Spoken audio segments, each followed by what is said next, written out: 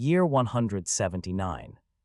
My sensors were glued to the skies, waiting for the moment. The forest was dark, and then momentarily, a flash of light. The darkness of the void momentarily twisted and swirled, and a ring of light appeared. 10 flashes of light shot out, like little meteors streaking through the dark night sky. Despite our best efforts to observe the phenomenon of a hero summoning, the magical energies were extremely subtle. 10 heroes have been summoned. Another 10 landed, and instantly I sounded the alarm. I wanted eyes on the ground to look for them, whether they are on the central continent or elsewhere. I didn't see much. Stella frowned, upset at how the path back to her original world eluded her. It was faint, and there was that strange ring-like thing, something I've not seen before until I had this astral sight ability. Still, while my forces kept watch for the heroes, we both tried to follow that path back, myself and Stella. A few of the other senior Valthorns, Kay and Lozan, all dropped by at times.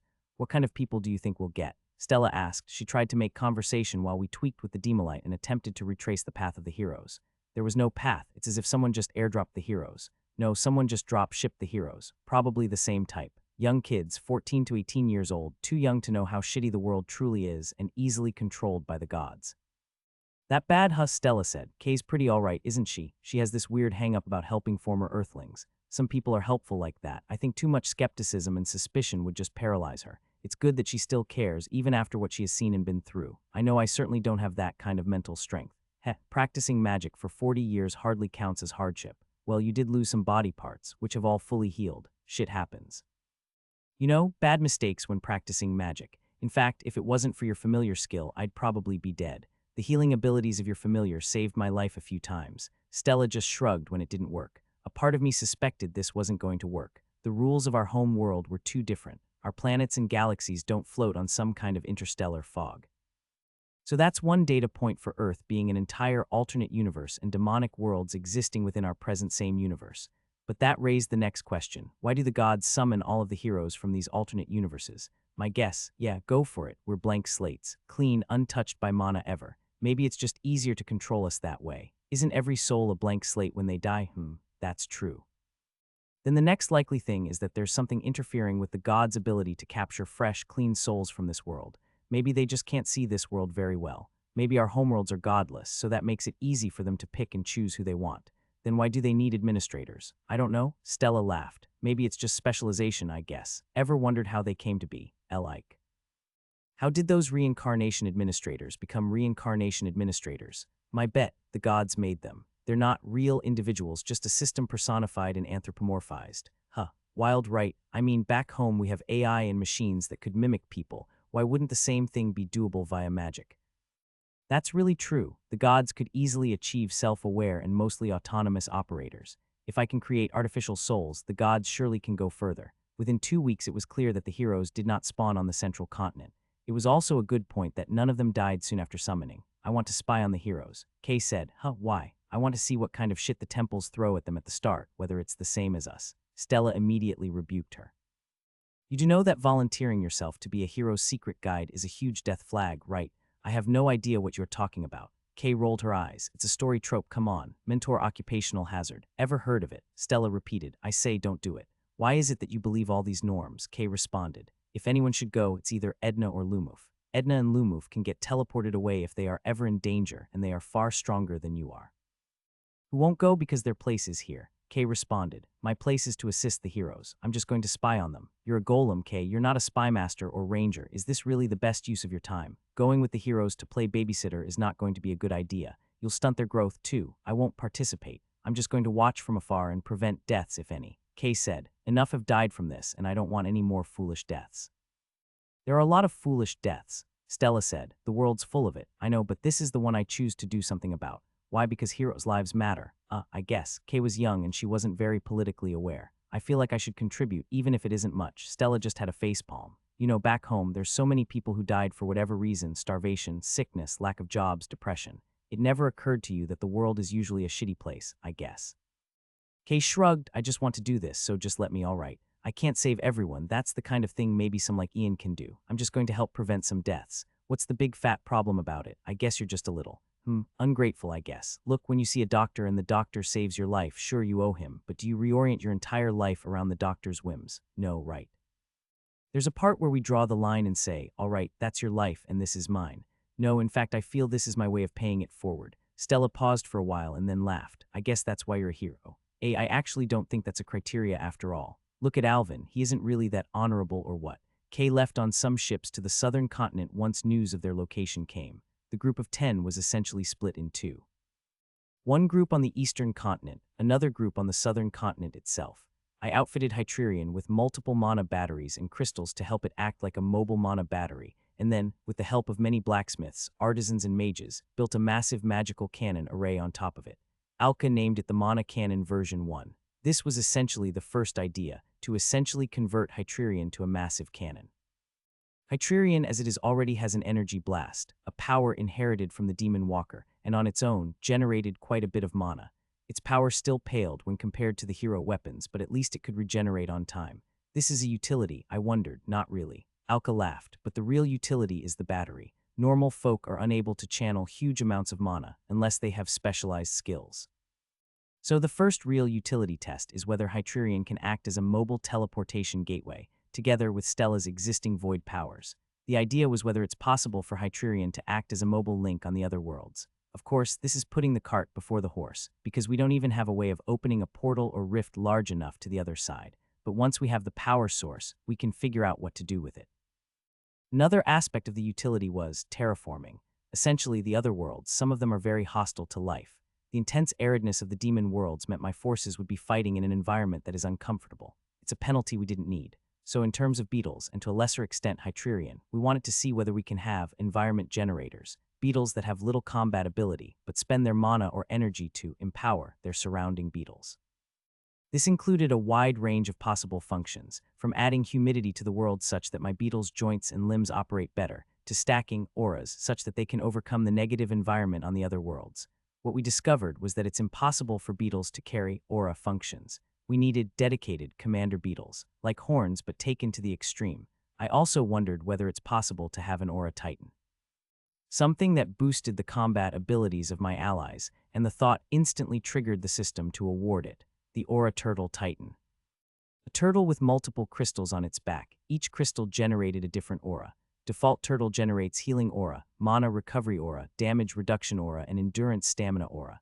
Additional auras gained with level, consumption of magical artifacts and upgrades. I had to think about this though. Is this really a good idea? I only have 2 titans left. I finally recreated a level 120 dungeon after tweaking with a few ley lines. I had to subtly guide 4 ley lines to meet somewhere deep underground, and so, a new dungeon for my Valthorns to power level. This time I tried to mess with the dungeon settings a little bit more, so that the energy is focused on just spawning high-tier monsters, rather than just mobs. Essentially, I hoped for a dungeon full of mini-bosses, which is better, hunting champions or dungeon diving. I asked the Valthorns one day. Depends on what kind of dungeon, really. If it's the trap-filled dungeons with all sorts of funny tricks, I prefer the champion any day. Rune laughed. He's still at the level 130-ish level. It's hard for them to level, strangely. Clearly the effects of the multiple hero fragments are more pronounced than I know. Kay sent word that she found one group of heroes, 4 of them. One of them had gone missing, but they couldn't find him. The heroes are practicing on monsters and smaller demon swarms in the south. Missing. Edna wondered. She was based in the underground city, right outside the level 120 dungeon. Just in case a monster escaped the dungeon. Is he dead? No, I didn't get a notification. I checked with Stella just to be sure. How many fragments do you have, Stella? Let me count. I think 13. 10 from the bunch I was summoned with and 3 from Kay's batch. Why? One of the heroes went missing and I wanted to know whether he's dead. Strange. Heroes don't go missing, normally. Not on some secret training mission or anything. Kay isn't sure. If he isn't dead, that's a good sign. We just need to wait and watch out. There was another group on the eastern continent, 5 of them. They too managed to survive their initial scare with regular monsters. Kay quickly relayed that this batch of heroes were conventional heroes, as in 2 of them was a super knight and the other 2 was a super mage. The missing hero was a super mage too. Conventional heroes and conventional demons, It felt like there's a larger supercycle of demons and heroes.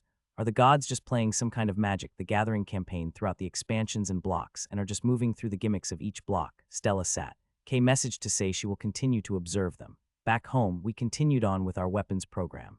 Alka and his group of artificers and mages were very busy, with multiple concurrent projects running. He preferred it that way. The multiple projects seemed to allow him to gather magical inspiration from many places. They worked on many types of ideas for anti-demonic weapons, from suicidal golems, flying golems to airdrop, rigged crystal bombs, and just better crystal bombs and weapons all round. My woodsmiths and blacksmiths made thousands of anti-demonic spears and enchanted them. The central continent had a thriving defense industry, linked by my network of carrier beetles. Throughout the continent, we built multiple weapons stockpiles. It was overpreparing in a sense, but high-quality weapons took time to make, and even master smiths and workers labored months on a special weapon, or a special knife, or a special rod. Some enchantments took just as long, especially those that required the threading of multiple different spells. We didn't have the hero's overpowered hero forge to shortcut a lot of that. If I needed superweapons, I needed to make them early. 10 years early, the Demon King continued its raid on the kingdoms, and the heroes rushed to gain levels. The Eastern group apparently started to sail to the south, to join their compatriots, the regular monsters of the Eastern continent insufficient to feed their growth. I wonder whether they have an experience multiplier for killing demons. I suspect they do. Kay commented that the Southern group reached level 60 within a month. Level 60 is enough for a champion at least with their hero powers, but the Demon King needed them at the level 100 range. If they were too weak, they'd die quickly. The missing hero was still missing. I wonder what would happen if the missing hero never appeared. Would the gods summon new heroes, or the demons would destroy the world until they find that hero? Coming, Reefy asked. The demons are still on their continent. I have new spiky weapons I'd like to use on them. I don't like this heat, but I gain skills now. I have perfect waters. What in the world does that do? My environment is always perfect for reefs. Of course, but can you get me some of the demons? I wonder whether my fishes will eat them. Are they food, spiky corals then? Poison hurt them. I don't recall seeing a hero with a poison focus, or maybe I just can't remember. Maybe it's a bit dumb to have a poison focus when the demons aren't even human, so the poisons just don't hurt them. No poisonous corals then, just really hard and pokey corals. I thought back about the tainted demon core captured from the Demon King. It remained a puzzle I am unable to crack, even as I leveled. Demonic mana remained key, at least, master of it. The Rottedlands on the central continent are extremely small now, a tenth of what it once was. This space was preserved mainly to hold the hybrid plants that I can control, and for my Valthorns to continue their combat practice. With the smaller size, the relative strength of the demonic hybrids that spawn naturally dwindled. This is a limited space for me to practice the mana these hybrid plants sometimes produce. Perhaps an artificial mind fused with a hybrid may be the solution, Patrick proposed one day. I sometimes wonder why I can't think of these solutions myself. Did I try it before? Well, it didn't work. The artificial mind collapsed soon after exposure to the demonic mana, like trying to boot up a faulty computer. Or maybe a computer with insufficient parts. Why, or perhaps, like a computer, it's not. Wait, is it a power source issue then? But artificial souls generate their own mana. Is that why there's a conflict between a hybrid plant that passively generates tiny bits of demonic mana? It's like a computer getting both AC and DC power simultaneously, so it fried the computer. I suppose it's time to revisit the fundamentals of this artificial mind. Like, what is an artificial mind and what differentiates them from regular people? Why are they limited? I suspect the issues may be about the creation of life. Patrick theorized that a full soul is essentially a life and a living being. You don't feel like you are a living being, Patrick. Well, no. I am always a part of you, even if I am capable of independent thought, master. Perhaps it is that sense of self, their soul being incomplete like a very good AI but lacking that last spark that truly makes an AI more than just an AI. But what am I trying to achieve here? These are dangerous grounds. Do I want to create life unwittingly? My goal is to achieve control over demonic mana, and thus hopefully gain another color for my soul forge. Already one of the ideas I had was to use the huge stockpiled void mana and attempt to unlock a new soul forge color, but I suspect the system required me to generate my own void mana, not just rely on stored mana. It was a deconstruction of the artificial souls. Artificial souls are pieced together from the remnants of the dead. To use a computer term, they are salvaged from the usable parts of many dead computers and pieced together into a whole. But they lack the core which differentiated a person from a machine. I've developed quite a significant understanding of these parts over the decades through my analysis of hex. The hex is when these parts are combined in such a way that generates toxic negative thoughts. In other words, hex is pretty much weaponized negativity. Again, what else can the parts make? Can the parts be better made than how I currently know them? After all, I learned it by way of skills and levels. There should be better versions. Year 180. 9 of them spotted. Kay spoke via long-range message. All of them are around level 80s and they are still challenging the champions. The king seemed content to let them do so and continued its destructive acts. It's a pattern repeated since long ago. The king almost always waited for the heroes to level up. This was a quirk that I did not understand. Was it a rule, or are the heroes invisible before they turn level 100? But clearly the demon champions are able to find the heroes. So why? It really feels very game-ish. One instance suggested some observational flaw or quirk. but now after numerous demon kings, it really felt like this pattern suggested a game-like arrangement between the demons and the gods. I really hope the Avon Church agrees to send the triumvirs over. I do want to interrogate the damned Avon god. Why the fuck are we playing this game? But there was that hero that did the whole sneak attack thing, but that was because there is an existing group of surviving heroes. If so, the Demon King must have a trigger to engage in their hunt. No luck on the missing hero. The missing hero was still missing. But if say he is alive and he is leveling up, he can't stay hidden for long, not with the Demon King's divine hunting sight. I recall Harris once said that the demons can sense their presence, and the higher levels they are, the stronger they glow to the demons. No, Kay sighed, I hope he's fine. The other heroes have attempted to contact him, but he refused all communication. You've made contact with the heroes? Yes, we spoke a bit, Kay said. At level 80-ish they are able to spot me. There was no way I could remain hidden for long. And what did you tell them? Almost everything, really, but nothing about you. Kay was quick to repeat, just about hero stuff, really. About the things we've seen. I mean about life as a hero, and our lives after we win, and the gods. They didn't kill you there and then. They seemed to mumble something about Ken saying the same thing. Ken's the missing hero, by the way, and he pretty much went cold turkey and had no contact with the rest of them after the first week together. Ken, so. How are the heroes taking to their new roles as saviors of the world? Quite enthusiastic. It's actually quite embarrassing to hear it. Was I so naive and innocent? Kay sighed. Yes, you were. In fact, you still are. Rune and the others kept at their dungeon raids. The dungeon at level 120 was large, and their foes were a mix of giants. According to their post-raid reports, the space after the dungeon gates were significantly larger than before, and the dungeon exhibited some kind of spatial distortion which magnified its size. I, too, have some spatial abilities with my secret hideouts and subsidiary tree rooms. Rune and another of the matriarchs managed to hit level 135, so they are only 15 levels away from their own domains. The monsters were large, but ultimately they can be defeated. Still, after my earlier experience with the collapsed dungeon, I started work on another set of ley lines, and I hope to have a new dungeon active before this one collapses in the future. These dungeons, their rewards are mostly the remains of the dungeon monsters, and they are often set aside for my blacksmiths and mages to experiment, to craft into weapons and armors. There is a gradual upward drift in the quality of the equipment among the Valthorns, as they get a wider variety of equipment over time, instead of just my own items. Things I made, or blessed by me personally, are strong, but my items tend to have anti-demon effects. Equipment made from the monsters' remains in the dungeon tend to be more varied.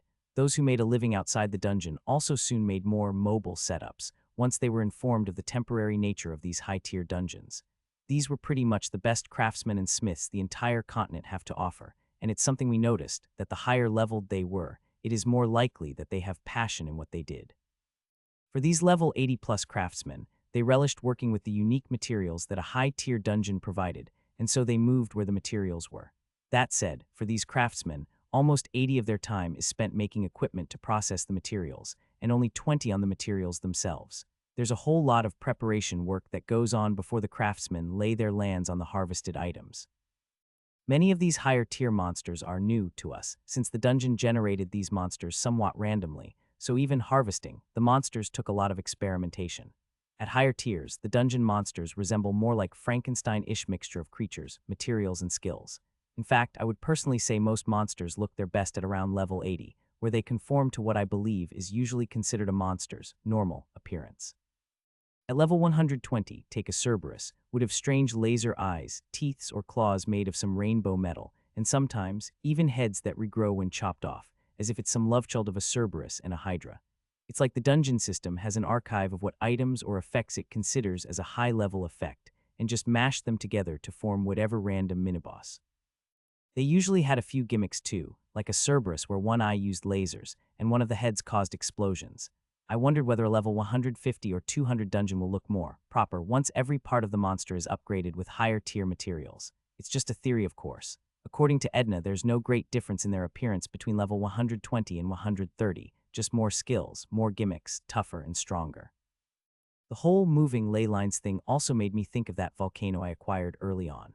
If there are natural sources of energy, I suppose using my own world knowledge, the greatest power source right now would be the sun. The stars and the sun would generate the most power, so I wonder what level would a sun-powered dungeon be? Could I even create gods outright? I mean, if a dungeon had level 150 monsters, wouldn't that mean these monsters are mini-gods in their own right? If so, how can a dungeon contain them? This suggested a few likely outcomes. One is that it is impossible to create dungeons beyond level 149 unless the dungeon itself is some godly being. 2. It is possible to create level 150 monsters, but controlling them is impossible, so a dungeon break must happen.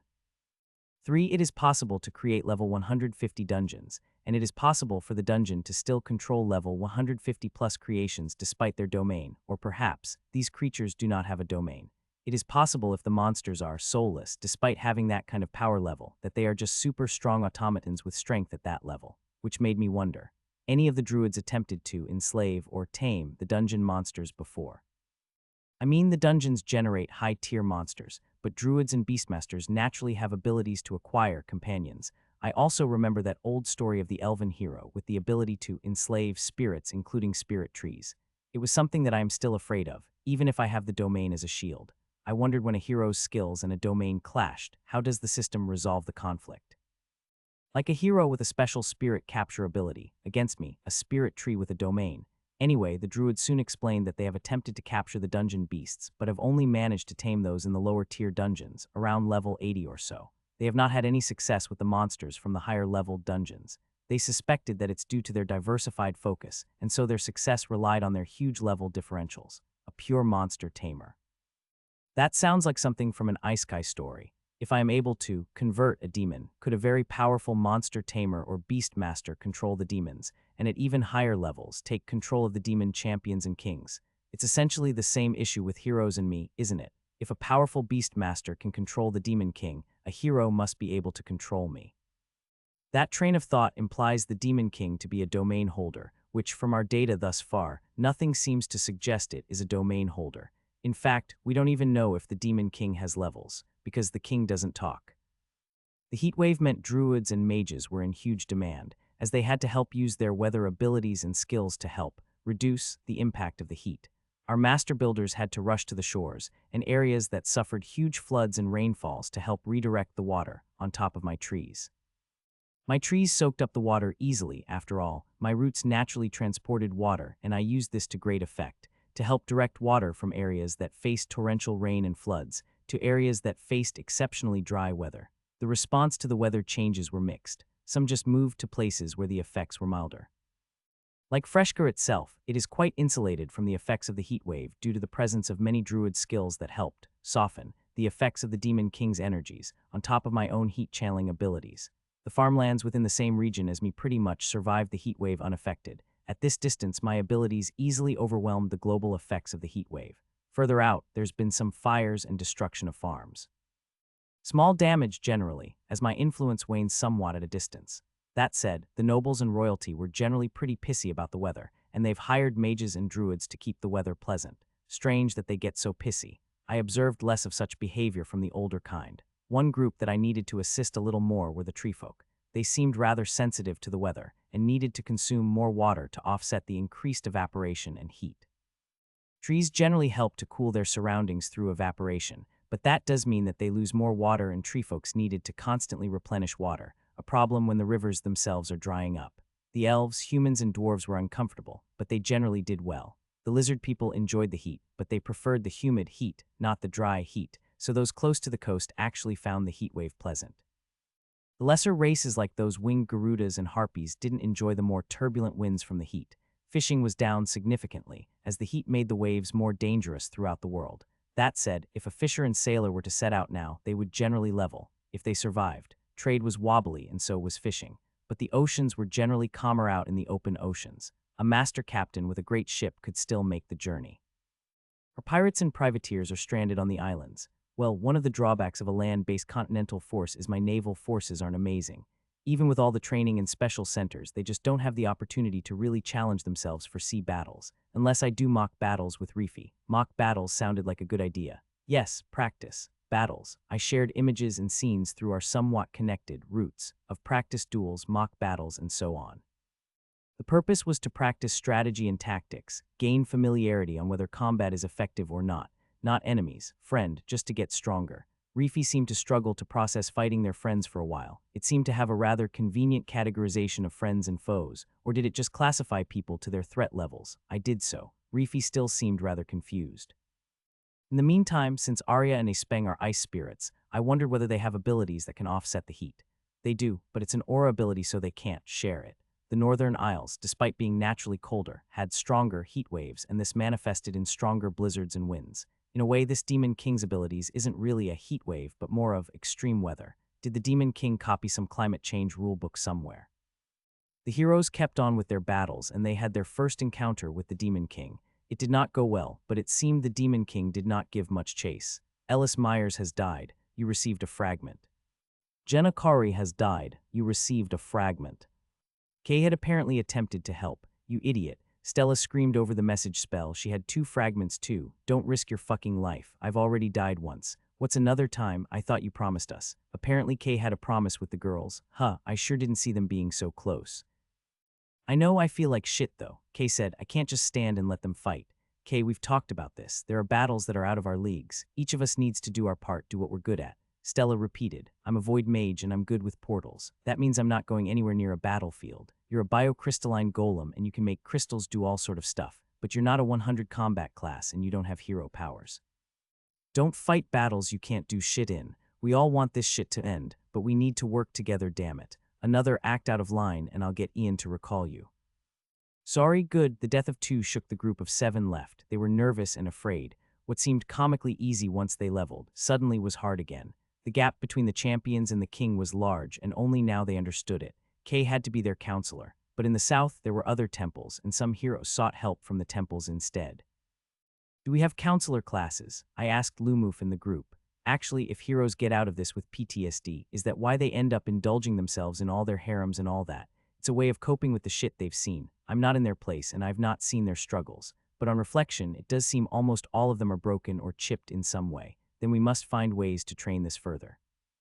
I've been growing class seeds all this while, but I suppose I needed to experiment and create these, counselors or psychiatrist classes. I looked at my own tree of prayers. These helped in the past, just as my tea did. I needed to make them mobile without using Lumoof. The people of this world are naturally resilient and seem to endure the destruction really well without emotionally breaking down, but the heroes clearly are cracking, even if they outwardly appear fine. Year 181.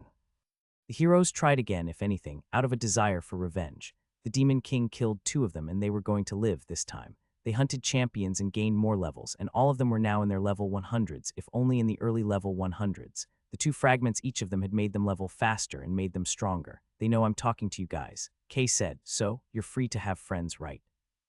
I think they're all right, but some of them are suspicious why I'm reporting everything to you. And rightly so. The way I'm behaving is very much a spy. In a way, I am a spy. Kay laughed awkwardly. I thought you told them everything. Yes, but still, they continue to maintain some distance. Kay paused. If I were in their shoes, I'd be suspicious of a girl or golem who claims to be a former hero and somehow reports on their activities back to someone they don't know, then stop staying there. I think they no longer need your help. Not anymore. The longer they stay, the more suspicious they get. You're right. Kay had one last conversation with the heroes before their fight with the Demon King. They've reached level 100, and just as before they've unlocked their star mana forms. There's 7 of them at level 100 plus, against 1 Demon King. Honestly, the odds are pretty good that they'll win. She spoke of hero-made items from previous generations, and whether the heroes wanted a trip to the central continent before their second encounter with the Demon King. They refused. Well, some of them wanted it, but they already unlocked their own hero's forge and could make their own hero items. You think they'll live? Stella asked through message as Kay made her way to the shore. I could recall her at any time, but she wanted to wait for the heroes to actually fight the Demon King before she left. What did you think of the Demon King? I saw it briefly. I was really far away, but I think they have a good chance of winning. But I think half of them will die. It's still a bit too early. How are they prepared for a self-destruction gimmick at the end? I don't know whether they remembered. When I reminded them, they just brushed it off. Stella asked. I'm not sure whether what I told them got through to their heads. Lately, they just seem, I don't know how to put it. Stubborn? No. Confident? Not that either. Middle grade syndrome. That might be it, but they are late teens, right? Yes. One of them reincarnated as a half-dark elf, so age is a little bit more flexible, but yes. Late teens mentally. You were there once. You should know why they don't listen. Fuck that. We felt the effects of the battle from a distance. The heroes pulled out all the stops, and my magical sensors felt the churn of magic in the air, even so far away. The weather seemed to sense this, and the world waited for the outcome of the battle of heroes. The instability of magic lasted for a day, and this time I felt sensations that were very familiar. It felt like those old healed wounds had been torn open, but I was still physically fine. Why did I feel it then? Demon King Ethrazin has been slain. Kenny Hills has been slain. You received a fragment. Ellie Pato has been slain. You received a fragment. Nancy Pilos has been slain. You received a fragment. Only 3 deaths. That meant 4 of the heroes survived. The 4 survivors were Prabhu and Colette, both archmages, Hafiz the Knight and Chung the Archer. There was an explosion at the end, but somehow they still managed to survive it. Kay, of course, felt the explosion. The explosion's shockwave could be felt a world away, and she ran at full speed towards the center of the explosion once it was clear the explosion was done. The entire area had been turned into a volcanic wasteland, but the 4 were alive but weak.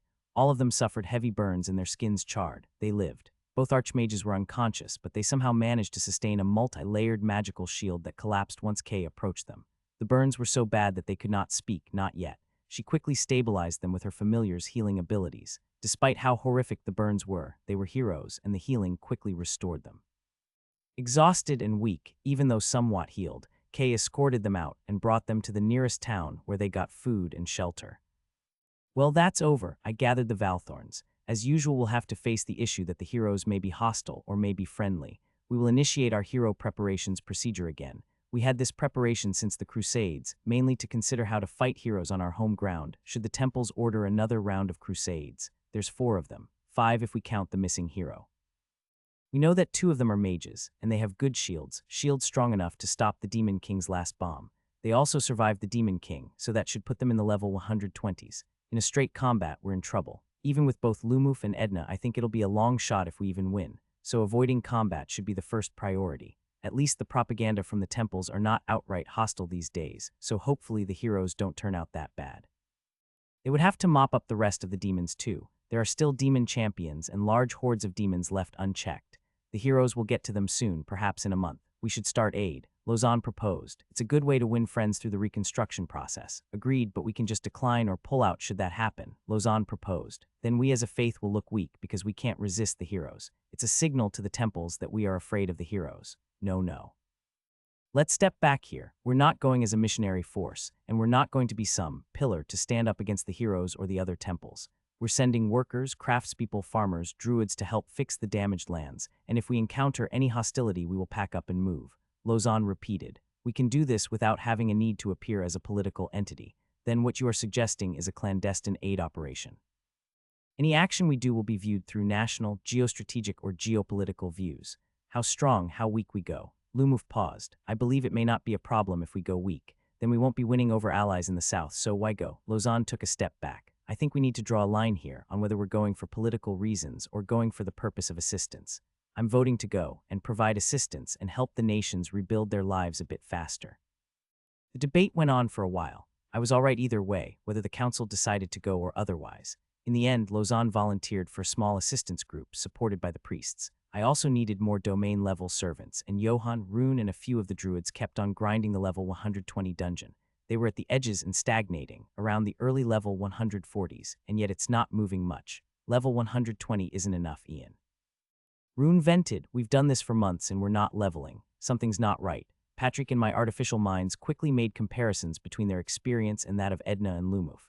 The analysis revealed that there wasn't much difference, except they didn't participate significantly in the conflict with the Demon King. Does the system actually require some kind of significant event, record in order to move past certain levels? But what about me? The fragments help override the system or give it a boost. I needed more power to feed the ley lines. I just wondered, whether heroes could supply the power needed to summon super-tier dungeons. No, back about the idea of the sun. Could I create a portal to the sun and then use that as a magic source? Of course, I asked Stella about the possibility of creating permanent portals.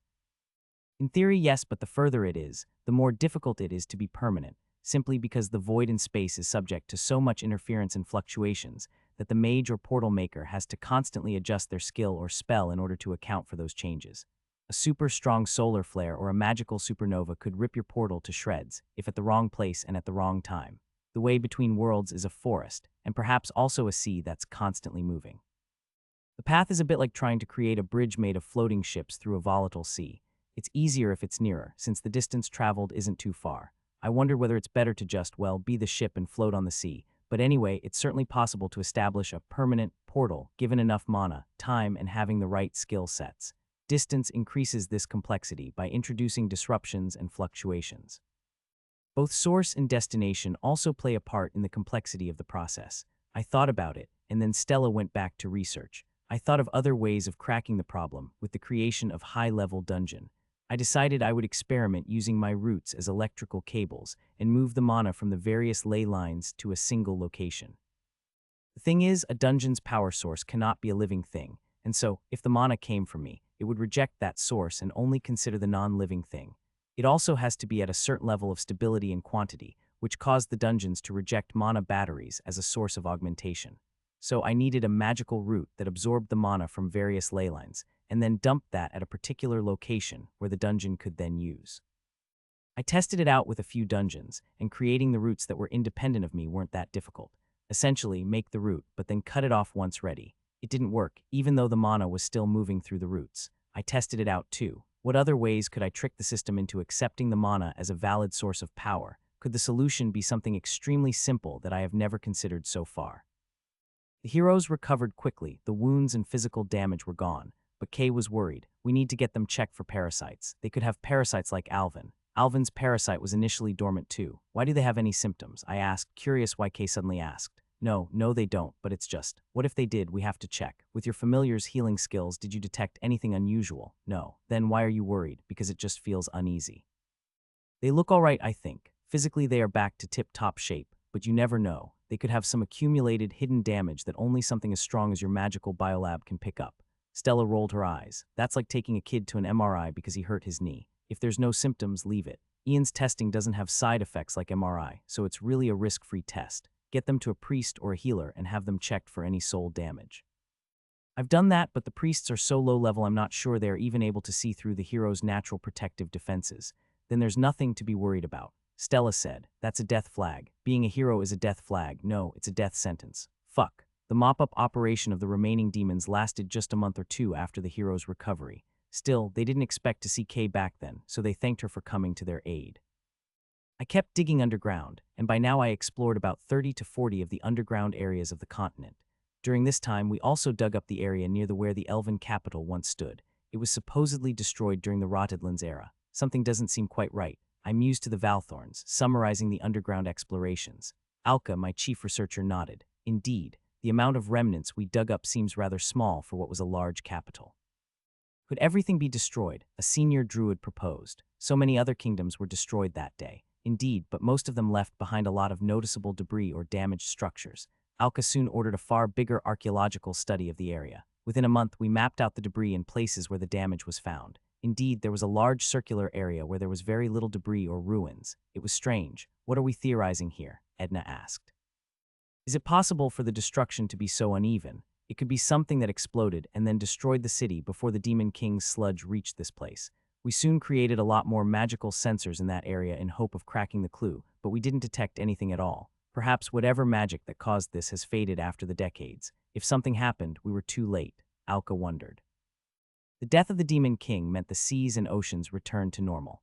Gradually, the storms closer to the southern continent were the first to recover from the turbulence. It will still take some time for the traders to resume. Usually those merchants that were forced to change their jobs or businesses in order to adapt to the turbulent weathers would still need some time to research which trades are worthwhile, while some of the more confident or foolhardy merchants would immediately jump back.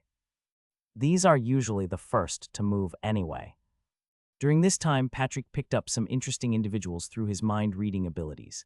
These guys had magical camouflage abilities that hide their presence, but they could not mask their very clear thought bubbles. The artifact is acting funny. That missing hero is not here. On closer look, I felt like I've seen that thing before. A hero locator. No, more importantly, there was something pressing against my presence, and I pressed back. The little mental or magical tug-of-war happened only shortly, then it disappeared. They paused. Someone just used inspect on me. Ah, they have a counter-detection ability. That's interesting. It functioned just as how my domain protected me. Me too, stopped talking. This meant whoever did that could hear us. Oh, what do we do? Retreat. At that point, Patrick asked, should we pursue and follow? Once they are out of my mind-reading range, it'll be hard to find them. Patrick's mind-reading powers essentially revealed all hidden characters, a bit like a detector. Yes, but don't kill them. I want to know what they are plotting. I quickly called on my high-leveled Valthorn Rangers and Scouts. They had counter-espionage skills, though they are a little underdeveloped due to my extensive tree network. My rangers gave chase and they seemed to know it. They fled. In fact, they actually disappeared out of my sight for a while and managed to throw fake trails that led my rangers and scouts on the wrong path. Their skill or ability had a time limit, because about 2 towns away, deep in the woods, my trees could see them appear out of their illusions. The hell was that? We're too careless. Well, they still are. We should have known a supposed deity could see through our invisibility charms. Okay. Let's calm down and review what we have. We didn't detect any sign of the hero. Ian has a depository of hero items, so our artifact is probably detecting that, so he's not here. He might still be in the south then. They took out their bag and I saw something that looked pretty broken. A circular disc that was cracked. When did that break? One of the spies asked the other. I don't know. I was too busy running away. We need to report this. At this point, I decided to let them believe they managed to lose my scouts. I kept my eye and watched them make the entire journey to the eastern seaboard and then got on some ships. Throughout the entire time, I learned a few things. They are part of an organization called the Linza, and they're trying to find heroes. I wasn't sure they were helping them or trying to kill them because it seemed they were prepared for both. Find more info on this, Linza. What we soon found was that there were actually multiple members of the Linza even on our central continent, but most of them were only mid-tier individuals, around level 30s to 50s. They had attempted at various times to recruit individuals of higher levels, but with mixed success. There's very little they could offer the nobility that they could not already obtain in some way or form from the existing structure. Those we interrogated revealed nothing unique, other than the Linza is a group dedicated to assisting heroes in their tasks, or kill them if they were detrimental. They also had a magical ring that was hidden by magic, but soon revealed itself when brought close to me. It seemed that my domain had an anti-illusion effect. I wasn't sure what it did, but for now it went into the magical labs for research. More importantly, what did they want with the missing hero? Year 182. We look back at the stars again now that the Demon King was defeated. We noticed the path that the Demon King used turned extremely dim. It just seems like these paths are all taking turns, each getting stronger over time. Once they reach a certain strength, the demons would then open a path. I also don't understand how the Demon King actually moves across worlds. Like if Stella took so much energy just to send Lumuf to a nearby world, it must take a few magnitudes more to send a Demon King that far. Unless, like Stella herself, the Demon King is able to create a portal on its own. So I look back at the tainted demon core with far more interest. Is it possible that the demon core isn't actually a core of some kind, but actually a mobile void generator of some kind? Doesn't that explain the explosions? If the Demon King kept the void energy within itself, a crack in that shielding caused the void energy to react explosively with its surroundings, especially if star mana was used extensively to defeat it. That was how Alka somehow succinctly explained a problem. It also posits that, if we were able to defeat the Demon King entirely without the use of star mana, it may be possible to avoid the explosion at the end and preserve a pure demon core for our research. That's a horribly difficult thing to do. Stella was rather fascinated by the idea and looked at my tainted demon core with great interest. She tested it and attempted to use void mana with it, and it did have some reaction. But again, it was complicated by the hybrid mana it required. I think your demon core is just broken and distorted by whatever it experienced. You're saying this thing that I have is a dud. I'm saying it is broken. It's like a, paint that's meant to be white, but now it's mixed with some other color and can never be white again. It's like trying to repair a broken mirror, really. Fuck, unless I break it up and try to rebuild it again. Are you sure it's broken? I think so. When I channel my void mana into it, I can feel it trying to do something, but it's just not working properly. Can you fix it? I wouldn't try. Void mana is inherently dangerous, and this thing looks like it can blow up really, really hard, defeating a Demon King without heroes. If that's what it takes to get a functional portal generator and get access to the demon's interdimensional technology, but even so, maybe I could use it differently. Could something that powerful be configured to corrupt the pathways? What are these pathways? Are they just markers through some space? What is this path, if not a magical data packet through space? Could I build a massive firewall around the planet and filter out all these things? That these demolites are nothing but Trojan backdoors. Do you think it's possible to hide the world, Stella? I don't know, but I suppose I can try to see whether I can interrupt or disrupt it. Move the rift around. That's a good idea. If you could redirect the demons to the moons and let them stay there and float around harmlessly, or crush them in the depths of the oceans. If it were me, I'd try to see whether I could tweak and control the rifts if I can't block it out entirely. Stella nodded. I suppose I'll try. Zaratans hoped to never have to face hostile demons ever again. When you were there, did you see other demon kings too? And other heroes? I don't know actually. The Zaratans made sure to leave the moment the demon kings were about to arrive. I think there are other heroes there, but I have not met them. No, more importantly, if there are other heroes, is it possible to gain fragments from them? Or is the system intelligent enough to differentiate me and those heroes? That I am a summoned person from Earth to this world, not that world, so I am not entitled to the fragments of that world. What else was duplicated? No, if anything, I'd like to meet other spirits. There must be others from those worlds. If we could gather a collection of like-minded spirits, we'd have a force that could stand toe-to-toe with the Demon King and obtain that Demon King's core. No, what if we're thinking this the wrong way? If I had a core like that, I could find a world that's not yet touched or seen by the demons, colonize that world, and gradually move the inhabitants of this world over there. Eventually, that world could grow into a powerhouse that could reinforce these worlds that faced periodic demon kings. Or I could use the portals to find a world rich in magic and create powerful dungeons where great heroes can be forged out of mere mortals. Surely the level of natural magic and ley lines in each world is different. I shared these ideas with my confidants again. Stella merely wondered. It sounds like you truly intend to create a multiplanetary empire to compete with the demons. Well, yes. If I cannot hide or avoid fighting them, then I must have the firepower to push them back so decisively that they can do no harm. And once I can do it for one world, I will expand it so that I can do it for multiple worlds. Sounds like the true beginnings of a multiplanetary god. Stella quipped. I mean, no offense, but yeah, it's kinda scary. Scary. Yeah, being so close to a being that's a borderline god is scary. I mean, some days I don't realize it so it feels normal, but some days it just dawns on me that you could kill tens of thousands without batting an eye. The heroes could do that too. Any high-level individual could. She was silent for a long while. That's a good point. The whole level dynamic really changes the whole equality thing. There's no equality when there's at least a magnitude of power difference between people of different levels. The system is merely facilitating such differences, but there are other ways such differences can play out. Even in your world, money and political positions do make some more powerful than others, but that's indirect power through their ability to mobilize others. Here, the level system meant every single person could gain levels and cause a whole load of pain. There's no equality at all when the power levels are so different. It's like asking humans to grant equality to ants. It's never going to be equal at best, is fair. Stella just laughed after she finished that sentence. Anyway, I'm not really trying to debate such weighty stuff. I just wanted to say you're scary. No, people in this world are scary. You guys are like superheroes with superpowers. I mean, this entire leveling system makes superheroes out of normal people. It's a wonder this world didn't destroy itself. With your own levels, you're not very far away either. You are powerful in your own way, Archmage. So it's rich coming from someone who can walk to another world. Yeah, I guess that's true.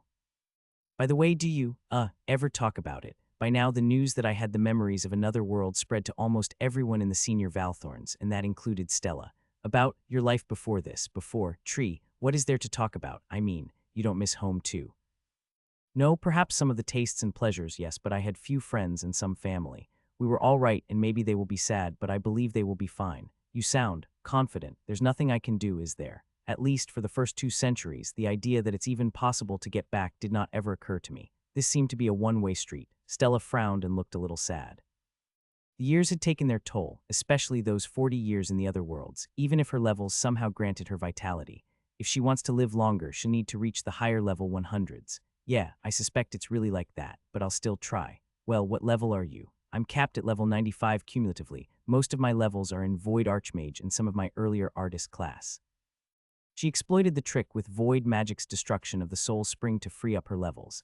Simply because when the level bricks are destroyed, you lose levels. You have a higher natural cap. I do. Level 95 is 10 level higher than normal. The heroes don't have a cap. They don't, but they are heroes. They get special rights. Maybe it's my late bloomer skill. No, skills rarely change your level caps. It's strange. Possible that Void-related class and skills just use less space in the Soul Spring, that's why she could level more. In any case, I'll need to train you up to the higher tiers. I gave her the Soul Strengthening Seed the next day and had her continue researching the Tainted Demon Core. I wanted to be sure, like very sure, of what it is and that it is star mana that corrupted it. I needed to be sure because I would have to form a strategy on this conjecture. There was strange news coming from the temples. The temples somehow claimed that the gods summoned 9 heroes to fight the Demon King, and 5 perished in their battle. There was no mention of the missing hero, nor do they acknowledge its presence. I had wondered before how the temples know about the heroes. I believe they get notified. Perhaps those closest to their gods get informed by way of a ping, just like I did. Or perhaps they have some artifacts that allow them to receive such notice. My senior priests clearly did not get the notification, so how did the other priests know about the heroes? Can we find out how the temples know of the hero's arrival? I asked the leadership team. One of the lords quickly responded. Some say the gods themselves bestow the leaders with a message. It is a saying. I want to know for certain. The diplomats in the Valthorns would activate their intelligence network to gather the data. Perhaps some of the priests will talk and reveal their secrets. Year 183. Demons were eradicated and the four heroes were free. I'm coming back, Kay said, and the four heroes are coming with me. They want to see the journals. They arrived by ship at our southernmost city. There was no fanfare for them, I forbid it. In fact, they arrived so quietly very few knew they were heroes. Well, you're on the central continent. Kay nodded. So next we'll need to get the four of you to Freshka, where the journals are kept. Chung, the hero archer, immediately asked, are we walking? Or magic? Colette, the archmage, shrugged. I could use teleport, but what's the fun in that? We have all the time in the world now. It's more efficient. Usually taking the long way means we gain more levels and get to earn some extra skills. Who knows what we'll discover? I'm more worried if this is a trap. Kay shook her head. It's not. I trust you enough, Kay, but you cannot say for sure it's not a trap. The archer responded. Your patron may have other plans. I've seen enough of this world to suspect Ken may be right after all. Ken, the missing hero. Kay didn't press it. I don't think Ian will do that. It's certainly not in Ian's interest to make enemies out of four heroes. Chung didn't reply. Let's just go, but we'll keep our guard. My trees subtly detected the presence of magical shieldings. They were on guard, even with Kay. And please, no communication with your patron without us present. It's just suspicious. Kay nodded. The archer's quite tense, like he was going to shoot arrows at any time. The other three seemed quite relaxed, though. Kay walked to the port's Valthorn office and spoke to one of those present with the heroes nearby. All right, it seems it's already ready. They walked to a building that's arranged similar to a large bus interchange where multiple convoys of beetles were parked. There were different platforms, each headed for a different destination. At the end were the express and charter services. Colette laughed. This is so Ghibli. Beetles as an express bus. Seriously. Kay somehow laughed with her. I actually never thought of that. What's Ghibli? Prabhu asked. Never mind. The beetle convoy had 8 large carrier beetles. They were each the size of a truck, and they had a fully furnished cabin on their backs. The smaller, regular-sized beetles act as escorts and protectors, but very few bandits ever attempt a raid on the beetle convoys due to the retaliation from my constantly watching artificial minds. There are multiple artificial minds dedicated to just managing the logistic networks of beetles. Kay just repeated the itinerary to the four heroes. Freshka's quite far from here, so it'll take about 4 days from all the way in the south. These beetles will need one stop just to restock, but you can just chill out and wait. The four heroes mostly played various games found in the cabins. The cabins each had 4 beds and a living area for the passengers to relax. There was some food, mostly preserved foods, stored in little magical containers to keep them fresh for the journey. Sadly, these preservation spells don't last very long, so there's a need for a restocking station. Colette, the female archmage, was extremely interested and kept asking Kay about everything. So these things are magical fridges. Kay nodded. Magic solves a lot of things. Those gems emit a constant cold and freeze. They just need to be recharged before every trip. Food's prepared off-site at dedicated kitchens and just loaded onto trays. It's like airplane food. Colette was very amused. It's so cool. The other archmage hero, Prabhu, ate it happily. It's a little jarring from the levels of poverty throughout the southern continents to this. Kay sighed. It's not as widespread as our world. You guys are getting the best treatment, by the way. These cabins are reserved for the wealthy and nobility. It starts that way, right? Colette smiled.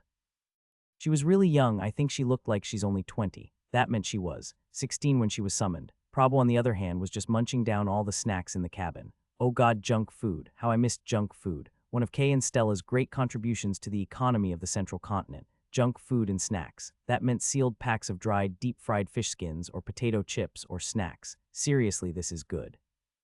We had to use magic to get some of the effects, and we are not able to truly mass-produce them the way our industrial factories were able to. But every few months, our smiths and inventors made steps that took us closer to that eventuality. Our contraptions were getting more sophisticated, our machinery more robust and complex. Chung was always tense throughout the 4 days, even though he did partake in the games and the snacks. It's way too peaceful. I'm not used to it. Kay shrugged. It's not a perfect place, but I imagine this to be life under a robot overlord. That's not exactly a glowing review. Chung responded. Kay merely smiled. The 4 days passed by quickly, and they were then closing in on Freshka. Now that they were closer, I saw their features a lot better. They still nursed scars from the battle. Their healing was well done, but incomplete. A lot of the subtle magical fluctuations I could not fully see through my other trees were now obvious to me. Their presence and auras also pressed against mine, and mine held. It feels kind of stifling. Chung said he clearly felt my presence, and I too could see through a lot of the energies that were clashing. Some kind of damage aura and a type of unknown wind-like energy. Kay nodded. Ah, yes. I suggest you retract your auras if you have them. Prabhu nodded. I don't see a need. Mine feels like it just coexisted with the presence. The beetles went over the outer hills of the valley, and the entirety of Freshka was now in view. A large expanse of green, with a few towers, representing the city, the School of Triology, the Academy, and the Treasury College. There were smaller areas, the newly set-up Void School and the expanded merchant areas. Gigantic trees were everywhere and they towered over various areas of the city. Wow, Prabhu, Colette, and Hafez all went gaga for a moment. This is like the biggest city I've seen, Kay laughed. It's not the biggest. Some of the northern capitals are larger in terms of population, but it is the most impressive because of the massive trees everywhere. And it's not where you all are going. We're headed to the real valley, the one that's hidden. You may choose to visit the city later. After your goal, the tree that held the journals waited for the next set of logs. Year 183, Part 2. The beetles stopped outside the tunnels. The place was unassuming, but the heroes could tell the presence of my camouflage and illusions abilities here. This looks like the perfect location for a trap, Chung said as he took in the tunnel. Kay nodded. That is the intention. Ian is located somewhere that's perfectly defensible. Prabhu just tapped Chung's shoulder. It's all right. We survived the Demon King's death bomb. We can take whatever this tree can throw at us. No need to be overly suspicious. Colette smiled. Let's go. I think it's fine for Chung to be suspicious. We can't all fall for the same trick, right? Hafez just grunted and started walking. The tunnel was relatively short for them and they were out on the other side and in my own personal valley, the home of my giant trees and the still burning flames of the dark mana. These days they are a lot smaller, so it's just little embers, small flames that lit up from the branches. I liked the flames. It gave the valley a very unique look and feel.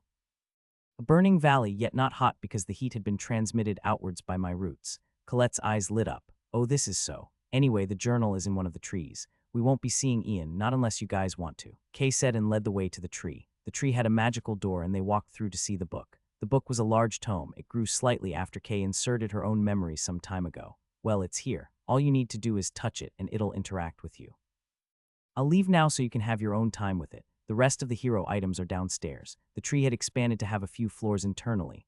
The journal was first, the rest of the items left by the previous heroes downstairs. Chung held up his hand. I'll do it first. Prabhu shook his head. No, it's clearly magical, so I'll do it. Prabhu walked up and touched the journal and he just stood there. Prabhu, he just froze there. Chung immediately turned to Colette. Is he all right? He's alive, Colette said. There's a lot of magic swirling inside. Prabhu turned. I need a while. I need to process this. He magically moved a chair close and he just sat down, one hand on the tome. Just, relax. Colette, Chung, and Hafez shrugged and soon settled on the chairs and cushions in the tree. The entire area was decorated like a comfortable library. Prabhu just sat and closed his eyes. After an hour or so, he stood and turned. Yeah, I'm all right now. You guys want to give it a shot? I need to pee now. What was it? Chung asked. It's like the condensed memories and personalities of the heroes before us and their lessons. What they saw, what the gods said, what they've seen from the demons. It's just like a bit of everything, even Kay's in there. Chung nodded and sat down where Prabhu sat and he too touched it. He froze and sat there for an hour too. At some point his face changed to show various emotions, like pain, like sorrow. In the end he stood.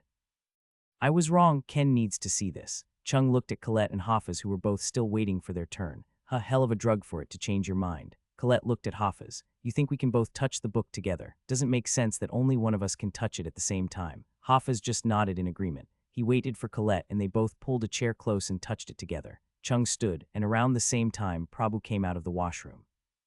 Prabhu went straight for the snack bar at the corner. How did I miss the snacks? Chung rolled his eyes. Seriously, Prabhu, is it time for snacks when we just saw that? He pointed at the book. Prabhu snorted and started eating. Really, all I've seen made it pretty clear we're just pawns. May as well enjoy ourselves first. Prabhu munched. And I'll start with eating snacks when I want to. The archer merely rolled his eyes. From here in the tree that held the journal, I could observe and listen in to their conversations. The archer and the archmage took opposing sides of the snack-covered table. Chung just frowned. That's a very negative way of looking at it. Those before us clearly thought that way, though. Prabhu munched. Some of them descended into debauchery and having many lovers, perhaps as an act of vengeance. Chung's frown continued. It's just an excuse. The gods may have put us in a spot by giving us this shambolic hero role, but we are still responsible for our own actions. Not if they are clearly influencing our minds. Prabhu just kept eating. Now that we can step back and reflect on what we've been doing, we're pretty crazy. Young teens sent to another world on a mission to fight demons with superpowers. The way we are dedicated to that cause and kept on doing it despite the horrors we've seen, I'm pretty sure the gods have a hand in it. All four of us didn't crack at the deaths or the horrors. I've seen so many mutilated body parts. Chung didn't seem to expect that from his compatriot. So the gods' magical influence is clearly not just to make sure we do our job. It's probably to assist us to face the horrors of the world too. It hardened our senses, numbed us to death and gore. I mean, it does seem like the gods' touch attempts to hammer these goals into our mind and somewhat converts us into these robots. Okay, robots are a touch too strong. The gods make us obsessed with demons, and I see in our predecessors that they attempt to deal with that obsession with other obsessions and vices. I already see it in me with snacks. Chung snorted. Does being an archmage make you so suddenly intelligent? Occasionally. I'm pretty sure the system made me a mage because I'm smarter than I look. And you're an archer because you're all tense and all that, like a highly strung bowstring. Like you gotta chill, man. Fuck you. You gotta laugh out of the archer. I'm serious, Chung. The demon king's dead, but with all that tension you're carrying, your muscle's gonna knot itself up and choke you to death. The archmage handed him a bowl of snacks. It's deep-fried crunchy leaves coated with some kind of mixture. I probably should ask Lumuf to have a bowl one of these days, so that I know what it tastes like. There's always the next demon king. That's like saying you statistically have a 0.0001 chance of dying when you take a bus, which happened to us. Prabhu paused and realized he seemed to have said something stupid. You're right there. Chung took a bite this time instead of abstaining. You know what, this is actually pretty good. I know, right? Prabhu nodded. But seriously, we need to do something. I mean, we know the Demon King can see us. They can see us once we have crossed a certain level and stuff.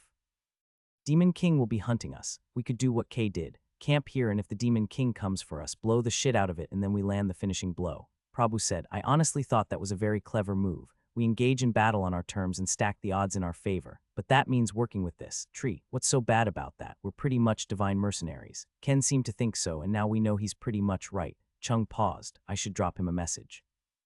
He activated a magical glowing ball and spoke to it. Hey Ken, I know you're out there, but just wanted to let you know that we're safe and we're on the central continent now. And you should get here and see this journal left by the old heroes. I think it's quite similar to all that stuff you've been talking about, that this whole thing is a ruse. The ball of magic transformed into a glowing arrow with a letter wrapped on it, and the arrow just whooshed into the materium. Prabhu just smirked. We should ask Kay to come in. She saw this before. I think we should have our own discussion first. Just four of us before we ask her to come in. She was a hero, sure, but we're not sure how much her new form is subject to the control of this. Tree, you're implying she's not who she says she is. She could just be a golem of crystal combined with the copied memories of the real Kay, and the real Kay is long dead, and we're dealing with essentially identity theft. Prabhu rolled his eyes. You're sometimes just a step away from being as crazy as Ken.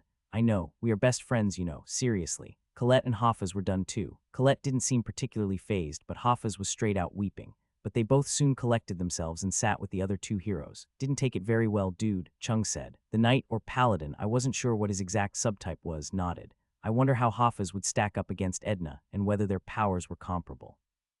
He let out a huge sigh. Bad, it's so bad. Colette could still smile though. Felt like I was in a movie, you know, like watching their lives flash by before me. I found it rather sweet that they took the effort to make this memento for us who came after them. It's a really good idea. Chung then asked, all right, important question. Did you share your memories with the book?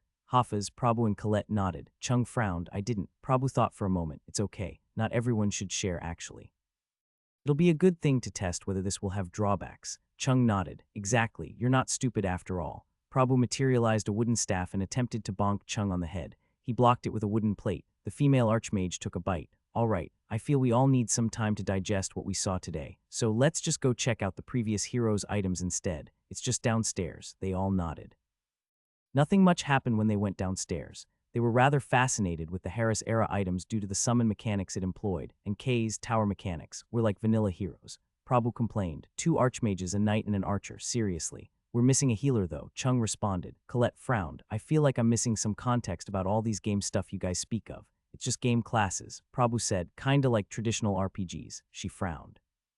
Traditional RPGs are weird. I only played a few mobile MOBAs and they don't split classes this way. Prabhu paused. That's actually a good point. Guess this world gods are like from the older generation where their rules are more 3E than MOBAge. They didn't take anything. Not yet anyway. They wanted to think about it a bit more, and the rules left by the previous heroes required them to essentially exchange their own hero-made items, or add their own, before they can take those made by the prior heroes. They returned to Freshka where Kay placed them in a nice inn.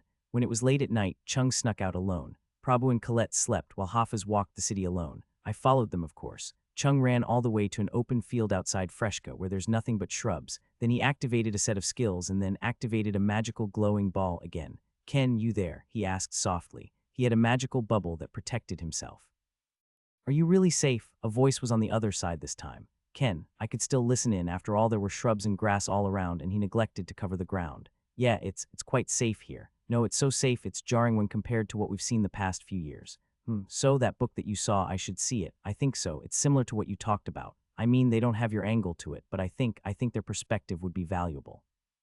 Think I can sneak in? With the right spells, probably. I'll make a hero item with a marker so you can find it. I see. Got it. How are the others doing? As you expected, they're taking this way too easy. No, actually, I'm even surprised at how easily I am accepting all this. I knew those guys weren't entirely honest with us. Who the fuck gets Outworlders to do their dirty work if they have nothing to hide? If they are gods, they should have tons of entirely gullible followers to manipulate, so it didn't make sense at all why they needed us. Chung just nodded quietly. Where are you? You know I won't answer that. That book says that the Demon King can sense our star mana. When our levels cross level 100, the Demon King could probably sniff us out. I suspected that. The heroes and demons are opposite polarities of a magnet meant to collide. They must collide or they will mess things up. Chung sighed. So what do we do? After I saw that book, I'm convinced you are right, but I don't see a way out of us. Not without dying. It says something that all previous heroes die, and I think we're meant to die. We're designed to die. We're essentially disposable band-aids. I feel we have two ideas if we don't want to die. Which is, get stronger and defeat the Demon Kings consistently. Chung stated the obvious. No. We know the gods tell us that the Demon King changes every time, and so each Demon King will stack against us differently.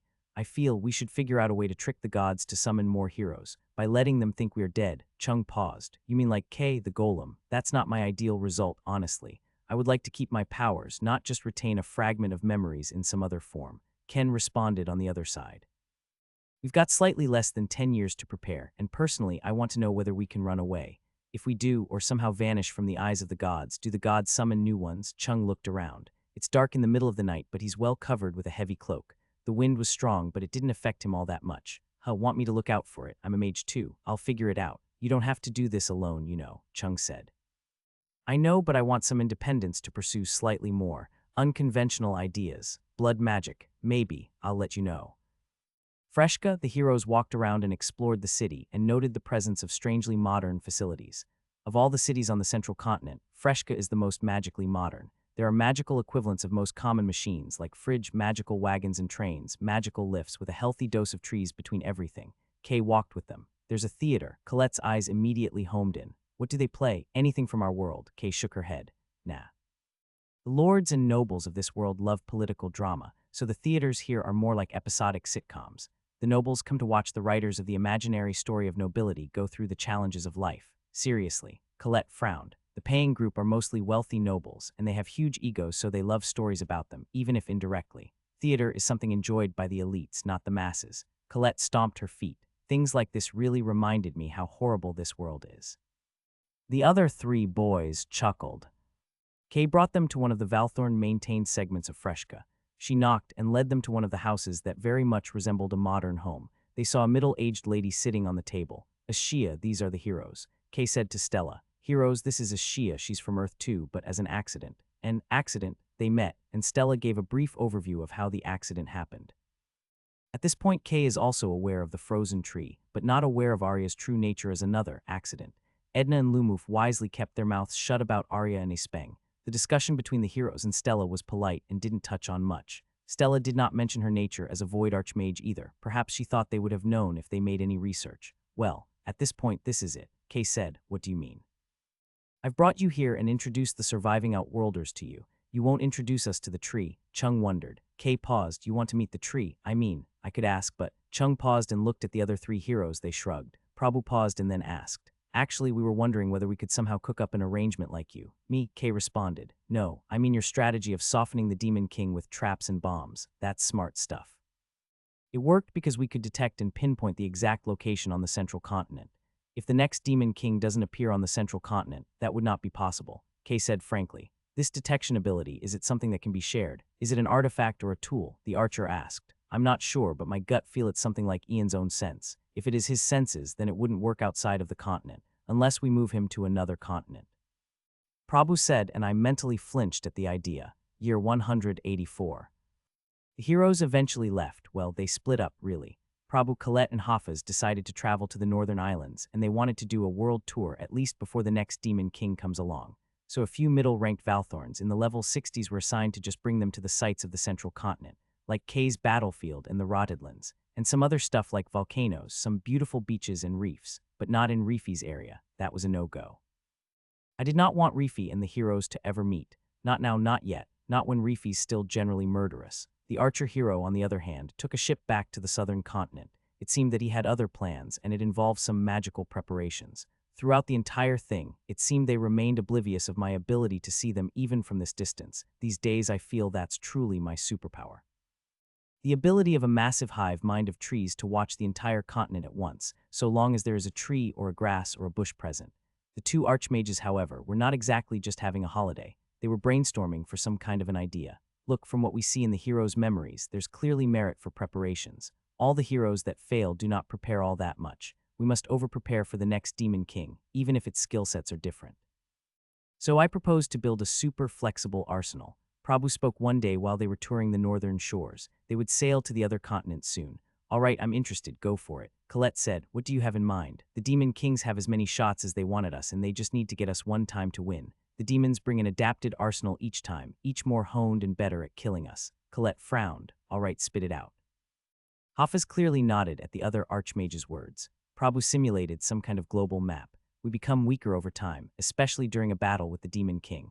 We also don't know where the Demon King will appear. So my idea is we need to have small, recharging bases everywhere. Places where we can run to instantly restore our health, our star mana, and also equip ourselves with powerful gear. We need to build mini mechas for ourselves with different weapon loads.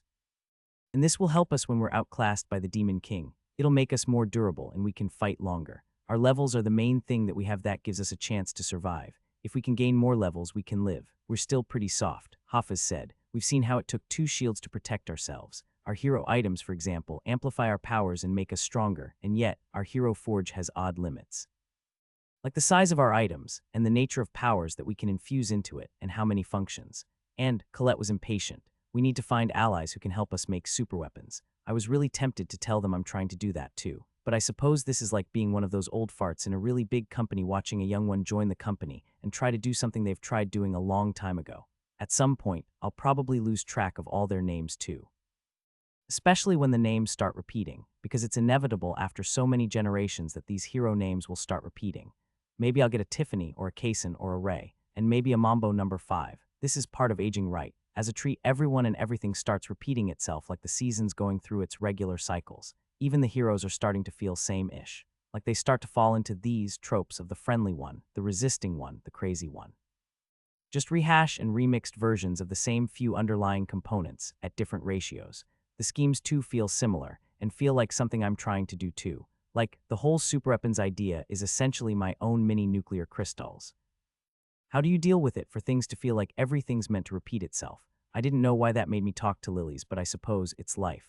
Despite me trying to hold on to life and meaning, I am cursed to watch things repeat, because it is just how it is. I even feel like I had this question before. That's shit, I mentally sighed. It tends to result in my branches and leaves swaying in the sighing motion. Even heroes with their unique powers eventually fall into types, and I wonder if I'm like a voracious light novel reader at the tail end of my journey, feeling like everything has been done before and nothing is fresh. A little bit, I responded. I tried to remember that life has meaning, even if it's been done before. So what if all these people try to do the same thing? If it works, it works. Must every new hero attempt to change all norms? No. If the heroes want to try something that may work, then they should. Just because those before failed doesn't mean they can't succeed. I'm at a different level now, and my powers to push the arc of the world grows with each level. If the heroes want a way to sufficiently deter the Demon King, I should assist them. Do you bother doing the right thing? Lilies responded. At our levels of power, can we not resist? If you put it that way, why bother doing anything? I certainly don't see you as one of whims and fancies.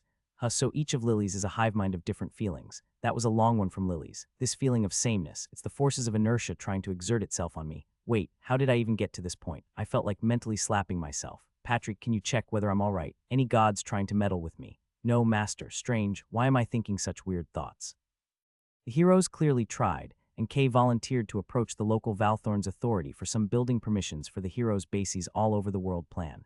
So you're essentially planning to leave some kind of hero item in these locations. The Valthorns asked Kay. Yes, that's a strategic risk for us. What if they turn against us, or other heroes not aligned to us activate these hero items and destroy whatever that's around us? What if they use these locations as waypoints for their teleportations?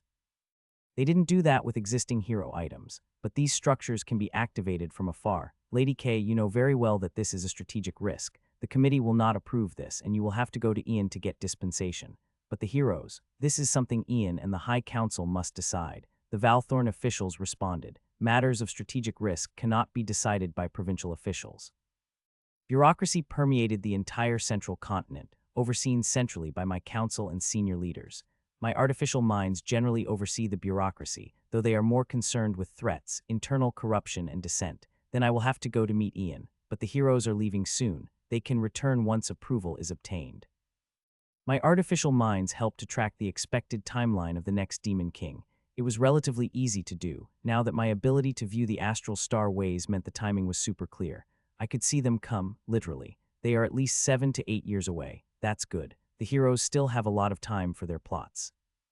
Artie, Lausanne's human husband, passed away from old age. He lived a long life for a human, about 100 years, and already his lifespan was extended by his levels. He was in the early level 60s. Perhaps he would have lived a few more decades if he reached level 80s. They held a small funeral for him in Freshka, where his body was buried in accordance to a simplified version of Hawa's death ceremony. In the recent, later years of his life, his age really showed, unlike Lausanne, who was a pure-blooded elf. Lausanne even today looked only a little bit older than the day she left on her big journey around the world. Arlissa and Lotta too returned to see their father. Laufen, as the mother-in-law, also attended the funeral. About a week after, Laufen sat down with Lausanne. "Do you regret it?" Lausanne sipped her tea. "I don't know yet. I remember telling you I wouldn't, but now that it happened, I'm not so sure." Laufen merely held her daughter's hand. "The thing about us elves is that when our children marry someone not as long-lived as us, we will often witness the aging and death of our great-grandchildren. Like Arlissa and Lotta, as half-elves they will live much longer lives, but eventually they will die before we do. It is a very sad thing to witness our children's children and their children leave before we do." Lausanne just sat quietly as she digested the gravity of the truth, but I believed in the beauty of the moment. It's something humans and those with shorter lives like the lizard people are incredible at. Their ability to throw caution to the winds and just be at the moment. Us elves and the tree folks, too, have a distorted sense of time, and we worry too much about the future. "Yeah, so go spend time with Arlissa and Lotta." Laufen smiled. Lotta did not inherit her mother's love for spear combat. Instead, he was more of an academic and reminded me of Roma, who's now a senior executive at one of the central continent's many trading companies. He hated her mom's dungeon expeditions and preferred more leisurely pursuits like writing and arts, preferably not both together. The two siblings, born so many years apart, did not see quite eye to eye. They were born in different times and with different expectations. Lausanne at one point was rather stressed that she was one of the strongest in Freshka, but now I had Edna, Lumuf, and many others who are now stronger. Perhaps it was the weight of duty, that as one of the strongest she felt, even if a tiny bit, responsible to this nation that I built and not free to live the life she wanted. In a sense, I believe I neglected what they wanted personally. That weight lifted, Lotta was able to grow up with a more confident, less stressed mother, and that too reflected in how relaxed Lotta's disposition was, compared to Arlissa, who was confused, easily stressed despite her natural talents. Training people is really a gamble. They don't always turn out the way you want them to, and they often have plans on their own. This is something I concluded, and so the way I could maintain a steady talent pool was to expand the talent pool and keep looking. People like Edna or Lumuf, young or old, so long as they had the drive and the spark, I was willing to give them a shot, because I've seen many talents fizzle out after a good early run. Lumuf, as an example, was one of those old guys who had a second wind. Now he's the second strongest. Life was strange, and a lot of it required opportunity, drive, motivation, and the right mindset at the correct time. Some of these talents had to be given time to stabilize, to mature on their own before they are ready to be pushed further. It's a numbers game and also about spotting them as they rise up. Talent was something Freshka was dedicated to training. It was why I wanted all these different academies to train different people for different things. But like Arlissa, it was also important to acknowledge those who had all the talent, were spotted and quickly groomed, but then just fizzled out. Some are like that.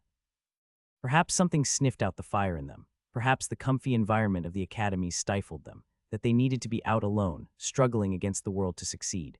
People who seem to have similar circumstances can perform wildly differently. Despite that, I still saw the merit of having a robust talent collection network. One Edna or Lumuf easily outweighs the cost of training 100,000 students who never get there.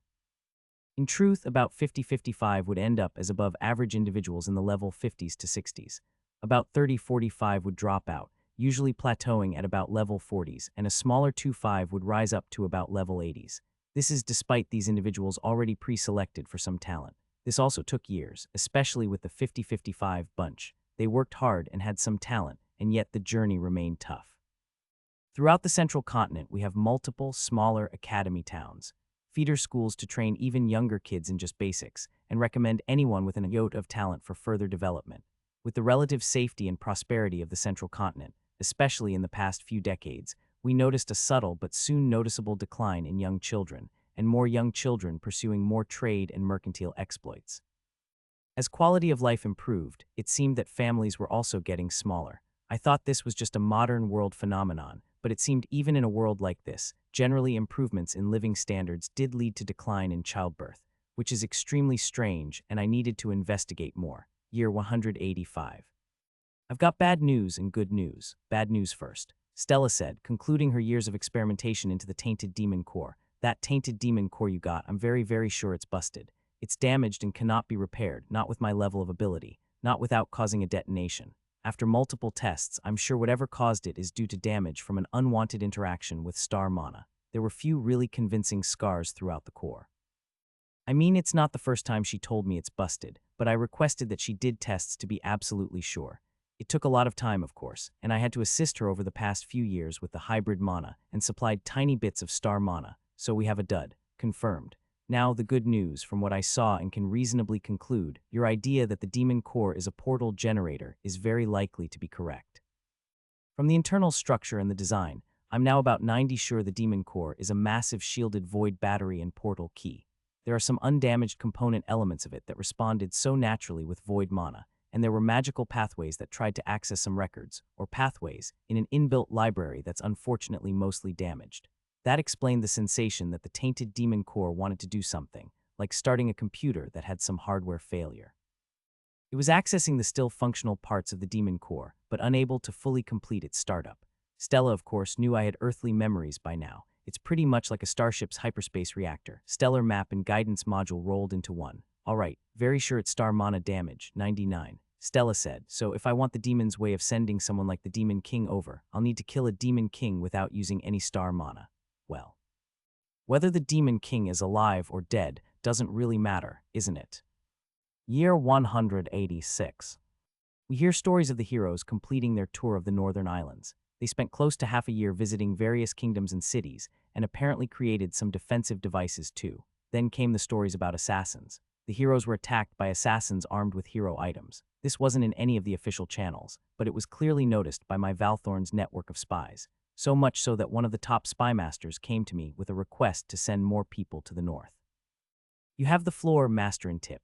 The north has been one of the more difficult places to crack. The natural archipelago means news travels slower via conventional means, and magical messages are often disturbed by the magical winds. We face those challenges elsewhere. Lumuf responded. Certainly, islands and magical disturbances are not exactly uncommon. Indeed, but we're facing assassins. Already 10 of our informants have been killed, and our own agents are on the run. We need high-tier individuals in the north, not just the regular rank and file in the level 30s to 50s. At this point I asked, do we not have higher-level spies? Spies are essentially a thief and an informant. Their classes are fundamentally criminal in nature. The spies we have essentially recruited from the noble classes, who traditionally served their lords to spy on their neighbors. Internal disputes between my vassals, essentially. They die quickly and often, so the good ones don't last very long. This was a flaw, clearly. I did not realize that my dependence on my trees as my main intelligence network meant there was no real program to develop my espionage and spy forces. Even if I could grant them higher-ranked classes, they still need opportunity and challenges. But it's too late. I'll have to fix it for future conflicts. All right, so what do we do now? We can send our higher-leveled Valthorns in. Those in their early level 50s and train them in some spy skills. Master and Tip proposed. This would give our spies the combat competence needed if there's a fight with whoever's killing our informants. Edna paused. These assassins, are they related to the Linza? Kay, who happened to be in the meeting, when I was there I encountered and engaged the services of another organization, the Rosewood Alliance. Master and Tip nodded. The Rosewoods are one of my primary suspects, but we are still attempting to establish a motive. They've used to work with us, at least, on a lower level, but something has changed recently and they've refused to talk. Those that we captured didn't say much, except they won't work with us. Any suspicions? Kay paused. Is it because of the heroes? At that point, Kay repeated what her experience was and what she said to the Rosewoods. The spy master clearly nodded. I suspected it had something to do with our earlier mission, but we were not aware of the contents of that conversation. It's clearly something that should have been shared a lot earlier. The spy master glared at Kay and Kay shifted uncomfortably. It seemed they already knew it's us then, and also had something to do with the heroes. How does this tie in with the assassination attempts on the heroes? How did these group of assassins have hero items, and what are their motives? My sources claim it is an ancient feud. They are a cult of demonic worshippers that attempts to harness the demon's powers to bring salvation.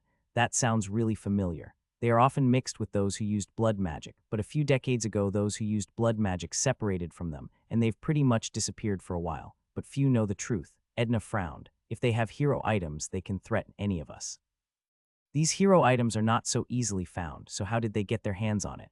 And hero items are all really bulky if they need to be recharged. This doesn't make sense. Lumuf repeated. If their goal was to annihilate the heroes all along, Alvin was their right for the picking. Edna jumped it. It's possible that there's another group, these Rosewoods, who are working against them. These two forces are battling it out in the dark. Lady Edna, are you speculating that the Rosewoods consider us aligned to these hero hunters? Possibly, but our past action of healing Alvin should clearly suggest we are not affiliated. At this point I jumped in. There's also the Linza. What's going on with that? How many parties are at play here? The Linza are more of a loose alliance of hero friends, but there are bad elements who have infiltrated them who are from these hero hunters, our spymaster explained. They used to be more of a supporting cast, hoping to ally with the heroes for benefits should they survive, but they've weakened considerably after some bad bets. One of the lords stepped in. All right, the Northern Islands are a collection of small nations. The largest of them hold the biggest islands. Are they all pro-heroes? No. Some of them are outright anti-heroes despite being part of the Four Temples. There's an odd relationship where the temples tolerate their heretical behavior. And how do they get away with it? They justify it politically. That it's not a religious disagreement but a political one. That they disagree on heroes on political principles. That kind of shit gets accepted. The ways the Four Temples blend propaganda, rhetoric, and the twisting of words is quite an art form. The spymaster commented. Lumuf actually laughed. To be fair, as religious leaders, we are often asked to take sides on political matters. So many of the kingdoms and vassals of Ian had asked for special status and recognition in the name of faith. Alright, so what now? We need more resources in the north, correct? More firepower. But that doesn't solve our problem of lacking information and losing our network. Having the swords to back up our people is one thing, but these people were there for decades. One of the lords brought the conversation back on topic. Indeed, but it is the best we can offer at the moment. It is also a risk because with hero items on the table, it is possible that these hero hunters may use them on us if they feel sufficiently threatened. Wait, let's take a step back. What are we trying to achieve in the north? Build a network of informants in order to have valuable military and hero-related information. Keep ourselves informed on their movements so that we can prepare for any unusual movements. Was this really necessary? Arya, I activated the ice mirror that linked me with Arya. Lumuf was present so that I could speak through him normally. Do you have informants in the north? Nope. I'm a hermit, remember. All I do is hide in my part of the world. Ah, I had hoped they had informants in the north, given her general proximity. Only the tales of merchants and adventurers. Ah, another rejected one. Is spying really the only way to gain information? Are there any nations in the north with proper diplomatic relations that we can contact, that can act as our informant of the north? Surely there are magical solutions to this, perhaps magical farsight or something to that effect. My mages quickly commented, yes, there are such spells to allow remote viewing, but they are costly and require more mana than normal. This led me back to my earlier research on ocean crossing routes. Previously I had limitations in that my trees had to surface at certain distances. Given that there are vast swaths of oceans where there's absolutely no land, this made this method unrealistic. Next was the idea with Stella for a permanent portal. That meant opening a portal linking my continent in the north, and then through that permanent portal, extend my trees to the north. Stella posited it is not yet possible, since she would still have to close the portal, and that meant large segments of my trees would be disconnected from the network. Was this really a solution or just a stopgap? So why do you want to open a portal there? Spread my trees. Having my trees there means I can access the magical energies there. I answered, ignoring that trees also extend my vision and intelligence network. Do you have some kind of magical feeler? Yes, pretty much. I wasn't lying. My magical labs are essentially magic sensors. Why not test it out? Stella proposed, and so she opened a magical portal with the assistance of other young void mages. My roots went through it, and I could see a new place. I felt the cold, and my trees felt the chill too. A familiar sensation. Cold. I quickly spawned more trees, and Stella watched more trees appear along the path of my roots. The portal opened somewhere in the largest island in the north, but even so, the overall population of the islands tends to cluster around the coasts. I didn't know where I was relatively speaking. The portal just opened somewhere in the proximity of the northern islands, but I just kept expanding. All right, close the portal. The portal closed and it severed my roots. I instantly felt the loss of those new trees on the other side. It hurts. Losing trees hurts. Ah, open it up again. Patrick immediately shielded me from the cries and sorrow from my other trees. It seemed that even till now I am vulnerable to the sensations felt by my trees. Stella nodded and opened it up again. I sent my roots over and didn't find the trees. It seemed that my portal drifted and did not open in the same place. Stella mused and the other void mages joined in. That's not good. Unless we have something like a beacon, it may be hard to lock the portal to a specific location. Void magic is inherently volatile like that, but the portal will hold. Can't you open a normal portal? I only have void mana. You'll have to get someone else to do it. I gathered the archmages, and they commented that maintaining a long-term portal would drain huge amounts of mana, so it's not feasible for them. Surely, if Stella can do it, you guys can open a portal too. Well, it will consume more mana and will transmit our presence to the whole world. That's a distinction between a normal magic portal and a void magic portal. Void magic is imperceptible to others, which then Stella quickly debunked. Not exactly. I can sense the use of void magic by my students. If I'm not wrong, if there's someone who could use void magic, they would sense my portal on the other side. After all, I'm doing the magical equivalent of connecting to points through the void space. So no one uses portals to invade because using portals is like telling the whole world I'm here. But how does a portal differ from a teleport spell? I mean, it looks like there is, but is there. A portal is a folding of space. A teleport is a folding of self into a shell and then sent through space. There's a distinction in the execution of the spell. An archmage explained. Taking this concept, do the demons open a portal through the rifts, or are they teleporting to our world? Portal for sure. Those rifts are portals. If the demons can do it, why can't we? We don't have their level of magical understanding. Stella said. She's been leveling up since her limiter was cleared, and now she is approaching level 110s. I gave her special permission to join the Valthorns in the level 120 dungeon raids to help her level up. Alright, okay. Can we apply the teleport concept to traveling through worlds? Stella nodded.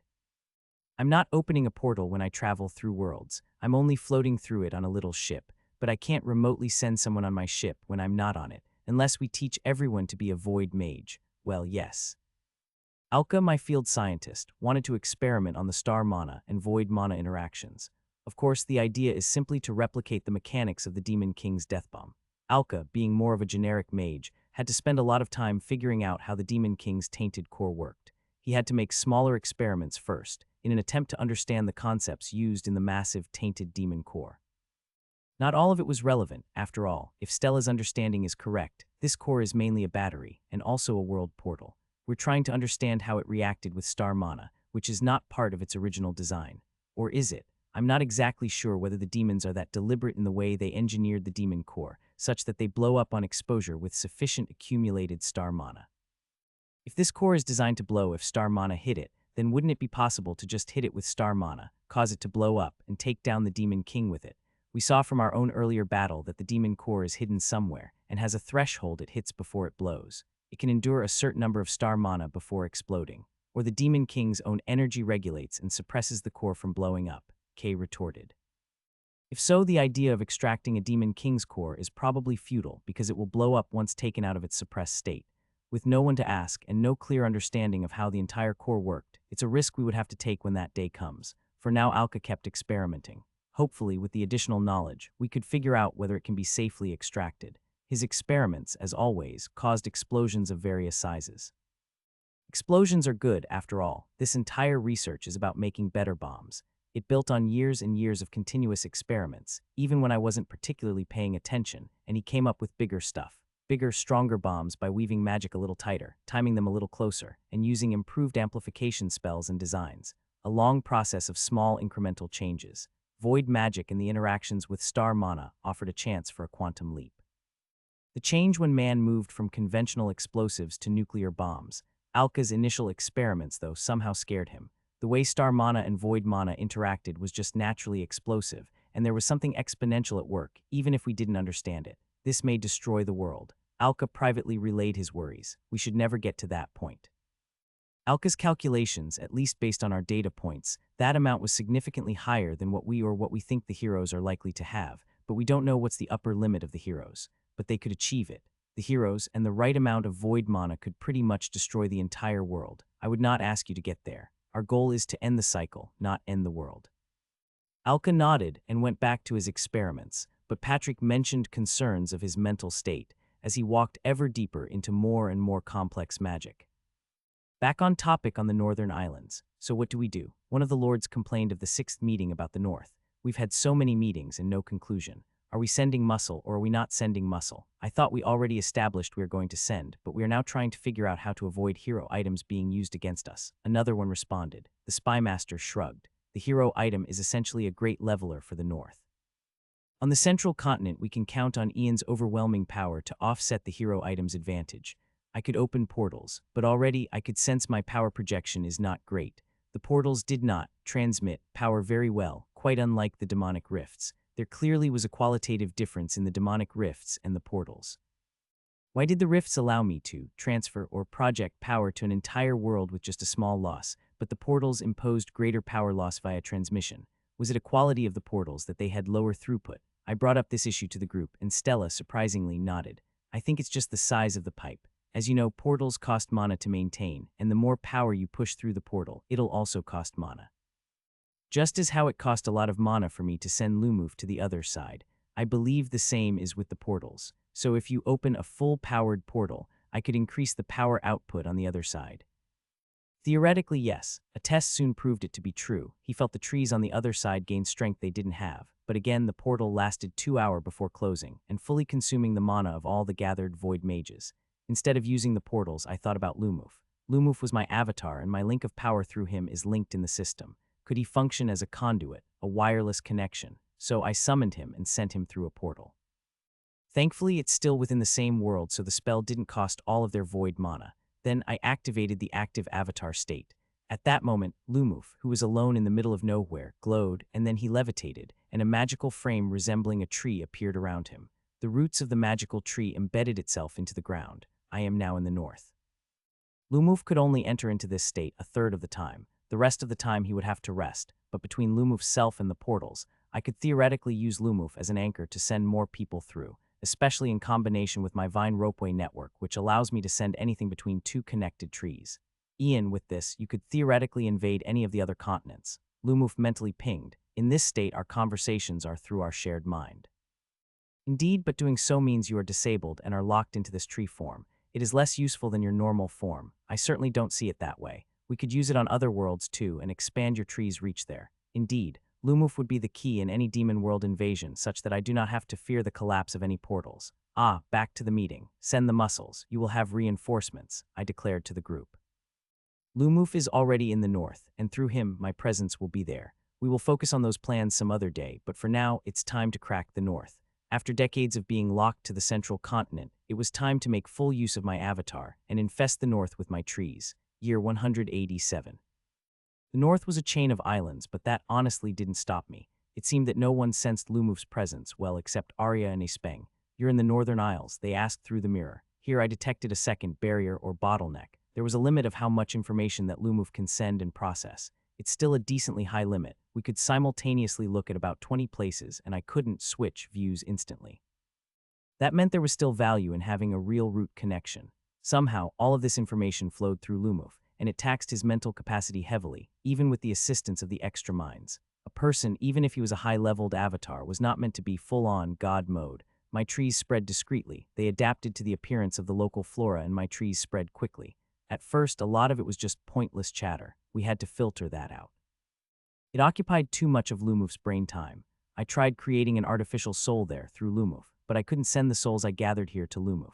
That said, Lumuf was in fact a portable soul collection machine with the avatar ability. This meant if he fought with the heroes, he could actually facilitate the gathering of Titan souls. Yay, he's like a massive soul vacuum cleaner, and he's collecting the north. Come to think of it, do you collect souls? I asked Arya and Espeng. After all, they are spirits in their own way. No, not our department. Arya responded. Then where did all the souls in the north go? Surely they must go somewhere, or do they drift along? I tried using my soul powers to interrogate the collected souls. This power was rarely used because when I could see and eavesdrop on almost the entire continent, that was a much more reliable information source than interrogating the dead with their incomplete memories due to death. After all, incomplete information without context can be dangerous. Still, in the north, I needed to quickly gather information, and soon I chanced upon the dead souls of 2 operatives. Kill, hero, why hero, enemy, mission, rewards, dead, so there's a reward if the hero dies. What kind of reward? Big money, levels, special, class, a special class for those who killed heroes. That actually makes sense. Power, immortality, that's awfully vague. Lumuf remarked mentally, as he too was a participant in my interrogation of the dead, even if they had pointed us in a direction. I faintly recall killing heroes results in a curse, but only if they were killed before their designated demon king perished. Thus, for this generation, they are all targets. That is probably also true, but worth it. Given the risks, the rewards should be fairly good. If so, surely there must have been successful hero killers in the past. If there were, they managed to hide themselves from the historical records available to us. But then again, why do I need records when I have Lilies and Arya? I quickly asked the two about whether they know of the hero killers. It was a no from both of them. Lilies commented that they have never met hero killers. Surely there are people who killed heroes, even if entirely by accident. It can't be that the heroes are so lucky, right? Or they are. It's not easy to kill heroes, though, Kay frowned. We're pretty tough once we hit level 100. We get all sorts of natural defensive perks, and most of us have abilities to ignore low-level damage. We're also usually immune to one or two elemental types which we are aligned to, and we get most status effects negated. Most, I wondered. It's possible for a hex bomb to kill you. Kay shifted uncomfortably. Well, yes, a hex bomb would be bad. Wait, are you saying there's a plot to use hex bombs to kill the heroes? We need to warn them. They may not be aware of hex bombs. I'm sure they are. They've seen the journals, no? I retorted. Harris's generation faced hex bombs and a world riddled with hex bombs as a demon champion countermeasure. We're lucky those days are over. The first of the Ava Triumvirate arrived via ship. They were led by one of the Triumvirs, Grandmaster Enka, and they came in one of the finest ships we've ever seen. A beautiful warship of a glistening paint of gold and bronze and loaded with magical enchantments. Accompanied by a small delegation of Avan Templars, his arrival was a secret, of course, but everyone noticed the presence of a warship like that.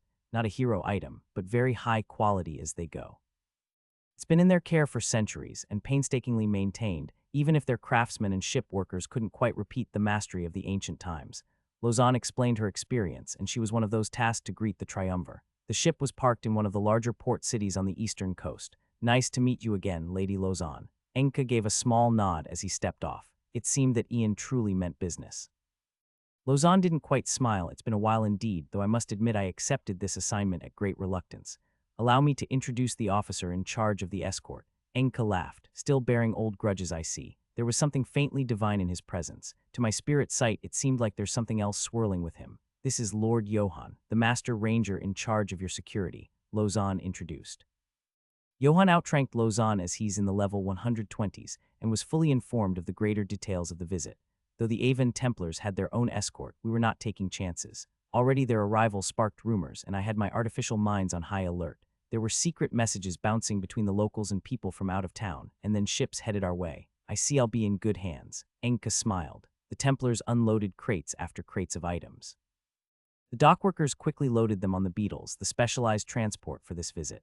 These were some of the toughest beetles yet. But tell me, are we expecting company? Lausanne glanced at Johann. Johann merely smiled. No, but we are prepared. A few of the higher-ranked rangers were also nearby, shadowing their movement. They are there for security and to catch anyone who takes the bait. My spirit vision sensed some unusual magic in those crates. Things that felt similar to that log I had, but different. Enka himself also had some interesting magical gear, and I sensed at least 2 hero items on him.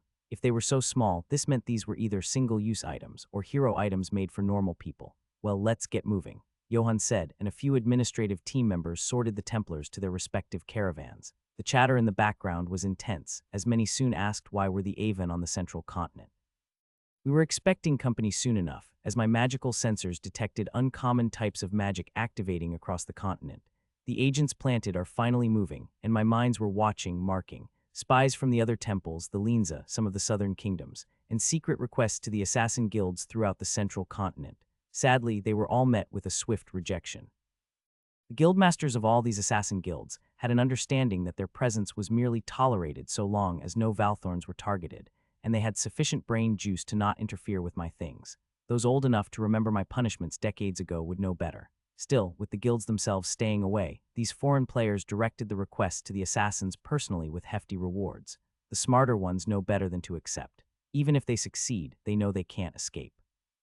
But there are always fools tempted by the huge sums of money. I view this as a net positive. My Valthorns may be high-leveled, but they do need anti-assassins practice. And a good reminder to those who have forgot. The memories of men fade so easily. How have you been? Enka asked as Lausanne sat in the same cabin. It's a large, lush, and well-furnished cabin similar to the ones used by the heroes. It's been decades. Much better now that I'm no longer running demon hunting missions, Lausanne responded. There's no need for that bitterness, is there? Enka smiled. I am after all here at the invitation of Ian itself. So how much do you know? Lausanne smiled. Not much, but I don't mind. It's better when I don't get involved with your business. I am here merely at Ian's behest. He figured that you'd enjoy some banter. Enka laughed. True. The matters of the triumvir are never simple. That is a wise choice, a wise choice. He then looked at Johann, who was on a lookout. The caravan of 100 beetles passed through the valleys, and were soon closing in on some patches of forests. My artificial minds pinged that some assassins were going to strike there. I waited and let my Valthorns do their work. They have to detect their presence themselves, and Johann made some hand signals. A few of the subordinate rangers fanned out. Enka looked at Lausanne again as he watched the rangers. I must say, Ian's ability to cultivate talent is truly second to none. I would trade my hero items if I can convince some of your rangers to serve me. I'll even accept you. The Avon is really short of capable, high-leveled folks. Surely Ian can share. No, I can count the number of level 70s we have in one hand. That's how bad we have it. A little bit of pity. No. And certainly that's not something you should be revealing so casually. Lausanne seemed to have some bad memories of the man, and I wonder whether it was a mistake to get her to be the liaison. She didn't reject it, though. Enka laughed. Oh, anyone level 70 and above serving for the Avon Church is a public figure through and through. You even met them. Lausanne didn't reply. The caravan now took the roads through the forests. The assassins struck. The Valthorns intercepted. They were slightly slower to pick them up. The assassins were quite low-leveled, some in their level 30s. A few of the assassins backed off, deciding that it wasn't worth it once they saw who they were dealing with. Those who went for the attack found arrows lodged in their heads within seconds. Operatives hired by groups unknown. Do they always try to kill you? Lausanne asked. As you should know, I have many enemies, and I believe most of those who try to kill me are my allies. The caravan would take 3 days to cross the continent to reach Freshka. The Avon triumvir is here. Kay stormed and asked Edna one day. She didn't know until the caravan moved. Why? Edna paused and obtained my permission to tell her. Because they reached out to us for a ceasefire, an alliance. No, my sources tell me the entire triumvir will be here. They never meet unless something of divine importance. Edna nodded. Yes, it is of divine importance. What is Ian trying to do? A talk with a god. The truth to whether there is a way to end this. Kay stared at Edna, her mind spun as she processed it. I want to be there. Very well.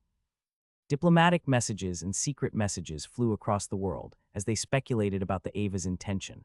The other 3 churches were particularly tense, and they sent strongly worded messages to Enka. Enka smiled when he received them. Isn't this amusing? Lausanne shrugged. The Gaian master of the temple just demanded that I clarify my presence on the central continent. I got similar messages from the Hawa and the Nira too. Pathetic when all of us together couldn't even muster a force to stand up to Ian's overwhelming power.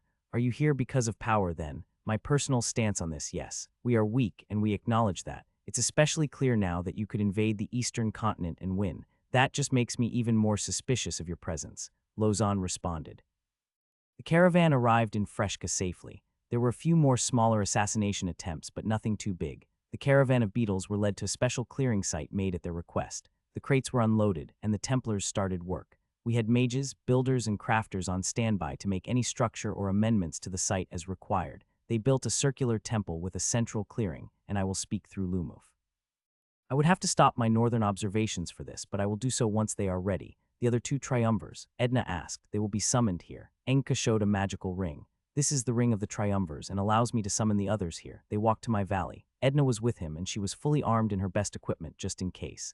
Enka bowed before my massive tree. I could see his legs shiver, and he seemed pale. I had doubts, but now I do not. Greetings, Ian. Speak. I will commence the ceremony of the heavenly gate to open a means to commune with our god, Ava. 3 of us will be there to keep the gate open, and we will sacrifice 3 divine items to maintain it. But once commenced, we will be very vulnerable and will require your protection. You have my word. Indeed, I had the entire area on lockdown. Who dares to mess with my ceremony? But that's not the main point, really. We have never performed this ceremony, and we only learn of it now. Could you ask a question on our behalf? I wondered what it could be. Why are we left to die? Enka said. The site was ready, 3 hero items in the middle, filled with star mana. Enka twisted his ring, and his ring glowed. For a moment I saw with my astral sight the world momentarily twist, and then 2 others appeared. Grandmaster Amdar, Grandmaster Mianas, let us begin. They both looked around and noticed that everything has been prepared. They sighed and nodded. They formed a triangle. The floor has already been marked. There were runic formations on the floor that I did not recognize, and it seemed that this was new to the Grandmasters too. No matter, they started chanting, and the strange energies within them, however minuscule, vibrated and then glowed. This was entirely invisible to everyone else, only visible in the spirit vision. It shone out and linked together, and then the three items burned, melted, and transformed into a levitating blob of the night sky. Lumuf had been called back, and he waited. I would activate the avatar if needed. Still, I early summoned Stella to watch on a hunch. Then we saw it, the blob twisted, and a door opens in the astral starways so small and tiny. A light reached out, a stringy light crawled out, and then the front bulged into a wisp. The string was still there, present. At that moment, the entire world felt it. It was an oppressive feeling. Everywhere, even in the further towns, people were vomiting and some fainted. Lilies spoke through the roots. I would reply later, my focus on the ball of light that stood before Lumuf. Lumuf and Edna was unfazed. Their domain protected them and allowed them to stand. Kay fainted briefly, but quickly caught herself. Stella strangely only vomited. The wisp formed into a face. Greetings, Ian. I go by my names across the many worlds I touched, but here I am Ava and long ago Dayar. My time is limited, my true self many worlds away. Let us speak quickly. Greetings. I spoke and saw through Lumuf.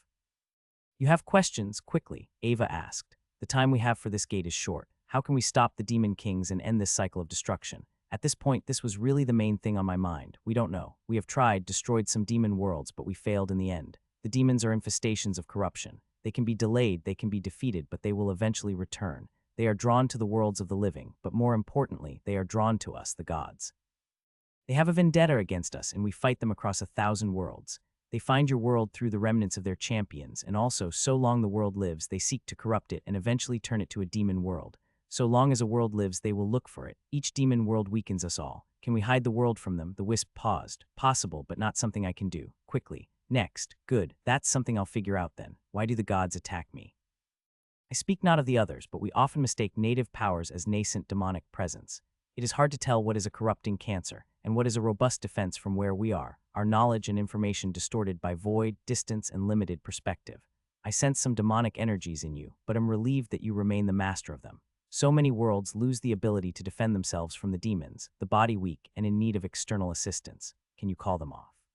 We needed a united front. I will try, but they are far away. Ava responded. Why do you control the heroes? This was something I wanted to ask for a long time. The wispy face bobbed. Oh, well, the medicine must do what it is meant to do. Strong medicines can often damage and harm the flesh, and so they must be controlled. We cannot inject medicine and then hope that the medicine will find its own target. We tell it what to find and mark them such that the demons are drawn to them. It is a balancing act. If we inject too much medicine in the patient, we may damage the flesh more than the demons. Fuck, the heroes are nothing more than tools. I felt something attacked my domain, like something was scanning me from my leaves to my roots. I felt something stir in the distance. My magical sensors started to ring. Edna, Kay, and Lumuf seemed to take it quietly. Why let them die? Because even gods could not be everywhere at once.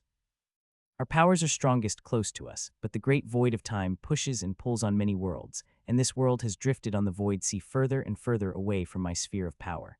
It is a great relief to see a native god emerge at long last, however weak you are now. Take my followers, and they shall treat your word as my own. Wait, your eminence, are you sure this is a good choice? One of the triumvirs could not help it. He had to ask. I don't blame them. Ava's magical face turned to face the three triumvirs who struggled to maintain the spell. Yes, I am too far to properly protect you. I will repeat. Ian shall take my followers. That includes all of you. Ava's floating face responded, and the three triumvirs shook. I have enough to protect. Seriously. I already have a continent, but then again, if I am going to end this cycle, I do need more. As you grow, you'll have the capacity for more. The distance between us in this great void continues to grow, and it is an eventual fact that one day my powers will no longer reach this world. It is far more just and fair for me to say truthfully that my powers wanes in this world, and better for those who believe in me to seek an ascendant pantheon for protection. The triumvirs could not respond. I had another question. How long do you have? Will you still summon the heroes? Ava paused. Perhaps a century or two, much depends on the flux of the void. An ancient pact binds us, the old gods, to defend these worlds. We have to, even if we don't want to. There was a shocked look on the faces of everyone present. What pact? It's complicated. You will know once you ascend. What are you? Like, what are the gods? Where are they? We were once like you, though our paths meandered in different ways. Time is running out. The blob was shrinking. But here, a small parting gift from me, from a predecessor. Good luck and goodbye, Ian. I, for one, eagerly await your ascension to the divine realm. We are weary from the eons of war, and we could use some new hands, one not bound by the ancient pacts. The blob of light flashed and entered Lumuf. I felt a bolt run through the link between me and Lumuf. You've gained 2 levels. You are now level 199. All tree-type laboratories upgraded. Whoever wanted to interrupt us was too late, and it seemed a familiar weapon was used against me. A hex bomb. It flew from the south, but it was small, probably hastily gathered. I I activated multiple shields to block it, and the bomb was stopped even before it got near the valley. The blob was gone, and the runes vanished. The three triumvirs collapsed, exhausted from the gate. Kay looked at Stella. Holy shit. Everyone in the world breathed easier as the divine presence vanished from the world. Year 187 continued. The triumvirs heard it from their god, and they were honestly lost for words. How do they even explain that the Avan church will now be assimilated? Do the prayers now go to me instead of Ava? There was a lot to think about. Edna and Lumuf's first comment was, "A true god is incredibly intimidating." They had not felt such a strong sensation. Already, messages were flying everywhere throughout the world, requesting for information on what had happened. Indeed. I now understand the huge gap between our power. If the levels each resulted in an exponential bump in power, perhaps the gods would be someone in there. Level 300s or maybe 400. The triumvirs of Ava were incredibly puzzled and distressed. We must discuss this. None of you leave, I said to everyone present, including the triumvirs. A cage of roots emerged around the entire area and coated it with all the anti-magic aura. And no messages. Everyone nodded. First, I want to hear everyone's thoughts. What do you think of assimilating the Avan faith to ours? The triumvirs were at a loss for words. I need a lot more time to process this. It is too sudden to find out that our god has decided to abandon us. The problem of assimilating, taking over the Avan faith is a lot more complicated than it seemed. If I could nod, I would. Indeed, and has such things ever happened in the history of the world? Lumuf could answer that. No.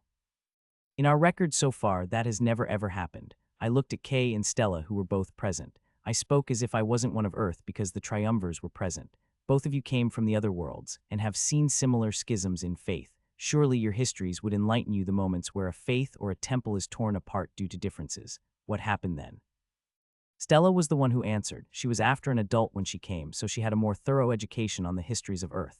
War, civil war. I ask of you three and of your knowledge of your priests and your people. Do you think they will accept an outright conversion to my faith so easily? The three triumvirs all shook their heads. Enka was the one who stood to respond. No, many have believed in Ava for years, decades, perhaps even centuries. So many priests preached of Ava's greatness and kindness, of Ava's powers, of Ava's sense of duty to our world. I'm afraid that what that lady said was true. If we were to follow what Ava willed of us, the Avan church will break apart. No, I am convinced that they will go to war against us, even if we are the triumvirs. Indeed, exactly. This message, if spoken, the other priests of your faith would say, all of you have been corrupted, your minds altered by my powers. You three will be hunted and killed. The three triumvirs could imagine it already. Such a message could never be accepted. What Ava asked was for his followers to abandon what they have known their entire life, and I saw that it was impossible, even if his logic had a sense to it.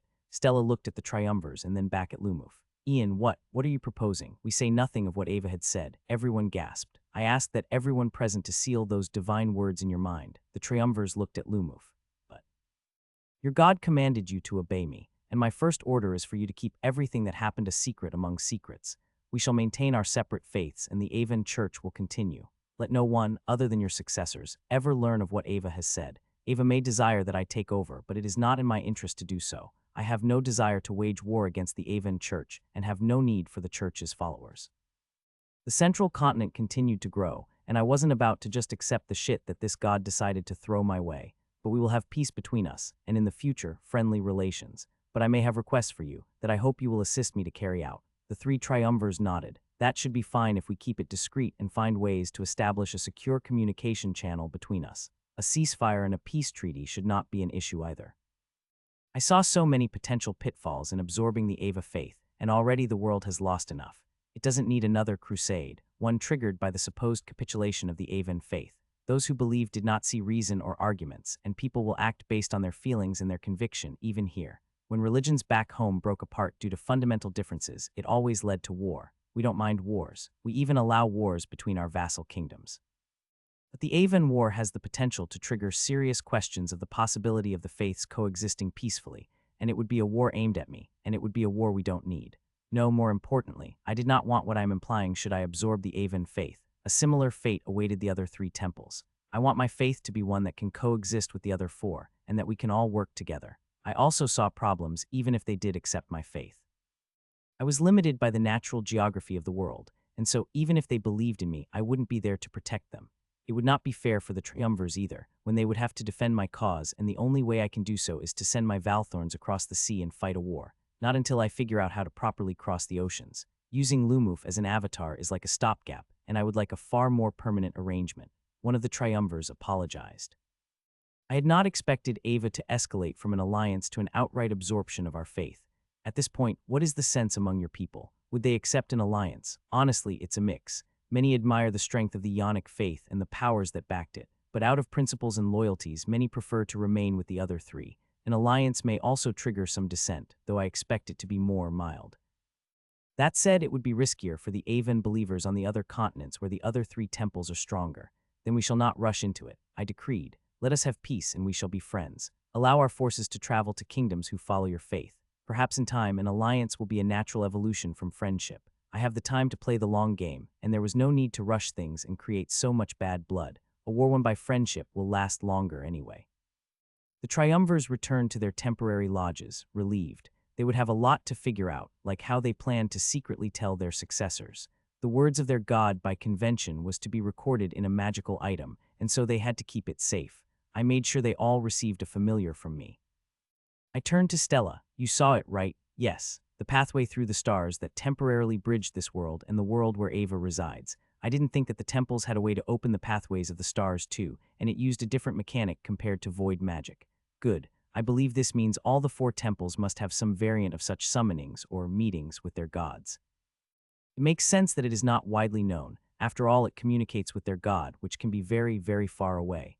Stella paused and looked at Lumuf strangely. What are you implying? We need to gather all of the methods and figure out how they work. So I'll need a team of infiltrators to sneak into the secret temples and libraries of the other 3 temples and get those information. For Ava, I could simply just ask them to give it to me. After all, I am now de facto owner.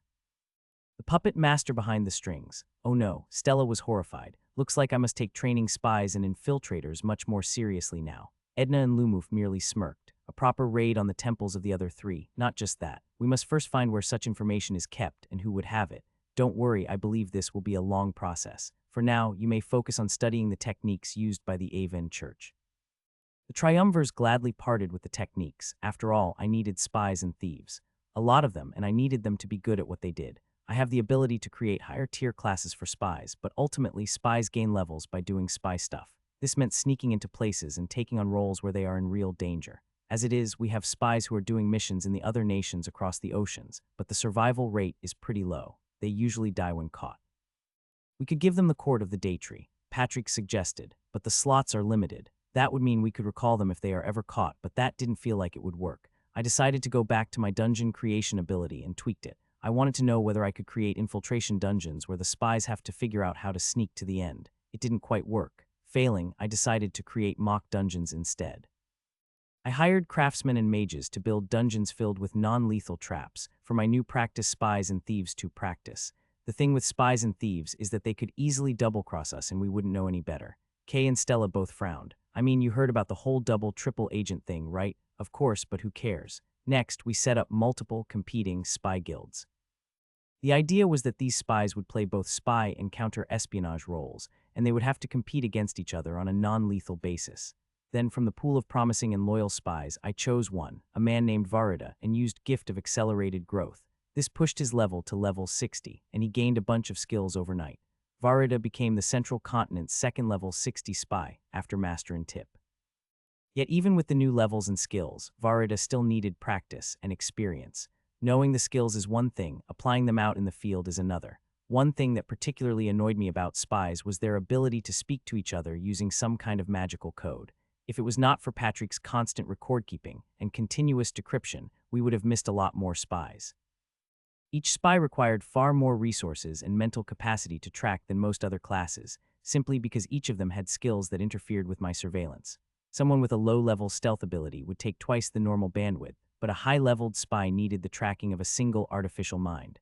So if there were multiple level 60-plus spies, or a hero-tier spy, it's possible for me to miss them, or only detect them if they did something.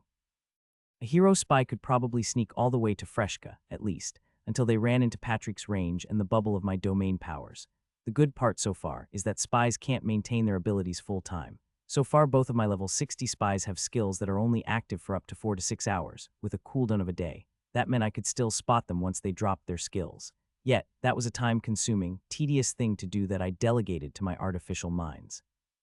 They are the buzz in the background, the constant hum of their thoughts. They each observe their own part of the continent. Some followed individuals like spies or supported the Continental Beetle Transportation Network. Some worked on my many little improvement projects like beetle weapons or insect adaptations. Some checked on my own Valthorns and the priests, ensuring that they were safe and performed their duties properly. Thousands of little artificial minds, each a name, but in the background. Patrick, as the special one, lorded over them all, but I considered whether there was a point to having another one, two super minds instead of one, to expand the range of our powers and to compute more things. My artificial minds were my magical equivalent of having a Big Brother surveillance state. I am the Big Brother of Central Continent, as much as a part of me loathed myself for it.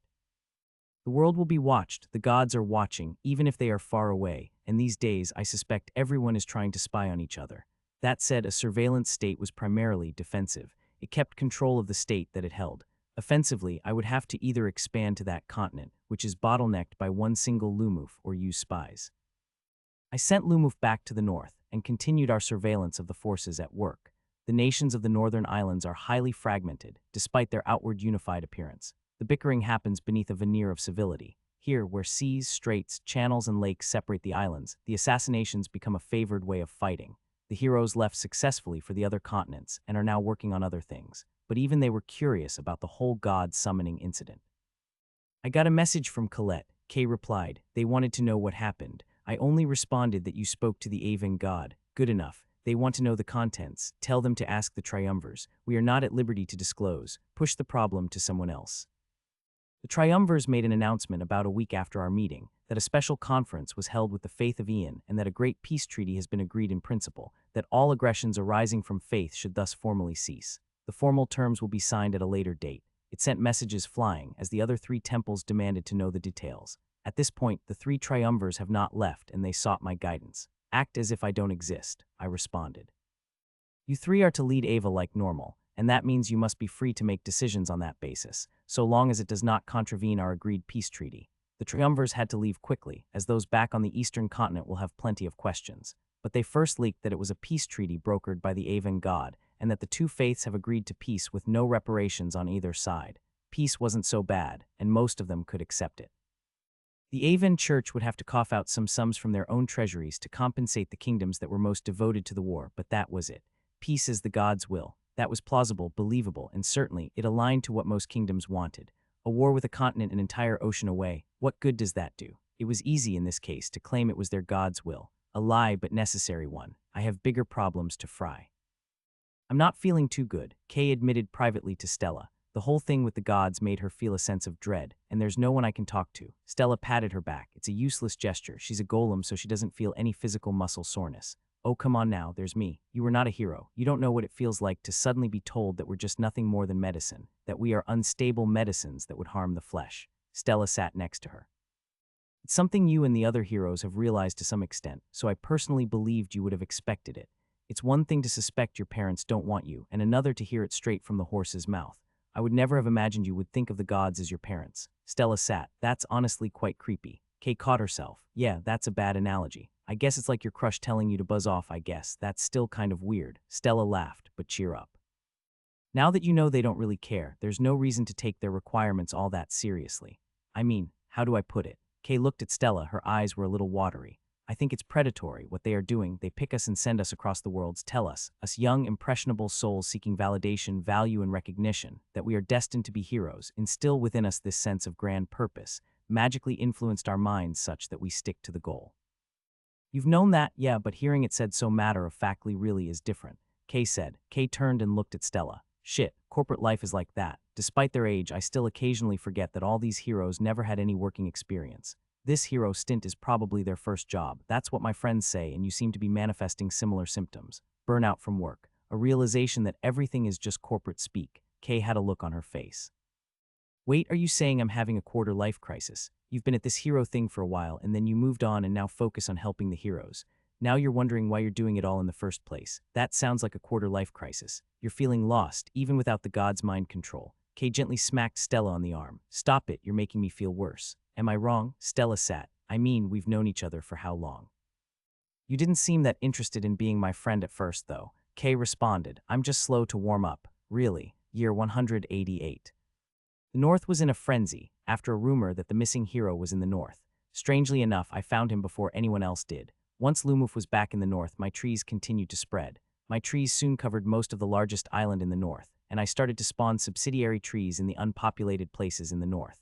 The north, being a colder place, had most of its populations concentrated on the coastlines and along key rivers. That meant there were large pockets of uninhabited pine and spruce forests. There were also some parts where they were considered taigas or snow forests or boreal forests, where I could expand my roots and connect to more trees with little need for holding back. There's a lot of hidden things in the north. Within a month of expanding, I discovered so many hidden dungeons buried under snow and ice, and even more buried cities and towns hidden under no more than a few feet of dirt. The harsh cold in winters seemed to deter adventurers, and in the cold environment spawns monsters of quite a high tier, generally level 40s to 60s. Some were familiar, like the dire wolves and snow foxes I've seen during the Great Blizzard spell. Snow. Ice giants were common in the hilly, ice-covered peaks, like those we've seen on Arya's Island. Your presence seems to fluctuate a bit. Oh, sensing the presence of others is a hard thing. Like the heroes, I couldn't sense their presence until they were close to my main body. I concluded that domain presence was something that only the main body possessed. Ice, forests, an entirely new continent. I wondered what other secrets are buried beneath these dirt. No, more than that, could there be submerged continents? Are there the equivalents of Atlantis in this world? If so, could I find them with my roots? Right now, my roots still could not cross the oceans. If there was any Atlantis equivalents, they would be in the vast oceans of the world, submerged by some grand magic. Thus, I asked my mages and Valthorns to perform research on long-lost cities and submerged civilizations.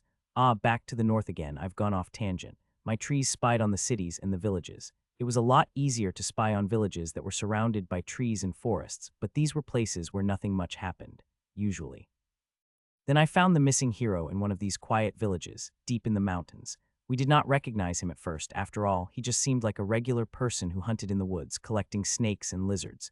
It was a magical orb that appeared one day that gave him away. It appeared suddenly from the ether, like an invisibility spell was dispelled, and it floated in a wooden lodge. Ken, are you there? Ken was a plain, somewhat handsome man, and my allocated minds were listening when the conversation happened. There were many clues in hindsight, because in this village everything seemed new. The lodges were surprisingly well built, and the facilities were strangely modern. There was also a huge wall and a very large stone building that I couldn't look through. Ken was not alone. Your friend's calling you again, a half-elf girl responded. Ken smiled and just patted her head. Where are you? I told you I'm not saying a thing. Look, right now all the temples are looking for you secretly, and there's even the nasty guys out there. The hero hunters, the wannabe hero friends, some secret spy and assassin guilds. There's a lot of people on your tail. They are already on the fake trail I left in the south, but they'll figure it out soon. I know, but I'm close to my breakthrough. Just give me a bit more. Dude, I can't keep doing this without you telling me what the fuck is going on, all right? Ken took a deep breath. I'm going to give up my hero class. Wait, how? Chung on the other side sounded pissed. I'm going to commit heresy, of course. Heresy. Chung's voice sounded uncomfortable. The former hero, Astra, used blood magic. That was enough for him to be excommunicated. I plan to do the same. Wait, Ken, are you sure? Is this really worth it? Remember that I told you about how Astra was marked? No, Ken, don't do this. Look, my friend, this whole thing is a scam. The journals you've seen already hinted at it to you. We're not heroes. We're just tools. I am not planning to let myself be sucked into some stupid overarching system of the gods. Not now, not ever. I'm quitting. Ken, the demons will come anyway. Why not just be a hero and defeat the demon king? And what? We have 10 years and then the next one. No, I'm calling it off. It doesn't work like that. Not with Astra either. I'll figure out how to deal with the demon king once I'm not a hero. I'm sure after I do this, the gods will meddle with your mind and make you look for me as an enemy. I want you to resist that. Can you do that? Ken, this is insane. What if I can't resist them and I'll be forced to hunt you down? No, don't do this. Ken pressed something on the orb and it went poof. He got out and looked at the others with him. I could now detect the faint presence of blood magic, masked under layers. It was then a strange magical creature appeared from his shadow, a small spirit snake. Was it a good idea to lie to him like that? The spirit snake asked. I thought you two were good friends. He is, but it wasn't a total lie. We don't know what the gods will do. Ken answered with a sigh. Come, it's time to summon the rest.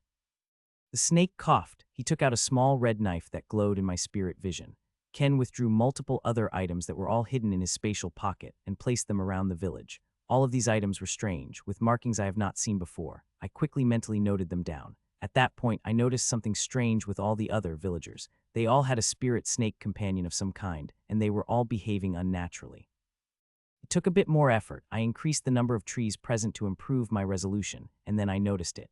Ken's shadow was linked to all of them, a faint magic. The villagers were all possessed. They moved perfectly. They seemed to know where to put everything without requiring instruction. Some of them were mages, and they muttered something under their breath. The stone structure in the middle opened up to reveal thousands of snakes and lizards. They all moved into position, and Ken walked close to the snakes.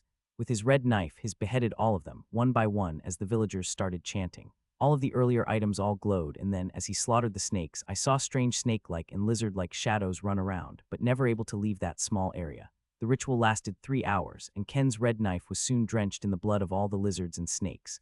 During that entire time, the possessed villagers chanted. Then he lifted up the red knife, muttered a few words, and then I saw all the shadows drain away and sucked into the red knife. Then all the blood and remains of the snakes and lizards melted into a reddish paste, then swirled into the knife. In a quick but practiced motion, Ken then stabbed himself in the heart with the blob. At that moment, I felt like I had a stinging migraine, and I felt my mind. Domain preventing mental attack. Then I saw Ken's body glow red. The knife glowed, and I thought I saw the shadows of the thousands of snakes and lizards. If this was blood magic, this was a very strange one. I tried to use more powerful surveillance visions then, and changed one of the trees to a subsidiary tree. I now saw fragments of spirits and souls, all in that red knife. I tried to identify the knife. Blood knife of sacrifice, a knife used for sacrifices. Collects fragment of souls, spirits, and essences. A massive red snake made of blood then surged out of his body. In its fangs were a big white marble block. It rolled and coiled, and the white block seemed to attempt to move. But the red liquid blood snake wrestled with the white block. They tossed and spun and rolled. The snake's body smashed into the structures in the village. Then Ken's body glowed again, but then this time a massive shadow with thousands of snake heads popped out of his body, and it smashed into the white marble block. The white marble block's outer layer melted, and what's left was a white spherical core. Ken moved, and with a swift, well-practiced slash, the red knife slammed into the spherical core.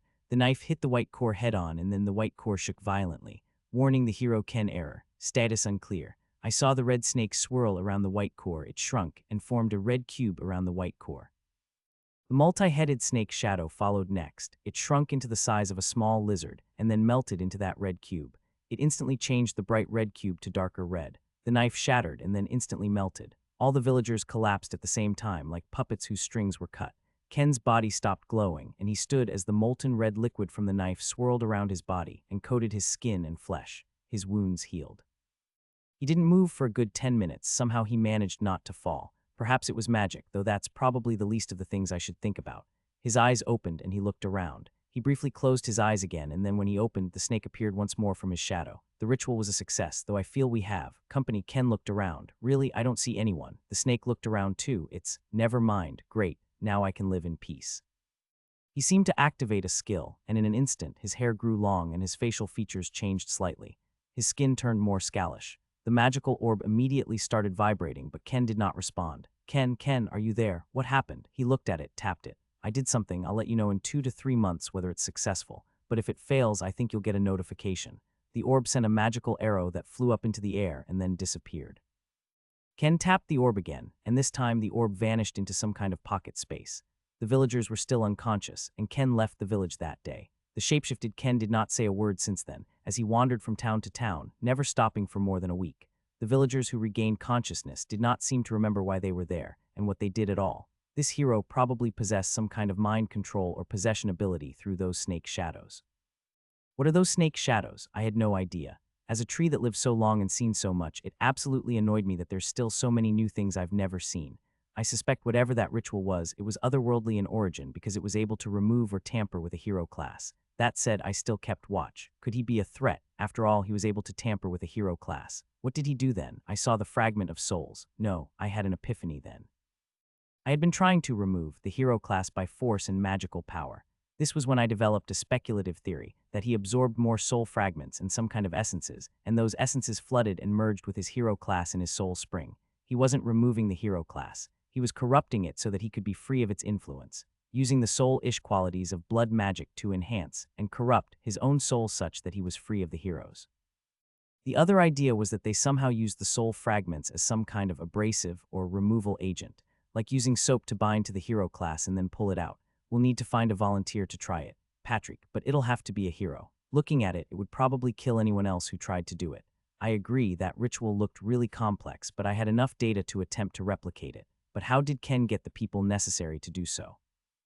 I also have other questions, like who was that snake spirit? I tried to follow Ken as he moved through the cities. There were parts I couldn't see him. Here in the northern islands, my network of eyes and ears are full of holes. What did he do? Thankfully, he dropped his guard about 2 months after the incident as he was taking a break. The snake's spirit curled out and sat on the log. How are you feeling? Not as bad as what you described. I think I'm ready. We got lucky, I think, that the hero class was relatively low level. Ken sat as he munched on a loaf of bread. It's hard. All right, hit me with it. What's next? Ken said as he finished his loaf of bread. Great. Now we need to prepare for our next step of the bargain. We need to send the swallowed class to my world. That'll be a lot harder. A lot harder. Well, for one, I do not have a foolproof way of sending something back home. The snake confessed. Ken paused. Wait, you do have an idea then? Is this the so crazy enough to work idea? Because if it is, then we should use it. I do, but it involves you dying. That's not what we agreed on, and I wouldn't do it because I'm stuck with you. Ken laughed. Then tell me the alternatives, but still tell me that idea that involves me dying, because I need to know, just in case. Never mind, I still don't get where you have all these strange concepts. There's this website called TV Tropes, Ken said, where they explain the common story paths and events. Is this website an oracle? Well, not really, but it's more like an astrologist's predictions, something like that. Ken sat. Anyway, I feel much more clear-headed now that the demons aren't always appearing in my dreams. It's safe for me to speak with Chung, right? The snake shrugged. Yes, but later. First, we must investigate that presence we felt last year. I must know whether it is the gods. Ken frowned. Seriously, why do you care? Why get involved in their schemes again, after all you've said about their plots? After all you said about how they've surrendered your worlds? The snake remained silent. I want to live peacefully, find a place somewhere where I can raise a family and watch my kids grow up.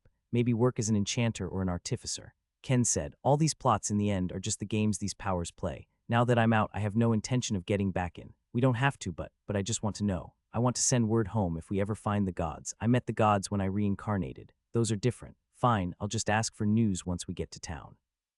We can use your abilities to control some people in the towns. That'll help. I used up quite a lot of my magic when I performed the ritual. I'll need more time to recharge. It takes longer for me to replenish my magical energies in this pathetic spiritual form. You'll have to do it the old-fashioned way. All right. Just pray I don't trigger some stupid town gathering quest chain. I'm not jumping from one hero storyline to another type of storyline. This Ken seemed genre-aware. That's strange. I suppose I'm looking at a hero who has some light novel knowledge, and he's applying it to get himself out of trouble. They left and headed to town. Sadly, the town they were in was all cobbled up with stone and rocks, and I couldn't follow them all the way. The three triumvirs returned to their respective cities, and the peace treaty was formally announced. Our growing network of spies revealed that the other temples were quite relieved that it was nothing more than just a peace treaty and some small trade-ish agreements. The status quo held, and everyone breathed a sigh of relief. The lack of parks within the city area itself was also absolutely disgusting. Only certain cities have them. It seemed, though, there were at least 2 agencies at work, one led by the Rosewoods. Their agents were generally well-equipped and trained, and they were the counter-hero hunters. But even they had not so loyal operatives. Then there's the hero hunters, those that wanted to kill the heroes and gain some special class, though there was no data on what that special class was. Also, it's a little pointless for me to kill a hero if I can't gain classes, so if anything, it should be a humanoid thing. Would you kill heroes? I asked. He was motionless as he rested in a giant tree. His body was linked to the giant tree, and through him I controlled the rest of the trees. If you ask me to, yes, Lumuf answered. There are days where I still feel uncomfortable to be at the receiving end of such devotion and loyalty. One day I will, I said. It is inevitable. We will be ready even if we have to die to do it. Edna responded too at the same question. This was when I encountered one of the Rosewood hotels, a large wooden structure 6 stories and a large subterranean presence. There was a magical quality to it, a very faint but strangely familiar one. It was when my roots touched the hotels that I felt and then knew who it was. Domain-blocking mental attack. What was that? I immediately put the name to the sensation. Mila, it's been so long. Has it already been a century? Yes, it has been a century since they left. The sensation immediately made me wonder and think about how they've been after all this time. Their sole contract would have maybe 900 years left. I thought about Alexis and her constant plots. Was she still angry, or has time mellowed her thoughts? No, I had to talk to them face to face, and then called Edna, Rune, Johan, and a few other of the high-leveled Valthorns together. For old time's sake, I asked Lausanne to come along too. She and her mom was probably the only one left who remembered them. A group of 12, I briefed them about Alexis and Mila, and then Stella opened a portal again and sent them through to the other continent. Lumuf transformed back to his normal state. The giant tree opened up to let him out. We're going to meet an old friend of Ian, he said to the group. The Rosewood Hotel in Roshendam stood. To anyone who does not know, it is just a luxury inn, one of many throughout the Northern Islands. Those that do know understand that it is also the base of an influential espionage and assassins group, also named the Rosewoods. Lumuf, fully geared for war, walked through the door, and instantly I sensed it. The entire hotel is her. Mila was here, somewhat, and already the employees in the hotel all stared. The receptionist, a half-dwarf, merely glanced and quickly bowed. "Greetings, esteemed guests, and welcome to the Rosewood Hotel. Do you have a reservation?" Lumuf walked close to the receptionist. "No, I don't." The smartly dressed receptionist glanced at the other members of the group, mainly Edna and Lausanne. Lausanne looked around and merely smiled. "I'm actually here for a meeting, and I would like to have a discussion with Lady Mika." The dwarf receptionist nodded. "Lady Mika has been expecting your group for some time." Oh, the other staff members and guests of the hotel quickly walked away. They behaved as if something was going to happen, and perhaps there was. Already I spread my roots in trees and attempted to surround the hotel. The half-dwarf smiled. "Well, for such high-ranking guests such as yourself, please give me a moment and let me prepare." But the place was built with enchanted stone and skill-infused roads. My roots couldn't penetrate them so easily. Walls of the hotel were sturdy, easily made to be a fortress, even if it appeared like a luxury hotel. Lumuf smiled back at the half-dwarf. "That would be most appreciated. Please assist us to arrange a meeting room. I believe we have a shared history and will have much to discuss." The dwarf smiled and picked up a magical crystal. "Call the board." There was some inaudible noise from the magical crystal. The dwarf nodded in response and then placed the crystal back on the table. "All right this way." The dwarf hopped off a stool at the back of the reception counter and then led the way. A magical wooden staircase descended from above, and at the end of it, a door that was previously closed by wood. "Will everyone be coming, or just the few of you?" the dwarven receptionist asked. "The boardroom is large." Lumuf looked at Edna, and Edna nodded. "Just 5. Edna, Lausanne, Rune, and Johann joined the walk upstairs. The rest waited at the lobby. The dwarf signaled to a bunch of other employees, who promptly led them to an area with comfortable sofas. They went there as told, but some insisted on standing up. Upstairs was a straight walkway. I sensed that the walls were probably moving, and there are hidden rooms around us. Still, nothing that we could not handle. We were led to a large boardroom with a long oval-shaped table. There was enough place for at least 50, and it had high ceilings, magical lighting, and all the amenities one could expect of a boardroom. A few pots of tea were also prepared, with matching cups. A meeting with tea, that's nice. Fragrant too. It seemed that Mila had been waiting, but I sensed this wasn't really her. No, that's not right either. It is her, but this was like just a part of her. I suspected then that Mila probably had a way of splitting herself to all of her branch hotels. "It's been a while since I've met someone that works for Ian, and it's been a while since we've met Lausanne." "Oh, she probably doesn't know Lumuf is my avatar and that I could see through him." Lausanne smiled. "It's been a while too, Lady Mika. You look a lot better than I've last remembered." Mila's wooden form sat on the chair, and she gestured for the rest of us to sit. "You too, Lausanne. Come, there's really no need for hostilities today. It must have been a long journey, and we have so much common history that we should at least give diplomacy a chance." "Please sit." I smirked at Mila's opening line.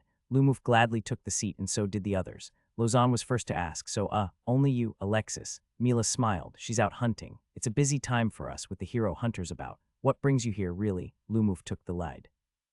"We're here to meet the power brokers of the region, of course." Well, that wasn't exactly a lie, but it dodged the point of revealing our own clandestine activities.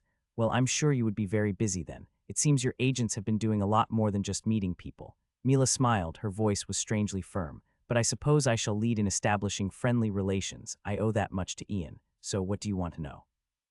Lumuf just smiled and lied through his teeth, a gift of the priestly class. "We are genuinely looking to meet those who hold sway over the northern islands. There has been incredibly concerning news of attempted assassinations on the heroes, and even more blasphemous tales of a supposed 10th hero." Mila grinned. "Patriarch Lumuf, certainly Ian can tell you with high reliability on whether there is a 10th hero, so there is no need to pull that trick with me.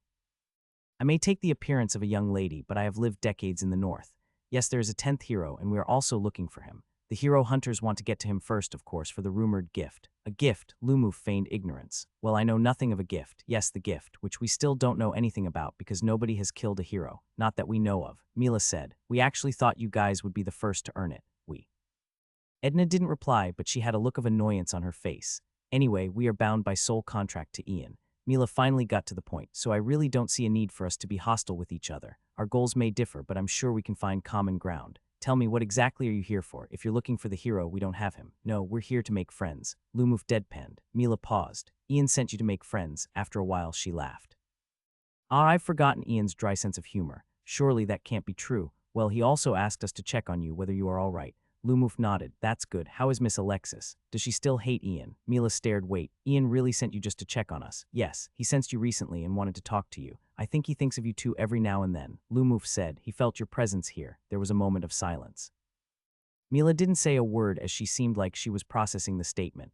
Lumuf, being the trained priest that he is, gave Mila the space to process her thoughts. He could tell when someone was going through some complicated emotions. I felt maybe I too was a party that contributed to that. I thought about them occasionally, and I sometimes missed Mila's rather cheerful presence.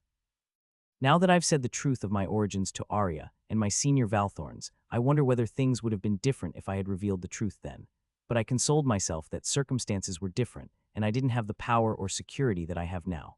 No, more important, I had a slightly different mindset. Back then, I hadn't experienced the destruction of New Freaka, nor had I resolved that this cycle had to end, even if I did contemplate it. In truth, it was all the little deviations that led to that branch of the story. This is weird, Mila responded after that moment of thought. We struggled, but I like to think we are fine now. Lumuf smiled and gently nodded. He allowed her words some space and then finally answered, "That's good." Ian said to me that he still wished to respect the agreement back then, that the two parties do not bother each other and will continue their separate ways.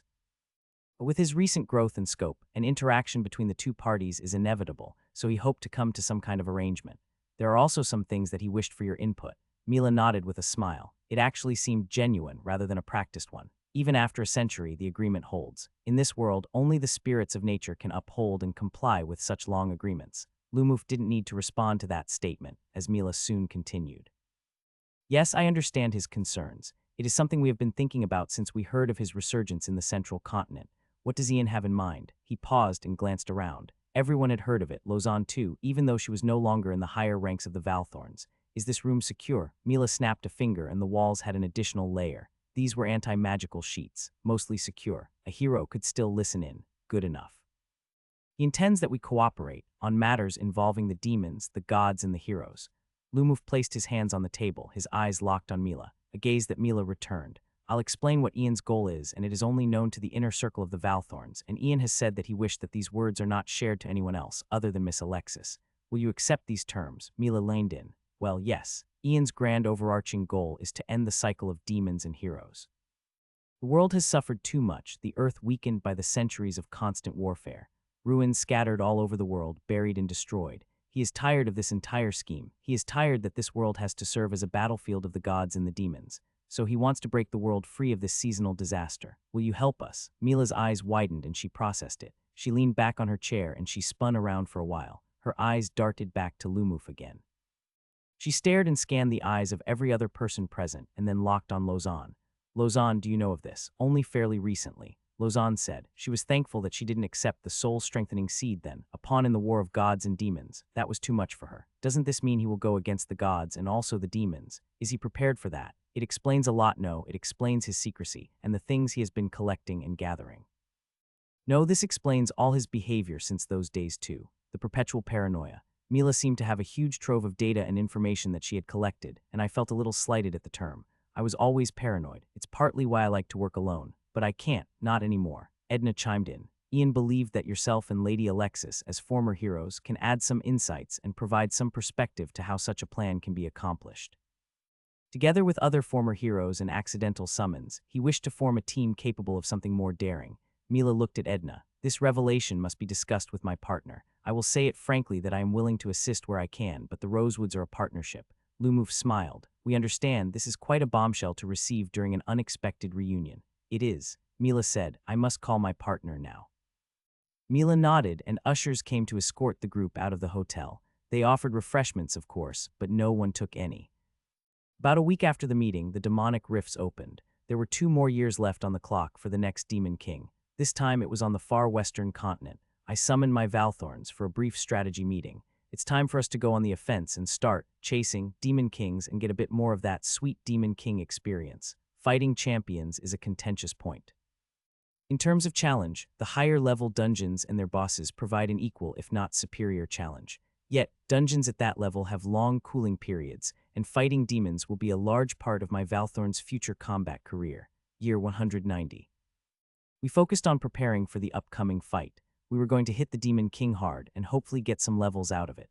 I wanted my level 200, I was so close, and I would empty my entire arsenal at the Demon King if it gets me there. So first things first, Kay got in touch with the heroes to negotiate an arrangement. Hi Colette and Prabhu, where are you two these days? Kay said. It took a while, but what Ava said now faintly at the back of her mind.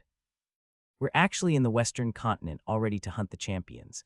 The Western continent, home and stronghold of the Niran temples. Or was it? My spies told me some of the Niran top dogs have moved to the south, but I wasn't sure. Nira was probably one of the more secretive temples, but also one of the weakest, despite being spared of most of the demon's attacks. Perhaps Nira was even more distant. No, maybe Nira doesn't even bother anymore. At this point, I really wonder which god still looked after this world, whatever little that means. Kay nodded. All right, that's great. So remember that question you asked a few years back about having an arrangement to fight the Demon King? Yuha, Prabhu nodded. The two mages paused. Might need to talk to Chung and Hafez, but it shouldn't be a problem. More hands should help. At least we could use some help with the champions and all the other small fries while we focus on the king. All right, Kay nodded. Next step was figuring out how to deploy and project sufficient force that we could have an impact on the Demon King. The system clearly favored those who contributed to the fight, and it is a reasonable assumption that our level gain is correlated to the contribution. So this meant we needed a few things. One, a way to send my forces to where the Demon King was at a short notice. It was possible to use my own tree networks and Stella's portal to send a small force there quickly, so that meant the logistics of manpower was partly solved. One of the things I wanted to test out was whether Lumuf was able to function as home when using the Court of the Daytree's recall function. It didn't work, and they still automatically returned to my main body. I suppose the system for the court is still programmed to only consider my main body as home. It's too bad. If it worked, I essentially could use Lumuf as a warp point and then dropship the rest of my forces around him. I could even use him to send people across worlds, as long as he was on the other side. Perhaps some other upgrade to the Court of the Daytree will allow this. No matter, I had to work with what I have at my disposal. It's a crude solution, but I didn't like the fact that everything depended on Stella and her band of void mages in training. A single point of failure meant if the next Demon King had some kind of anti-magic or anti-void energy ability, we wouldn't be able to use it. No, there was also the risk that the Demon King, a creature with at least some void magic ability, would be able to interfere with Stella's magical portal, so we had to consider alternatives as backup. Stella didn't seem particularly pleased with the idea. This has the problem with landmines written all over it. That's partly true. But of course, these crystals are magically activated. They shouldn't cause such problems, right? Wait, no. Actually, all bombs have this problem. It's possible that some crystal bombs don't detonate and are instead embedded in the ground. Someday they will get accidentally triggered by some hapless adventurer, or their demon sensing runes get confused and blow something up. Everything decays over time, even magic. So once they decayed, their behavior is unpredictable. Institutions decay too, and I noticed it in the Valthorns. As the central continent accepted my dominion, there was a shift in the behaviors of those who are admitted to the Valthorns, especially those who grew up knowing that I am the supreme authority of the land. Arrogance, minor abuse of power. Some of these were hidden when they were just part of the Valtrian order, but the promotion to the Valthorns revealed some of this. Worse, I was only made aware of this after a few incidents I witnessed while doing other things, and commanded my artificial minds to highlight all of them. There were many small instances. Arrogance was not punishable, even if it did make us unlikable. For the minor abuse of power, it was hard to really assess whether it was the person who provided or granted the payments were trying to curry favor. There were benefits to being in high places, and I saw how the Valthorns would recommend their friends or families for certain roles. Not exactly unallowed, but it's nepotism. As an institution, now that the Valthorns and Valtrian order is considered mature, I needed my artificial minds to play the role of an opposing or offsetting force of identifying those who are outside them for admission, but I went off tangent with my thoughts there. Back to crystal bombs, was excessive use of magical artifacts the equivalent of using landmines? Maybe, but I argue that danger posed by the Demon King, as a beast of significant destructive power, offset the risks of using magical artifact. One day when I, or the non-heroes under my wing, gain sufficient power to challenge a Demon King without such bombs, I will remove them from our combat plans. But now the bombs are a necessity, even if I'm doing the magical equivalent of carpet bombing. The destruction of the Demon King easily killed more than my bombs ever will. Stella nodded, though she did make a rather poignant statement. He who fights with monsters might take care lest he thereby become a monster. Nothing to worry there, for I am already a monster. I am, by all means and definitions, a monster tree with magic and godly powers. Stella sighed. In our pursuit of peace in the end of this cycle, we will turn a war between man and demons to a war between monsters and demons. That's not accurate. The gods were always the puppet masters. In the larger scheme of things, you've heard from Ava yourself that this is a war between gods and the demons. We are just the background, the terrain and the natural environment rebelling against that stupid war. But on the ground, I think that's better, actually. It's better for the citizens that the war is fought by monsters. We can take the losses a lot better. druids gathered giant birds and flying creatures. Most of them were small, but master trainers and animal tamers can grow their tamed beasts to larger proportions. I looked back at my Titan choices. If I had an air force, the air force could functionally perform as my bombing squads, drop the crystal bombs from the air and fly off. Or could I have suicide bombers? No. It wouldn't be suicide bombing if we used summons and spirits that can respawn to deliver the crystal bomb payload. Magical summons would be the best weapons delivery tool. Through some magical modifications, we managed to upgrade Hytrerion to be a floating ship with cannons. A battleship. More well-rigged than ship, it carried large cannons that could throw the crystal bombs a certain distance to their target. Its range wasn't fantastic, so it wouldn't be able to shoot far inland unless more upgrades were made. For Lumuf, he moved to the western continent, our expansion plans in the north put on hold. That can resume after we capture whatever experience and levels we could from the Demon King. Hell, maybe I can get something that can solve my damned ocean problem. It was also my first time in the western continent. One thing I noticed was that the culture of the world is actually relatively aligned. There are kingdoms everywhere, and the differences in cultures are usually in the small things, like the way they eat certain foods and the other small stuff. Kings are still kings, and nations run the way they were run elsewhere. That meant the local lords as pretty much local gods. Like the northern islands have Arya and Aspeng, I wondered whether there's a tree spirit or some other spirit here in the western continent, and whether I could rope them into the fight. The kingdoms of the western continents are putting up pretty good resistance against the demons. Many of them had large standing armies, courtesy of their relative safety during the past few decades. Instead, they were mostly focused on fighting each other. From what I understood, they were still in the period of warring states when the demonic rifts appeared. Nothing to unite a nation in war than a bigger bad guy. Oh well, no matter. Lumuf arrived in a port city called Pelabuhan Diklang on the eastern shore of the western continent. The first thing I noticed was that the Nira priests have really lovely outfits. We came formally as reinforcements at the invitation of one of the friendly kingdoms on the western continent. We came by ship because we did not want to reveal our possession of void portals. Our goals were multifold, of course. The main objective is to participate in the battle against the demons, gain levels.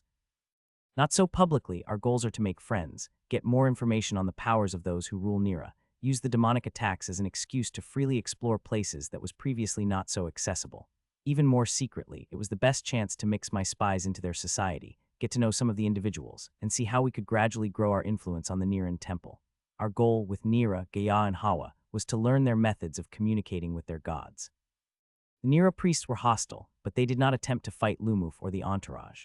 The gap in our strength was clear to anyone who bothered to do some research. Even if politically, we generally allow the other temples some dignity by not openly comparing our relative strengths. There were some boring formalities of introducing ourselves to the local rulers and all that, but that was a task I allowed Lumuf and the group to do. Even in the face of demons, there are sycophants and esquissers. These were tiring for me to deal with, so when there were political matters, I allowed Lumuf to handle it. Lumuf wasn't the wisest politically, but he had enough sense to give empty but pleasant-sounding assurances most of the time, such that the esquissers realized that they were going to have better luck with his subordinates. On this front, this was also one of the problems we have with diplomats, spies, and our other agents. Away from my eyes on the central continent, all I could do was trust them to know what to say, to know how to spot those who seek to curry their favor with the powers they possessed, to know that just as we seek to gain from them, they too will gain from us. There, I have to believe that they have the experience and skills needed to spot what they should spot and know of their biases. There were no eyes to watch them when they are away, well, except through Lumuf. While Lumuf handled the preparations on the western continent, I also spoke with my fellow spirits. I intend for my warriors to join the fight against the Demon King. Would you be willing to make some weapons for them? I asked Arya and Aspeng for the best weapons they could make. They agreed, and forged 10 weapons made out of some magical ice, which I offered to the 10 of my strongest Valthorns. For lilies, they made 5 sets of magical staffs made of fused bone and metal, which amplified both healing and death elemental magic. I also asked the fused wolf shaman for some things, but it had nothing to offer. That was fine. I decided not to ask for anything from Rifi. I think it would probably be mistaken what my intentions are. The demons that spawned this time were mostly smaller, impish creatures. They look like dark red versions of goblins, with small reddish wings that seem to do nothing but let them hop a little bit higher. Claws. We also encountered one demonic champion, a large 2-headed reddish ogres with tentacles foe. I think we were gonna have the demonic corrupted orc hordes for the Demon King. If so, are we gonna get some kind of corrupted orc shaman for a Demon King? I must admit I am absolutely clueless about what you are talking about. Both Kay and Stella probably didn't play the popular gaming series. Of course, we also met the heroes, this time as fellow combatants. I'm actually pleasantly surprised that Ian would help us, Prabhu said face to face to Kay. Lumuf was there, of course. Edna was on her way by boat. One of my concerns was what if the Demon King was early. In that case, we would avoid combat until we could get our full forces in order. You made it sound like he was rather hesitant. Kay smiled. Well, just consider it a pleasant change of heart. Just to be sure there's no catch, right? Nope. Just help fight the Demon King and they'll leave right after. Kay repeated. Of course, the prize is the Demon King itself. So what's the strategy? Wait for the Demon King to spawn and lure the Demon King to you on favorable grounds. Kay said, I'm sure you've seen in the journals how the Demon King can see us. It's possible to pretty much shout, we're here, with the use of star mana. Hopefully we get a dumb one that would fall for the trap. Then we'll soften the Demon King up and you guys can land the finishing blow. The part where Jura and Lovis landed the finishing blow was happily omitted. There was no need to highlight that it was my people that did so. But it is a common story on the central continent, so maybe they've heard it. The mage hero nodded. Sounds doable. Setting up our own magical formations too, hopefully it'll help. But if the journals are right, there must be a trick. The heroes too were scattered. Only Prabhu, Colette, and Hafez were here. Chung seemed to be working on some kind of secret project, but he promised that he would magically teleport to the western continent once his project was ready. As for Ken, with Lumuf preparing for the Demon King, I lost my ability to see through the trees of the northern islands, and so I lost Ken. I was not very confident I could find him again, especially with that snake spirit, but I weighed my priority and decided that gaining levels from the next Demon King outweighed whatever risk that they posed. Well, we can't predict the trick. The best we can do is prepare as hell and fight like crazy. Kay said. Prabhu paused. True, not like we have a choice with all that godly mind control all over us. Try some tea, Kay offered. It might help. Year 191. The astral paths open. The path of light that glowed brightest repeated what happened before. Stella and her team of void mages attempted, however little, to meddle with the demon's path. I watched as her dark energies attempted to tamper with the path, and the void mana drained out of her. She was not strong enough to fight the complex powers of the demons, but she tried repeatedly, and she leveled up from the attempts. It's a lot more complicated than I thought, Stella commented. It's like they've just dug this river from their world to ours, and they are just floating on it. Some kind of space travel lane. Yeah, it's also not just void mana. There's something else in this space river, but it's not star mana for sure. If I'm right, the Demon King's core is nothing more than a cocoon to allow something so large to float through it. Stella's ability to visualize the path has also improved since 10 years ago, partly due to her levels and new skills.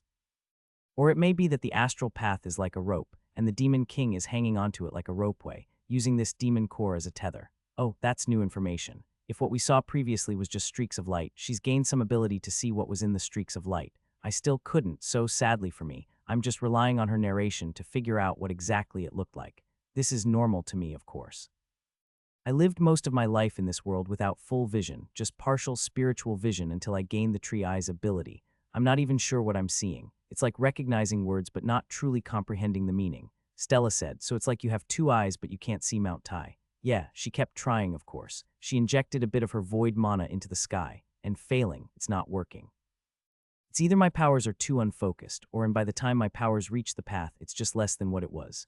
She complained. Wait, what was that again? You said it's less by the time you reach it. Yeah, it's kinda like, it dissipates before it reaches the path. Would being closer to the sky help? She thought for a moment and nodded. No harm trying. That was how I made the tallest giant attendant tree, as tall as I could manage, complete with a wooden, vine-powered ropeway lift to the top. I made it such that there was a large flat surface at the very top, a platform for the kinds of rituals Stella and her team of void mages could ever need. It was really, really tall, and with my magical augmentation and energies, it was probably the closest I'll get to a space elevator, even if it's still pretty tiny. I could even feel like the top of the tree was pulling away from me. Her team attempted it again, and still it was not successful. It still dissipated. But at least I've only lost about half of our magical strength. Well, to truly escape the world's planetary shell would require something that's on the moon or even further. Do you think you'll do better if you attempted to interfere with the astral paths from the moons? She thought about it again. She initially shook her head wildly at how crazy the idea was, but then I could tell a part of her agreed with the idea. That's really, really crazy levels of distance, but it's possible. With enough magic you could open a portal to the moon. Even then, the moon may not be ideal, as the moon may has its own sphere of interference. Well, yes, I've rarely seen Stella's face look so conflicted, even more than actual moral dilemmas. But give me some time to mentally prepare. I'm not prepared to open a portal to the moon. Not yet. Wouldn't it be cool? What if it just opens a vacuum and sucks everything up? You know, that doesn't happen. Stella sighed. I need some time with the idea. I wondered then whether I could spread my trees on the moon. With the right amount of magic, assuming that magic works on the moon, we should theoretically be able to terraform the moon into an inhabitable space. In fact, if I could convert the moon into a safe space, that would be a less ideal long-run solution. It's quite strange that you consider terraforming the moon as a possible idea. Kay complained one day. I don't see why you're complaining. The demons clearly only pop up here. What if they follow you there? Then we'll deal with that problem later. I mean, why do all these heroes worry about all this stuff when it hasn't even happened yet? We'll try it and see whether it works. Yeah, that's true. Actually, I'm not against the idea of terraforming the moon. I'm because it's like, the moon? No, wait, that doesn't make sense. I guess I just assign a weird sentimentality for the moon, like it should be what it is. Back home, men have always dreamed of colonizing the moon and Mars. Here, a tree dreams of greening the twin moon. You know what, that actually sounds quite cool. Kay admitted. Hopefully Stella sees it your way. Oh, she will, she just needs time to process the idea of portals to the moon. She's like that, her first reaction to any idea is to say no. Usually, I've seen Stella enough to know that her first choice is to do nothing or hide. This part of her she still took a while to undo, and in some ways, I really resonated with that. Stella, as predicted, agreed to the idea a week later, but after suitable preparations were made. For now, she continued her attempts to challenge the demon's astral path from the top of my tower tree, as she felt she could still make improvements to her technique. She tried repeatedly, and at one point she actually succeeded in interfering with one single transmission. She wasn't sure what happened though. At the same time, Lumoof and the team of Valthorns on the western continent continued to hunt the demons. We witnessed a few rifts, and the rifts are actually vulnerable weak points. I did not activate my avatar ability, as the heroes were also fighting along. I did not want to reveal the full scope of my avatar powers to them, so we allowed the other level 100+ Valthorns to lead the battles with the champions. They needed the experience and the levels to prepare them for the real thing. Lumoof and Edna mainly played a supporting role and often just stayed back. Kay, of course, understood this. As for the heroes, they thought it was just kinda weird. They, of course, could not really understand how slow normal people leveled when compared to them. They claim they get it, but they don't feel and live how slowly it takes for any regular person to level up. With their divine blessings, they usually just need a champion or two to gain a level. Demonic ogres and giant ogres were actually pretty pleasant to fight. They fought very much like regular humans, only with exceptional strength and power, and they also had a few skills. This went on for about 2 months, and during this time my ships in Hytrerion also finally got into their position. Near, but not too near. I wasn't sure what gimmick this Demon King would have. Maybe it'll just cut off the world's magical communication network again. Hopefully we don't get that. Every day, Stella would recharge the void batteries and kept battling the demonic paths. It didn't seem to make any impact on the number of demons, but she gained levels even from failing, so there was no real reason to stop. Then the path glowed brightly. It's coming. Stella wasn't afraid, so she tried again, this time with everything. She wanted to see whether she could disrupt the path so that the Demon King couldn't properly enter the world. Her void energies formed a shovel and attempted to cover the path of light that cut through the void forest. The path glowed, and little sparks of flames lit up along the path. She attempted to put out one of the flames, and she managed to cause one of them to dim slightly. The path glowed, and then seemed to bend at where the light was dimmer. Then a glowing ball of light appeared and moved quickly along the path. Stella held on and used her void mana and attempted to mess with the path. It was either now or never. She pushed, and her void mana caused the path of light to dim ever so slightly. The glowing ball, however, smashed into her void mana at full speed, and from the skies above, a void energy shockwave hurled right at Stella. I immediately wrapped my roots around her to protect her and created multiple wooden shields. The void energy shockwave smashed through my shields, but thankfully I had many layers of them and they were stopped. Stella was safe, but shaken by how suddenly it happened. Fuck that. On the western continent, my sensors detected the rift energies gathered at a particular location, but then it shifted and moved at the very last minute, like a car that made a last-minute swerve. Demon King Bagradva descended. It appeared right over a river, and the water where the Demon King descended instantly vaporized. Through Lumoof, I could feel its presence. It was like a hot fire. It didn't appear where we wanted it to be, but now we had to lure it to the few designated battlefields across the western continent. The heroes knew it was coming too. Well, Colette said, and then a magical gate appeared right next to him. Chung walked right through, fully armed and equipped. Shall we get with the plan? Prabhu and Hafez both nodded. Chung passed the other 3 heroes some stick-like artifact, then took a glance at Edna and Lumoof. So you two are the supporting fighters. Lumoof smiled. Yes, hope we are not much of a bother. Chung shrugged. Oh well, let's get with it. The heroes quickly moved to position and they periodically activated their star mana forms. Our spies and scouts tracked the Demon King's movement, and it seemed to have picked up the heroes' location and moved towards them. This was a good sign since it meant it wasn't intelligent enough to recognize the trap. Either that, or it would learn from this experience and not fall for it the next time. More crucially, through Lumuf, I called my Valthorns together and I spoke to them. I've sent them to war many times, but few as risky as this. Perhaps only the war with K. My faithful Valthorns, once again I call on you to fight the Demon King, and this time, through Lumuf, I will be right at your side with my full strength. I do not intend to lie that all of you will be safe. You've seen for yourself those who have sacrificed their lives in earlier battles, and I make no guarantees for your survival. We will go to war with the Demon King, whose powers we do not fully comprehend. Though risky and many will die, it is a step we must take. Only through challenging the Demon King itself, we can gain the powers needed to stand our own feet and stop our world's toxic dependence on heroes. Everyone present nodded. Kay merely listened as one of those who would play a supporting role. She would not join the fight. Not now. First we beat the Demon King, then we break this cycle of destruction. Only then peace will truly come to our world. Through Lumuf I nodded. We all know the plan, so let's do it. Let's bomb the Demon King, they roared. The Valthorns split up. They all had their part to play. Lumuf immediately joined the heroes in a pre-built fortress. This time it was dug out of the ground itself. There was no point to above-ground structures that would be vaporized by laser beams, unless specially enchanted. It is moving as predicted. Each flare and use of star mana powers, it adjusted its position and direction, the scouts explained. The heroes had their own monitoring artifacts, and archmages like Prabhu and Colette had magical farsight. Chung, being the archer, had a set of magical birds that could spy for him. So time to show off what you've been working on, Prabhu asked. Chung nodded. Yup. At a large empty clearing, he pulled out a large contraption that seemed to unfurl itself into an array of massive ballistas. Prabhu just stared. Wait, you built a huge ballista. Yup, but not just any regular ballista. This is a combination weapon of at least 20 hero item equivalents. Sadly, only single use. Use it once and it'll break apart. This is your plan. It's very, very difficult to make a combination weapon, mind you. Had to work around the stupid Hero Forge restrictions. Chung complained. What about you guys? Did you make the mecha Zords that you wanted? Prabhu shook his head. Nope. We just built a large number of magical batteries and healing devices all around this continent. We're not going to repeat the earlier mistake of taking on the Demon King without preparation. Good. Chung nodded. Pray that it is enough. You're not the type to pray. The Demon King and its horde of ogres crossed one of the designated battlefields. We've rigged the place with so many magical crystals that it should cause some harm. All of the crystals were hidden underground and made to be magically linked, such that they cause all the crystals nearby to detonate simultaneously.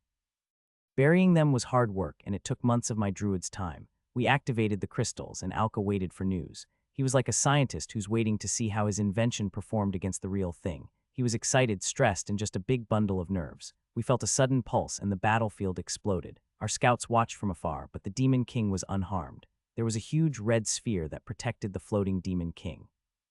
It was a massive Demon King, and had a rhino-shaped head and a big, buff body with a dark maroon hide. A glowing tattoo covered its entire body. The Demon King held up a large flaming axe made out of flesh and metal on one of its thick arms, and roared.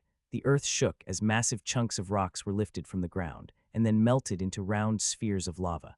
With those molten balls of lava, it was used to bomb the land in its path. This detonated or destroyed the crystals that were hidden in the ground. Ah darn, it was smart enough to destroy the land in front to eliminate any traps. We had to move on to the next stage, our ranged weapons. We had limited ability here. The only truly ranged weapon we had in the area was Hytrerion, and an assortment of middle-range weapons like super large ballistas and other similar classes of weapons. The Demon King has a shield or barrier ability of some kind, and it looked like it's better for us to use our ranged weapons during the fight with the Demon King. The shield was most probably rechargeable, so if we were to use them now, we would just waste our weapons and traps. Therefore, we decided to just wait as the Demon King approached. The heroes, too, got ready. They had their own weapons and traps, too, and they understood enough. Well, time to do it again. Prabhu said as his body shimmered from the glow of star mana. The four heroes all transformed, their bodies surrounded by their unique star mana armor. The Demon King approached closer. The heroes and Demon King were now in combat distance, and it raised its axe up high. That instant, both Stella and myself felt the fabric of space twisted. All the rifts moved, and it now appeared above the Demon King itself. The astral path burned with a strange light. At that moment, the rifts twisted and expanded. Then the heads of monsters appeared from the rift. These were large as champions, maybe even more. There was no notification, but Lumuf quickly used Inspect on the giant monsters that appeared. Summons of Bagradva, the Demon Worm. Summons of Bagradva, the Demon Fox. Summons of Bagradva, the Demon Hawk. The three monsters that appeared quickly split up. The hawk soared, while the Demon Worm immediately went into the ground. The fox landed smoothly next to the demon shaman king, and the fox also roared. I'm the archer, so I'll go for the hawk. Chung immediately moved to his large ballista, and the ballista glowed. Wait, shouldn't we discuss this? Prabhu said as he activated a magical shield. Colette and Hafiz both looked a little lost, but the ground started shaking. Hafiz, the paladin or knight, activated a shield ability as the ground tore apart. The worm had started to engage. Edna looked over at Lumuf and the rest of the Valthorns. Well, it's already started. Shall we? Lumuf nodded, and through him the avatar activated. I immediately could sense where the worm was, my tree's root senses. It would be the easiest to destroy. Heroes, I'll handle the worm. Lumuf glowed and transformed into a tree, and instantly we flooded the ground around us with roots. From our experience with demonic worms and centipedes, the roots would effectively disable the worms from tunneling. The worm moved quickly, but the roots extended and chased after it. We created multiple giant trees everywhere and beneath the ground. The roots of these trees formed a cage underground. My roots attacked the worm and found it had thick shells. Yet my roots broke through easily, and I unleashed a barrage of root strikes that skewered the worm underneath. The worm compressed and then detonated with a small boom. However, my roots were able to withstand the underground explosion. The demon shaman king immediately turned and faced myself and Lumuf, and it charged at us immediately instead of the heroes. Edna got in position. All right. She charged her shield with her mana and then waited. The demon shaman king's burning fire axe came crashing down, and there was a huge wall of flames. Edna activated her shield, and the shield glowed in white. The axe landed, but it did not break. Edna stamped her feet then. My roots immediately wrapped around her leg and supported her. I felt her drain mana from my roots as her shield glowed and grew even larger. The axe didn't get through, and her shield released an energy blast. It hit the demon shaman king right in the chest. It didn't really hurt it. There was a reddish layer of magical protection around the demon king. There was a look on the demon shaman king's face, but I wasn't sure what it was. The demon king was massive, and it was way larger than Edna, perfect for root strikes. The larger the body, the more places I can hit. Roots flew from the ground and smashed into the demon shaman king's reddish magical shield. At the same time, Edna charged ahead with both shield and spear. Edna's spear glowed, and she stabbed the demon shaman king. Her spear met the demon king's shield. The magical energies from the tip of Edna's spear hummed and clashed with the red energy shield in huge sparks of light and color, and she pushed. The demon king's fiery axe came down, but rather than dodge it, Edna took it head-on, her spear active, and activated her domain skill duty beyond life and death. Her body instantly glowed in a faint yellow, and the axe smashed into her arm. There was an explosion around her, but the buckler on her arm did not break. Her ability allowed her to absorb the demon king's attack. I thought I saw her faintly smile when her domain skill activated. The demon pulled the axe back and hacked again, but Edna had abandoned defense altogether, and she retaliated with a spear stab. I helped with more root strikes through the immobile Lumuf. The spear landed a few more hits and then shattered. She took out another spear from her magical pocket space. How does she take the attack like that? Prabhu seemed surprised, but took the chance to activate more magical spells on the demon fox. Hafiz, the knight hero, charged ahead with his glowing star mana sword and attempted to slash the demon king. The hero's sword met the energy shield. The star mana energies on the sword sparkled, and then the demon's shield cracked. Hafiz pushed, and the shield shattered. The demon king took attacks from myself, Edna, and Hafiz once the shield was done. The sword from the hero caused a cut across its massive body. My barrage of root strikes and Edna's spear stab caused small holes along its chest. It roared, and the tattoo throughout its body glowed. The wounds we made closed, and the fiery axe moved autonomously and hacked the knight hero. Edna took full advantage of her near immortality to help block the demon king's attack with her magical shield. The shield cracked and broke apart, and then met her arms. She parried it despite her relatively small size and then stabbed the demon king. The knight hero ducked below the axe and landed a few star mana-powered cuts on the demon king. He activated some kind of magical slash skill, and his sword flashed. He chopped off the demon king's arm. Through Lumuf, I immediately called on my roots to wrap around the demon king, and I felt the roots connect and touch the demon king's skin. I attempted to drain its mana. The demon king glowed. I knew then it was one of those area-clearing abilities. Shields up, Colette and Prabhu shouted as they activated magical barriers. Chung immediately stopped engaging the demon hawk and with a magical step retreated next to Colette. Hafiz activated a magical armor that coated his entire body, but even so he retreated.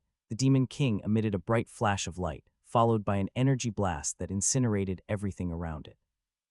Well, except Edna, she ignored the attack and just stabbed the demon king. The energy blast burned some of her equipment and singed her skin lightly, but it quickly regenerated. When the bright light subsided, the demon king's dismembered arm had regenerated. Edna's spear was vaporized by the attack, but then she punched the demon king with her energy-infused fists. She shouted, "I'm not dealing damage. What the hell is that overpowered ability?" The heroes shouted in unison, clearly unaware of Edna's short-term combat immortality. Still, despite her multiple punches, those punches didn't do much damage. It merely annoyed the Demon King.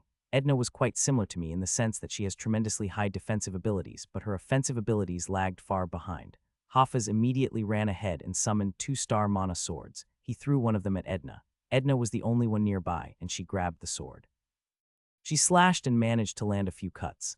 Then the sword ran out of star mana and turned to dust. The Demon King punched, and this time, Edna was knocked back really far. She may not take damage, but they could still push her. The demon fox took the chance to rejoin its master. I immediately mentally spoke to the heroes. Let Edna do the tanking. You guys keep attacking the Demon King. They nodded, and the 2 archmages charged up a bluish energy ball and fired it.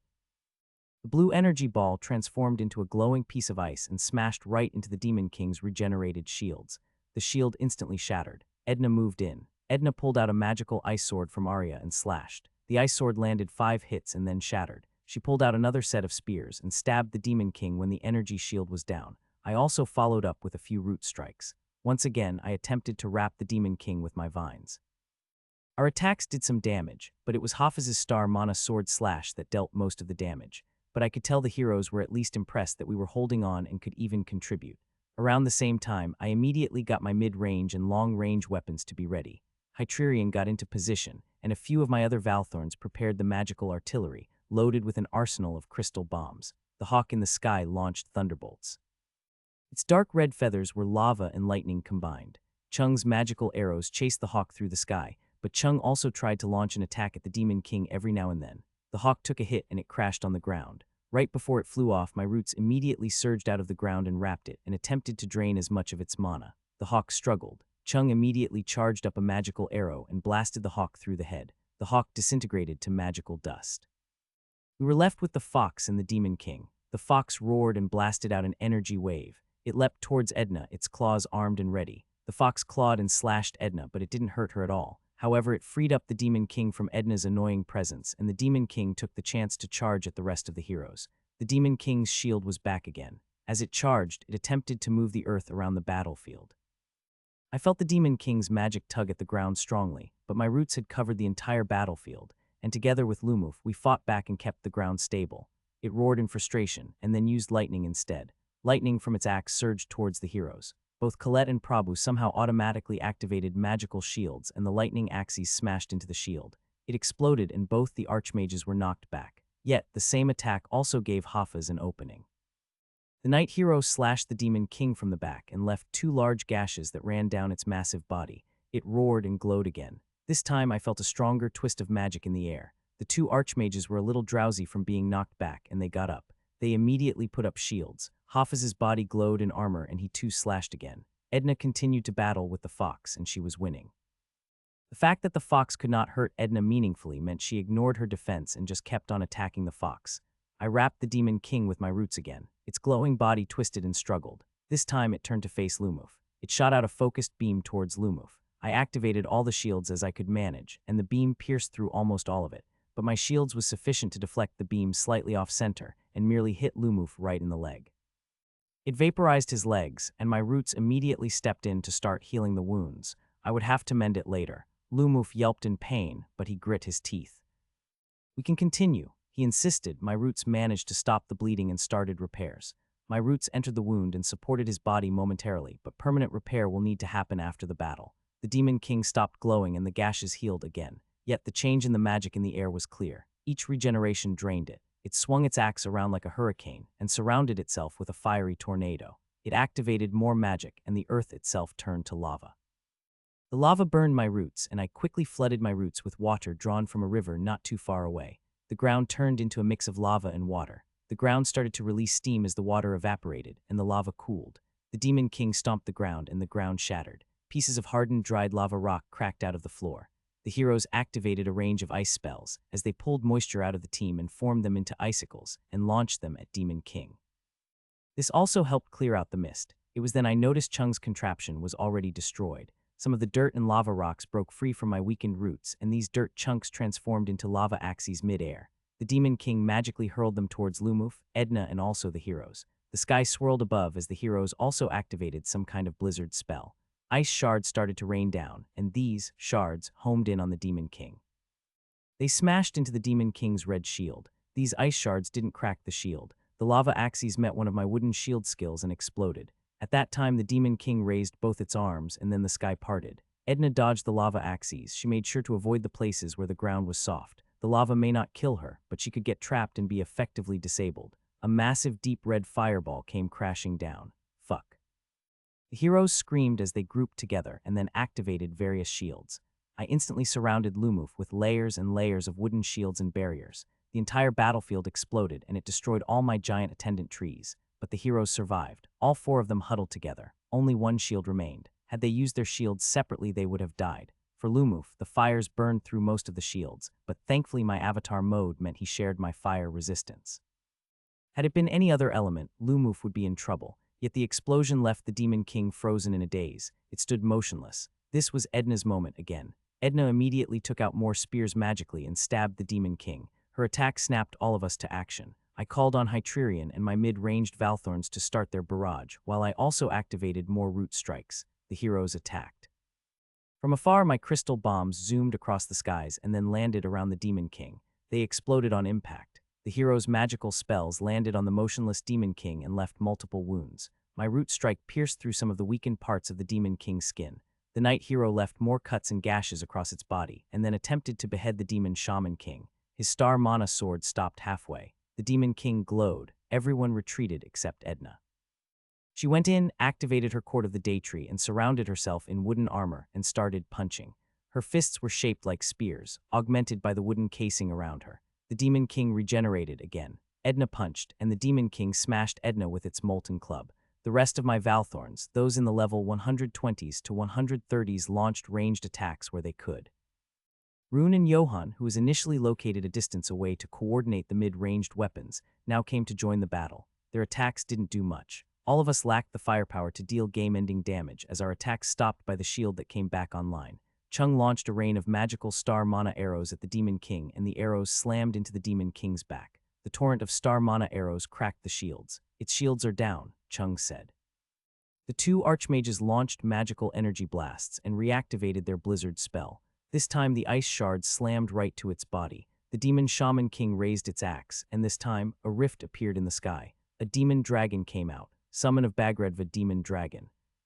The dragon roared and shot huge beams. "Focus on the Demon King," Chung shouted. "It's already dying." The dragon immediately landed on the ground with a slam and attempted to attack the heroes. But before it could do so, my roots surged out of the ground and constricted the dragon. Thousands of vines and roots emerged and pulled the dragon down. I drained the dragon's mana, and Lumuf coughed as the dragon's energy flowed through his body. The heroes kept attacking the Demon King. Demon King's axe slammed right into Hafiz's shield and cracked it. The ground shook slightly. My regenerated roots absorbed the vibrations. The steam turned to mist as the hero's blizzard reduced the temperature greatly. Hafiz's glowing star mana sword slashed a few more times, and finally, with a great glowing slash, he finally beheaded the Demon Shaman King. The severed head immediately sprouted a snake-like body. "What the shit, it's not dead yet," Chung screamed in frustration and used star mana blast. The energy blast missed as the head slithered away quickly. I activated my roots and attempted to wrap it. "I'll hold it. Take a shot once it stops." My roots wrestled with the snake body of the Demon King's head. It was strong, but I was just a bit stronger. My roots were twisted and it stopped. I tried to crush the body but couldn't. All I could do was hold it in its place. Colette and Prabhu launched a combined super dense ice blob, and it exploded right at the head. The head turned to ice, and then the entire head and the snake body disintegrated. The summoned dragon also immediately disintegrated. At this time, we felt a magical pulse coming from the original Demon King body. We knew what it was. "It's gonna blow." No, my roots immediately wrapped the original body and pierced it. It was weaker now, and my roots searched for the core. We found it, the demon core. I wrapped it with huge amounts of roots and vines and started to drain the mana. Lumuf coughed and winced in pain as his body endured the huge amounts of demonic mana and other kinds of weird energies from the demon core. I felt my head hurt, and I felt like I got hit with a jackhammer and then fed a few bottles of alcohol, both drunk and dizzy. Was this mana poisoning? But I kept on draining mana from the demon core, and then the pulse finally stopped. Demon King Bagredva has been slain. You have gained 9 levels. You are now level 208. Yet immediately after the notification, I felt the effects of the mana poisoning sink in, and I felt like I needed to sleep. For a short while, the battle was over and I rested for a few days. Lumuf, thankfully, recovered from the damage far faster than I did. It seemed that in avatar mode, all the mana was transferred to my main body, so I bore the brunt of the mana intoxication. Patrick and the rest of my artificial minds assisted to regulate the excess mana and stored them in the potato batteries. We will come back to it someday, I hope. Edna had to take a long nap and spent days doing nothing but sleep. Though her ability gave her combat immortality, once the one-day timer was up, she was pretty much a puppet whose strings were cut. She could barely walk or move, but it was worth it. She gained a lot of levels and hit level 165 and gained even more abilities with it. Her new ability, Regenerating Guardians, granted her the ability to create 5 guardians that shared her toughness. Lumuf too gained some levels, but most of it only enhanced his connection with me such that he could withstand more of my power, but more importantly was those that we wanted to groom. Rune, Johann, Alka, and Stella all gained levels from the victory for their contributions to the combat effort. Rune, Johann, and Alka were now in the higher level 140s. It's likely that we could breach the level needed to obtain their domains by the time of the next Demon King. No, more importantly, I returned to my notifications. I activated the menu, and instantly a long list of notifications appeared. You have gained 9 levels. You are now level 208. Level 200 grants minor Pantheon powers. Minor Pantheon powers are dependent on subdomain choices. Further skills once a subdomain power has been chosen. Subdomain power choices, you may choose one out of 3 choices below. Subdomain choice. Tree of Life, this choice leads you down the path of regeneration, evolution, immortality, and life creation. Each of your main body and your cloned bodies gains significant regenerative abilities. This choice allows the creation of cloned bodies under the Tree of Clones. Your trees gain the ability to adapt to all kinds of environments and terraforming ability. This subdomain choice will lead to creation of life, greater monster minions, evolution alteration, healing, endurance, regeneration, clones, and multi-body skills in the future. This subdomain grants the Pantheon power Immortal Tokens. Domain-level individuals who join your Pantheon can be remade and regenerated even if they are killed. On death or destruction, their souls will return to you for respawn. The respawn time depends on how strong they are. Stronger deities require longer respawn times.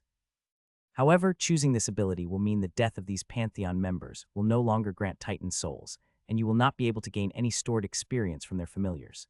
These domain holders can still die if all your Tree of Clones and your main body are destroyed. Choosing this subdomain also unlocks the Trees of Clones. You may now create clones in addition to your own. The number of main body clones increases with level. You cannot die unless all cloned bodies are destroyed. You can regenerate any destroyed bodies after a small recovery time. Each clone body and your main body are magically intertwined, and you may move items and people between them, subject to a distance-adjusted mana cost, with a discounted or minimal cost for Ionic-related items, classes and individuals, and also familiar holders. Clones initially take the form of a basketball-sized seed that can be transported and planted elsewhere. Tree of Clones may be placed anywhere and naturally terraforms their environment. They do not need to be physically linked as their connection is through the system. Subdomain choice. Will of the world. This choice takes the first step in merging with the world that you are in. This choice removes any distance or depth restrictions for roots and trees. You will thus be able to spread your roots anywhere in the world, through oceans and under them. You may also create underwater trees. This choice leads to terrain and elemental magics and abilities, significantly improved defense and damage for you and those touched by your powers, creation of elementals, weather control, terrain shaping, and wielding the land as your weapon. This subdomain grants the Pantheon power Strength of the world. This grants significant stats and strength boost at least hero tier, improved elemental resistance, and enhanced abilities with the 4 main elements. Pantheon members also gain the ability to terraform and gain ability to temporarily transform into elementals. Choosing this subdomain unlocks elements of the world. This is a path where you gain access to the controls of this world. This includes more accurate astral maps, ability to move the world in the void sea, bend space and distance around the world and its neighbors. Subdomain choice. Crown of Magic. You gain the ability to use all kinds of spells without requiring skills or classes, and simultaneously generate star mana, void mana, blood mana, and any other mana type you discover. This path leads to global and multi-world spells and abilities. You will also be able to override any hero item restrictions and use them to their full potential.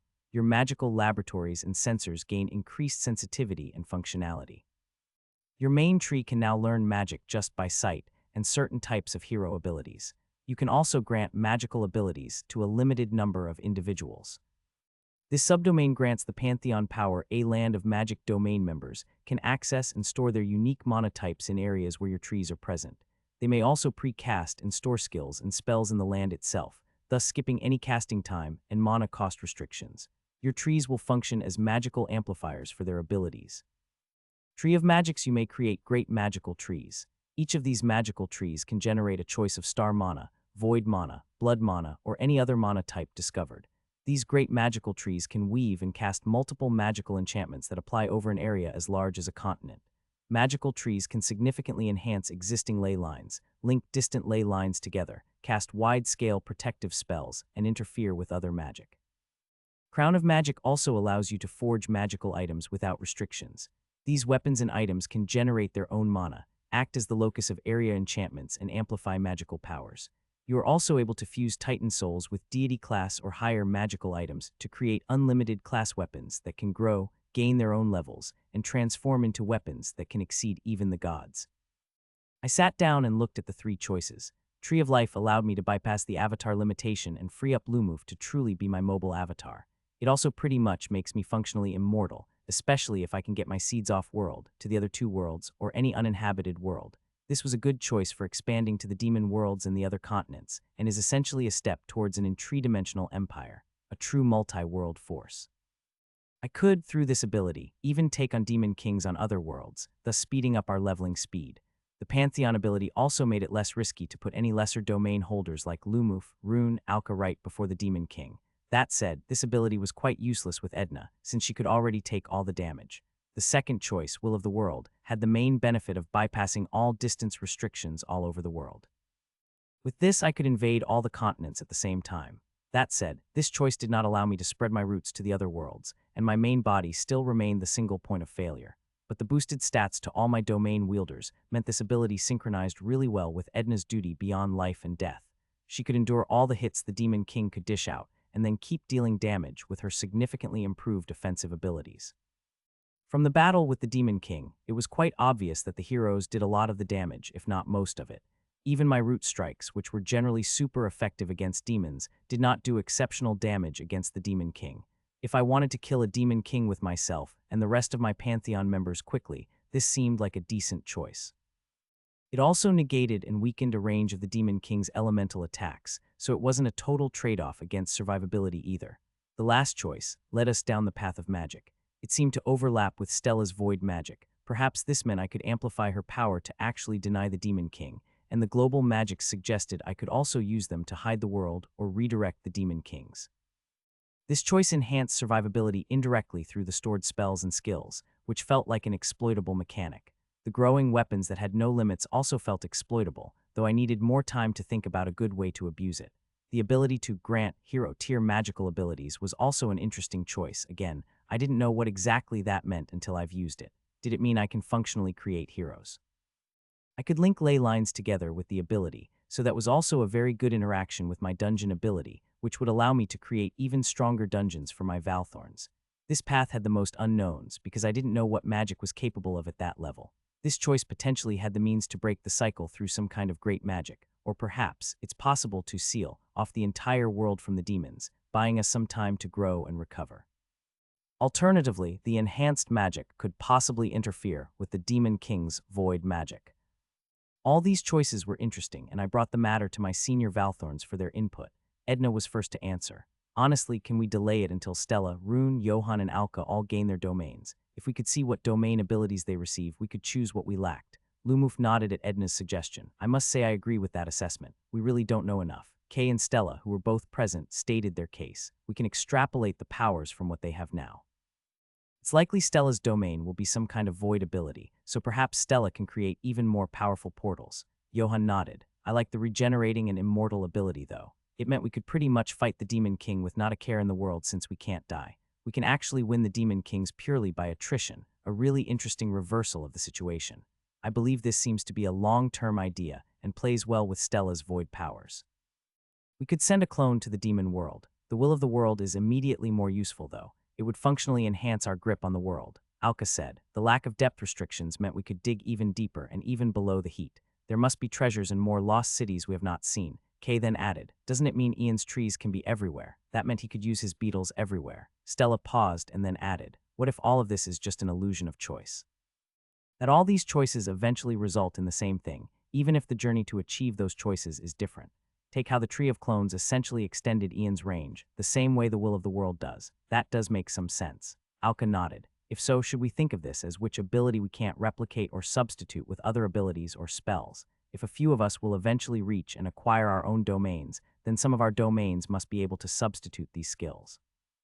At an argument for Tree of Life, since immortality is not easily replicated, Lumuf asked, I thought it didn't really say anything. I think the immortality ability has substitutes like my own. Edna's duty beyond life and death was case in point. Then it's the underground ability. Alka said, the Will of the World. We could find all sort of stuff. Maybe there's a secret even at the center of the planet. Kay smacked her face. Given what I've seen, I'm actually afraid you might be right. I'm sure there are magical abilities for that. It is possible that your domain ability as a scientist may grant you the ability to find such treasures hidden beneath the ground, regardless of what's in your way. Edna quipped, that's certainly not the only use. Alka protested. Merging with the world sounds like Ian will be the planet itself, the magical ability to cast global spells. Stella then suggested, we should take that. It sounded like it worked well with my abilities and would improve my chances to delay or deny the Demon King. A mage with domain could possibly do such spells too. If we think of Demon Kings as domain class, we have seen Demon Kings use global abilities. No, actually, are you trying to wriggle out of having to get your own domain? Kay looked at Stella. Stella shook her hands in protest. In the long run, all these choices probably make little difference, Stella said. But looking at the medium term, over the next few decades, these choices would affect how we survive the Demon Kings. Johan nodded. I think the Tree of Life makes good sense. If none of us can die, we can all aim and plan. Doesn't that just trivialize death? I'm sure the regeneration time of a domain holder will be quite long, maybe years or decades, Kay said. This world does seem to take inspiration from games and ancient myths, and it's not unusual for ancient evils or great powers to recover from destruction over very long periods. That reminded me of so many stories that started with the rebirth of the evil god. Oh, so we may not die, but we waste a lot of time. Time that may save lives and other worlds. I'm against the magic route, Rune said. I feel that once a sufficient number of us can take on the Demon King, and with immortality, we can effectively continue fighting the Demon King. No, fighting the Demon King is even better since we become stronger with each fight. It's a risk-free route. The earlier civilizations were destroyed after a long war of attrition. Yes, but we will have to keep fighting forever. The magical route essentially offers a chance to close this issue by blocking us. No. The magical route also means we may have spells that create larger, more sustainable portals. With that, we may be able to invade the demonic world. That still sounds like playing defense. Rune responded, being immortal allows us to go on the offense. We don't know that, Stella answered. What if we invade the other worlds and find that there's no solution there? The gods clearly have tried something, but they too failed in destroying the demons. Hiding may well be the only true way to avoid this fight. Until when? The ranger responded. We cannot hide forever. What if merging with the world allows both? Alka wondered as he tried to steer the conversation away. There must be something more to this merging to the world thing. If Ian becomes the world, Ian may also be unkillable. With that solid foundation, we'll just need time to have Stella and the rest of the Void Mages gain their own domains. A really long time, mind you, Stella protested. Void magic isn't so easily taught. He doesn't have a point. We have 20 Void Mages in your Void School, and Ian can give you upgraded classes. Alka said. Kay paused and took the conversation in another direction. Ian, is it possible that at level 250 you may actually encounter these choices again? I thought back to my level 150 domain choices. Nature, spirit, and astral. I chose nature then. As I thought about it, I thought it may be more accurate that both Will of the World and Tree of Life are essentially paths that went deeper along the path of the nature aspect. Living magic seemed to take a detour through magic, taking a bit from both spirit and astral, so I answered Kay's question. Not exactly. These level 200 choices were not what I got for my level 150. Edna circled back. I stand by the earlier suggestion. Hold on the choice until more of us get our domains. There's no time limit, right? Everyone took a look at Lumuf, who remained mostly silent. Lumuf shrugged. Don't look at me. I'm Ian's #1 faithful, and if it's me, I believe in Ian's wisdom to choose. Year 192. With the battle against the Demon King behind us, I moved Lumuf back to the north.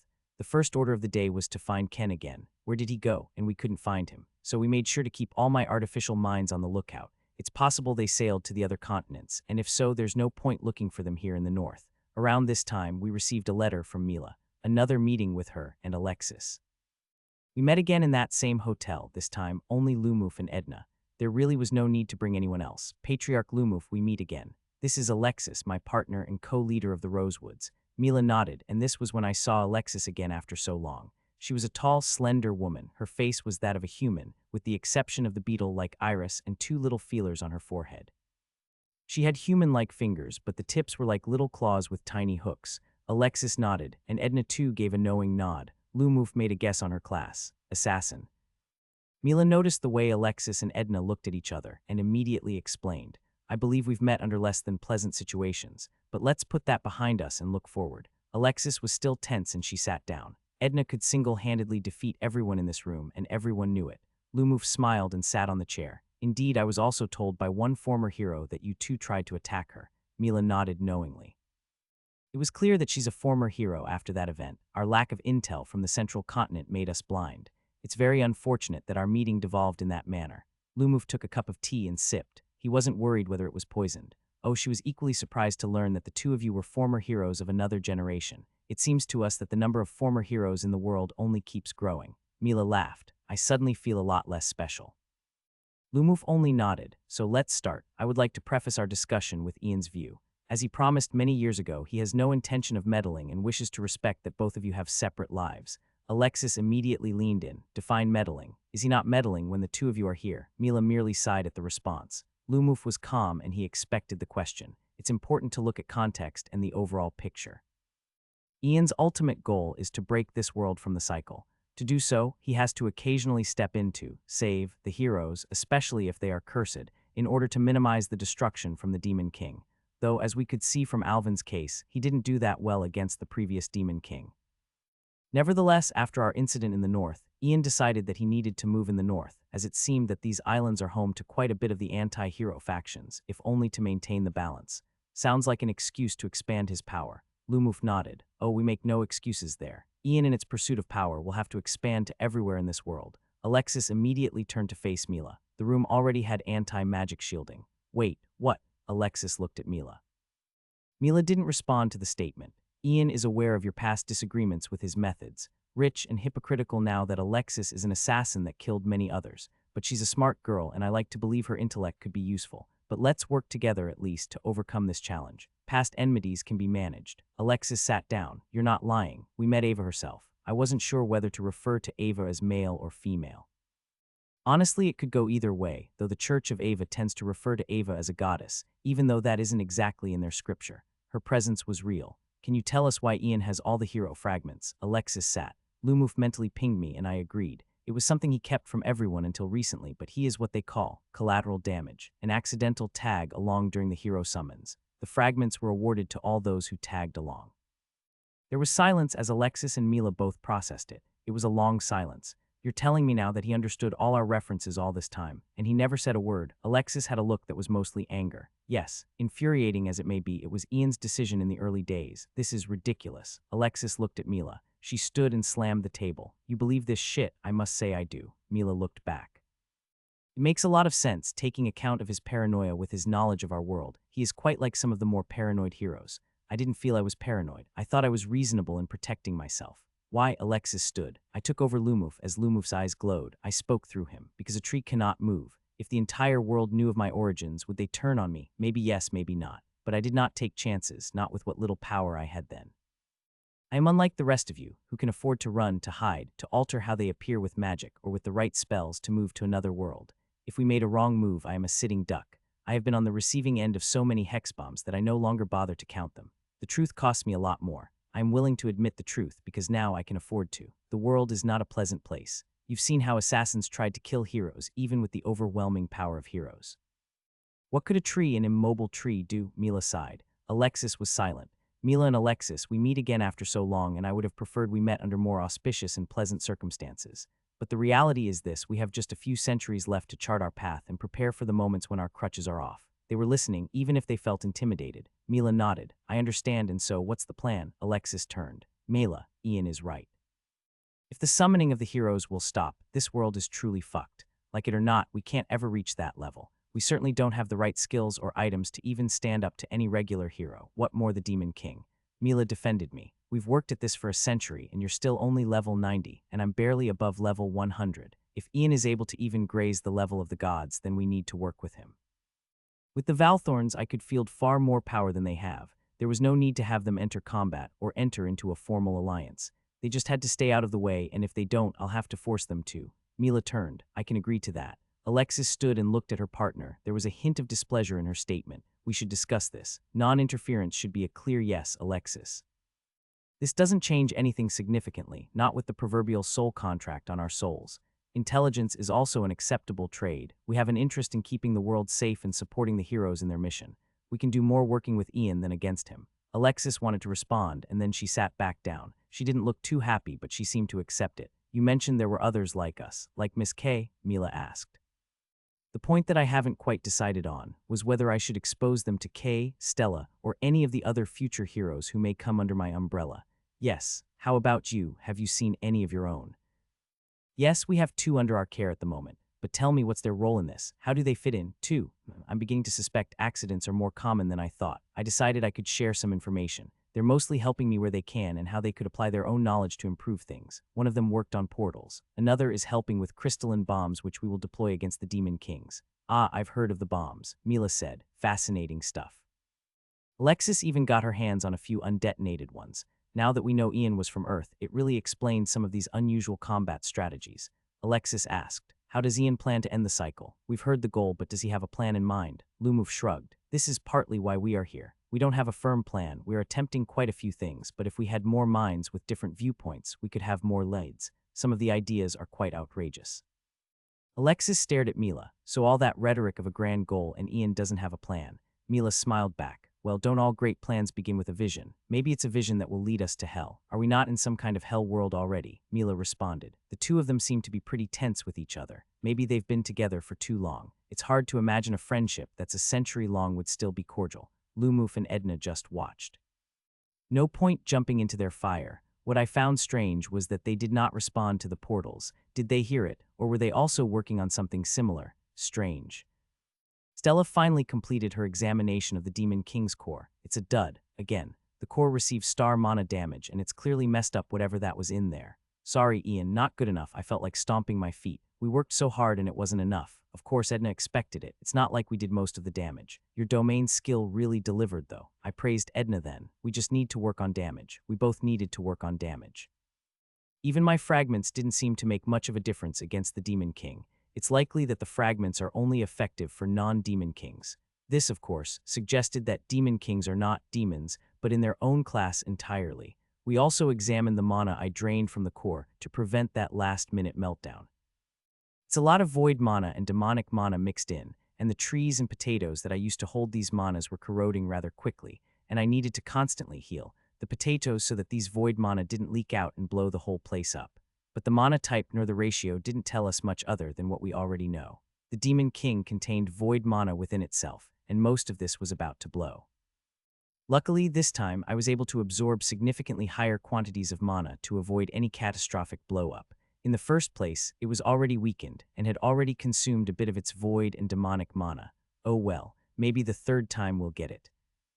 Our spies were helpful, but they were not able to extract Nira's secret god communion methods. More correctly, they were not even sure it existed. Among the mid-tier leadership team, they were not aware of any means of seeking out their god. They have the understanding that they will be contacted by their god, not the other way round. This, of course, made me wonder, why do their followers even pray then? If their prayers do not actually go to their respective gods, then what is it for? Yet despite the prayers never reaching the god, those who pray somehow receive blessings. How does that work? I attempted to make sense of this whole prayer thing. As I understood it, Lily's once said a domain is a higher-order access to the system. But looking at what I've seen so far, it's probably not just that. At this point, I theorize that a domain holder essentially creates a spot for itself in the system. This was why Lily's felt my presence spread throughout the system. If so, when prayers are given, I believe these prayers are then recorded by the system, and there's a code or a program in the system itself, created either indirectly or directly by a person's ascension to the higher levels of domains, that then absorbs these prayers and then responds to them.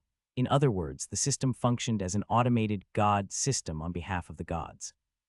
The god may have set criterias for the system, or the system itself interpreted a set of criterias from the god's behavior that formed the basis of how it responded to prayers.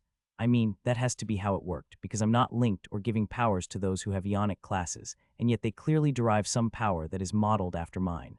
The system did that, not me. I did not assess these believers whether they were worthy or not. It was the system who did it.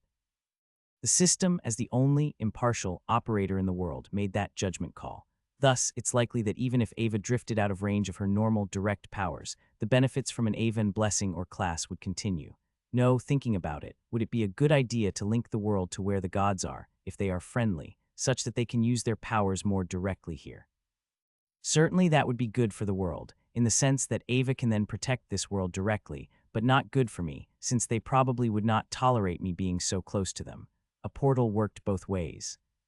The four heroes came to the central continent again, this time on their own accord. They've finished the cleanup of the demons in the west. I didn't like that they wanted to come, of course, but they were heroes and they could just teleport to our continent if they wanted to. So rather than resist and fail, since there's four of them, I decided to just allow them entry. I want snacks, all types of them. Prabhu told the attendants at the port. The attendants hurried to retrieve snacks from the warehouse. Valthorn quickly reached out to me. As the heroes are not invited on an official visit, should we charge them the cost of their lodgings and food? This was a diplomatic headache, of course. Previously, they came at Kay's invitation, and so I agreed to waive the cost of whatever they consumed. I decided to call on my council for their input. I think we should absorb it, for now. One of the lords advised. Most kingdoms absorb the cost of hero visits. After all, they never really stay for long. Most end up starting their own kingdoms. I think we should be more concerned if one of these heroes wanted to start their own kingdom here. Another lord responded. But until then, most kingdoms put on their best face forward. What if the heroes start to mate with any of the younger princes or princesses around the central continent? That could cause some of the kingdoms to stray from influence. And is that likely? I asked. It's possible. Many kingdoms historically attempted, with some successes, to absorb heroes into their royal families as a way of enhancing the unique status of the royal family. Granted, this has not happened yet in the recent Ionic era, but it was a common thing historically. Some heroes end up usurping the throne via marriage. Fuck, a hero is one of the kings. There's no way I could keep them in line if that happened. Prabhu munched on a plate of snacks. I love snacks so much I'm going to stay in the central continent. Fuck, year 193. We want to make a deal with Ian, Prabhu and Khalid said to Kay. It's been close to 6 months since he arrived on the central continent and he's been visiting. On and off, they did travel to the other continents, but in the end, they returned. Kay sighed. Are you sure this is a good idea? I don't speak for him, so I'll have to take you to him if he lets me. Prabhu was firm. Yes, both of us talked about it, and we decided no, I decided I want to stay here. Colette's just staying here with me. I wondered whether these two were an item. Kay's magical lips curled. It's really not a good idea to base your decisions on which continents have the best snacks. Am I such a caricature that my entire thought process is summarized down to my love of snacks? Well, no, but is it? No, I like snacks, but I'm not stupid. I also like modern conveniences, and on that front, this continent is far ahead of everyone else, especially here. If there was a place I wanted to stay, it's here. Have you thought about what you want to offer Ian as compensation? Kay said. Back when I was still alive, I helped Ian with magical research. I've seen Freeka's colleges, and I think the college needs a proper magical teacher. We both can do that. You know, these mortals can't learn heroic magic. Kay frowned. They can learn by exposure. Just having heroes as lecturers should be a huge selling point for the college. I honestly don't mind being mascots, Prabhu laughed. I used to wear costumes for my school plays. So yes, I mean it, I want to live here. Kay looked at Colette. How about you? I'll travel around, but I'll probably drop by and just rest here too. The knight hero, Hafiz, is out to set up his own sultanate in the western continent, while Chung the archer went back to the southern continent to continue his work on magical contraption again. I suspected they were probably more than friends, but they didn't do anything strange while here. Maybe they used some magic to hide themselves from my prying eyes. We only have a few years of peace, Colette said. Before we're back to that old disaster again. There's still so much to see and so much to eat. We've seen most of the big sights. There are things hidden in plain sight, Colette responded. Like how we've never seen Ian's true body even after we've been here so long. There are things we will only discover if we spend the time to find it.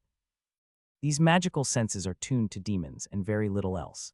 Of course, that's really understating how overpowered their normal senses already are. Can you please ask Ian? Kay led them to me the next day and they saw my main body for the first time. They instantly backed a few steps as my presence and theirs clashed. The true body is really nothing to scoff at, Prabhu said with a bow. We humbly greet the great deity of the central continent. The heroes are political newbies. They could find themselves indirectly led to a path where they are then forced to make a choice. The only way they could stay in the central continent is if they are directly under my control and no one else. At the same time, they had to work. I tasked them mainly with creating heroic items and also working as guest lecturers at FTC, just like Kay when she was still a hero. Prabhu accepted it without hesitation and was more interested in debating the specifics of his compensation for his goods and services. I then approached both Arya and Aspeng and also Lilies on the specifics of a pantheon. I asked Lilies and Lilies could not answer. They have not reached that point. We don't know. It is a commitment far above what we are ready for. Lilies couldn't answer either. But I sensed turmoil and conflict through our linked roots. I felt its many minds in fierce debate over the invitation. Arya and Aspeng frowned. So level 200 is a pantheon. If we get there, we can get it too, but we'll have to wait a few decades. But what happens if we reach level 200 and can we leave the pantheon? I honestly answered, I don't know. The system does not answer such questions, but I would theorize yes. A pantheon may not be a fixed thing. Only those who selected a subdomain like my priest Lumuf are stuck with me. What exactly is a pantheon? What are your powers over us? Arya asked, I also don't know. I'll know more when Edna joins my pantheon. Then we will wait until then. We certainly are not friends of the demons or the gods, so I don't see the problem in joining with you if it's not a permanent, irrevocable arrangement. In truth, any of my domain choices should make the world safer. If I had all of them, that would be even better. I hoped level 250 allowed me to get all of them. During the middle of the year, I got a ping from one of my artificial minds. My artificial mind drew attention to an individual who arrived by sea. The man had long hair tied up into a ponytail and wore simple armor. The central continent. How does it feel? The man asked. There was a small snake on his shoulder, a real living snake with dark green skin, but my watchers were already on the lookout for anything snake-related. The snake had glowing red eyes. We're being watched, is it?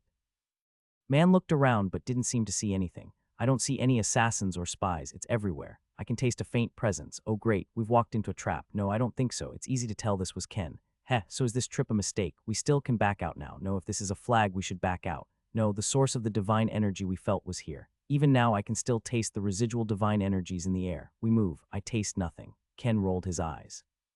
Your senses are crude, human. Come, we shall move to the source of this energy. We continued to watch Ken travel from the northern coasts of the central continent, slowly to the center of the central continent. It took them about 2 months, but Ken finally arrived at Freshka. There's something here reaching out to our minds, the snake said once they approached Freshka. Fresh chapters posted on N0V3L FIRDEP.net.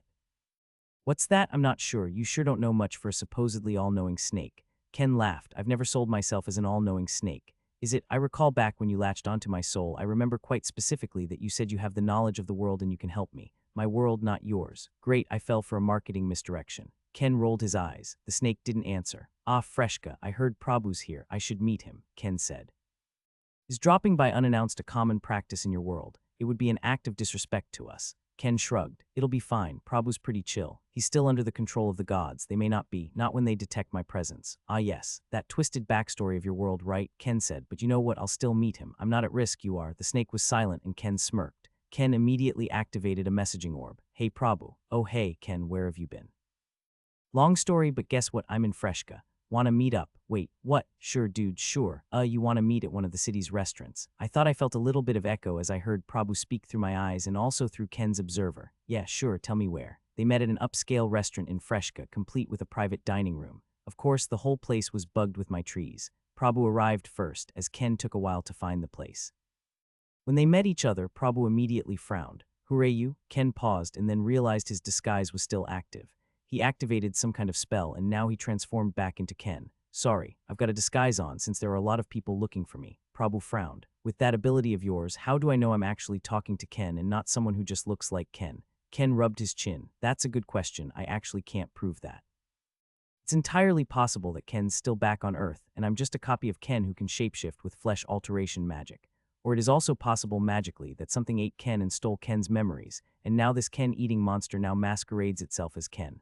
Prabhu smiled and sat.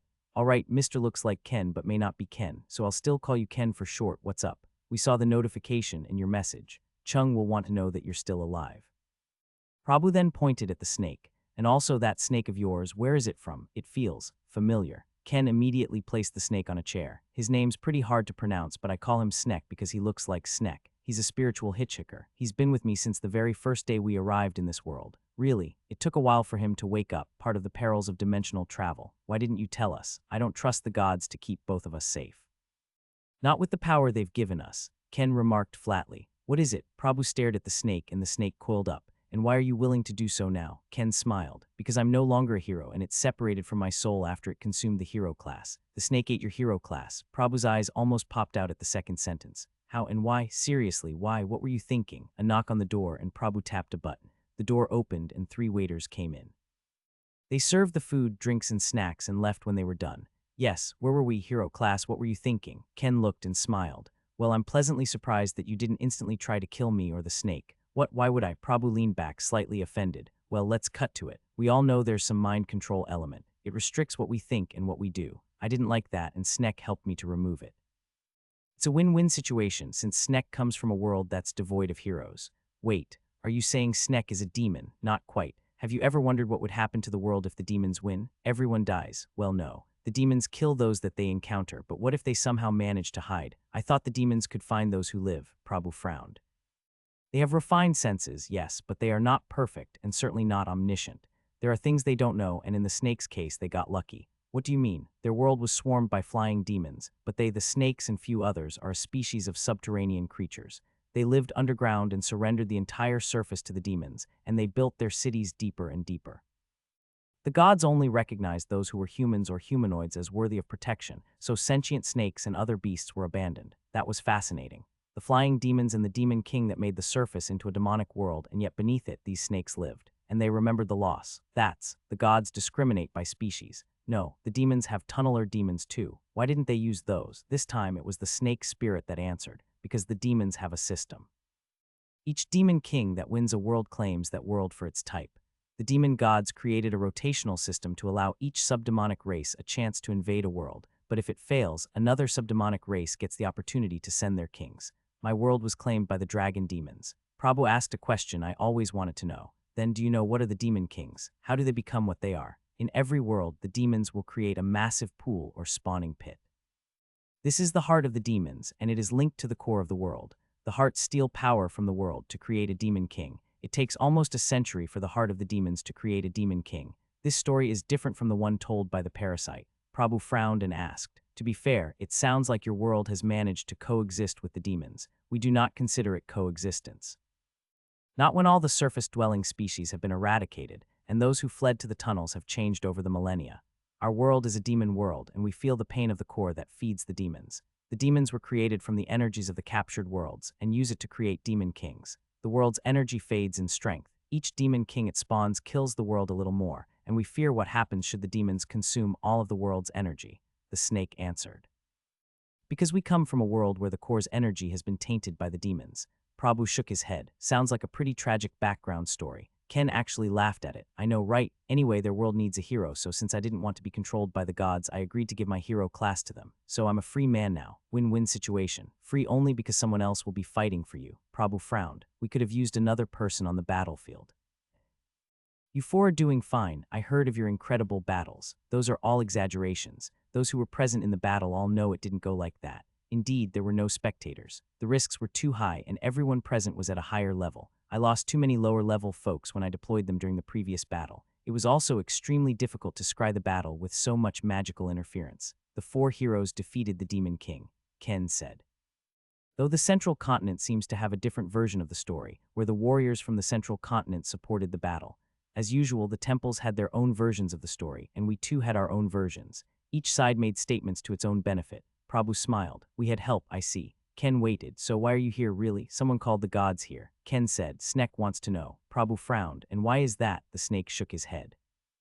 Let's just say it's a curiosity. Are you not afraid? That someone who could call a god here can easily crush you. The snake nodded. Its voice was angry, so it could. But we want to know. We want to ask why we were abandoned. Ken looked at the snake. Sometimes I wonder whether that's how the demons came to be. These abandoned races, ascending and then are on a quest for vengeance against the gods who abandoned them. Why are they obsessed anyway? The snake didn't answer.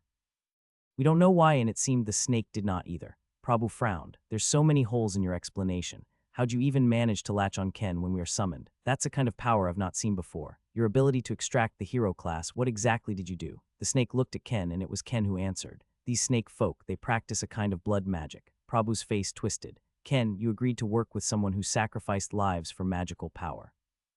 Ken sighed. Prabhu, it's hard to explain, but yes. There's a lot more nuance to blood magic than you know, and these snake folk have a very high-level understanding of it. I'm now free of the hero class with no side effects. And how was that achieved exactly? The snake and Ken seemed to share a look. It's complicated. You're not making a convincing case, Ken. The snake then said, there's a lot of sacrifice involved. Willing sacrifices are key. Willing. Didn't I recall the snake using some kind of mind puppetry or mind control? Ken leaned forward. We've talked about something not relevant for a while. Prabhu, I need your help. Help? What kind? Prabhu asked. The rumors were very messy. Some of them said there was a heavenly meeting, some said it was something else. We want to know, did somebody summon the gods? Prabhu laughed. Ah, the Avon gods meeting. Yes, what about it? Do you know how to trigger it again? Snek says it may be his ticket home. I don't. Where did it happen? Here. Yeah, somewhere outside of the city.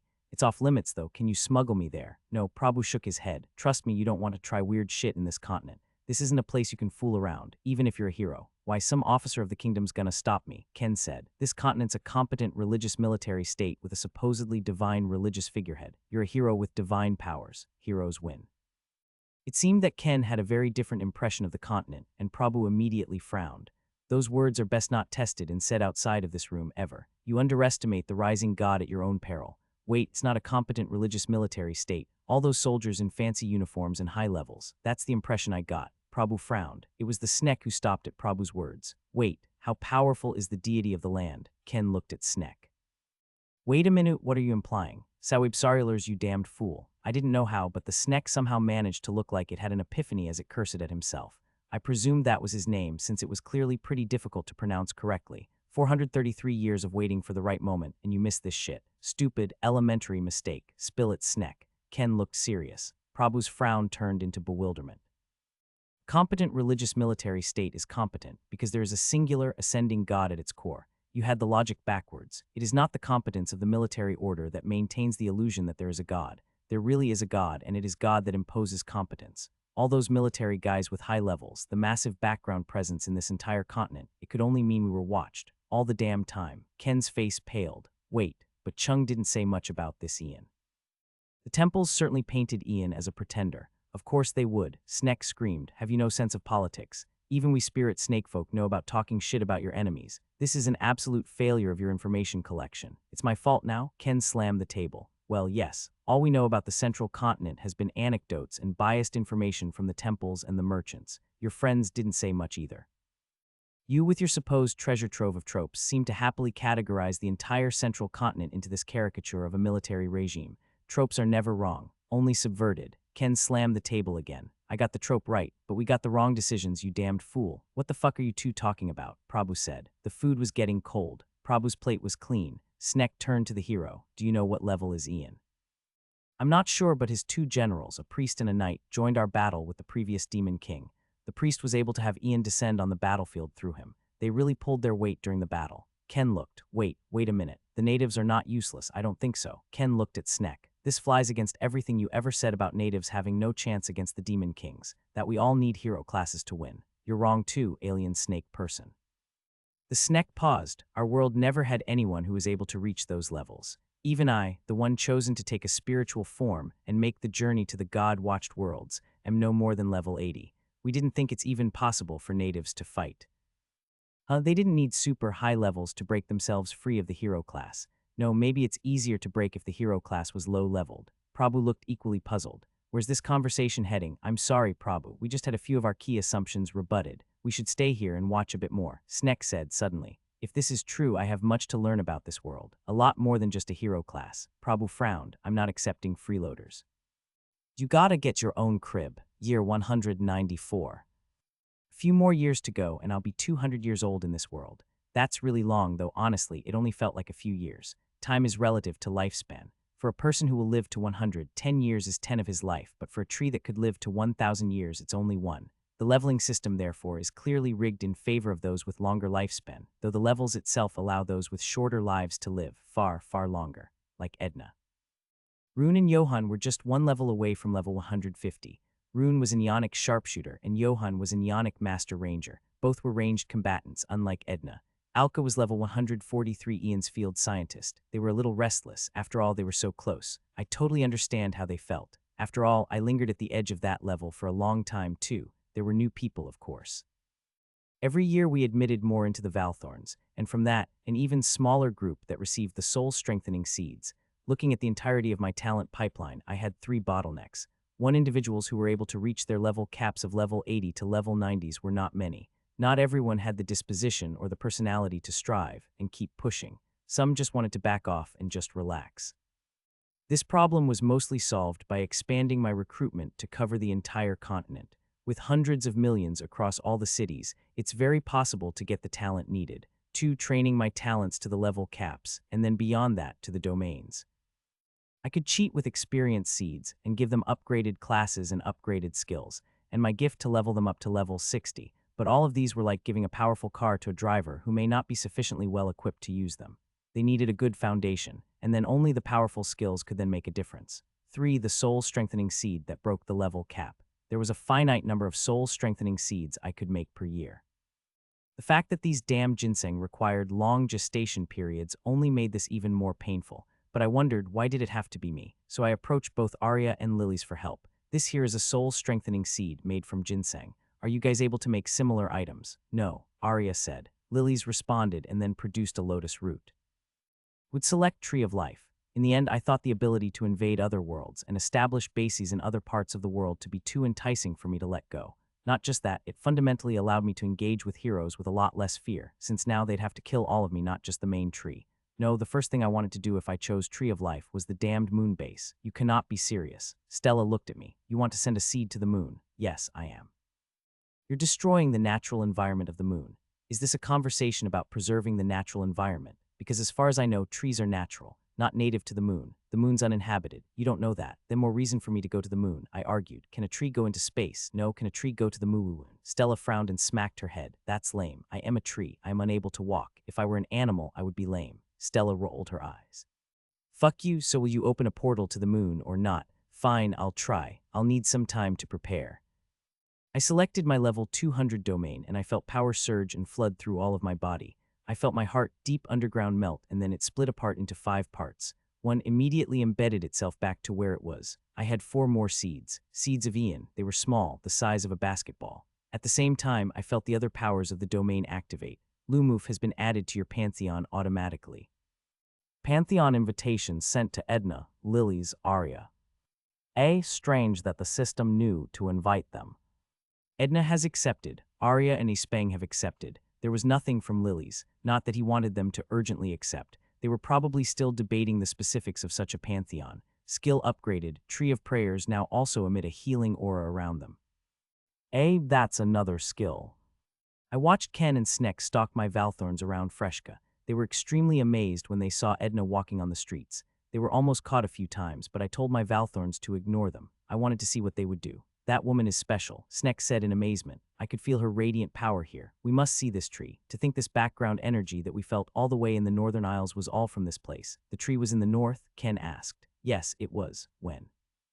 For a long time, I thought it was just some residue of this world, like something normal. Ken laughed and sneered. You have eyes, but you could not see Mount Tai. And you're a fish out of water, no, a snake out of the forest. I'm a snake person turned spirit. We live underground, we survive mostly on magic, and our diet consists of underground monsters. Sneck clearly was on a different conversational wavelength. Do you think it's possible for me to take a spiritual form? Ken wondered.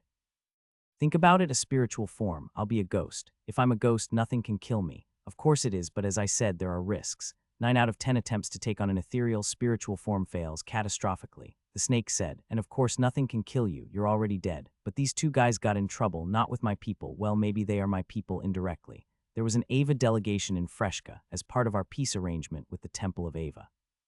An Avan high priest immediately stopped and saw them while they were in town. He pointed at Ken without knowing who he was. I sense a foul ghost lingering about you. What are you doing stalking about town with that ghost? Ken was defiant. Last I checked, having a ghost for a friend isn't a crime. The Avan high priest discussed and whispered to his guards. It isn't, but I can still punish evildoers as I see fit. No, you won't, Ken said, and he ran. The Avan priest and his group of guards ran after him. Bloody hell. Ken moved quickly. Apparently he picked up some rogue classes. Sneck, unfortunately, shielded him from Patrick's pervasive mind reading, but Patrick could still pick up random thoughts and little bits that they didn't manage to protect. Sneck spent most of his spiritual powers to protect Ken, and Sneck's was partly exposed. There were moments when we saw little glimpses of what Sneck desired, and it was a bit of wonder and intrigue.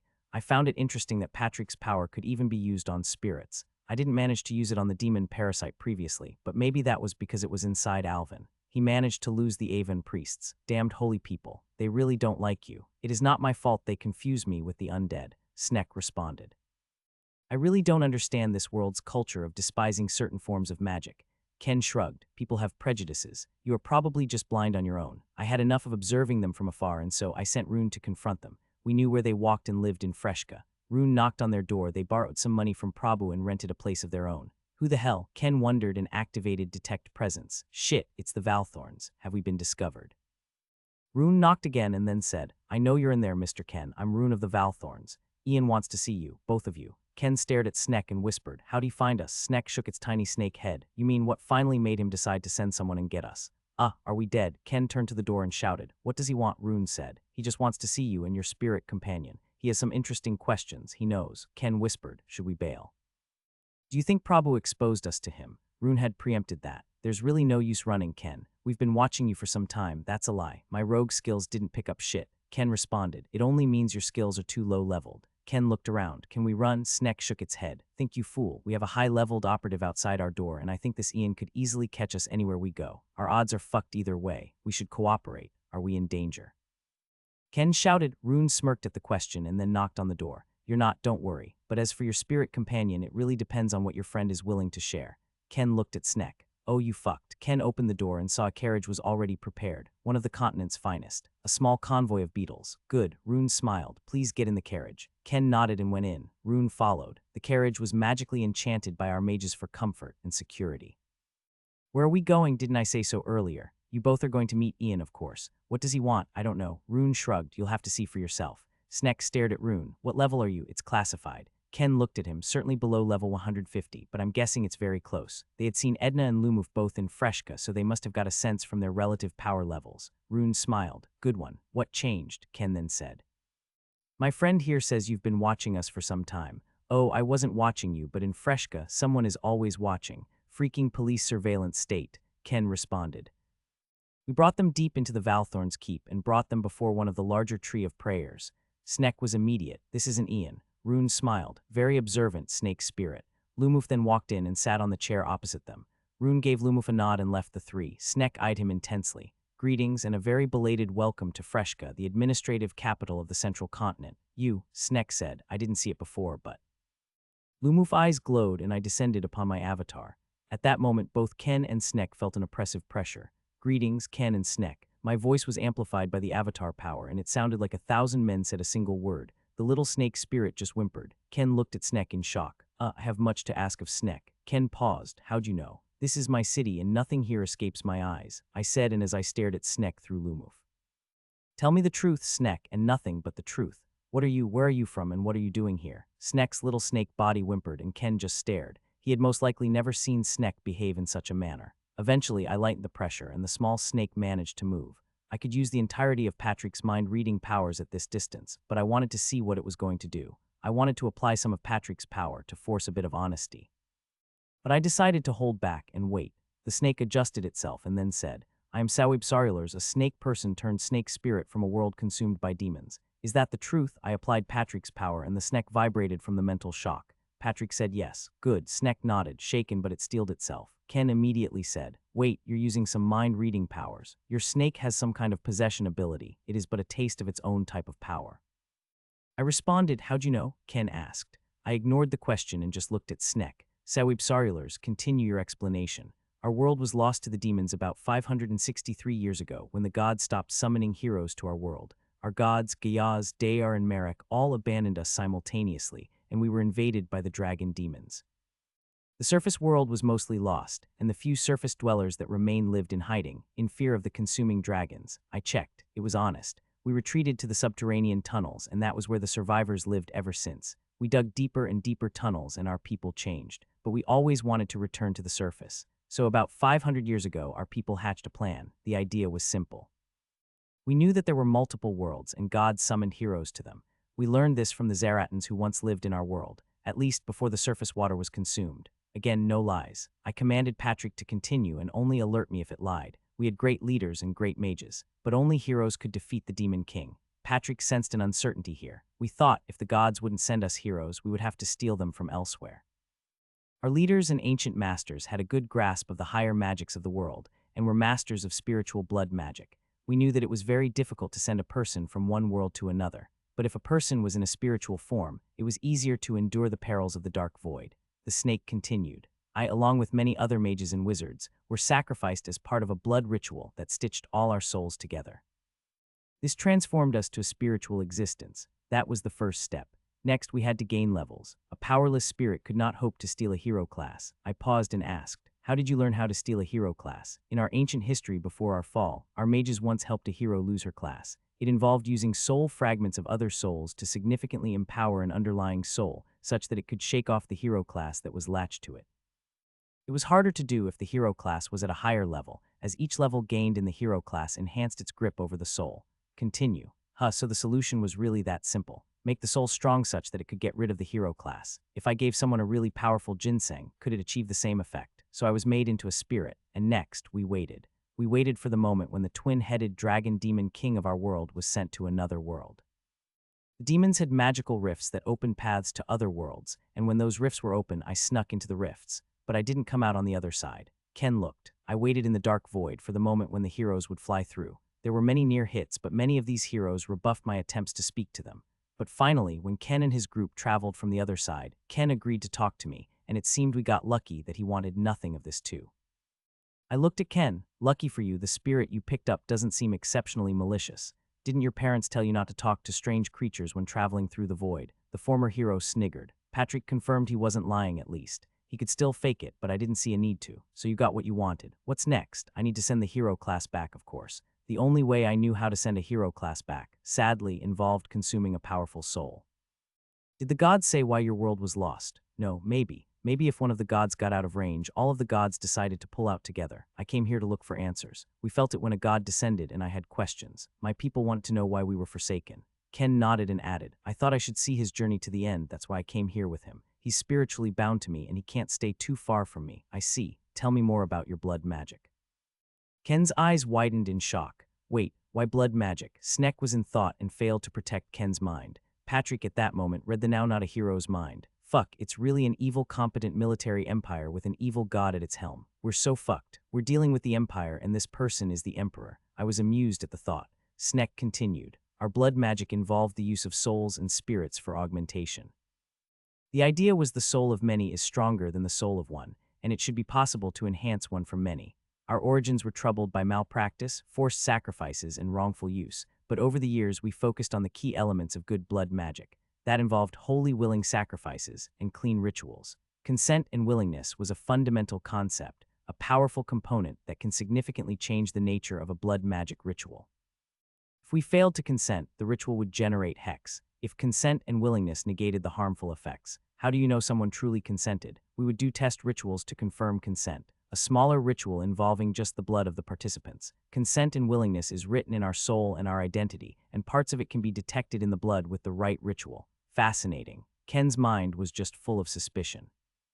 Oh God, is this magical tree going to sacrifice people en masse? What have I done? No, play it cool. Don't alert the Empire. Find the resistance. Sneck was entirely cooperative. May I ask you some questions too? I nodded through Lumuf. Sure, if it is reasonable. Year 195. Sneck wanted to know how we stood up to the Demon Kings. I was frank, we didn't. At least not yet. It was a very depressing conversation, as Sneck wanted to know what levels were needed to be able to fight toe-to-toe with the Demon King. In truth, if Edna was alone, she would survive the first day, but she'll be dead on the second. So level 150 was not enough. No, even level 200 was not enough. We would need an army of us to do so. To think that the ancient dragons were able to hold the demons back, they had to have many creatures of that tier of power. Or were the dragons naturally so powerful? It was a very high bar. Level 200, they would have to gnaw at the demons for decades before they get there, and on top of that, fight the Demon King itself. Without the hero fragments, it would be very difficult to actually reach such levels. But my two compatriots did it. Both Edna and Lumuf did. In Edna's case, she served me for about 50 years when she achieved her domain. Lumuf, relatively speaking, got there faster because of the boost from the dungeons. Could we transplant this to their world? After decades and centuries of hiding, they were not used to fighting. All they fought were the natural spawns that emerged from the tunnels, and there were powerful monsters even deep underground. The demon dragons of their world were not exactly interested in total annihilation, either. They seemed to only care about great crystal spires, the largest of which served as the spawning pools of demon kings. Snek had seen at least 3 such spawning pools on their worlds, nursed by the energies harvested from their world's core. There's clearly a mechanism in the background where a world will transform to a demonic world under certain circumstances. Snek doesn't know. Told you should not have done shit, Prabhu said. Now you've got yourself entangled with Ian itself. I wasn't expecting the Empire, Ken defended himself. Which signs did you miss? The extremely powerful subordinates, the strange compliance from even the peripheral states, the magical beetle creatures that's clearly controlled by someone that can reach the entire continent. Ken frowned. When you put it like that. Snek, on the other hand, seemed absolutely converted. It's almost embarrassing how much of a fanboy he had suddenly become. Ian is the hope we've been looking for, Ken sighed. I really want to send you back now. I can't stand all this praising Ian shit. Seriously, what do I need to do to send you back? No, I need to learn more from Ian. Our world would do much better if Ian could help us. Snek was a fanboy and I felt second-hand embarrassment from eavesdropping. Where was the crafty, clever snake I met? Ken smacked his face. I missed the snarky snake. As you've once succinctly described it, I had eyes, but I could not see Mount Tai. I have now seen the difference between heaven and earth, and there is much for me to do, Snek answered. Prabhu laughed. That's the first time I've seen a spirit turn into a fan animal. Ken, you've outdone yourself in training your pet. One must know their place in the world. There are mountains beyond mountains. Ken sighed, and I regret exposing you to Xianxia quotes. Prabhu the Archmage was literally in tears. You absolutely deserved this, Ken. You know, you did all this to avoid the whole hero shenanigans, and here you are, entangled in the bigger shenanigans. Yeah, a snake's attempt to save their own world. I don't see how one hero class is enough to change the scales though, at least from what we've seen in this world. The Demon Kings clearly can take on multiple heroes. The snake spirit responded, we don't need to. The Demon King, at maturity, would be immediately sent to invade another world. The demon's defenses on our world are the demon champions, the greater guardians, and the demonic spawning pool spires. The spires are defenses. Prabhu was curious. Yes, they are. Ken sighed. What have I done to deserve this? Bad karma, dude. Stella was ready and the crystal batteries charged up. We avoided using demolite, even though those could store more void mana, simply because we didn't want to leave any trails for the demons to follow. Edna held one of my clones, the seed of Ian, and we waited. Lumoof waited next to him. All right, let's open a portal to the moon. The portal manifested, and I saw a thread of darkness that seemed to stretch ever further. We had a portal to one of the moons. Lumoof gulped, took the seed from Edna, and looked at Stella. They nodded. Now was not the time for hesitation. He stepped close to the portal, and Stella and the other void mages felt the void mana drain from the crystals. Portal is ready and stable. Lumoof stepped through, and I felt a searing pain from Lumoof, as if we were suddenly exposed to something extremely harsh. My priest was now on the moon, and even though the atmosphere was non-existent, and his skin burned from the harsh, unprotected light of the suns, the sight was breathtaking. It was like how the astronauts sent back the first pictures of Earth. I activated a range of shields, and I knew that any lesser druid would have died the moment they stepped through the portal. There was no life on the moon, nothing for a druid to work with. There was no breathable air, but Lumoof was sustained by magic, and a bubble created from my adaptive powers. He placed my seed of Ian on the dirt floor of the moon, and I sensed that different, extremely parched dirt. The seed buried itself into the dirt. Should I go back? Lumoof mentally asked, and I noticed the lag wasn't as noticeable as the other worlds. Not yet.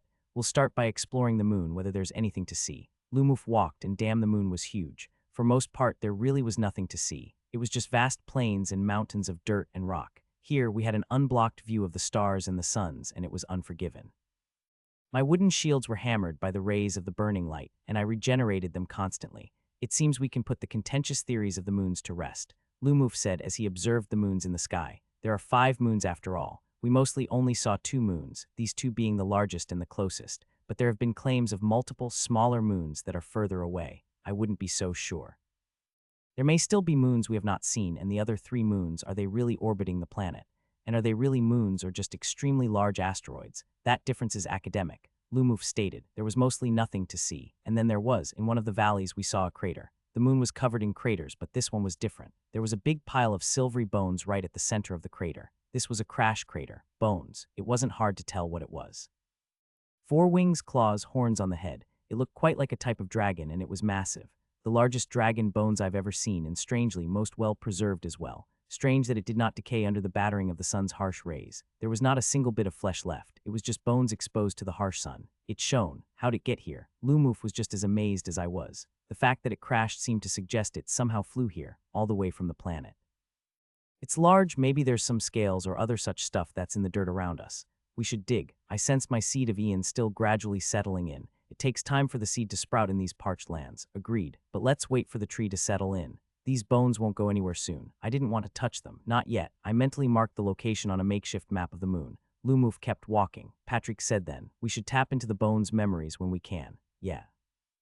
That's right, the bones could show me a glimpse of what happened in the past. I wondered whether these dragon bones could show me something different from what I've seen before. If anything, dragon bones could be used to make very powerful weapons, at least, if I follow how the stories normally go. Hopefully these would be more useful than the previous batch of dragon bones. We went further and walked more of the moon. I had to take over at parts, as Lumoof needed to rest. The moon was covered in craters and the moon dirt was all loose, the texture was powderish. There was no water on this moon. I would have to magically create them as part of my terraforming program. I felt mana flow to my seed of Ian as it created its first root on the moon. You have acquired a new title, Tree on the Moon. Ah, titles. I've forgotten such things existed. They usually did nothing. It took months for my new clone trees to even make its first tiny sprout, as most of the mana was used to change the environment. We should make a cocoon, rather than a full terraform of the moon. Stella insisted. Moon base, not change the moon. Atmospheric changes may bring about widespread weather changes and may cause things to decay. That was also a valid opinion. I should test out the impact of terraforming the moon on a smaller scale before applying it to the entire moon. In addition, I wasn't fully sure how my new terraforming powers under Tree of Life actually worked. This part of the project would take a while, since I would have to take some time to check the impact of my new powers on an entirely foreign moon environment. Maybe you should do this first on an asteroid. Stella suggested too. An asteroid is far more replaceable. That's a waste of my clones, I said frankly. It's not like I can't recreate my clones, but it is still a waste. If the plan is to create a moon base, then let's do a moon base. Remember, the whole purpose of starting out with a moon base is to amplify void magic. Indeed, void magic as a whole is a relatively fragile type of magic. They decay too quickly and easily get weakened by a whole lot of other factors. Stella's earlier attempts to interrupt the Demon King from my super tall tree tower was insufficient. The natural next step was to go even further, and thus we decided on the moon base. If we could interrupt the Demon King's arrival, that'll be a good way to win. My spies embedded within Nira and Gaia had rather upsetting news. We still could not locate any records of attempted communication with their respective gods, and my agents even managed to comb through their ancient records. Nothing, not a single mention of a way to speak to the gods other than prayers. Gods find them, not the other way round, with of course tied in with what Snek wanted to know. How did we speak to the gods? I can't share that. It is a secret of the Triumvirs. I was on friendly terms with the snake spirit, but some things should remain secret. They were also not aware of Stella's portal magics, and that was a good thing. Stella's ability to open void portals remains a secret known only to the top of my organization, just like my ability to create clones. I really wondered whether I should help Snek. I barely knew them, and though he had been honest, I wasn't sure I should. Shame. My people have many words they want to say to them. At Prabhu's recommendation, Ken also got a chance to visit the journal, but sadly it didn't work for him. He didn't have star mana and the journal could not open for him. It was also their first time to the Valley of the Unwrought, and Snek was particularly somber. This reminded me too much of my world. Ken merely sighed. That's quite depressing.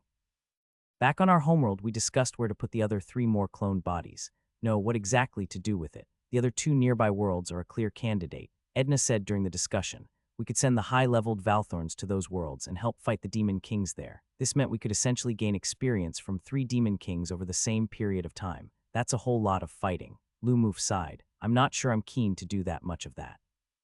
It was true, and at Lumoof's advice, I've also increased the dungeon battles for the other Triology Patriarchs and Matriarchs. A few of them have gone past level 100 recently. The most recent battle with the Demon King made it clear to me that he wasn't that fond of battle. With my clones on other worlds serving as gates, I could definitely send some of my priests and Valthorns there to gain levels. Edna had another private opinion, one she shared only with me and Lumoof. 1 tree on the eastern continent, for the Avens who now require our protection. Another idea was to wait for the demonic rifts and hijack the rifts to send my seed to the demon worlds. In short, I would invade the demon world with my seed, and use my seed as a springboard for a full-scale assault to retake the demon world. I could use my seed, together with the forest rod to speed up the terraform and quickly establish a defensible position. I'll most likely need Lumoof to be in that demon world for some time. Of course, this would mean I would also be able to establish a surveillance network on the other 3 continents, something that my spy masters would love. Nay, while that was appealing in a way, I do prefer having the 2 seeds go to each of the other nearby worlds. Currently, I was already able to learn a lot through my spies, my network of minions and vassals, and through trade. But the knowledge of these 2 worlds could be radically different, and the combined magical know-how of the three worlds was likely to be more useful. Not only that, I wondered whether there are others like me in those worlds. An alliance of spirits across the three worlds would be fantastic. I'd have to send Lumuf for an information-gathering visit. Why, it's time for my old priest to have his own Isekai adventure on another world. He gave me a look filled with horror. Year 196. Lumuf in another world. Lumuf looked at the vastness of the grasslands, the strangeness of the green grass same but not the same. It was a different species of grass. The air had a faint taste of blood. This was another world. Lumuf had been here before, very, very briefly, but this time he would be here a lot longer. I got the Dimension Traveler skill and title, Lumuf mentally said. This was his second alien world after the moon and now in this strange new place. The portal took a lot out of Stella, and almost half of the crystals shattered during the trip. There's a skill like that too, eh? I responded. The lag wasn't as pronounced as it was before. I suspected it had to do with the domain. The higher level I was, the lower the interdimensional lag became. Lumuf nodded, and his shoulders sagged. He may be old in terms of spirit and mind, but physically he had the appearance of a mature, middle-aged man. The levels and domain had returned life, vitality, and de-aged him. He took in the air, looked around, and started to walk. I could send the seed of Ian to him via my transportation ability, so as it is, he didn't need to carry anything. He walked, and there were some animals nearby. They took a look and just left him alone. Stella and Kay told me these stories. Isekai. Yep, I'm living it right now. Yep. Then the first thing I should do is find a town and register with an adventurer's guild. Lumuf said with a sly grin, that's par for the course. And I'll rescue some beautiful ladies and build a small zoo of female beast girls. If that's your thing, yes. Lumuf laughed. It's not, but I must really admire the creativity of the writers of Earth. It's really something that they could come up with such ridiculous stories. It's also uncannily accurate. But let us find this city of adventurers. I knew from Stella that each world seemed to have the same language. Lumuf didn't have to walk very far from the grassy fields when he saw a sign that pointed to a town. There was also a distance indicator, but we were not very sure what it was. There were trees and smaller scrubs. They were similar to those of our world, but had small differences, like their flowers were different colors or different designs. I don't quite understand why there are such differences, if the system is the one that regulates the magical spawning of monsters, animals, and life generally. There should be the same if they were based on the same templates. Like, why does the system want each world's fauna and flora to be different? Variety. Maybe each world has a unique seed code that the system then runs through a creature generator. I feel such a setup was more likely, as it gives each world's fauna an internal coherence. Our senses detected a traveling group from far away. They looked like merchants, and they had guards, 4 soldiers and 4 merchants. We waited for them to approach. Hey traveler, Lumuf said as they approached. Lumuf was not armed. All his equipment and armor was kept in magical pocket space. He wore a casual, long-flowing, thick robe. What is a priest doing here? The soldiers were alert. They lifted their weapons. One had a spear, the other 2 had swords, and the last one had a bow. I happened to be lost. Lumuf gave his best priestly, friendly smile. A strange manner of magic sent me here. Do you happen to know where I am and what's the nearest town? The soldiers were apprehensive. The merchants came out of their wagon. I don't recognize that robe. Which temple are you with, priest? Lumuf smiled at the merchant. Ah, very, very few do. I'm with a tree spirit. We're an obscure temple. Very few would know of us. The merchant stared at Lumuf, and we felt the prickling of a skill. Domain blocked attempted inspection, and it's not nice to use a skill when I didn't. The merchant's face paled, and he bowed. My apologies, great priest. Lumuf's spirit stirred a little at the title, and I felt his subtle annoyance. Clearly, the failed inspection was an answer of its own. The merchant explained that we were in one of the kingdoms, and the nearest town was along the road. I didn't bother remembering the name since it'll probably change in a few years. Lumuf feigned his best polite smile and thanked the merchants. He declined the merchant's offer to travel with them. There was something about the opportunistic words from the merchant that irritated Lumuf. It seems it's that way. The town we visited was small, perhaps similar in size to the early days of Frika. About 3,000 or so people lived in a wide area. The houses outside the town's walls were simple, and ones within were made of stone. They've clearly prepared for the houses outside to be destroyed. Stop, visitor. Identify yourself. Lumuf nodded. Lumuf, priest of Ian. Never heard of it. The city guard barked some orders, and another guard came by. State your business. Lumuf once again flashed his best business smile and explained that he was a lost priest, flung to this place by magic. The guard didn't know how to process him. No documentation at all. No one who could vouch for you. It's magic. You can't always carry documentation with you. So they talked a little more as Lumuf waited in bureaucratic limbo. A senior guardsperson came, and the guards discussed. It seems we are only seeing humans here. Lumuf mentally spoke, and I didn't notice it until Lumuf mentioned. I wonder whether there are non-humans. The guards left, and then a bit more bureaucracy later, a man that looked like one of the political leaders came. Lumuf flashed his best friendly smile. It's no surprise we are a hidden temple, most of the time. In fact, this is the first time I've ever left my temple. I actually just want to return to my temple, but I do need food and shelter while I find my way back. I see. The man seemed somewhat affected by Lumuf's friendly smile. He nodded. In that case, please wait a moment. Not a problem, I've already waited for so long anyway, what's a little more? The man and the guards huddled in disgust, and in the end the man returned with an iron plate. This is a temporary identification for you, Priest Lumuf. Please return it when you leave. The town was small and all human. Lumuf wasn't going to ask anything. He knew people enough that things about the lack of others to be best breached when they start the conversation. Life seemed rather slow here, though there were a lot of blacksmiths repairing weapons.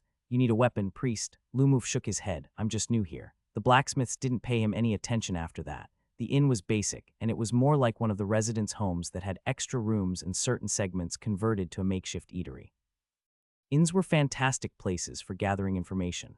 Lumuf discovered a problem immediately. I don't have money. Lumuf frowned, but he walked back to that same man who gave him his plaque. Can I sell this so that I can have some money to spend? He took out a small iron dagger. It was very fine, but not enchanted. He had a lot more things like that in his own pocket space. The man seemed to stare at the dagger in amazement. This is very good quality stuff. The steel was quite finely made. Lumuf wanted to roll his eyes. Of course it was. A level 80 blacksmith made it. Lumuf faked the most sympathetic look on his face. Indeed, it's a gift from a friend, but sadly I'm in need of money, so I do need to sell it. It was one of Lumuf's skills to help persuade and convince others to like him. The man nodded. I understand. Come with me. The man returned to one of the larger buildings in the town and came out with a small pouch of coins. Here, some official coins for you. The inn was rowdy and the beer was bad, but Lumuf could hold his drink and he listened to the townsfolk chatter. We picked up a few things quickly. This world had gone to shit in a way. There were 3 large alliances, the humans, the centaurs, and the sandpeople. Each was at war with the other 2, but none ever attempted to fully conquer the world. The demons came less frequently to this world, only once every 15 years. The heroes were summoned in groups, and each of the 3 alliances would usually have the same number of heroes. In a strange twist of fate, we had come full circle. I was the alien yeeted to a strange new world, and now I sent Lumuf to discover a strange new world. Strange, I said, and so at night we walked out to one open field, and through Lumuf I activated my avatar and created my special tree type, the Astrial Monitor. The Astrial Monitor immediately looked up, we saw. There were fewer strands of light in the sky, these little trickles that linked the world to the demons. They were all fainter, a bit further away. Lumuf looked and he sighed. Perhaps there is a secret here why there's less of them. Our goal here is to learn of the other world's magic and make friends with potential allies. We removed the tree and returned to the town. You there. A knight in magical armor approached us on our way back. Identification. Lumuf handed the plate as commanded. He wasn't planning to resist. The knight stared at the plate for a while and then returned it. The bed was bad, but it's too bad we couldn't go back freely, at least not with Stella's ability. I could teleport him back, but then we'll have to wait until Stella's ready to send him to another world. A waste of time. We should go to Capital City and see what we can learn. Lumuf suggested, and I agreed. It wasn't hard to get a wagon or a caravan to the capital. Most traders were headed there anyway. Back home, my seed grew well. The moon dirt was really unpleasant, but my magic over the last year helped to transform bits of it into something a bit more usable. My clone body was now the size of a small shrub, and it contrasted with the lifelessness of the moon. Its greenery stood out like a sore thumb. It'll get faster as time goes on. I also noticed it took longer for me to create a tree, any type of tree, in this environment. That was strange because I remembered it wasn't that long back on the demon worlds when my vines and roots snuck through the rifts. This posited a few possibilities. My tree creation abilities through subsidiary tree or giant attendant tree or other similar classes had to check whether the terrain was suitable for trees. If the answer was yes, then the tree could be created almost immediately. But if not, then it'll have to magically terraform the dirt, then only the tree was created. The second possibility was my ability actually tapped into some magical energy in the planet. If the planet, or in this case, the moon, was devoid of mana, then creating a new tree took longer. There were a few other possibilities, but I thought these 2 were most likely. The capital of this kingdom was honestly not impressive. For someone like Lumuf who's seen the best of the central continent and a few others, it's actually underwhelming. In many ways, it was comparable to just a large city. There were scars of war still seen.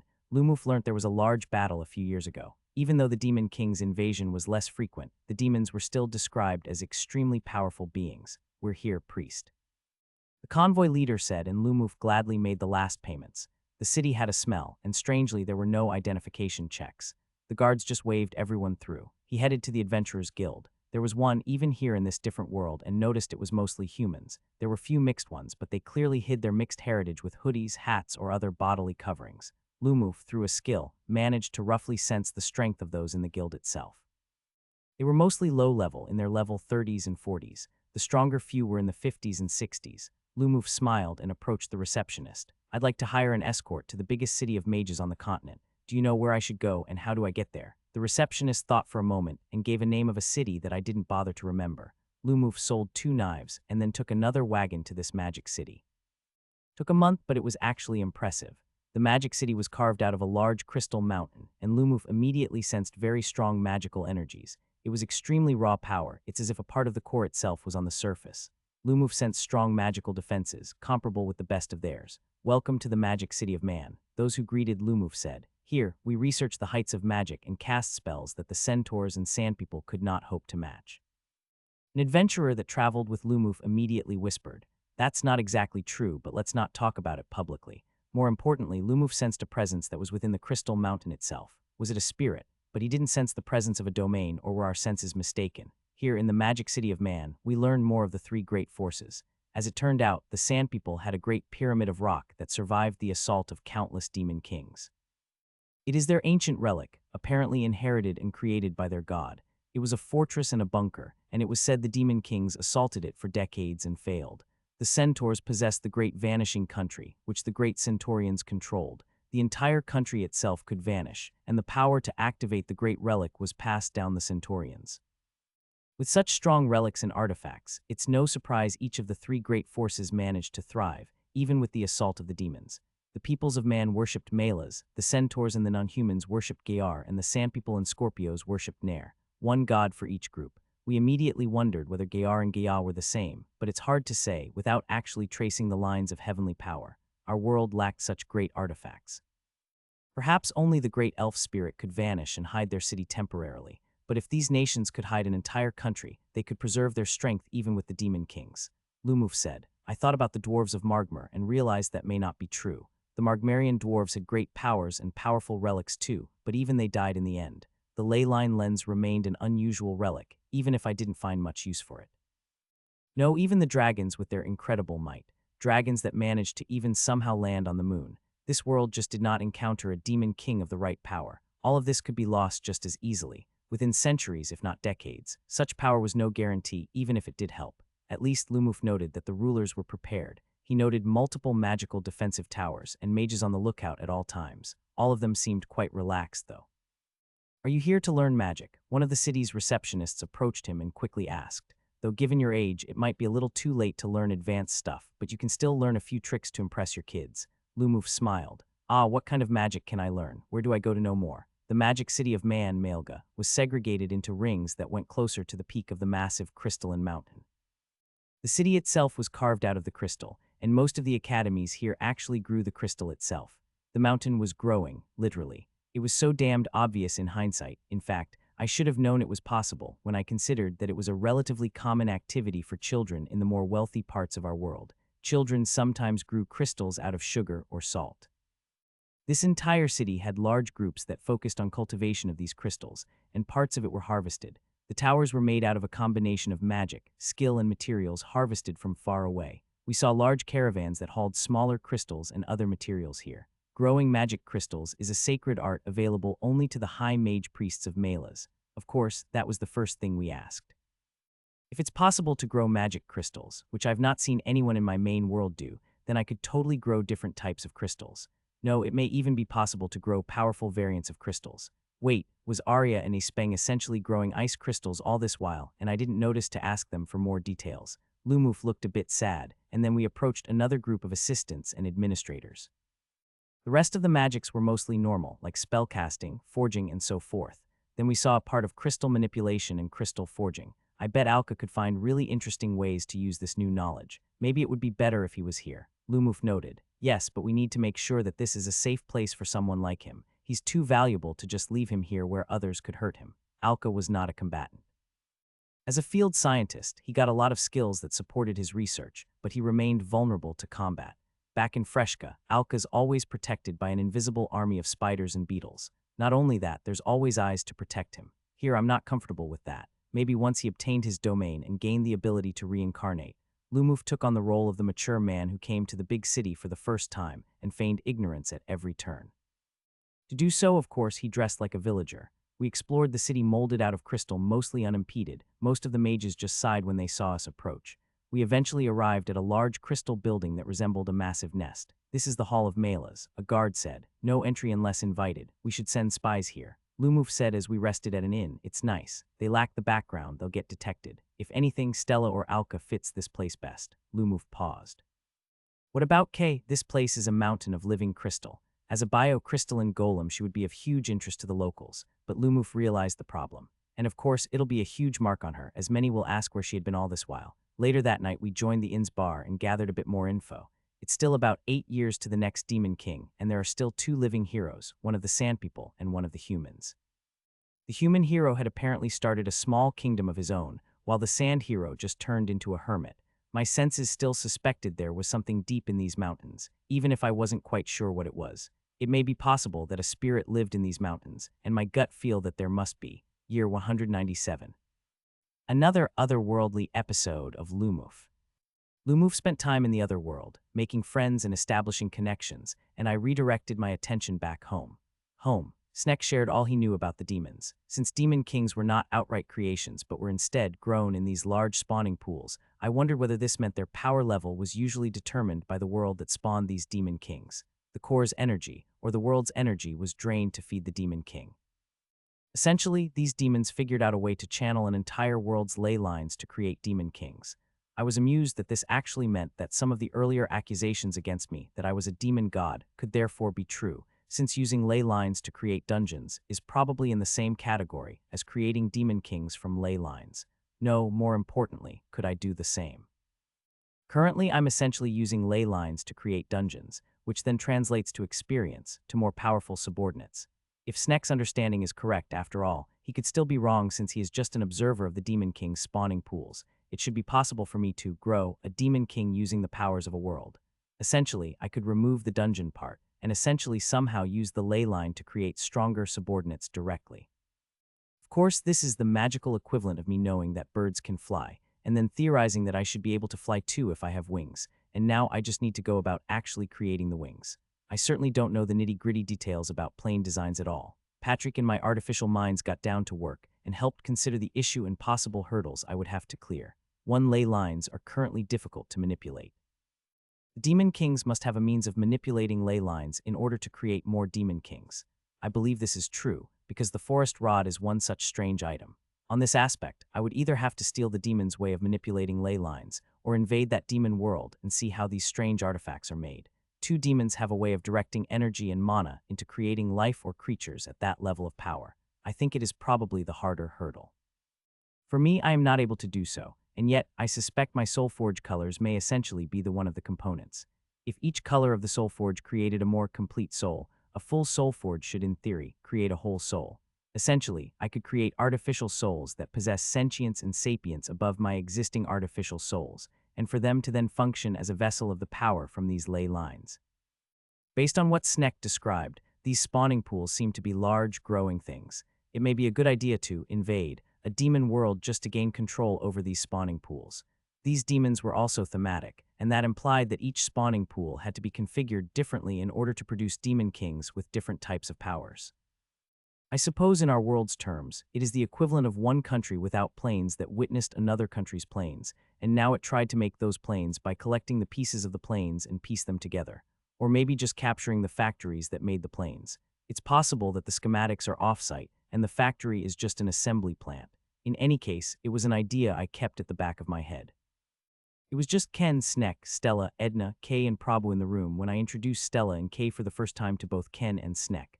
Lumuf was still in another world. Snek paused and looked at Stella. She has void energy swirling around her. Have you discovered the way of the Zeratans? The Zeratans disappeared from Snek's world. Stella smiled. I was taught by a Zeratan. Snek was amazed. That means you could send me home. Stella shook her head. Possible, but I believe we should first match our astral maps. Snek gladly shared. This snake spirit was incredibly cooperative. The mages of Snek's world did have a map, but their maps were derived from whatever knowledge they stole or spied from the demons.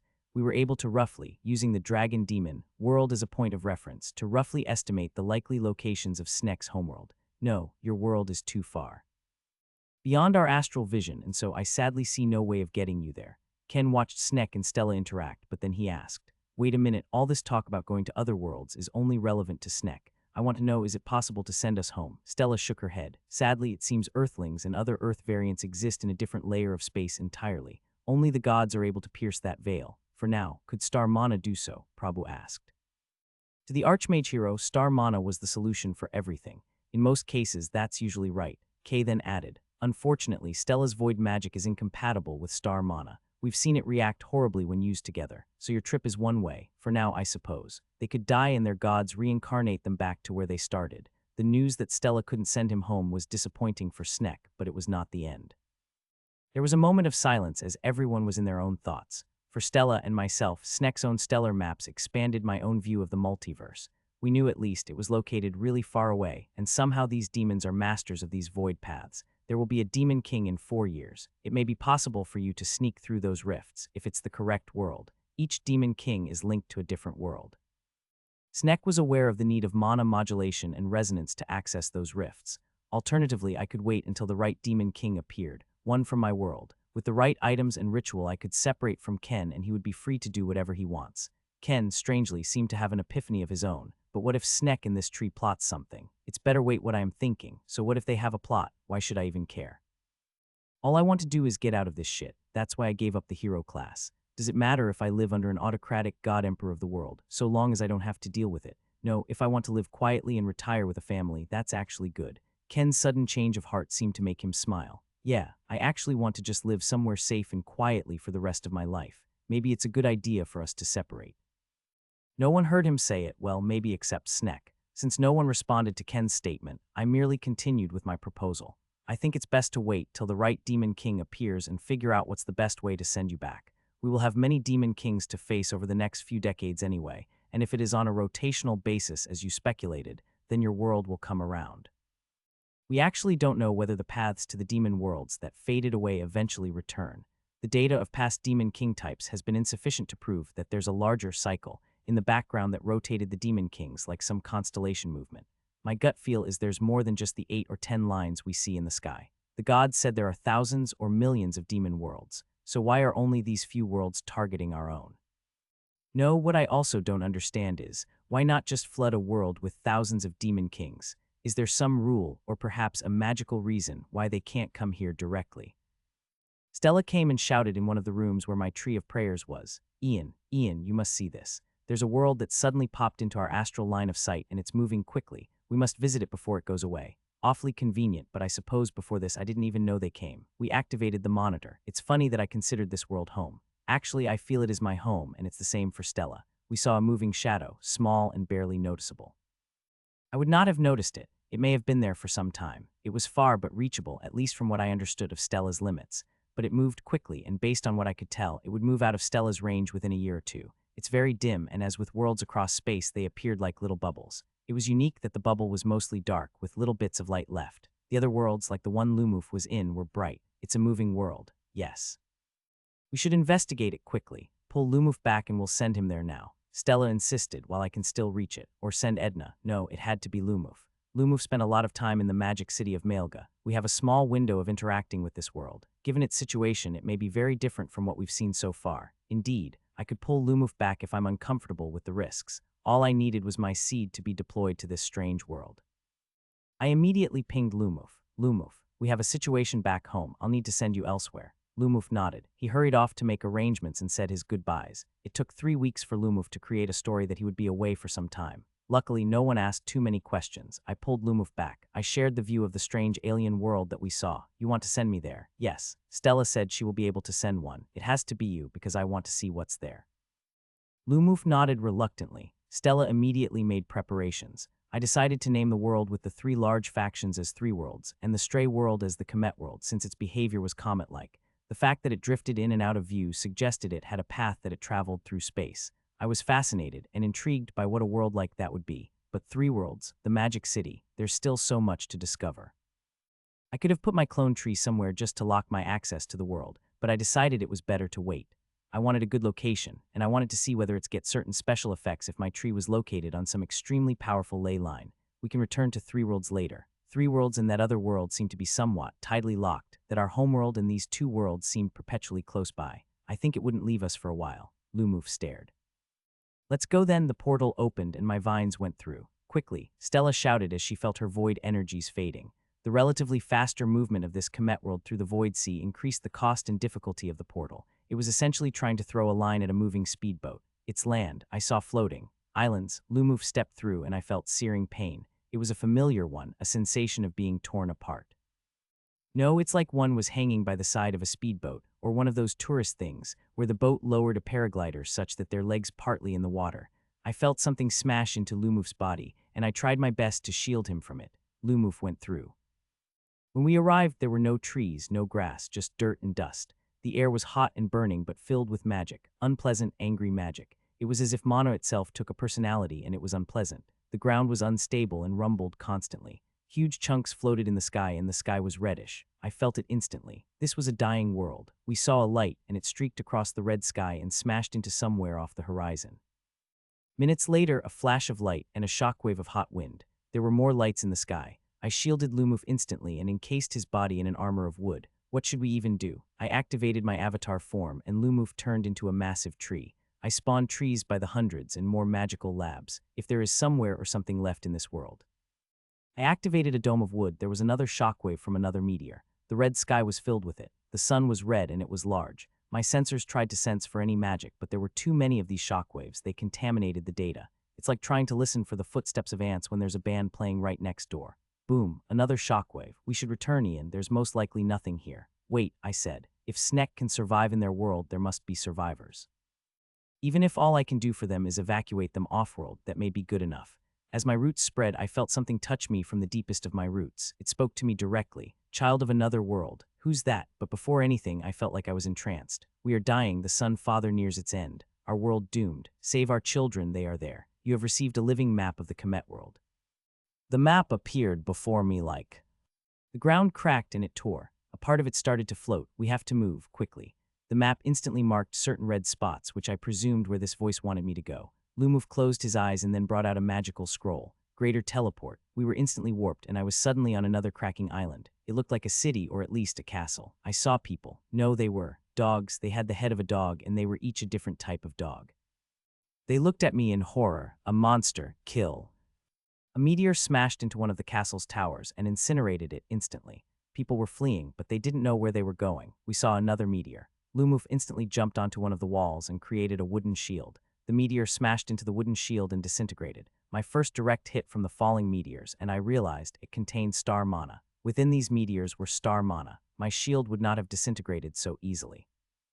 Not to something as simple as falling rocks from space. I turned and saw more dog people. They looked like mages with their stone staff and crystals. Back home. Stella was in no condition to send anyone back. She had collapsed after Lumoof went over. How do I? No, the clone seed was one of the ways I could save these people. I could exploit the tree of clones to send someone to me. Unlike the moon, which never had any trees, this world once had trees. I knew that from the brief avatar state and from when my roots touched the ground. Lumoof, place my seed in the ground. Now, Lumoof leapt off the walls and landed on the dirt. Are you sure? This world is dying. Another meteor crashed elsewhere. This was a world experiencing a meteor apocalypse. Lumoof, are you suggesting we let these people die? I mean, I usually don't care, but I suppose seeing a world dying right before my eyes was something else. This was like watching a movie where someone used a black hole in the center of a planet. I can always make more seeds, but let us not waste time. My seed was planted in the ground, and it absorbed the mana from the ground and quickly turned into a massive tree. The dog people looked in wonder. I had never used the Tree of Clones' transportation ability. I didn't expect to have to do an evacuation of an entire planet, but I suppose there's a first for everything. Our children's die. I felt the voice again through my roots. Lumoof immediately shouted, "This world is dying. We will send you somewhere safe. Come quickly. Tell everyone." The dog people talked among themselves and some walked to the tree. The first dog people to volunteer looked like a warrior of some kind. He had armor and a spear on his back. He touched my clone tree and a large tree door appeared. I sent him through and felt it drain my own mana. When he appeared on the other side, Edna had already mustered a group on standby. The dog people looked shocked and the first thing he saw was the blue skies outside. The skies, they are still blue, he said. I would talk to them later. The dog people looked apprehensive, but Lumoof was persuasive and more went through the door. More meteors were crashing, and more of the land cracked and splintered.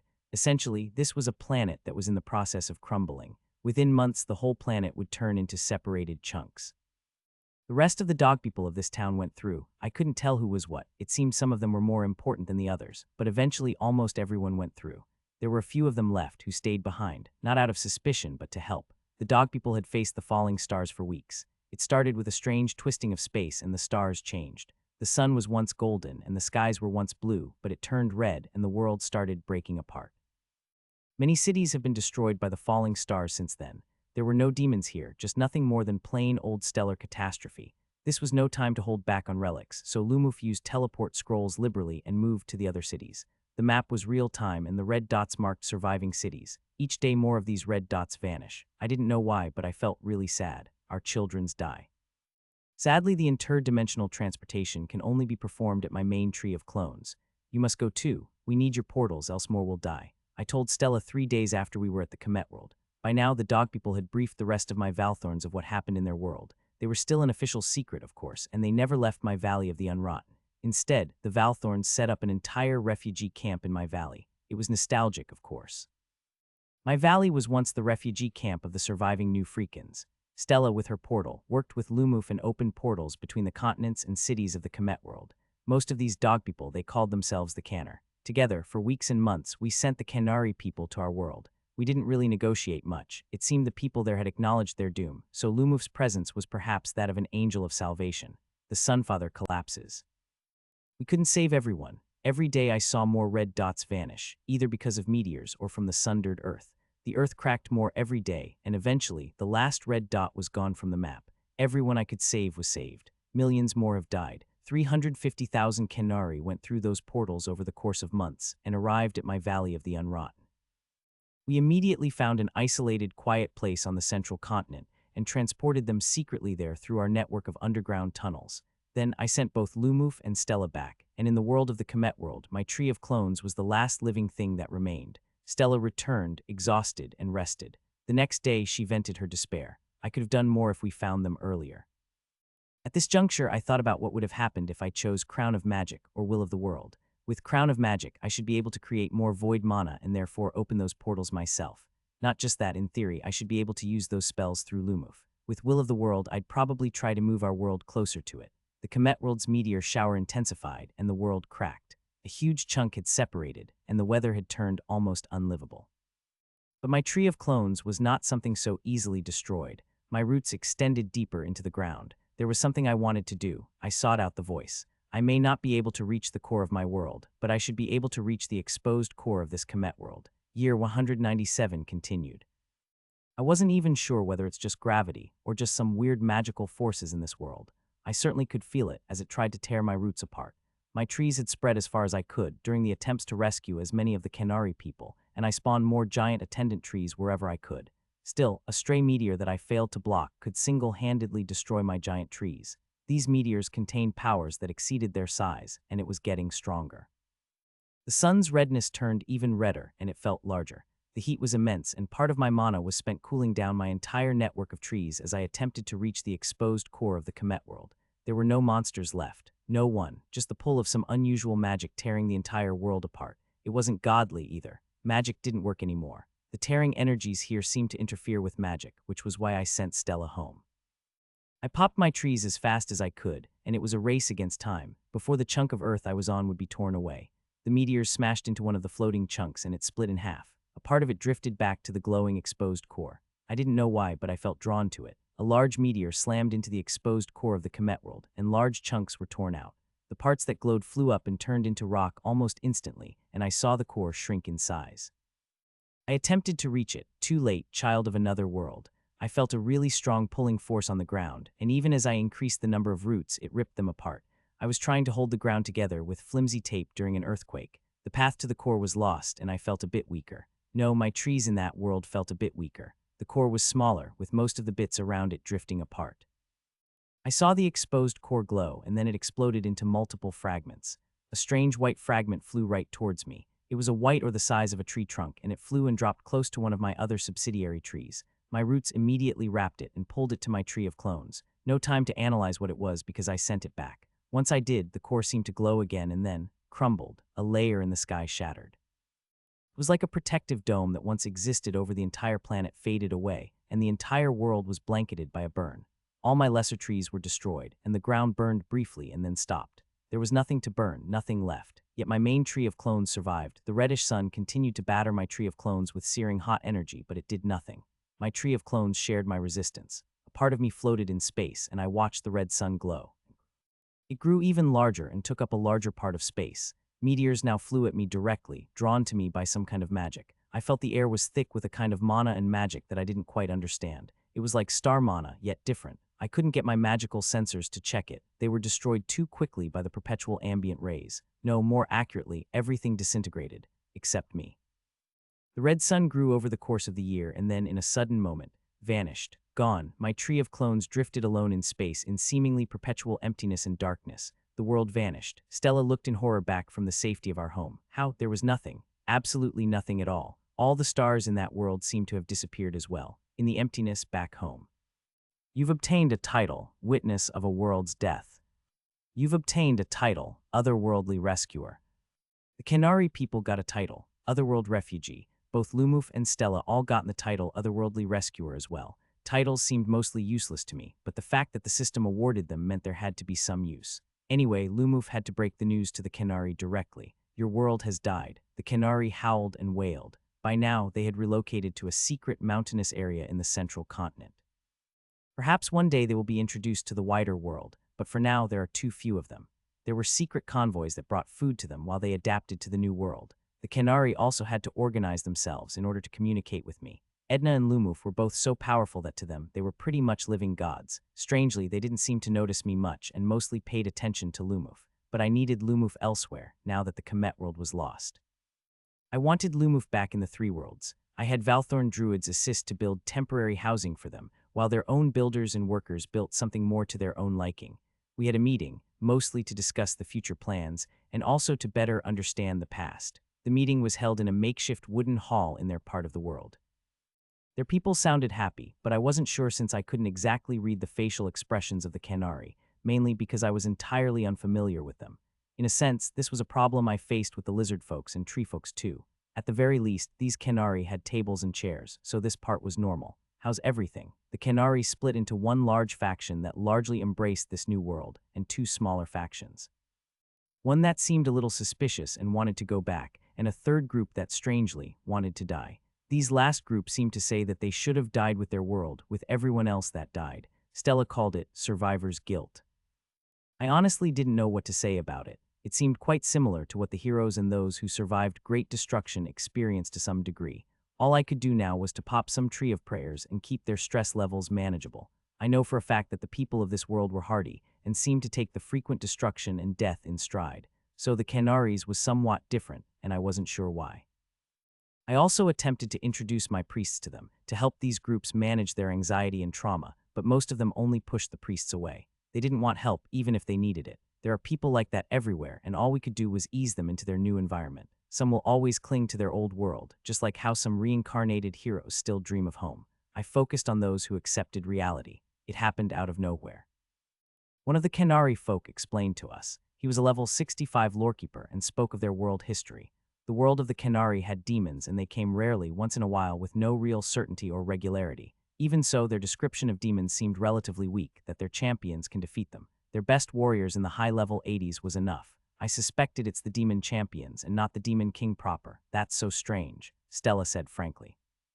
Why the demon champions but not demon kings? As the world moved so quickly across the Void Sea, was it possible that perhaps the demon kings just could not establish a stable portal? It explained that they had enough time to open a small path that champions could walk through, but not enough for the kings. Our world is usually at peace, and our wars are fought with each other and monsters. The Canary Loremaster. We don't know why our world suddenly behaved that way. We had wars and we had fights, but nothing seemed to have changed. A Canary astrologer gave a differing view, other than the stars vanishing from our skies. The gods that they worshipped were based on the sun, the land, the moon, and the darkness beyond. They didn't have a notion of otherworldly visitors other than the demons themselves, which they thought were just nothing more than creations of darkness beyond. So they didn't even know about Zaratans. As we spoke to more and more Canary, all of them had no idea. They didn't know why. All they could do was observe the eventual destruction of their world. Some posited wild theories that the world was angry, or that someone offended the sun. The sun was once a different color, and the sky too, but somehow it just died. I thought of the white ore. The white ore stood in my main tree, hidden inside my secret hideout. These days, there's no one in my main body's secret hideout. All of them live outside. Laufen lived with her grandson, Lauda in Freshka. Lausanne usually teached at the Valthorn Academy when she's not chilling with her friends. I took a good look at it, shard of a destroyed world. Well, here goes nothing. My vines inserted it into a pod and I had a vision and I heard its voice again.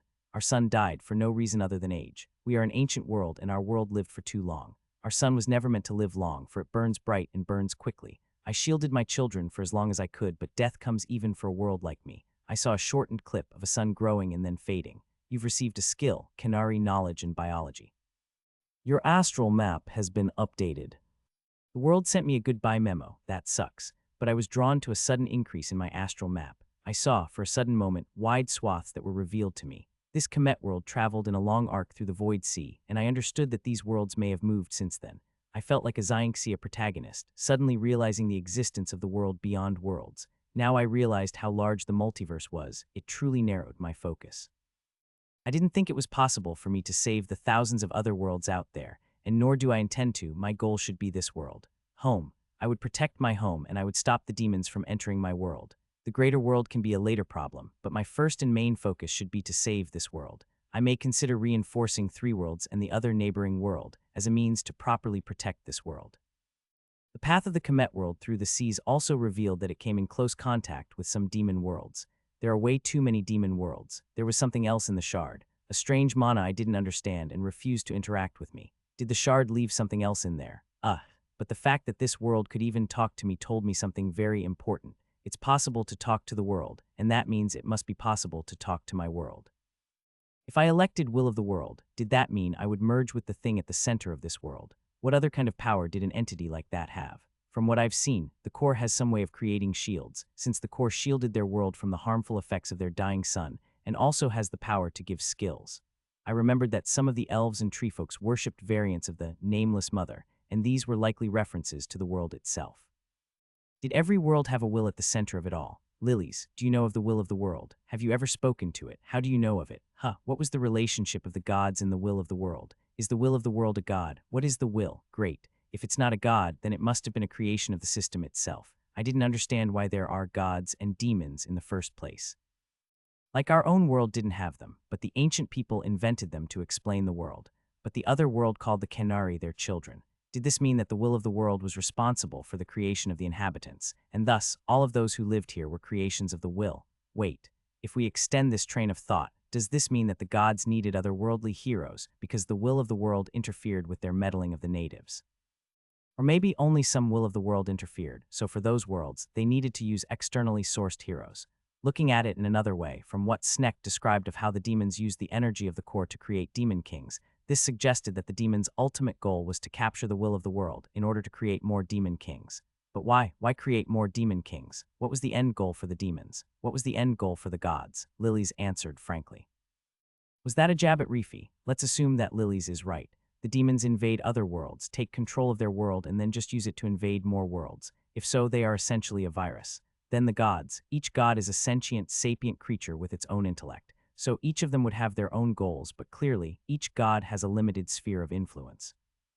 If they are higher-leveled versions of me, their ability to touch multiple worlds are clearly constrained, but simple practical issues like distance, unless the system allows certain overrides. Stella was also thinking about it, and she posited a fascinating possibility.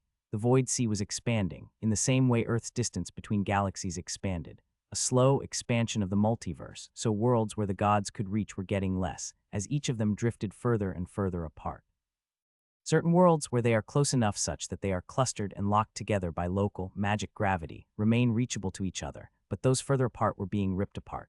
The expansion of the universe was an issue over millions, billions of years on Earth, but perhaps here there is a magical equivalent at play. If so, this implied that each world would eventually be unreachable to the others. Even demons will eventually disappear. Year 198.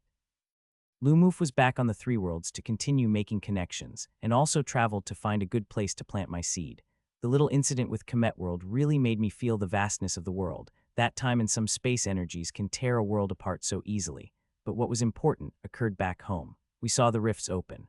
One of the pathways had lit up, and that meant the demons had arrived. I was sure I didn't see any of it on the central continent, so that was a good thing. It's in the south, Stella said as she observed the skies from the highest peaks. My tree on the moon was growing well and was growing faster. At Stella's advice, I agreed to encase my tree in a sphere of roots. Essentially, I created the first wooden biome on the moon. I didn't get any accomplishment for that. Still, it wasn't ready for habitation yet. I thought of converting the moon into a safe space for the Kenari folk. They still struggled to adapt to their new life, though most of those struggles were mental and structural, rather than physical. They had to rebuild their institutions from scratch and come to terms to live in entirely foreign lands. It's not easy to forget one's entire life in another world, and even worse when they remembered that they can never ever go back. It's a horrible feeling. I would deal with them later. For now, I focused on looking for the demons. Snek and Prabhu met up frequently, and Prabhu could feel the demons. Snek too. Snek was sensitive to the starways as a creature that managed to travel into the space between worlds, and he came from a world infested by demons, so it knew what it was like. As it always has, Prabhu sighed, and it will come for me. Chung's already making preparations for the demons. Colette had returned to the central continent to be with Prabhu, and she slapped Ken the moment she saw him.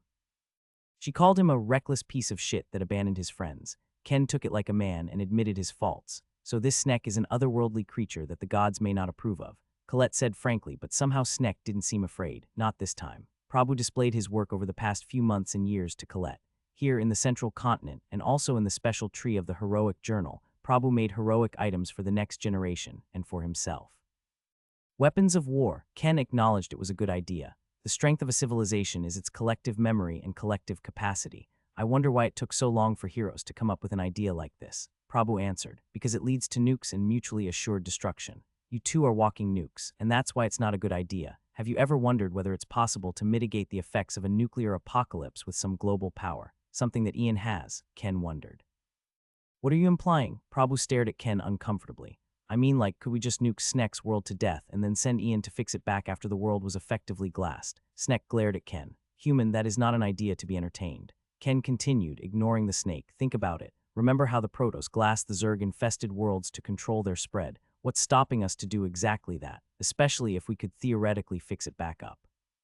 You're killing a bunch of innocents too, Prabhu said. I'm amazed that such an idea even came from you. Here you are accusing this continent of being the literal empire, and now you come up with this shit. What did you think this is? The Death Star, Snek agreed. Don't burn the bridge if you think of crossing it later. It's just a thought experiment. In the long run, there really is no loss, especially if we could find ways to evacuate the innocents and then bomb them to hell. It's the only way to be sure. It's not. There are millions of demon worlds out there. You can't bomb all of them. If not, is there a way to just, I don't know, break all these interworld traveling altogether? Interrupt how the demons travel here. Ken said, and of course he had a similar idea as us. Stella's goal was to interrupt the paths. Snek paused. You're suggesting to destroy the void space rather than to close the paths. Yeah, it was the Xianxia equivalent of severing the pathways to immortality. Destroying the world tree that linked the 9 worlds, that's absolutely a nuclear option. Prabhu said, but it will end the problem. I don't think it does. Prabhu said as he looked at Snek. It just stops the many worlds from getting help, either from the gods or from each other. That was something worth thinking about. We finally received reports of the demonic sighting, and it's not good. It was honestly the hardest kind of opponent for my Valthorns. The entire village was infested with corrupted men and women. These demons are all parasites, and they converted the humans into these demon knights. What? Edna said, corrupted. Yeah, some of them seemed still human, but they had demonic parts on them. They would still behave humanly, but would then attack. Many of my Valthorns are powerful, and they have slain many demons. But corrupted men and people were a lot harder. How did they know who was still human? Not just that, it's possible they faked it. We did not engage. Can they talk? Yes, that's what makes them so unnerving. We were not sure whether they were humans or elves or demons anymore. Our spies were really disturbed by it. Around the same time, the churches of Gaya and Hawa both announced an immediate lockdown of the southern continent. They declared that they will handle the demonic infestation on their own. Fuck, that wasn't helping. If anything, we needed everyone on the field to figure out how to deal with these corrupted humans. Can you capture some of these infested demons? Knock them out, send them to our nearest allied state. We'll try, Commander Edna. The men are quite disturbed by this. Some of them don't have any visible demonic infestation marks. Shit. Edna nodded. This was really the worst kind of demon. We could use some psychic abilities to suppress the demons, or perhaps, in the old priestly way, exorcise the demons from these infested folks. But Lumuf was still in the 3 worlds. I had to make do with the rest. I called the rest of my patriarchs and matriarches for counsel. Yes, we have some exorcist skills, mainly to remove foul spirits and curses. We could try them out. Matriarch Arsilla advised. We will await the test subjects. Our forces in the southern were quite strange, level 60s or so, but even then they were surprised by how suddenly these demons attacked. Perfectly normal-looking towns could hide a demonic infestation, and they would spawn randomly. In actual combat, my Valthorns could easily defeat the demons. The problem was the morale took a real hit. It was really something emotional to see a demon pop out of a perfectly regular-looking commoner, and a lot of the spies were emotionally affected by it. It made them paranoid. Every single living being could be a demon. A cow could have a demon hiding in it, a playful cat, a friendly innkeeper. My former heroes were all stunned by it. How? It's safe to say that any place where the demons appeared are likely to have been completed corrupted, even if they appear outwardly normal. Our lords reported, and the council was somber. It was a difficult thing. At least, if they died, it was a clean, clear death. This group of demons took the alien route. They manipulated the hosts. Is there a puppet master? Kay asked. Most possession stories have a puppet master at the back, someone that holds the strings. Can we use our magic to find it? We were still struggling to get samples. Also, what if it's like a virus? T corrupts people by touching the demonic flesh, Kay added. At that moment, I wondered whether my guys could be corrupted too. The senior Valthorns frowned as she heard the briefing. Rune, Edna, and Johan all shared an uncomfortable look. They would face hard choices in the future. How do we know who is safe? Matriarch Hoya, one of the Dakarchas, asked. We need a group to smuggle ourselves there and see for ourselves. This corruption is not suited for spies. We should go and see. I assume that you are volunteering, a lord said, and Matriarch Hoya nodded, albeit a little reluctantly. I mentally pinged Edna. Domain holders have some resistance to corruption. I think you should go and see for yourselves. Edna then nodded. I will go with you. Matriarch Hoya looked relieved at Edna's offer. If Edna couldn't protect her, very few could. The meeting ended soon after, and the two met up for a chat along the hallways of the Valtrian Keep. It's nothing, Edna said. It is a matter of national interest, and as one of the domain holders, I should see it for myself. Ian said us domain holders have increased resistance to corruption. I see. Hoya frowned. I hope it is corruption or possession we can remove, and not body consumption and assumption. You mean body snatchers? Yes, because that's the most horrible outcome. We have individuals that look like us but cannot be saved. It's a real hit to morale. Kay and Stella were in the hallway too. If it's body snatchers, then we are truly fucked. Hoya shook her head. Not quite. Us as Ionic priests have access to Ian's familiars, and we have access to a lesser version of Ian's spirit vision. One of my theories is if these are body snatchers, there should be no souls left, and we should be able to pick out who the demons are. Oh, Stella nodded. Infrared goggles, essentially. Kay tapped Stella lightly. They won't get that. Edna and Hoya both nodded a little. Greetings, Lady Stella and Lady Kay. My concern is if the demons are in the process of consuming the souls, and we need to decide who can be saved and who can't under battle conditions. Hoya continued her conversation, and both the former Earthlings squirmed uncomfortably. I'd imagine being eaten inside out may not be the most pleasant sensation, and for us, we'd have to wield the scythe of judgment on people who look very much like us. Edna nodded. It's a task meant for the most heartless of us. I thought back to Ken's earlier idea of glassing the entire world. Would I have to order the glassing of entire villages with this? I'd rather hope we not get there, so I'd first like to gather some samples and observe these demons in action. Hoya said, I would prefer if Alka goes with us. His remote labs would be very useful. Edna smiled and shrugged. Alka's staying put, but we'll have an army of mages and his other assistants with us.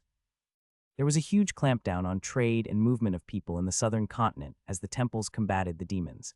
They began huge inquisitions, where entire villages were captured and interrogated. The temples took different approaches, and what happened reminded Stella of our own world's history with witch hunts. Entire villages were torched. In cases where the temples employed judgment, it led to a whole lot of false accusations, especially in larger cities. Those who were strange, had different hobbies, or were of an entirely different species were outed and accused as demons.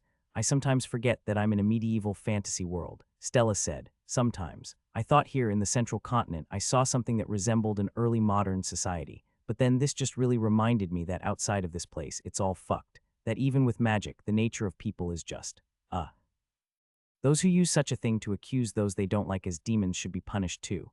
It was hard to tell who was a demon and who was not, partly because, well, the demon possessors bled like normal, at least at a first glance. So Edna, Hoya, and a delegation of my Valthorns snuck into the southern continent. It was easy to do so with Stella's portal ability, and I also used Stella's portal ability to temporarily extend my trees to the south. A repeat of what I did in the northern islands.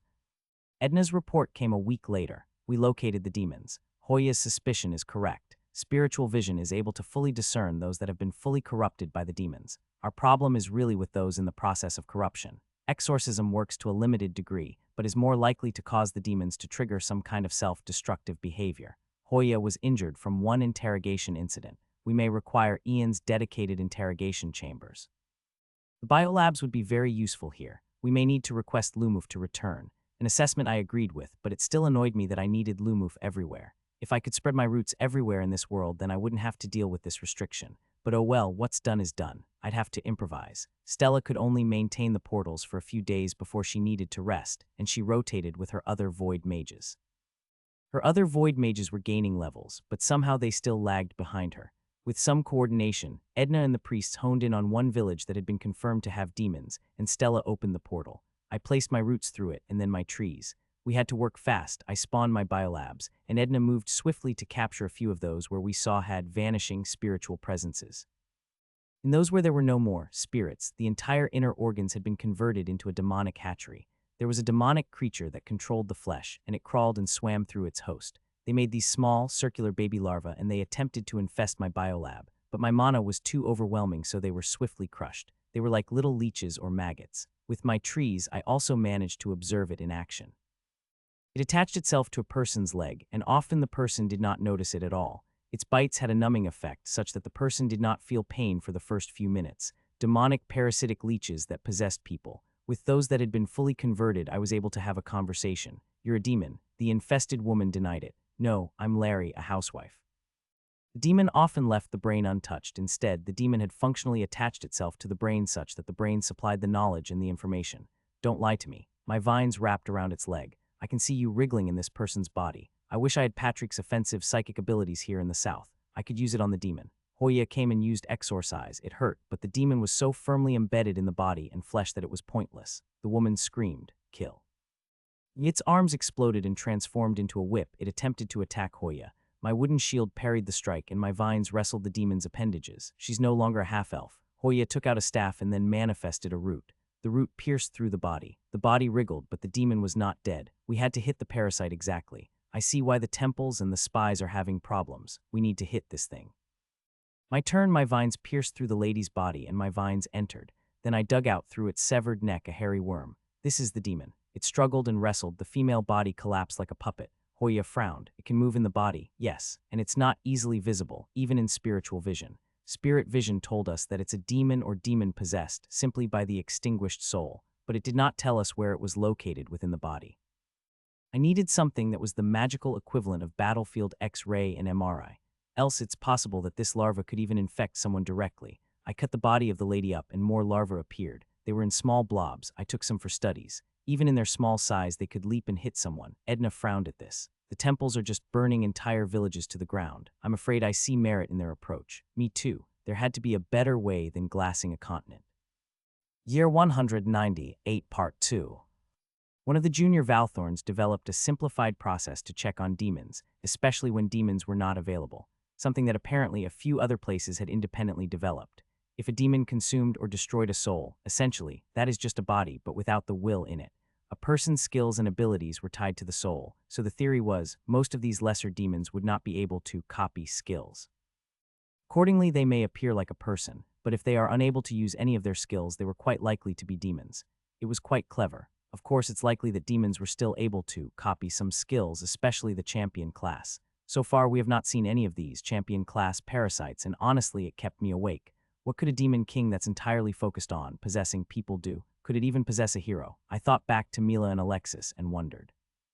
Was their demon king a corruption king too, or at least a variant of it? Why else was Alexis consumed by the flames of the demon? That batch even had those talking demon knights. That was at least 100 plus years ago. Have we finally looped the cycle? I would have to approach them and ask them for more info. I recall Alexis didn't have much knowledge of the demons that possessed them. Also, these demons were able to read memories of the bodies they captured. From this alone, I immediately considered Stella and Kay as very high risk. If they were captured by the demons, that would be a really, really bad outcome, especially if the demons are then able to share their memories back to where they came from. I also wanted to know how these demons spread. They seemed to jump from person to person, and we noticed that they invaded drains, gutters, toilets, and other naturally dirty environments. We also found them in the waters, where they were, strangely, eaten by fish with little consequence. They were able, with surprising adaptability, to infest traveling merchants and somehow remain dormant or at least non-hostile within them until they reached a new area. All these observations suggested each of these parasites had intelligence, one corroborated by how they responded to my abilities. How do we fight them effectively while minimizing deaths? Ken, Prabhu, and Colette met up in Freshka, and by now my Valthorns have shared a dossier of the demonic body snatchers with them, and a rough summary of what we've discovered so far. I wanted the heroes to live at least if they could gain enough levels. Both Prabhu and Colette have accepted my familiars as part of the deal to allow them to live here, and it was advantageous for me to keep them at a high level. How does the trope normally go? Body snatchers, Ken said. There should be a kind of magic that should be specifically effective on them. Prabhu shrugged. And what would that be? I don't know, we'd have to run some experiments. The common ones are usually electrical shocks or some strange foods. Maybe we could get some anti-parasitic drugs, or maybe just some strange rare chemicals. Ken said as he tried to approach it from a trope angle. My Valthorns were already capturing these demonic larva specimens to conduct my own tests. We wanted a widespread way to hit these demons, and we wanted to know their weaknesses. They had weaknesses for sure. There was one very immediate sample that worked really well. Using Stella's gateway, we sent 3 possessed individuals to Freshka, and Patrick blasted the possessed individual with his psychic power. It worked really well since the person literally convulsed, and the demon actually crawled out of the possessed individual's mouth in an attempt to avoid the psychic blast. It was pretty much nightmare material as everyone squirmed. Well, almost. Only the knights or those who usually had the still heart or calm mind or horror resistance or other similar passive abilities didn't react to it. Luckily, as long as the person's not dead, they do not spawn additional larvae. In order to make a person into a living hatchery, they'd have to fully convert the person, so in such cases, it's straightforward. Kill anyone who doesn't have a soul. Since they are just demons that had the appearance of people, Sneck suggested that it should be possible for certain classes to fight off such parasites, usually through boosting their own spiritual power. Their world, at least, prior to the conversion to the demon lands, were filled with naturally occurring parasites and body snatchers. But this was like multi-generational adaptation to parasites, not something that's possible for the people of this world to acquire on a widespread scale. Wait. Unless I massively distribute skill seeds with these skills, but I would need these skills in the first place. No, I'd need to know which skills work best against these demonic body snatchers. Stella was extremely fascinated. This is essentially planning to develop some kind of anti-demonic possession vaccine, and now you're in the concept phase of testing which skills work best. I had a lot of skill seeds, and with them, I could make class trees and skill trees. These were old abilities that I still used on a smaller scale, but if this worked, it would essentially create safe villages. How are you proposing to test the effectiveness of the skills against the demonic possessions? No one here is going to volunteer themselves, and where do you get the demons? You'd have to have a hatchery. On a high level, the idea was really rather repulsive. It meant I'd capture one of these demon-possessed persons and keep it alive as a hatchery for demonic larvae, and then test out the demonic larvae on different individuals of different skills, and monitor them. Not just that, it's essentially a test that I can only perform in Freshka, since Patrick's psychic mind blast could effectively sterilize anyone infected with the demons. Stella, of course, wondered, could we replicate this psychic attack on a smaller scale? The heroes, on the other hand, went in a different direction. A good solution too, but not one I could apply on a large scale. It worked well only for them since they had the star mana. Chung, the archer in the south, asked for help. In fact, the idea even came from him since he was on the ground. We know demons don't like star mana, and star mana is effective against them. Can we inject the villagers with star mana as a wave essentially? Is there a spell like that? If there is, can you make that spell into a hero item and give it to me? I really hate having to kill all these guys that look like humans. I didn't fucking sign up for this shit. Prabhu and Colette, the 2 archmages, went to work. They end up with a kind of star mana electromagnetic wave, essentially star mana X-ray guns. It tingled for us, but it killed the larvae and demons effectively, and got to work to make large quantities of them. They also planned on creating large versions of the weapon, something large enough to cover entire cities, so that they could clean the entire city and areas in a single blast. It was possible, but they needed time. Time that meant more cities were getting infested with demon-possessed folks. The temples of the South Continent, however, publicly rejected all offers of assistance and claimed they had it all under control. They didn't. Instead, they torched entire villages once they realized it wasn't helping very much. The larva was able to remain dormant within a body, so just because one passed a skill check didn't mean it did not carry the larva. Entire cities became infested with demon-possessed individuals, even with the skill checks and spell checks. Chung had to essentially sleep alone out in the wilds, surrounded by multiple force fields because he got so paranoid with people and animals. Anyone could be possessed by demons. Anyone. Then the kingdoms started going to war with each other and the temples. Trade and travel essentially slowed down to a halt, and cities that relied on food from trade had no choice but to go to war. Look, the cure is worse than the disease. Glassing entire cities, and it's not even effective since the larva could still be in the waters. How is the cure worse? They become demons. They should die. We don't know who can still be saved. We're not taking that risk. Paranoia, suspicion, and madness turned nations to chaos. Kings, mages, and healers tried their best, but when anyone could be possessed, it was not easy to even compel anyone to work. Some cities enforced massive lockdowns, banning visitors outright. It took 3 months before the heroes all moved to the south, and Prabhu and Colette had finally completed the first version of their new star mana emitters. The emitters could even kill dormant larvae. They were greeted by feral monsters, as the emission of star mana on a wide scale merely triggered the possessed to run wild. At least now, they resembled demons. The heroes killed the demons. The only problem was, emitting star mana on a large scale drained huge quantities of star mana, and the heroes could not be everywhere at once. There were too many infested cities, too many infested towns. Even if they methodically cleaned cities after cities, the demons could still return. They needed something to hold the fort while they pushed their emitters outwards, skills that helped resisting demonic parasites and body snatchers. Edna made an observation while in the south, covertly. We were unannounced, but the temples knew we were there, but they were too busy fighting their own fires to give Edna's delegation trouble. The demonic suppression aura weakens the larva and slows the rate at which they take over individuals. We could plant my giant trees everywhere since those suppress the demons. I wasn't particularly fixated with using my clone seeds on other worlds. Edna shot down the idea. No.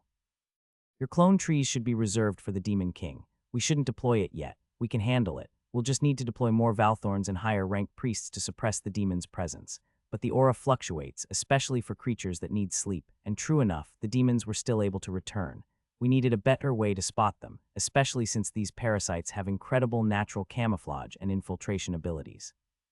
An entire village attacked Edna's delegation when she approached. The team had to kill them all, and they all needed a pep talk. Then we saw a man who seemed to be surrounded by thick demonic energy, a champion. He looked every bit human, well, other than the armor of demonic flesh that gave him wings. To think that the natives still resist. Hoya saw and was bewildered. He still has a soul inside. It didn't consume it. Consume? Why consume when we can enslave? Is that not our role? The demonic champion fired a beam of fire, and Edna immediately stepped in to create a shield. Fire didn't work. Let's see. This human can do this. The demon charged ahead and swung its sword. Double cut, the sword blurred into two and slammed into Edna's shield. Yet at that moment when they were close, the demonic flesh detached from the human and latched onto Edna. It attempted to infiltrate Edna's body, and then, just as suddenly, Edna's body made a glow of light. The demonic champion was incinerated by the power of her domain and turned to cinders. Edna frowned as she later reported back. This is not good. Demon champions can use possessed skills. Luckily, it went for me instead of the others. Everyone was horrified as they tried to imagine the champion possessing them. This meant the checks done could still miss the demon champions, since the demon champions were able to go beyond physical control and even turn the possessed person to a puppet and use its skills in conjunction with its own demonic abilities. Could a demon king, therefore, possess a hero?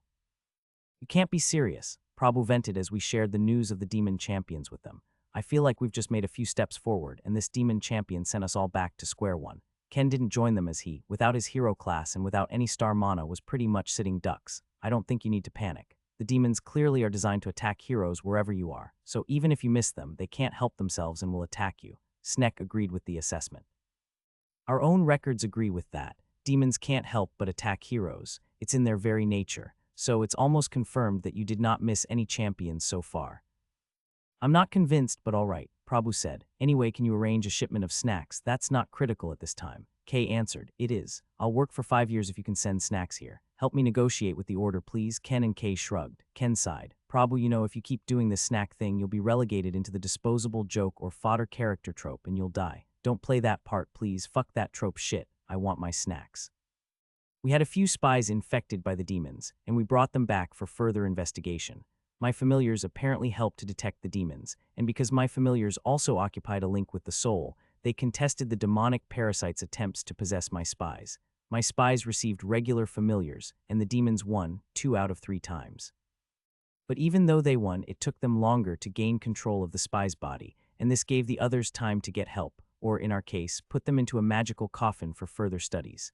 It had to be done, and we captured more and more of these demonic larvae. With sufficient samples, we sent them to Freshka for further studies in my biolab. I also created a small section in the rotted lens, secretly, to attempt to breed these larvae in non-human bodies, such as hybrid demon monsters. It created a few rather strong monster demons, but nothing we couldn't handle. We needed a solution, as our news in the south indicated the infestation spread really, really quickly. The heroes literally could not sterilize cities faster than the demons can infest one. Worse still, some of the Templars and warriors of the Gaya and Hawa temples were infested, and against the backdrop of a full rebellion by the kingdoms, it was getting really out of hand. Lumuf continued his time in Three Worlds' Magic Crystal City. He played the role of the charming, affable, and clumsy old man wonderfully, and some of the local mages were quite smitten with him. He spent quite a lot of time gathering information about the world generally, but the knowledge of magical crystal growth remained elusive. Those who held the secrets gave it in bits and pieces, and never the whole picture. Perhaps that was how it was structured over the years, that all these little pieces were separated in order to prevent total theft. Sir Lumuf, this way, a mage, was more than happy to introduce some interesting types of magic to Lumuf. To the locals, Lumuf seemed to be a wealthy but foolish old man, and they were happy to make money off him. It was small money for us. After all, his expedition is pretty much funded by the entire central continent, which was, on an overall level, more developed than this world, even if this single city was pretty unique on its own. They demonstrated some magical formations and ice spells, all tethered to crystals. They had slightly different magical formations, and they were really good at using some of the natural properties of these magic crystals. What do you think, Sir Lumuf? It's nice. I've never seen it. How much would it cost? This formation would cost 344 gold coins, or we would be happy to trade for an artifact of sufficient quality. Lumuf nodded. I see. He retrieved another magical sword from the inventory, made by a level 50+ magical smith. I was told this was worth about 450 gold, if you can throw in another few more manuals. The mage stared with greed and nodded. Certainly. Alka and a group of high-ranked mages assisted Alka would receive all these scrolls and they would study them. They were aware of our expeditions to another world, even if they didn't know of the full details. Anyway, once they studied the scrolls, they would proceed to replicate the spells and formations back home, and this added to our body of knowledge on magic and formations generally. It was a very laborious process, but it worked.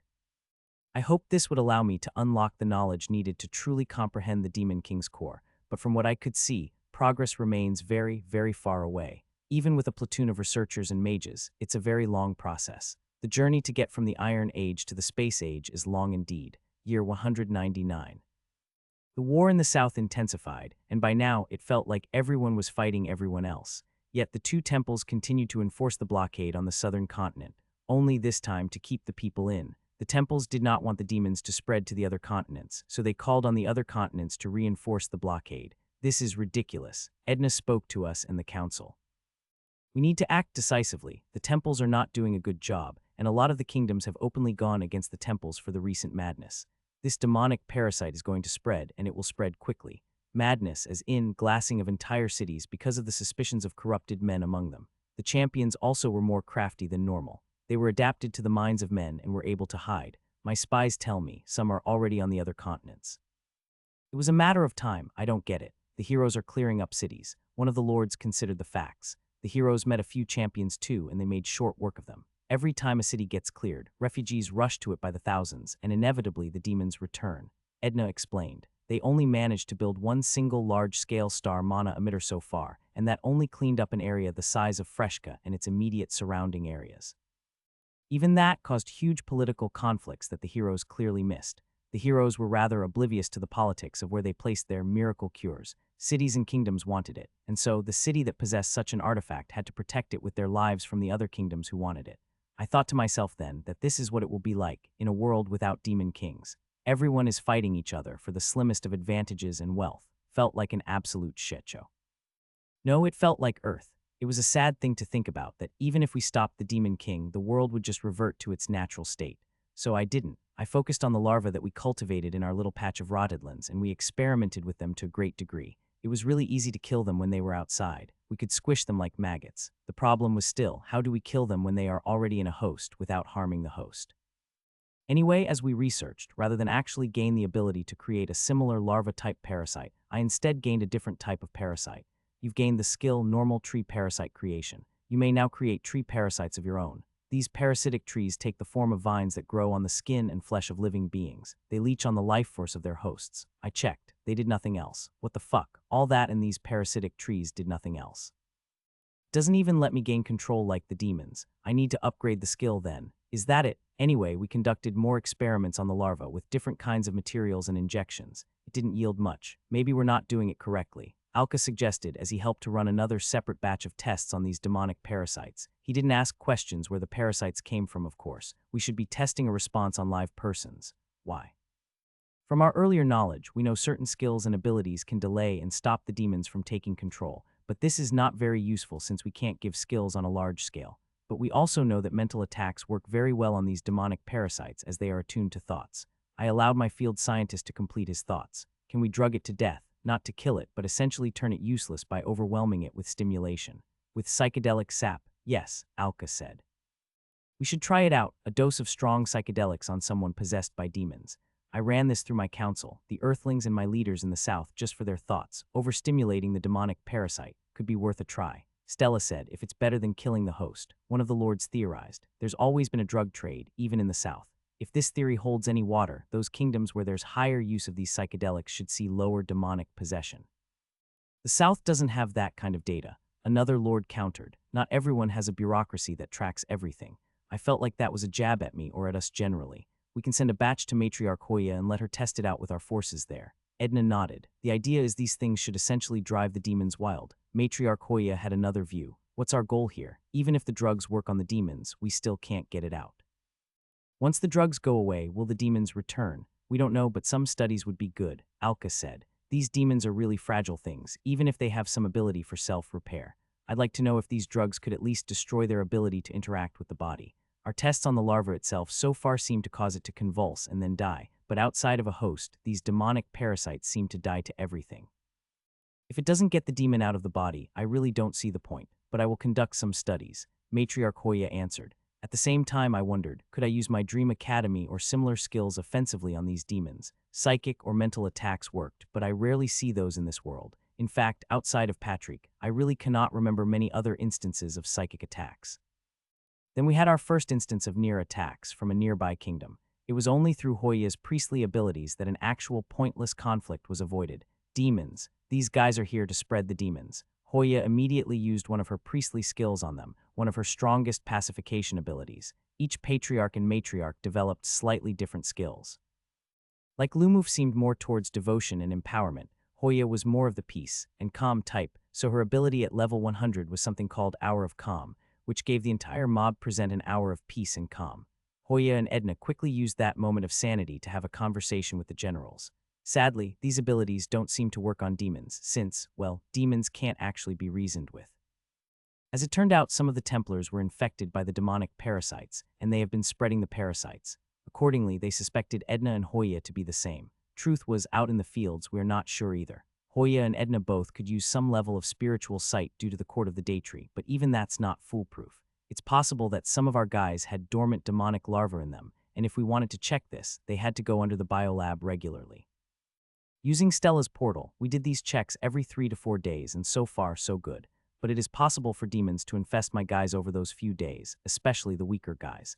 I only had faith in Edna due to her domain. But even then, what if a demon king tried to possess her? My only saving grace is that, if anything happened, I could revive her with my tree of life. Not so for the rest of them, who are lost if they can't reach the domain stage and join my pantheon. The kings are paranoid, and rightly so. Everyone was a suspect, and the demons are quite adept at stealth since they like tunnels and hidden parts. These larvae were pretty much parasitic pests, and they were very good at crawling through hidden places. Across the continent, mages created various barrier spells, and these were pretty successful at keeping out the demonic larva itself, but not if these demons were already inside someone. We needed something to force the demon larva out, and so we experimented on more types of drugs. Some of them worked really well, like my dose of psychedelic drugs seemed to trigger the demons, but their side effects were rather terrible on their hosts. We wanted something milder that still caused the demons to show themselves. Then we stumbled on one little part of the solution. Well, we stumbled on it over a cup of thick coffee.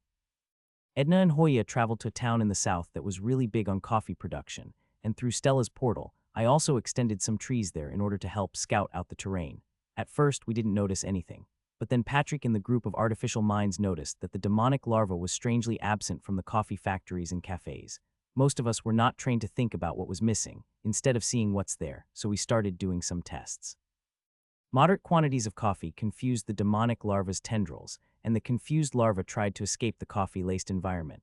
It would then be ejected from the body, usually through poop. The host had to consume moderate quantities since a small amount was insufficient, and the larva could still endure the mild level of coffee, so this was not picked up in our earlier observations. In fact, we didn't test coffee as a possible solution initially. So we need to mass-produce coffee shots and make everyone take them. But kids can't take it. Small victories are better than none.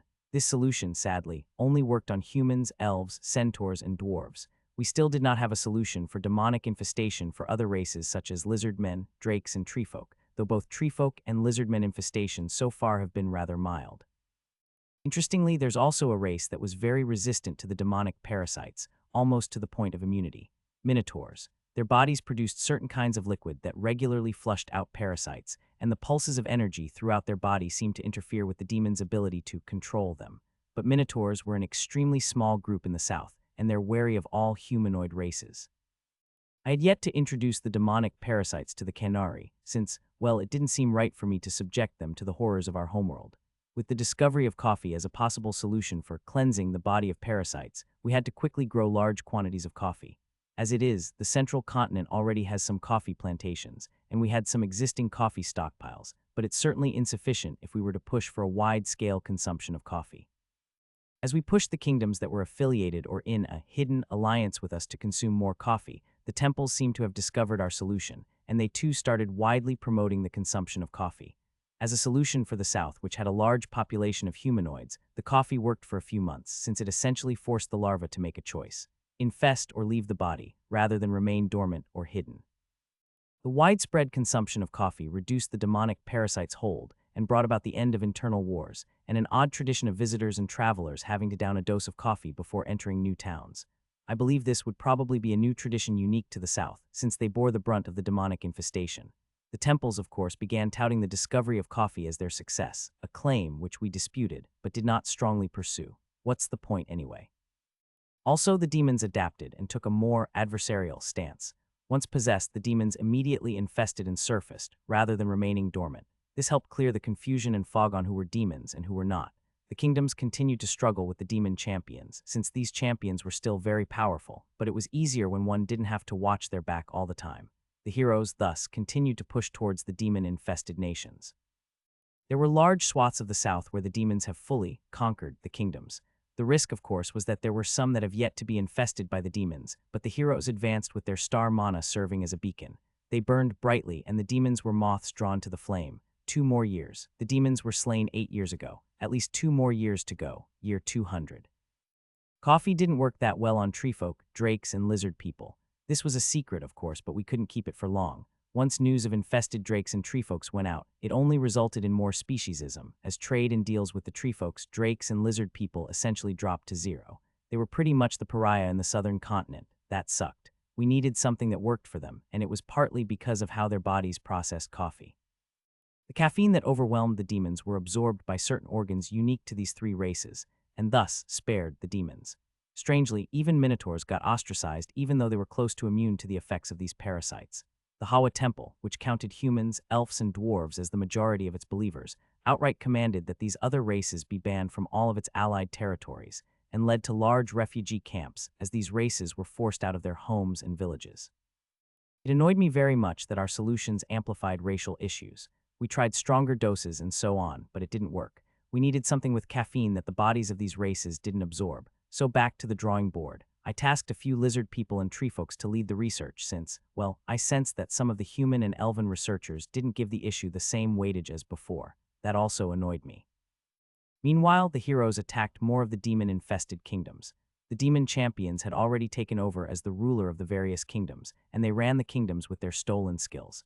It was annoying to fight them, because the demons were already strong with their own abilities, which augmented the basic strength of their hosts, and on top of that, they were blessed by the stolen, king-class skills, or general or strategist skills. Some of these king skills gave these demons usable skills. They could steal skill, they could even stack the skills and make the regular demons stronger than usual. It didn't occur to me to think about how to exploit the demon's natural abilities, until Alka, who was still busy with Lumuf's purchased otherworldly research, offhandedly suggested, "Capture one of these demon champions. We may learn how to use its power against the demon king." That made so much sense to me. I felt like an idiot. I always was, of course. That's why I rely on those smarter than me. I immediately pinged Stella and Edna. Stella to open one more portal, and Edna to tell me where the nearest demon nation was. I would like to find one of these demon champions, if not more. We don't know. It's not as if the demons say they are demons. They just somehow know that they are demons. That was also a good question. How do these demon parasites identify each other as demons? If there is a mechanism, can we copy it and alter it such that the demons identify us as demons? With such an ability, we could essentially smuggle ourselves into the demon worlds and explore it without fear.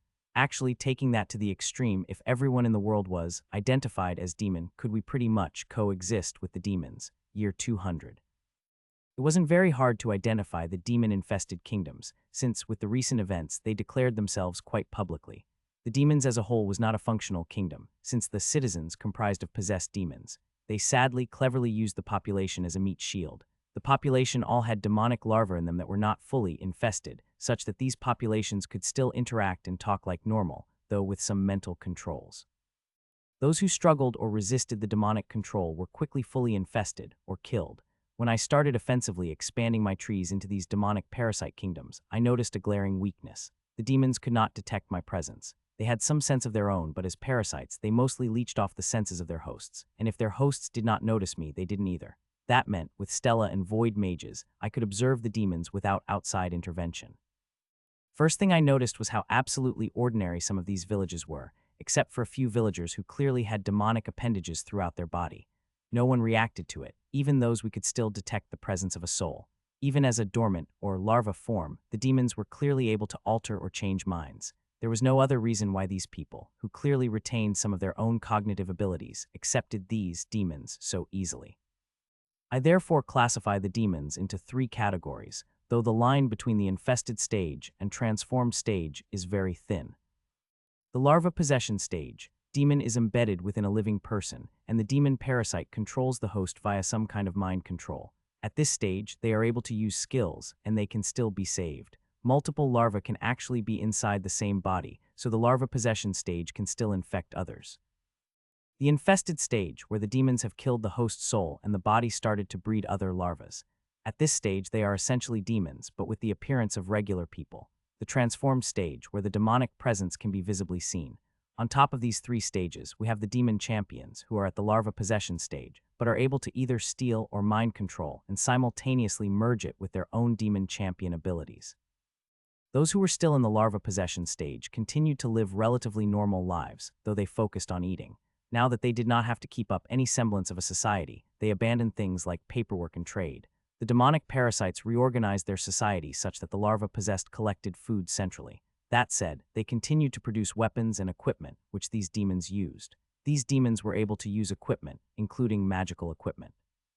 Could they use hero items? As we continued to observe, we noticed the transformed demons taking charge. We kept spreading our trees and noticed even more cities infested with demons and finally found the prey we wanted. A champion. No, there were 2 of them. We knew they were champions because the transformed demons deferred to them, the way all these humanoid demons obeyed their commands. Both the human king and queen had a champion in them, and if we strained our magical sensors a little, we could pick up their masked magical powers. Their strength was self-evident, it rippled outwards in little motions. These human bodies are so fragile. The possessed king said to the queen, "Would you rather possess a lizard then, if it is a big one?" "Yes." The king laughed, strangely human. "How did they speak, or are you referring to the lizard folk?" The queen did not respond. No matter.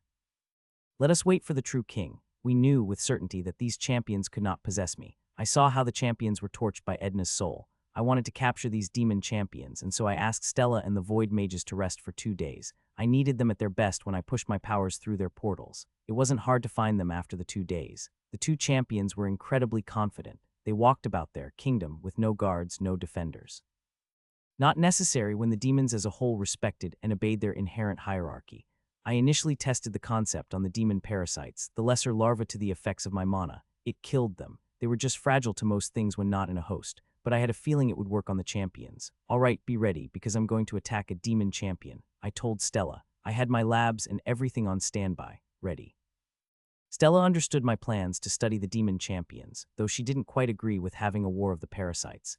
The 2 champions were apart. One was with some of the possessed, and the queen was with a small battalion of demonic knights. These knights were no longer human, though they looked every bit like it. I readied my artificial minds and went for it. Somewhere nearby, I immediately created 2 giant attendant trees. These helped amplify my aura and power. Then at the same time, roots shot out from the ground and immediately wrapped the two of them. They reacted quickly, but their response was to attack my roots. The two demon champions both released a huge burst of flame that burnt the entire city, taking down a huge number of other demons with it, but it failed to burn through my trees. Heroes, the king yelled as it transformed, and the demonic appendages fought the hundreds of vines and roots that spawned from the ground. It was like two masses of snakes or eels with different colors wrestling in shallow waters. They were no match for me, not with my current levels of power. They struggled hard and they resisted, but I didn't mean to kill them. I flooded them with my mana. The eyes of the possessed king widened in fear. No, it was time for the corruptor to be corrupted. It's time for reverse Wallow. Stella struggled, but she worked with a team of void mages to stabilize the portals as huge amounts of mana was pumped through the portals. A few fainted and they had to swap. But now her school of void mages numbered in the hundreds, and this was within the same world. My mana flooded the demon champions, and in the end one of them decided to self-destruct, then to submit to my influence. The body of the king splattered into mush. The champion that inhabited the queen was not so lucky. My roots and vines penetrated the body and found the champion's true body. A large hairy worm-like creature lived in the husk, and my mana flooded it. The champion struggled, and I sensed its panicked flailing. It killed its host at that moment, but the body was still alive. Shit. Was it going to run? A chrysalis of wooden vines and roots emerged around the captured body, a vessel for the conversion. The demons in the surrounding area and the nation, who were not destroyed by the demonic flames, went wild, and they ran towards our location at full speed. I spawned beetles by the hundreds and thousands and blocked them off. Horns went through and helped lead the defense of the wooden shell. The demons rushed by the thousands, and the beetles fought off the demonic hordes from the surrounding nations for hours. My artificial mind supported the battle, as I focused on capturing the demon champion. It took hours as my mana gradually worked its way through the demon champion's real body. Strangely, no demon champion came, not even from the nearest kingdom, which hosted more demon champions, just more regular stuff. The demonic larva attempted to infiltrate the beetles, and some succeeded. But the beetles had extremely strong, demonic-resistant carapaces, and it was easy to tell which beetle was infected, since we would lose control of the beetle. Horns, for example, couldn't be infested, simply because my artificial minds were all linked to me at a fundamental level. My domain powers maintained the link with them, and that link burned any attempted infestations. The battle lasted for 2 days, and Stella was exhausted. She didn't sleep for 2 days, as my own trees and vines back home supported her. The demon champion finally caved. Natural mana overwhelming has converted a demonic infestor champion. You converted the demon into an ionic infestor champion. The skill Natural Mana Overwhelming has been upgraded. The wooden chrysalis opened and revealed that same human queen, but different. Her eyes were green and her voice ethereal. She retained some of her demonly features, but there were parts where it was clearly wooden. Her skin now had a greenish tone instead of the original dark red of the demons. The infestor kept the host, though the host changed as a result. Stella was already at her breaking point. It was only my own energies that kept her awake. Since it was done, I allowed her to rest. Another group of void mages then took over and opened a portal to let the converted champion through. The champion seemed to understand instinctively and stepped through the void portal. It was now in Freshka.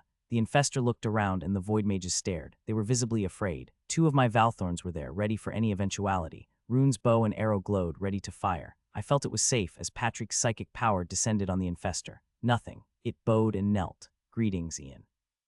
I am your humble slave. Rune stared, still worried. Stand and speak. Who are you? I am nameless, Ian, but this vessel was once named Queen Ally Ardiasen of Arat. I was once an infestor champion from the demon world of the infestors, spawned from the powers of the infestor king. I felt my mana permeate the converted demon. So ally then, if you so will, I will be ally. The former demon answered, and at that moment I had more questions than ever. Do you remember where you came from? Not much. We are created by the infestor king, or what the people of this refer to as the demon king. The demon king created us as lesser versions in his image, with his powers to corrupt and to control. What is the infestor king? Ally stood, unsure how to reply. I know little of its power, save that it has corruption and the ability to control others through its tendrils. What do you know then? We are here to infest, spread our kind far and wind. We are to use the knowledge of the people against itself, prepare for the king's descent and kill the puppets. The puppets, I repeated. Yes, heroes, puppets, same thing, Ally answered. Rune and Johan stared at the infestor. Ian, this is not a demon, no, it's a converted demon. It's possible to convert demons, Rune asked. I've forgotten most of them have not seen my attempts to convert the demons. Yes. Hytririan was made from the shell of a demon walker, I added. It was quite strange that Ally didn't need any of that, despite being a demonic champion. Or wait, Ally, are you able to infest anyone or use your powers? Ally wanted to and then stopped. Ionic Infestor Champion requires a power source. You may attach a Titan soul or an artificial soul to power it. It is currently relying on residual energy stored within its body and will need to rest near a tree to recharge. While in this low-power mode, it is unable to infest anyone. Oh, darn. The Infestor Champion had a memory box and thought unit but still needed a power source. Now that I robbed it of its original power source, it needed something from me. This sucked since it meant I couldn't scale this operation. But I realized this Infestor Champion essentially was a spy's greatest weapon. I could deploy Ally to other worlds and help me gather information that I could not gather myself. In a way, Ally's even better than Lumoof, since, well, Ally could seamlessly blend into the existing folk. Ally, do you kill your hosts? Do you want me to master? As infestors, we have two modes, possession and infestation. Infestation kills the host. The only problem was I couldn't see what Ally was doing. Tell me more about how you steal powers. As infestors, we attach to the soul springs of our hosts and hijack it. We are all innately able to confuse the soul spring into thinking our commands are the soul's commands.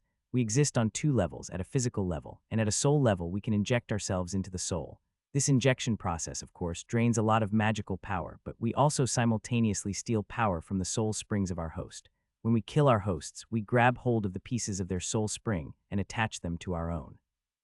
But it doesn't always succeed, and using these powers require mana like normal. Wait, get into the biolab. Ally nodded and got into the biolab as commanded. I saw a constantly shape-shifting blob-like creature that resembled a jellyfish. It was hollow in the middle, like it was waiting for a power unit, or a soul spring to power it.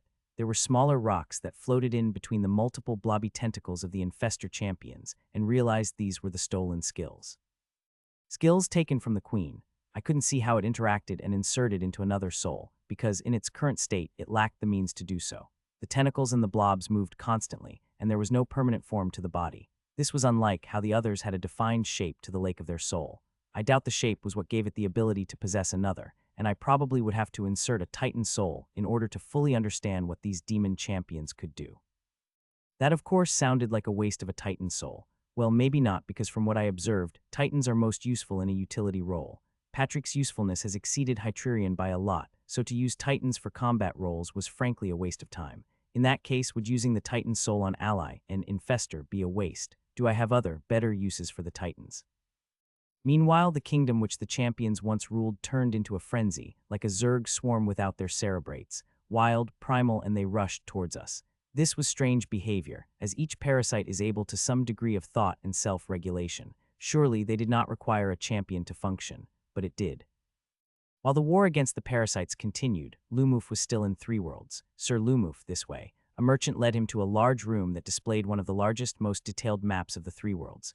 Lumoof had a sense something was off, but he wasn't worried. No, if anything, he wanted them to bite. It was something he had planned for a while. The three merchants gathered and started explaining the map, and Lumoof looked at it intently. This was helpful, at least, to strategize where to plant my clones. There were dungeons, magical ley lines marked to the best of their knowledge. It was a commission that took the past 2 years and a lot of our treasures. Lumoof nodded as the merchants started to furl up the map. It was made with some kind of magical cloth and with shrinking spells such that it shrunk to the size of a regular scroll. The merchant passed it to Lumoof. Payment, Sir Lumoof. Lumoof nodded and withdrew a magical sword from his pouch. The other merchants all stared. Some seemed to be mouth-watering. The goods exchanged hands and the merchants stared at the magical sword. They used some inspection abilities and some kind of merchant valuation ability. Yet at that same moment the doors slammed open and about 40 mages walked into the room. Lumoof quickly held the map, and in an instant it vanished, sent back to Freshka. The merchants looked around, and they were all clearly puzzled at the mages. They stared at each other. What's happening? We've known something was up, especially when we detected a few failed inspection-type skills. Lumoof had a cloak that confused such skills, but it wasn't perfect, so it was a matter of time before the Mela's priests sensed something was up. In fact, I was surprised that they took so long to even attempt to arrest us. Here's an old man walking about asking for information, learning spells, and so on. The mages were armed, and one pointed his staff at Lumoof. Lumoof, on the orders of the Council of High Priests of Melas, you are to be detained on the suspicion of espionage. Lumoof lifted his arms. We were ready for this, and we would go along with the capture. The mages used a kind of crystal shackle and shackled Lumoof, but all that happened was detecting attempted skill control, domain overriding. The crystal shackle shone, and then like a whimper it crumbled. The mages stared at each other. One of the high mage priests immediately walked over and took out another shackle. The second shackle crumbled too. That's not supposed to happen. Lumoof smiled. Anyway, gents, it's fine, come lead me. The mages stared at each other, unnerved at how easy Lumuf went along with the capture. No, we wanted to be captured because it was a convenient excuse. From what we know, the high priests questioned their suspects within the depths of the Crystal Mountain, where they keep their strange artifacts, and that was somewhere we wanted to go anyway. The mage priests were shocked, of course, because it now seemed like they were escorting Lumuf, rather than capturing him. Don't worry, I have no intention of resisting. Eventually, we entered a cave, high up on the Crystal Mountain.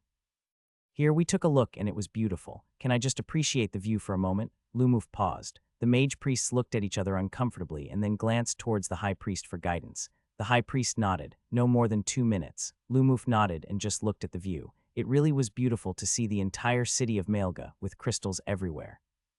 It was part crystal mine, part magic academy, and the glowing magical crystal lights paired with the faint fog and haze from the dusts only gave it an eerie, mystical aura. All right, let's go. Lumuf nodded and we went into the mountains. Year 200.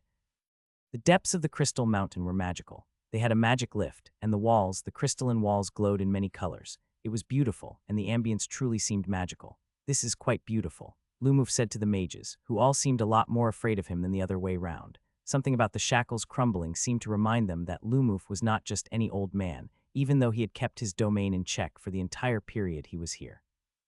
The high mage tried his best to play along. It is. Everyone who stepped into these lifts for the first time remarked how beautiful it is. Even the heroes. Lumuf nodded. Ah yes, the heroes. They came from another world, right? The high mage gave Lumuf a suspicious look. You seem familiar with them. I have met a few. Lumuf nodded. Are you from the nation of the Sand People then? No. Lumuf smiled and the high mage just gave him a stare, but Lumuf was used to such things. The lift eventually stopped gently, like it slowed down on a very measured drift. They hardly felt it. The door opened and they were led into a chamber made of crystals. The entire chamber was shaped by the crystal growth, and for me looking through Lumuf, this chamber reminded me of ice palaces and chambers carved out of ice. Only crystals, and it wasn't cold. In fact, it was quite warm. The chamber led to smaller hallways, similarly carved out of ice. There were crystalline lights embedded into the crystal walls. This way. Lumuf nodded, and he was led to another chamber with a chair. Sit here. Lumuf complied. This seemed to be an interrogation room, but the high mage looked at the shackles and hesitated. The mages stared at each other. Should we use the shackles? The high mage shook his head. No, we've wasted 2 already. Just call the interrogators. The mage scurried out of the magical door. They used wooden doors embedded with crystals. We could see that it was some kind of mixed item, part wood, part crystals. I wondered whether I could grow crystal trees, like how Kay is a crystal golem in the shape of a lady. Maybe I could experiment with that dryad body I had stored all these time. The interrogators, despite their fearsome name, were 3 skinny-looking humans with long crystal spears and many smaller pins and needles, all similarly made of crystal. They had different colors, and from a casual glance, I sensed that each of them was imbued with a different type of spell. A torture set. Interesting. A far more elaborately dressed woman came immediately after, and I sensed that she was higher level than the rest, at least level 80. Let's make this simple, Sir Lumuf. The lady started. I have my interrogators with me, and I want to know who are you, and who do you work for, and what do you want? You've been buying magical spells, collecting various locational information for the past few years. Who are you sending it to? The Sand People, or the Centaurs? Lumuf merely smiled. Can I get your name? The lady shrugged and laughed. I'm the 4th Archpriest of Mala's, Yada. There was an air of magic around her, strong, but nothing particularly impressive, not when she was compared to my near-domain-level mages. Well, since you asked so nicely, I'm Lumuf.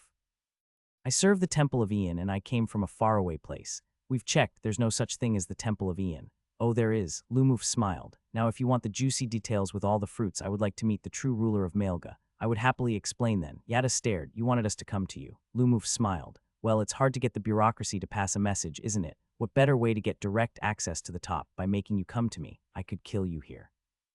Lumuf shrugged. I think you know well enough that you can't. In fact, maybe only the true ruler of this living mountain can hope to even hurt me. Yada's fists glowed with magic, and she punched. A wooden barrier emerged and blocked it.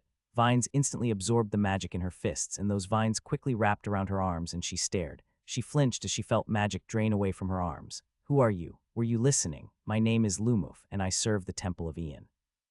The vines let her arms go, and Yada staggered backwards. The interrogators stared dumbly. They were not used to their subjects being able to use their skills. Lumuf didn't move and just stretched his legs. It really does annoy me when young ones don't listen to what us old folk have to say. Yada stood, but she realized the power gap. So now that I am here, deep within the mountain, I want to talk to the true ruler of this mountain. Can you get me an audience?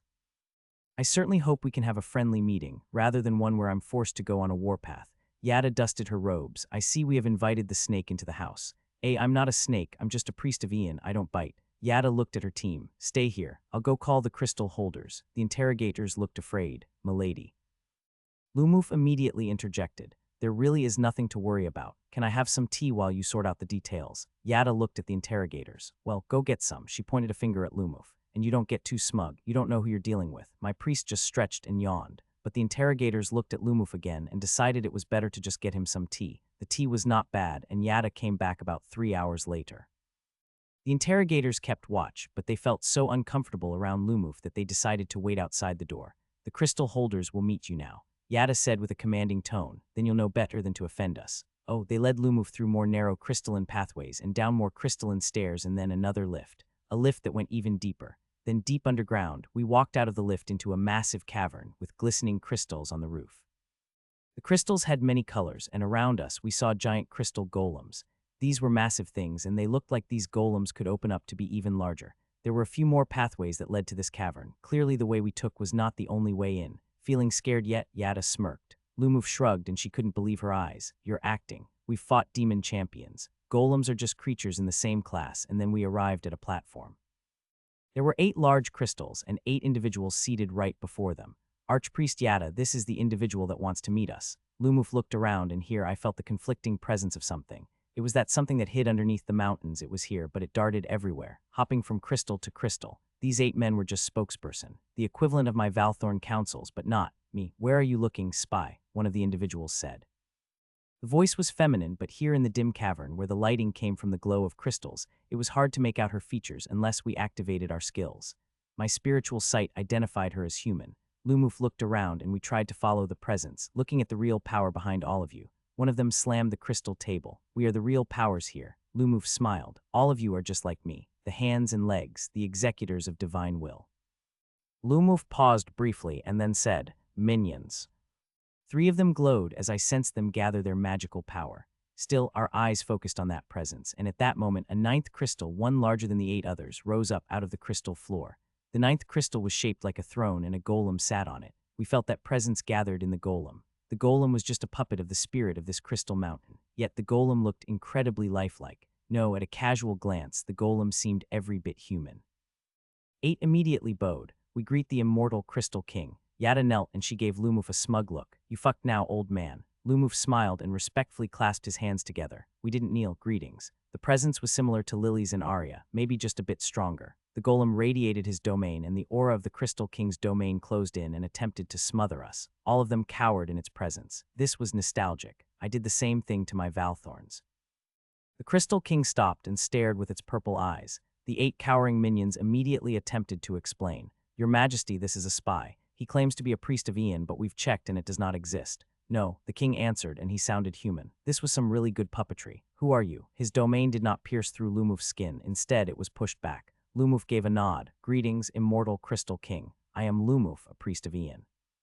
Finally, we have been hoping to speak to the true master of the mountain. The king narrowed its eyes. Lumoof nodded, and I descended. My domain pushed against the Crystal King, and everyone, including the other minions of the Crystal King, cowered. What? Greetings, Crystal King. I am Ian, and Lumoof is my avatar. I spoke as Lumoof's eyes glowed green, and my presence was clear for all to see. A greenish glow of light, shaped into a tree, appeared around Lumoof.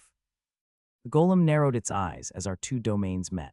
The usually quiet and motionless air of the cavern was twisted by our energies, and it whipped it up into a small, twisting gale. Yada, the archpriest, and the 8 crystal holders were all horrified. I have been meaning to speak to you, though it is hard to get you through all of your institutional red tape. I bet those who want to talk to me feel the same way. The Crystal King's face was serious. Speak, you have my attention. I come from another world just next to yours. I come in search of allies in my bid to defeat the demons that plague my world. Is that not an affair of the gods? At this point, all 9 other humans dared not speak. They were all quiet. This was not their stage. The gods will abandon us in a century or 2, I said. The Crystal King looked. I do not care of the cause. What do you want exactly? Knowledge and skills, cooperation, friendship. The king glared and stated bluntly, denied. I have no reason to cooperate and share my knowledge with those of another world. Every creature or beast of other worlds eventually attempts to invade us. Even the summoned heroes are not much better. No, we are an insular world and we will remain so. No trade without worlders. Friendship with another existence from another world. Impossible. And what of trade? I asked. Inward I was shaken by the immediate refusal, but Lumoof kept a stoic face. No, I refuse, the Crystal King said firmly, and I felt my spirit sink. What was this straight-out stonewalling? Any guarantees I can offer? What can I do to change your mind and work together? I certainly come in peace, but it seemed they didn't believe me. No, there is no negotiation to be had with otherworlders. I reject your presence in my lands. Leave and return to where you came from. The human lands of this world will not receive you. I felt angry. Why? What was the cause of this? This selfishness, what's the word for it? The immortal Crystal King was blunt. I shall apply the full force of my powers should I ever see you again after today. I do not accept foreigners from another world. Leave. The Crystal King flexed his domain and his energies strengthened. I wondered, why you accept the heroes? They are part of a bargain we struck with Melas. I felt there was an undercurrent of fear. Must it be this way? Yes, the Crystal King said. Go, we are not friends. No, friends do not exist for existences like us. There are those stronger and those weaker. The strong take, the weak obey. Is that a challenge? Should I just take it then? Darn. There seems to be something at the back of all of this. Some history from long ago? No. Conflict should not be the first thought, especially when we have no reason to be enemies. Lumuf's attempted capture was a small matter, really. Nothing was really at risk. Let's talk this through. It is not my intention to come and occupy your world. You will learn and eventually you will occupy. That is how it is, that is how it will be, and I reject your attempts to plant a seed here. Go, leave. I shall entertain you no further. Leave peacefully, and that is the end of it, and if I don't, then it will be war. Our eventual outcome is war. It is the same with the others as with the demons and as with those before us. War is inevitable. If it's inevitable, why shouldn't I just raise war right now? But no, I calmed myself and focused. What is my goal? My goal is to end the cycle of heroes and demon kings, not for all worlds, but at least for my homeworld. War with other spirits and forces are unnecessary unless it leads to the end of the cycle. This group of people seem to have knowledge of crystals, which I can use in the future, but do I want to go to war with them just to have this knowledge, which may or may not lead to breakthroughs? Would a war here with this mountain be a worthwhile investment of resources? I stared, and for a moment the entire cavern shook as our domains clashed. My power radiated outwards like a wave and met the opposing force of the immortal Crystal King. My greenish energies lit the dark cave with my mana. The human minions stared with their jaws wide, and 2 of them had fainted.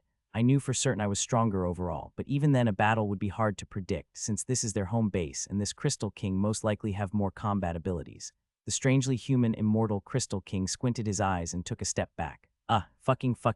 Fuck. Why the fuck is this damned crystal so irritatingly aloof? What was the word I was looking for? Lumuf mentally responded to me. Let's go, my lord. There really is no need to wage this pointless war. We can have other means or find somewhere else. They are not the only masters of crystals. I sighed. Very well, we will leave. The Crystal King looked to its cowering minions. Escort this otherworlder out of my mountain. Don't let him in ever again. Notify me if he ever dares to appear at my doorstep. Such arrogance, but I had no real beef with this guy. I wanted knowledge, and there really wasn't any need to destroy this mountain just because he refused to cooperate. In the end, my end goal was the demons in this cycle. Focus on the end goal, I told myself, using that to calm myself down. I did not have to destroy other functional civilizations to get there. I tried to relax and reminded myself that not everyone saw things my way, and that is all right. It's normal that some people are just not cooperative. It's normal. Perfectly normal. I tried to convince myself, really, because I felt mad. Maybe mainly because I got rejected. It's fine. It's okay. I'm a salesman and I don't have to make every single sale. Not everyone is like Lily's or Arya. The minions stared at Yada and Yada gulped. She had been commanded and so she did. She escorted Lumuf respectfully and quietly. Not a peep. Year 201. Back home, it was a game of whack-a-mole, as demons kept popping up despite the efforts of the heroes, temples, and us to clamp down on the demonic parasites. We were generally gaining ground, as we discovered more and more ways to detect them and counter them. The food makers and coffee brewers around the world made condensed, caffeine sweets, and caffeine pills. The coffee makers and sweet makers even gained unique skills. Anti-demon coffee and demon-preventing coffee sweets. It was really cute that those who made food actually contributed to the war effort. I suppose this was a feature of the system, that the system does respond to changes, but it took a while for it to hit the necessary threshold to award a skill. Anyway, with foods and consumables that deterred the demons from infesting, the tide was somewhat shifting, and it was slowly returning to good old conventional demon warfare. Normalcy, how I missed it so. At the same time, I also granted one of my Valthorns a class Lovis once had, Ian's Demon Slayer. I suspected that it'll help to sense demons, and it did, but its effectiveness was linked to the person's level. It wasn't very useful on a large scale, since like the heroes, it was tied to a particular individual, and so was largely local, but it was good for interrogation and detection of demons among areas previously cleared. Despite our progress, we knew it meant nothing if the Demon King wasn't killed. As the 10 years deadline slowly passed by, we waited for the Demon King. I really wanted to know the kind of Demon King we would face. Year 201. The Demon King took its time and we waited, so I went on the offense and wanted to claim a few more demon champions for myself. Just like the forest rod, which I clearly wish I had more, I wanted more of these infestors. I could find uses for them. Someday. Ally stood like a machine back in Freshka, and I quickly commanded it to sleep in one of my biopods, safe in the valley. I didn't want an infestor like her walking about the city, mainly because I felt such abilities were more suited to be hidden. A spy is most effective when no one suspects a spy.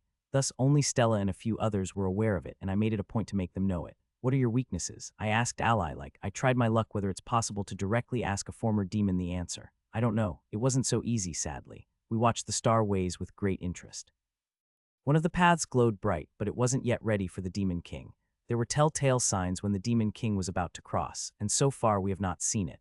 Down in the southern continent, we continued our great game of demon parasite whack-a-mole, and eventually I managed to catch 2 more demon champions. One was a general of a destroyed kingdom named Genid, and another was a king, King Roma of the Sandia Kingdom, which is no more.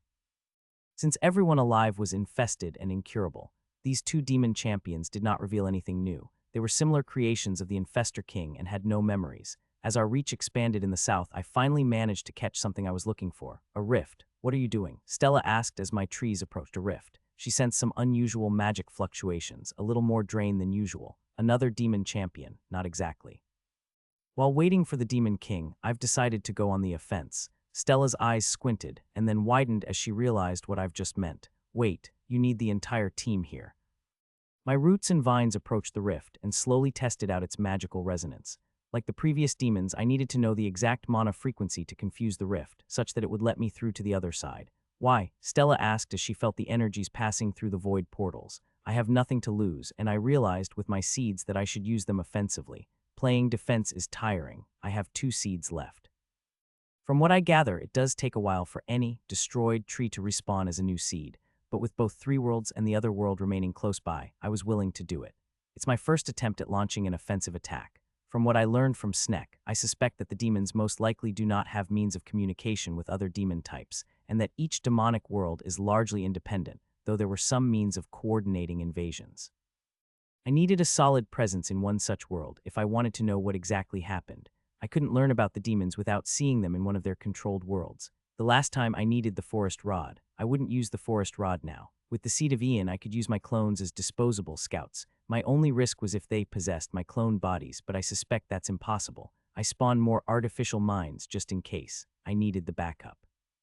We don't know what our homeworld is like. We were created, and before we could see or sense, we were flung to this world through the rifts, sent to infest anyone who feels strong.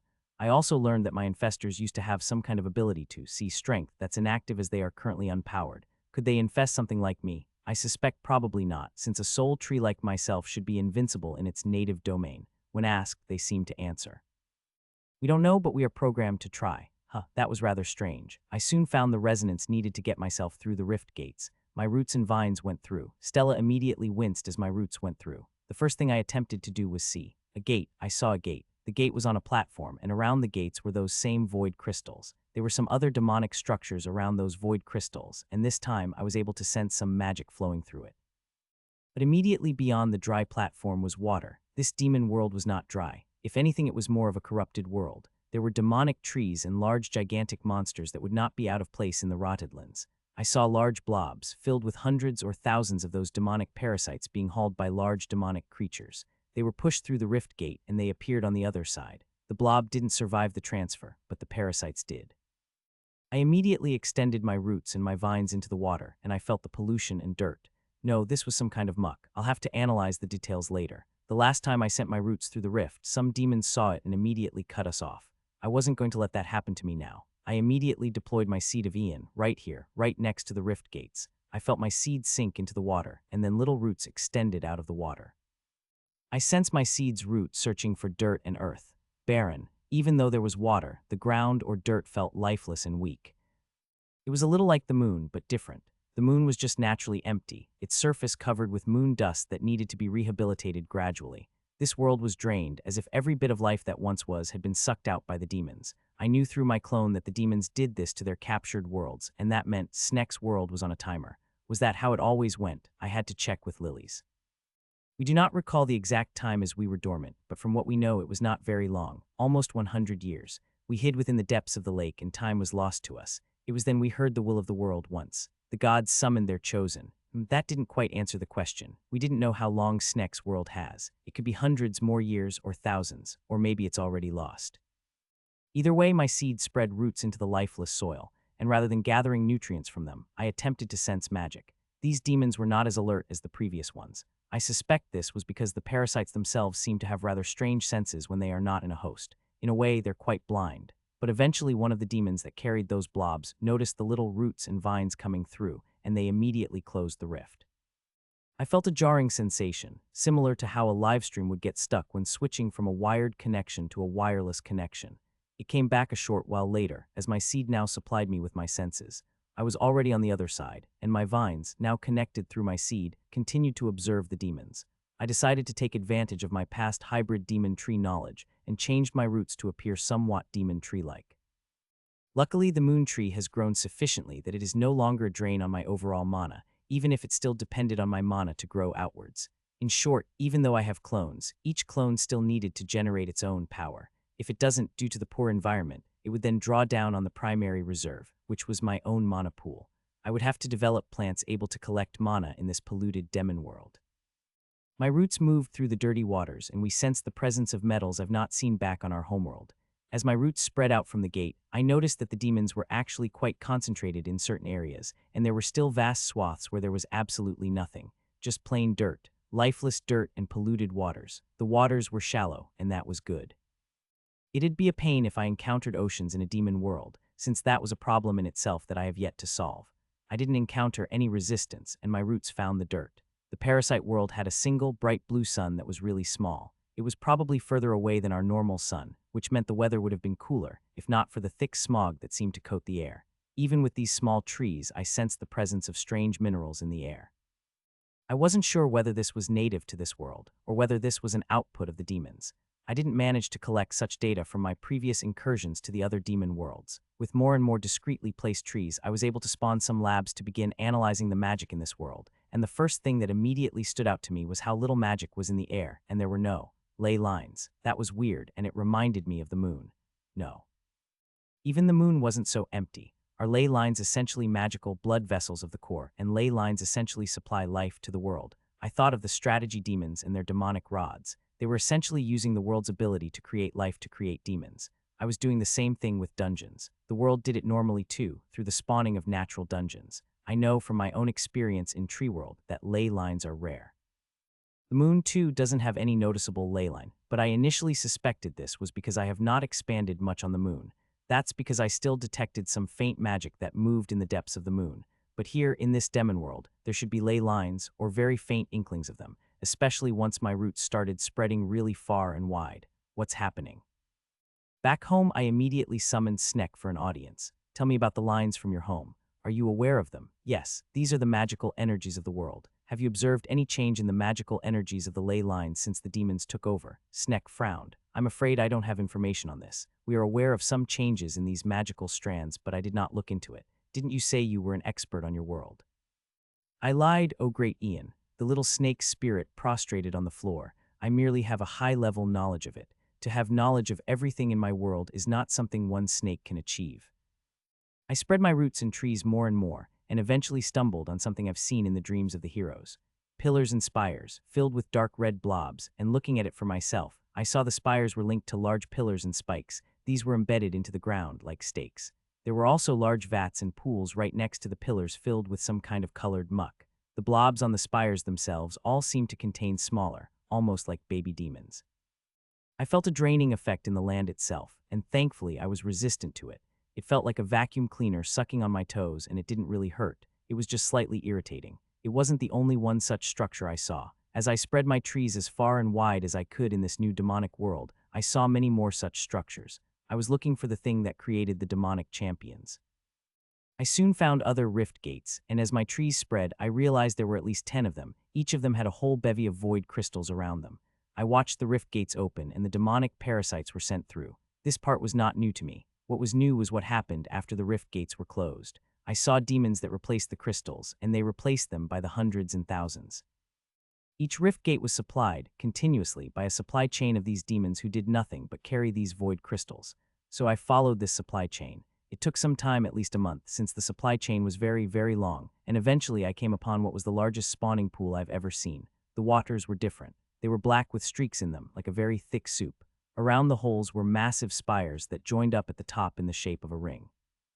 From my viewpoint, it looked like a supermassive rift gate that was exactly above the hole. My roots sensed something lurking within these lakes, and here that sucking effect was extremely strong. But more importantly, I felt its focus that went deep underground. I felt it draw energy from the depths. I spread my trees around this lake and noticed some parts where demons emerged from the lake, hauling smaller void crystals.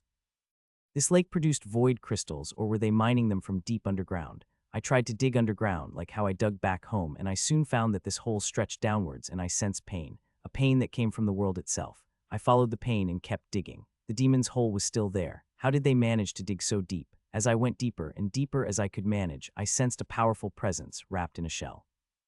I knew it was powerful because its energy was like a constant hum, and it pressed on my roots. The hum became a constant grinding noise as I went deeper, and I realized it was the nascent demon king. It was further down, much, much further down. The core of the world was the womb of the demon king. Year 201 continued. We saw the path through the void sea lit up, and this time I tried to see what was happening from this side of the world. I saw a massive tower emerge from the ground, right next to the huge hole that led to the world's core. The tower was pitch black, mixed with little bits of other colors, and I felt huge amounts of strange magic being pulled through that pillar. It was absorbing something from somewhere. The smaller spires around the massive hole glowed, as if it stored the energy that was being pulled.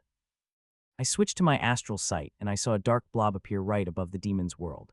There was a black pillar of energy that linked to that physical tower. I felt a huge, splitting headache, and Patrick immediately stepped in. As I concentrated on the sky above the demonic world, I saw it, a huge black sun of void magic. It had many other little pillars that I couldn't quite see, like easily hundreds or maybe thousands. What was this? The demon's power source for void magic?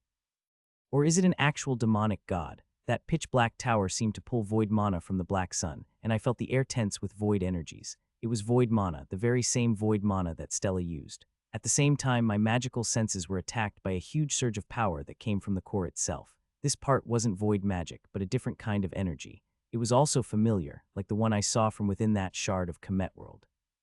It surged out and then alternatingly split to the smaller pillars around the hole. One pillar was void, another one was this core energy.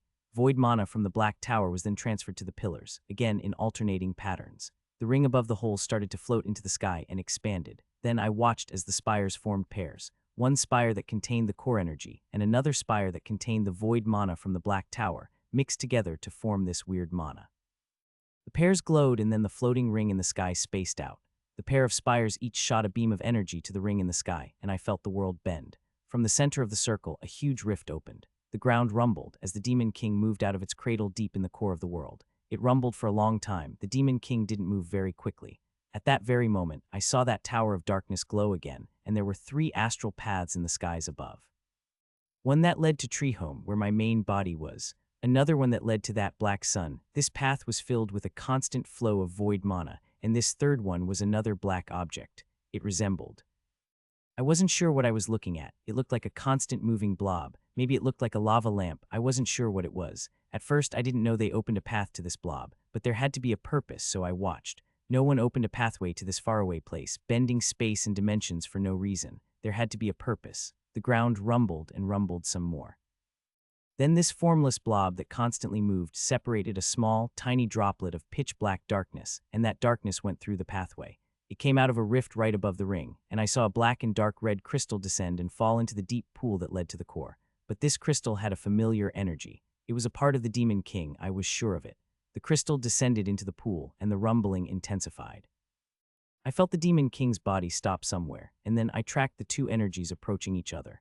The crystal and the body, fusing somewhere along that massive hole. The pathway that led to that blob closed first, and now there were 2 left, one that led home and one from that black sun. The black sun continued to pump void mana through the path, and I noticed that even though I could very visibly see this astral path, it had a far more robust structure. I needed Stella to see this. Maybe she could learn how to reverse engineer this portal. Just then, I felt the 2 separated energies of the Demon King. The crystal and the Demon King's body from the core completed its fusion. It was noticeable and familiar as I felt the fabric of the world bend to the presence of this emerged being. The gestation period within the cradle of the world was over, and so a demon king was born. The ground vibrated strongly, and I felt it rupture. Massive chasms emerged as the demon king suddenly shot upward. The ring in the sky burned, and through my astral sight I saw the path to Treehome lit up. The demon king shot out of the boiling sludge and straight through the massive rift. The rift immediately started to shut down, but the chasms around the hole to the core continued to widen. The pillars around the hole to the core started to collapse and break, a few even exploded from magic overload. The draining sensation I felt a while back vanished entirely. Instead, all I sensed was pure emptiness and nothingness. Even in my deeper roots and trees in the little subterranean tunnels, there was a real sense of emptiness. Like all life had been sucked out, all value drained. This absence of magic in life seemed to cause the dirt and the demonic spires to start collapsing, the earth itself breaking apart. That didn't make any sense. The pillar of void energy was still there. Maybe what was holding this world together was, wait, it's like Comet World again. The core energy holds the place together, and does that mean the core generates some kind of stability mana that allows the rifts to travel such great distances? Was I looking at this wrong this entire time? That void mana may be the liquid or the juice of interplanar travel, but the core's energy is what allows for stable travel. It was something I had to test out, but we had a demon king to fight. Back home, the path lit up, and Stella watched with great interest as the path opened, and the demon king descended on the southern continent. Demon King Exicant has arrived. This demon king wasn't hiding at all. The rift opened, and the sky rained with demonic larvae. On the parasite world, the rifts opened, and larvae was dumped through them by the hundreds and thousands. Even if coffee afforded some protection, the larvae were now able to resist the coffee's influence, since these larvae were empowered by the demon king's presence. But the demonic parasites also exhibited a strange behavioral weakness. They all wore their demonic presence publicly, no longer hiding it. I wonder whether this was a conscious decision by the demon king, or just something out of instinct, or just driven by their new state of power.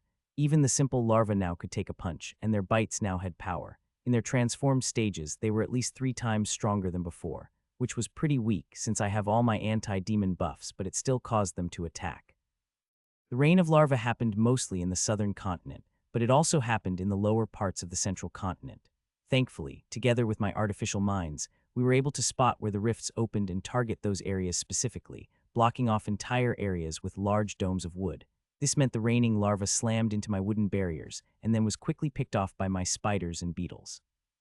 The overwhelming presence of my giant attendant trees meant my anti-demon auras also significantly weakened the larvae, such that their threat levels remained low. The southern continent had it rough. The star mana emitters still worked well, but for those less protected areas, it was honestly really bad. Families would wake up to someone in their family transformed into a demon. It's like a zombie apocalypse with demons.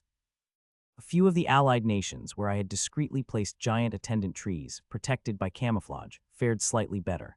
The effects of my aura continued to suppress these parasites, which slowed their ability to spread throughout the population, and protection to be raised against them. The priests and the healers were not entirely stagnant either, and they were able to invent an ability. The sheer existential threat of a demonic parasite seemed to strike fear in the priesthood, unlike the other demons before them, and the priests, somehow, managed to invent an internal holy fire. Strange that my own priests attempted to create something similar but didn't manage to achieve it. I suspect it was the lack of fear of these demons and a lack of conviction. Apparently it was invented a year ago, but it just took a while for the skill to spread, due to how sensitive and important it was. Essentially, it allowed priests to protect themselves and those not yet converted to a demon with a flame that protected their soul. My spies managed to bribe a priest who possessed the skill to demonstrate the ability to us. It was not hard for me to understand, since it's essentially a derivative of a soul-ish ability. Matriarch Hoya immediately learned it just by watching it. For priests, they are generally able to tap into this pool of power that sits in the system. There were 2 types, a generic priest pool and a more specific god pool. Each priest, depending on their levels, rank and relationship with their god or patron, withdrew from this heavenly pool into their own local pool within their body. What the priest did was essentially draw on the generic pool and just ignited it around the soul as a barrier. So instead of using the heavenly powers as god mana, they pretty much burned it. It's a waste of power and in a way the equivalent of burning money, but it protected their souls from the consumption of the demons. The parasites are forced to attack them and are unable to consume them. The problem was, this meant the lower-level priests couldn't use their other abilities and did not offer any protection to the normal folk. With this knowledge, I experimented on my familiars and was then able to create soul protection familiars.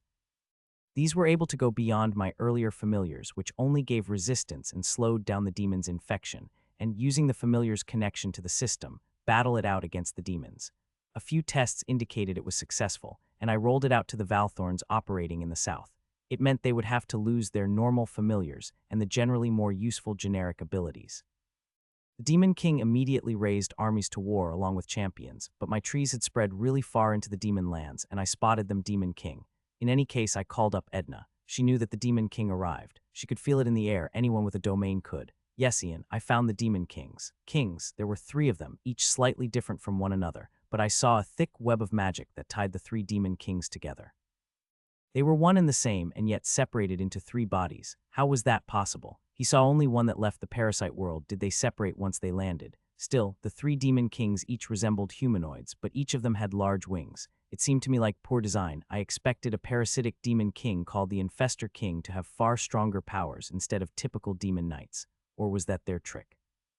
Take the form of humans and lull the heroes into thinking that these are just normal demon kings. In any case, I observed their powers and was prepared to share my findings with the heroes. I liked Prabhu and Colette enough that I feel they were worth saving, and the fact that Prabhu could, at least, have a reasonable conversation with me was something. These demons did not destroy the trees I planted in the area, nor did these parasites, and that was another strange thing I observed. The earlier demons were far more destructive of their general surroundings, and I wondered, just wondered, could we coexist with these demon kings? If, say, I was able to construct a pool where these demon kings could remain sleeping. But I didn't know whether keeping a demon king would stop the other demonic worlds from noticing us. Did the demons identify our worlds by some form of scanning mechanism? That each demon king emitted a signal to the other worlds that said to the other demon worlds that this world was occupied. Actually, on that train of thought, could it be possible to mislead the demon worlds on this? Find a way to fake the demon signals, such that they believe this is a demon-controlled world. If I could do that, I could buy time, both for recovery post-invasion and to build strength. I didn't learn anything from watching the 3 demon kings. They didn't move much and seemed to be waiting. I wondered whether this was normal for demon kings. That said, I wondered whether it was time for me to disrupt the reign of larvae from the side of the demon world. If I could cut off reinforcements, I could make it a battle on 2 fronts against the demons. There were still many other demon spire spawning pools throughout their world that continued to pump out demonic larvae. I haven't tried anything drastic yet, as I was also trying to find where the champions were made. My hope was to capture one such spawning pool and see whether it's possible to make my own champion from scratch. My gut feeling is that it is possible to create the body of the champion, but I'll still need Titan souls to fuel them, but no harm trying. The heroes made more star mana emitters, and that helped keep certain spaces safe. Add to that the soul protection developments made by the priests, and even stronger variants of anti-demon coffee-based cooking, condiments, and sweets helped the southern continent nations to endure the demonic wave, and slowly began their counterattack. The Valthorns also felt more confident to operate in the south, now that they were no longer afraid of the demonic parasites. New skills and spells, such as Inner Fire, Soul Sanctuary, and Soul Guard, all invented by and stolen from the Southerners in the past 1 year, helped protect many from the demonic parasites. I pulled Lumuf back from the 3 worlds and readied for another battle with the Demon Kings. Together, we made a push into the demon-occupied kingdoms, where the Demon Kings awaited. Year 201 continued Part 2. I didn't look forward to battling these Demon Kings again. It felt like just yesterday I sent both Lumuf and Edna to the battlefield. Don't say anything. I said to both Rune and Johan, no death flags. They nodded. I was superstitious. These Demon Kings did not leave the general area where they arrived, which was a large capital city that had been entirely infested with transformed demons. They didn't speak either, and the demon champions that served them also did not speak. It seemed they gained some kind of telepathic ability, which I vaguely sensed but could not interrupt or crack. All right, I lost 3 senior Valthorns 4 decades ago, and I was not prepared to lose more. Even now that wound felt fresh in my heart. Each Demon King had a gimmick. What was this Demon King's gimmick? The split bodies, or an ability to regenerate? Ken, at least, understood our intention to rehearse our game plan. It made sense to him that if there are gimmicks, then those fighting the Demon Kings should be familiar with the tropes. If it's split body, it's likely to have some kind of kill all 3 or the rest will regenerate type of ability.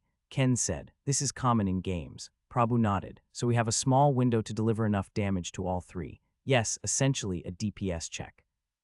That means damage per second, and we're trying to deliver sufficient damage within a short time frame to overwhelm the regenerative ability. As a former game designer, I was familiar with the phrase, though both Kay and Stella never heard of it. Alright, so what's our game plan if that's the case? Should we test it out? Ken thought to himself. You could hold back, destroy one body first and see what happens. If it really has that sort of function or skill, then only unleash hell on all the bodies. It's also likely that each body has a unique ability, or maybe not. I'm not sure how deep their scope of powers could be. There's 4 of us, Colette said. There's 3 of them and they should be weaker with their separated bodies. We have gained levels since the last time. We should be able to bring this demon king down faster. Ah yes, that's a common trope too. They might fuse and have some final form. Ken paused and then continued. Usually parasite-type demons can copy or replicate their enemy's ability to some extent, so we should field as few combatants as possible, Prabhu asked. Wait, are we safe from possession? Ken frowned. I think the answer is likely to be a no. Think about it, these guys were designed to kill us and they've taken up a parasite form. We are their #1 enemy. They must be tailored to possess heroes. These guys must be able to do so. That was a good point, and it was Sneck who gave a good suggestion.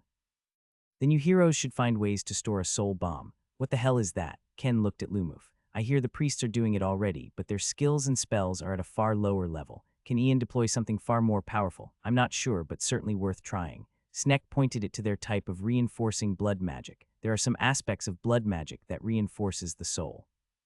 The heroes were chosen because of their strong souls, or more correctly, they were enhanced such that they had strong souls. I remember looking at Mila's soul a long time ago and noted how much stronger it was than the others. But would this help against the Demon King? In the case of Edna and Lumuf, their souls have changed since they gained their domain. Both of their soul springs had a building that now surrounded the spring, like a water fountain located within a temple complex.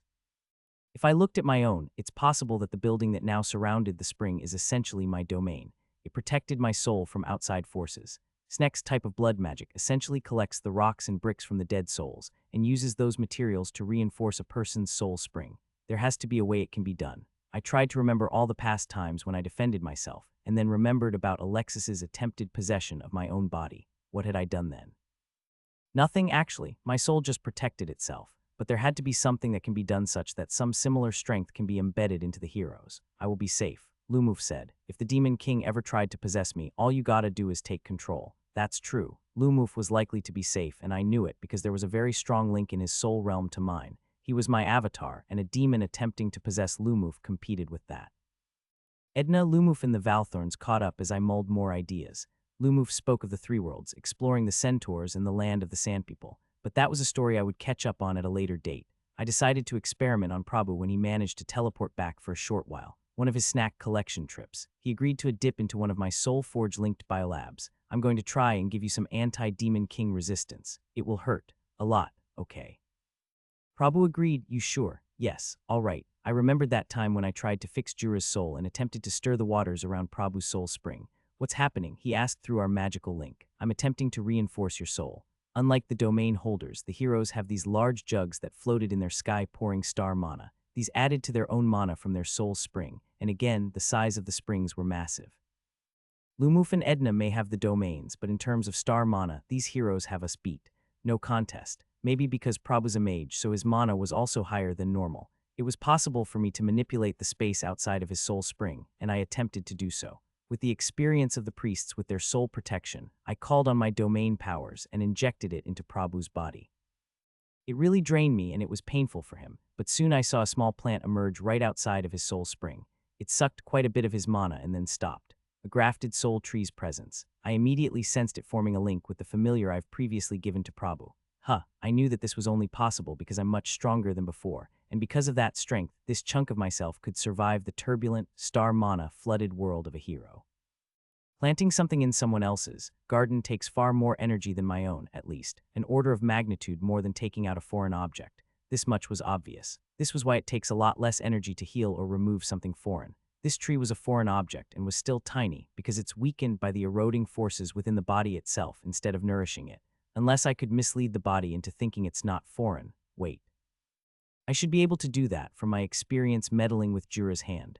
The soul clearly can forget what belonged to it and what didn't. If I messed with that, I drew more power from everywhere, and just like trying to convert Ally and the demonic infestor parasites, I tried to alter Prabhu's soul realm to accept my presence. He was a hero, and previously they had resistance to all sorts of powers. But with my second, focused domain, the barrier and protection of the hero was tough but not invulnerable. I just needed more power. His body shook, and on another continent I could hear the other heroes wondering what took Prabhu so long. The fabric of the world bent around us as I conducted this little soul surgery, both from the power deployed and the actual warping of the hero's soul, but it was successful. I've planted something in his soul, and now the tree that was once tiny transformed into a thick bramble of thorns surrounding his soul spring. The energies of the star Mana and his vast soul flooded that tiny tree and made it grow. It transformed into living wall of the soul tree. It should suffice, I suppose. Prabhu rested for a day and went back. I also wanted to experiment on Ally, but at the same time, even if I gave Ally a Titan's soul, who do I test her on? I made a note to come back to Ally some other day. The Demon Kings launched their attack once we got close enough. That was our plan, actually. Like with the earlier Demon Kings, we wanted to bait it somewhere rigged with our crystal bombs and soften up the Demon Kings. The first hit using these stationary traps would also help to give us insights into how these Demon Kings operated and test out some of Ken's suspicions. Perhaps he was right, as the demons did tend to conform to story norms. We rigged an entire area with our crystal bombs and waited for the moment when the Demon Kings got near. We expected it at least. We knew that the Demon King cannot resist attacking the heroes. It's just how they went about it. The Demon Kings entered into the blast zone, and an entire area the size of a city, rigged with crystal bombs, flashed. These were more powerful bombs, the result of incremental improvements in Alka's methods over the years, and studies from Lumuf's purchased magical items. From afar, the heroes and my senior Valthorns watched the sky lit up, a pillar of blue light. It's powerful enough that our magical sensors all the way on the central continent detected them. The heroes watched keenly. I still feel them. No notification, that should be obvious enough. Chung responded as he charged his hero items. They were all stronger now, closer to level 130s instead of the earlier level 120s when they faced their second Demon King. This would be their third Demon King. Colette's hero items floated out around her. They were all magical staffs, wands and rods of different shapes and sizes.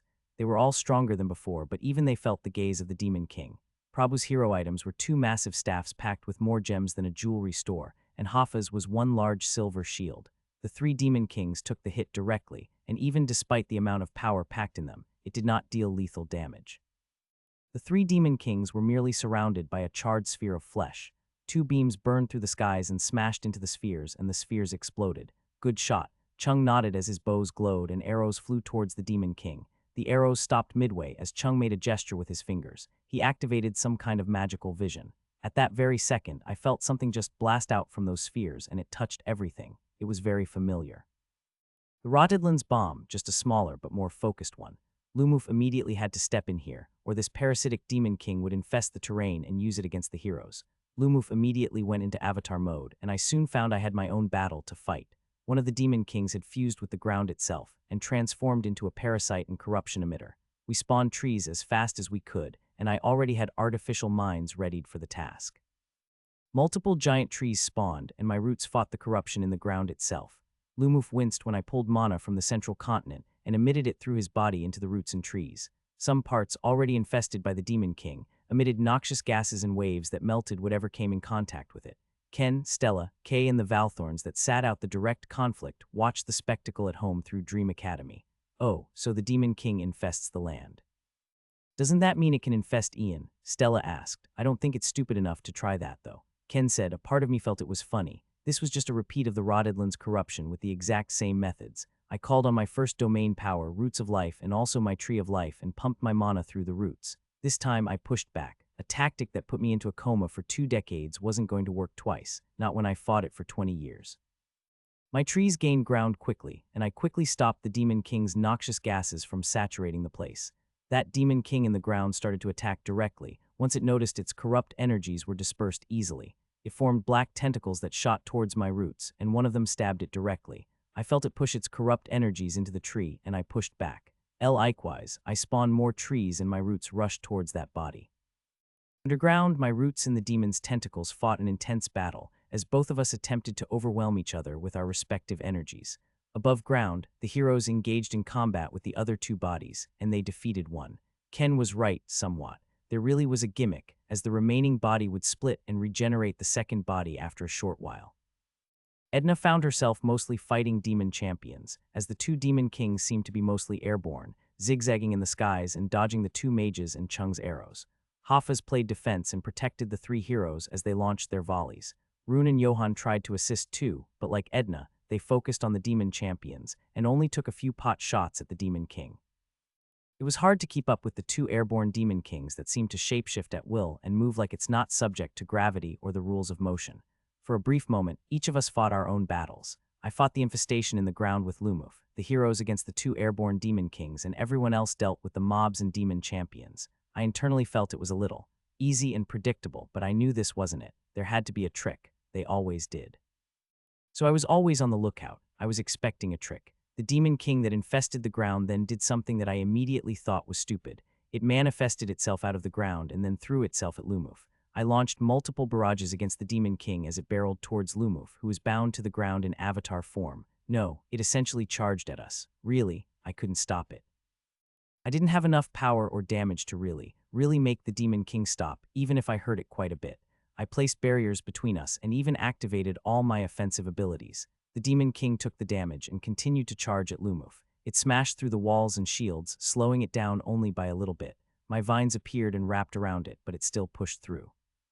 The heroes were too occupied with the two airborne demon kings, who had summoned even more airborne demons to counterattack.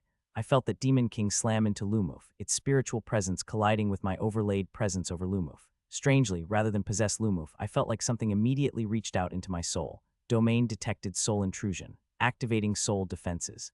At that second, I felt my mind go hazy, like a massive migraine. In a flash, all my potato storage and tubers were emptied, and even Dream Academy temporarily went offline. The entire central continent suddenly felt the equivalent of an electrical short circuit. With mana, beetles stopped. Magic seemed to briefly just went out of commission over the entire central continent as my trees sucked up mana from everywhere. Dungeons temporarily flickered, their ley lines wobbled from the sudden spike in mana demand. Lumuf's body then suddenly flashed like a supernova, and the demon king that wrapped around Lumuf was blasted with this strange multicolored light. The power that was released at that moment was far higher than anything I've ever felt, and comparable to the strongest of the hero's attacks. That demon king body was incinerated instantly. I was stunned. How was this possible? Demon kings were not meant to be insta-killed. In my mind, I wondered then, how the fuck do I do that intentionally? How do I repeat this? This was an ability that could break the balance of the game. I realized maybe I was a little too excited. After all, this wasn't really a full-strength demon king, since this was a demon king that had split itself to 3. But if I could one-shot 1/3 of a demon king, I somehow felt that was actually an encouraging sign too, even if I didn't know what exactly happened. Lumuf immediately fainted, and though he was alive, that single attack flushed his body with too much mana, and the pain was too much. My sensors immediately detected extreme pain throughout his body and realized he had signs of extreme mana sickness. I instantly teleported him back to Freshka for healing. This was too much for him. That meant I lost track of the battlefield for a good 15 minutes. Stella, I shouted to her mind. With Lumuf back in Freshka, my connection to the south was lost. Portals on it, void portals immediately opened, and my roots reconnected to all the trees I planted in the south. Rune, Johann, retreat. If only Domain Tier could resist corruption, that meant they were vulnerable to the Demon King's possession. There was always another Demon King for them to fight if they survived this one. There's no need to go all in. I could send them to the Three Worlds or that other world to fight other Demon Kings. I thought of pulling back through the Court of the Daytree's teleportation ability, but that was a one-way trip. What if I needed them for something else? Thankfully, they retreated quickly without much issue, and I focused on fighting the other demon champions. But as that happened, I vaguely sensed a gathering pool of energy where the Demon King was incinerated, and I saw a small, almost ethereal presence. It's not physically visible, but I definitely could see it, because it's like a spiritual template. I saw the heroes destroy one of the Demon Kings then, and I noticed something similar gathering in the air, where the other Demon King's body died. The heroes wouldn't be able to destroy this thing, not unless they had some soul-linked powers. This is a spiritual template. I knew then this was the foundation for the Demon King to rebuild its own body, and I saw energies leaking from the last remaining body that channeled to the other 2 destroyed bodies.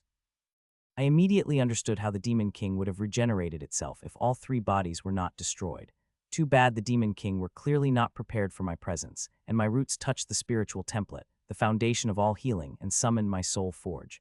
It would be a pain to use my powers through the portal, but if I could destroy the template, it would eliminate the Demon King's ability to regenerate its split bodies. We need time to gather our mana.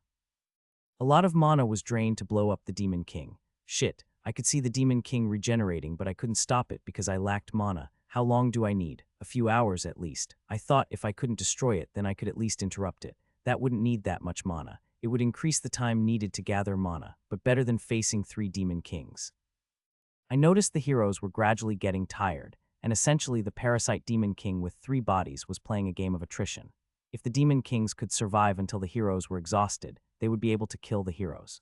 I injected my Soul Forge energies into the Demon King's soul template, and though the minuscule amount was not able to destroy the template, I was able to easily interfere with the energies that attempted to gather there and quickly disperse the energies. I think I've just bought extra time for the heroes. This, of course, drew the attention of the last remaining Demon King, and rather than continuing its constant airborne dogfight with the heroes, it turned and bombed the roots and trees that interfered with the regeneration. I blocked with my shields and my barriers, and they withstood the first attack. Barely. The second attack destroyed them, but it's all right. I was prepared to regenerate my trees as long as necessary. Your opponent is here. Colette said as her array of magical weapons zapped the Demon King. It turned and lunged towards the heroes.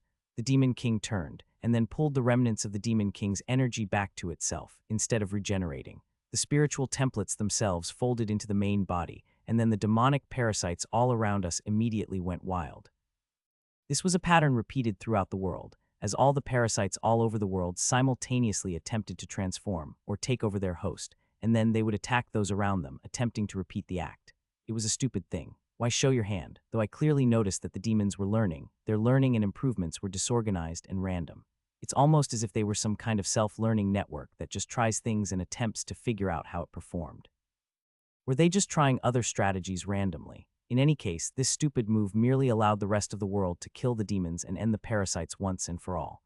I would have ensured that the parasites remain hidden, but I suppose I should count my lucky stars. Back with the Demon King, it immediately went airborne and transformed into this massive floating blob. Demon champion parasites attempted to latch onto the heroes, and a few bit them, but they were not infested. They had sufficient levels and protection for it. It's all up to the 4 heroes now. The Demon King used more conventional abilities then, but I noticed it was weaker than the earlier Demon Kings, and the heroes successfully whittled it down. Chung's magical bolt slammed into the Demon King, and it shattered, revealing a tiny blob. It's either going to blow. The tiny blob charged forward at incredible speed, and I barely blocked it with my wooden shield. It smashed through my shields like it was nothing, and then slammed into Prabhu and Colette's protective magical shields. It then expanded in an explosion, and transformed into a big purple blob around the heroes. The heroes attacked it repeatedly, but it somehow pushed through the magical shields and stabbed the heroes. It did what a parasite was always trained to do, possess a hero. It had inserted itself into the 4 heroes, and now it was up to them to resist it. All 4 heroes were in pain as I attempted to help them. I knew somehow all 4 heroes were in a mental battle with the Demon King. As Ken put it, this was the cliché of heroes, fighting from the inside. My roots and vines emerged and wrapped around the blob and drained its power. It was a lot of toxic, dirty power, just like that previous time I tried it with the heroes. I knew the demon core from this Demon King was likely to be corrupted as well, but now that I've seen how the Demon King was created, I may not need to fight it directly. But then, a ray of light shot through the purple blob, and then an explosion of light. The blob was vaporized. Demon King Exicant has been defeated. All over the world, a kill switch went off in the demon parasites, and they all died instantly. The 4 heroes fell, and my roots immediately reached out to grab them. They were alive but weak. My roots and vines cradled them and immediately injected them with healing abilities. At the same time, the rest of us felt a surge of relief. The era of demonic parasites was finally over. Year 201 end of the Demon Kings. The parasite war finally ended, and almost everyone was glad. Our contribution to the final battle meant we had levels. Naturally, it's the best part. You've gained 6 levels. You are now level 214. Multiple skills upgraded. Root or vine-based attacks now gain the ability to attack, touch, and damage souls directly.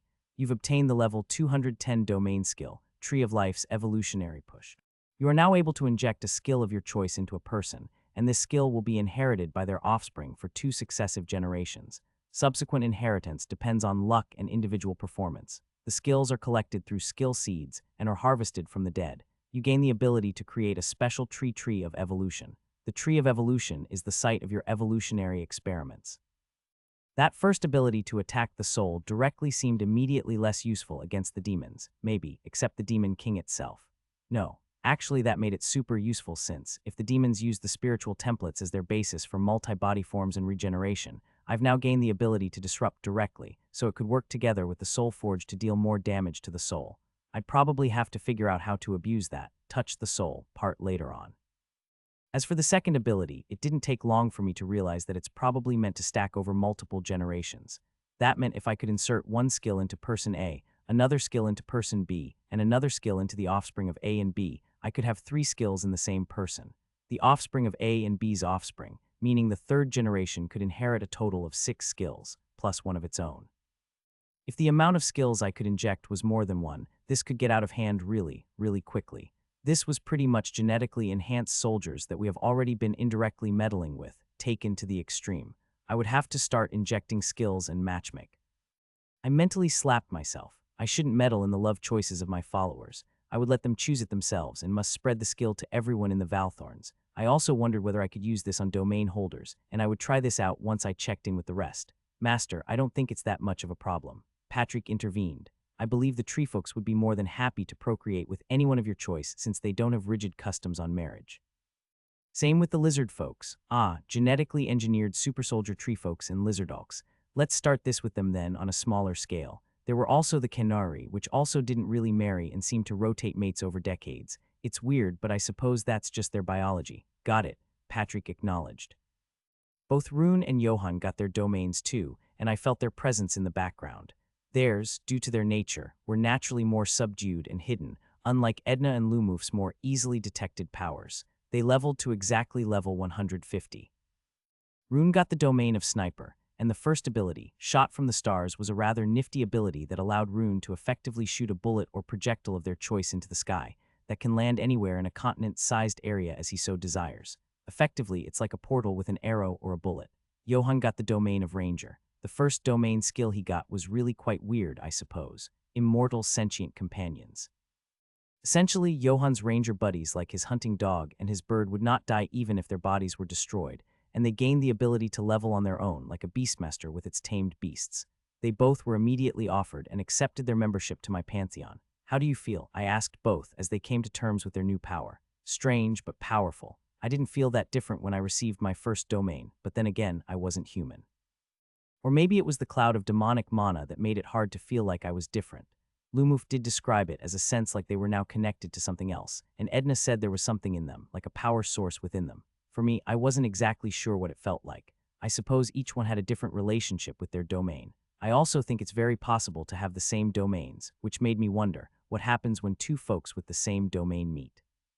Perhaps the domain would just nullify each other's power, and they would have to rely on non-domain powers. Lumuf and Edna were more than happy to have more join our ranks. Well, now that Ian's pantheon protects you from permanent death, you too can join more of the otherworldly activities. Lumuf seemed particularly happy to have someone who could accompany him. Johan stared. Really? Yes, come with me and let's visit some sand people. Lumuf laughed. Scorpions people. Johan rolled his eyes. It won't be that bad, I highly doubt it, Johan said, if the human faction hated us. Edna patted the two on the shoulders. Today's a time for celebration. Here, a drink. Edna gave both a mug of what was supposedly the best beer on the continent. Its title is heavily disputed, of course. Welcome. You've finally made it. Both Johan and Rune let out a long sigh of relief, like they've been holding this tension in for a long time. I'm just relieved I've finally made it. It was Rune who first answered. We've been working at this for decades, and I am just so fucking glad I've earned the right to stand at this level. I almost thought we were not good enough. Indeed, both Johan and Rune have been in my service for more than half a century. Their names were known to me personally about 50 years ago when they participated in the Alvin kidnapping project. It's been a long time for them. Lumuf tapped Rune on the shoulder. Your efforts have not been in vain. System rewards effort, constant, persistent effort. I almost felt like we were never going to make it. Johan said, we were at the edge of it, level 149 for so long. It's like edging for so long and never actually getting there. Edna chuckled at the sexual innuendo. Well, you can go beat yourself out after this, but really, levels are really sparse once we cross that line. The things we must achieve to gain a level increases. That's because they don't have hero fragments. These stupid hero fragments are clearly overpowered as hell, so we truly begin our duty to end this conflict of heroes and demons. Rune said. Lumuf smiled warmly. This is just the beginning. Johan stared at his hands, they trembled. We were so near to the Demon Kings, and even with my power now, I feel like it's still not enough. Edna answered. Oh, trust me, it's not enough at all. The domain merely gives us the right to join the battle as participants, but we are still lacking the heroes and their God-given powers. But it's all right, that's not how we really want to end this war. Then, Lumuf tapped them on the shoulder. This war rages on multiple worlds. Ian doesn't intend for this to be a direct conflict, not if he can avoid it. Ian's intermediate goal is for us to gather more like us across the many worlds. Oh, come, let us retreat to Ian's main body in the valley. Lumuf said, now that the two of you have the protection of your domains, there is a lot to share about the world, the gods outside, and the full extent of our plans. Rune and Johan looked at each other. They knew the powers of the domain at a general level, and Lumuf merely repeated it. They then walked to my main body in the valley, and Lumuf repeated my earlier discussions with them. I informed them of divine-related matters, such as the divine wooden stump that we retrieved, and the shard I took from the core of the Kemet world, about what I've seen on the Kemet world and the three worlds. I also gave them an audience to ask me anything at all, and I repeated my emphasis on ending this cycle, about why the world and the gods are just stuck with this makeshift solution of playing whack-a-mole with Demon King. I've once theorized that the gods are just like me, still limited by space and time, but just significantly high up on the power level, perhaps due to age because they have been doing this for multiple millennia. Of course, as I shared this, it truly dawned on them that they were now on the path to divinity.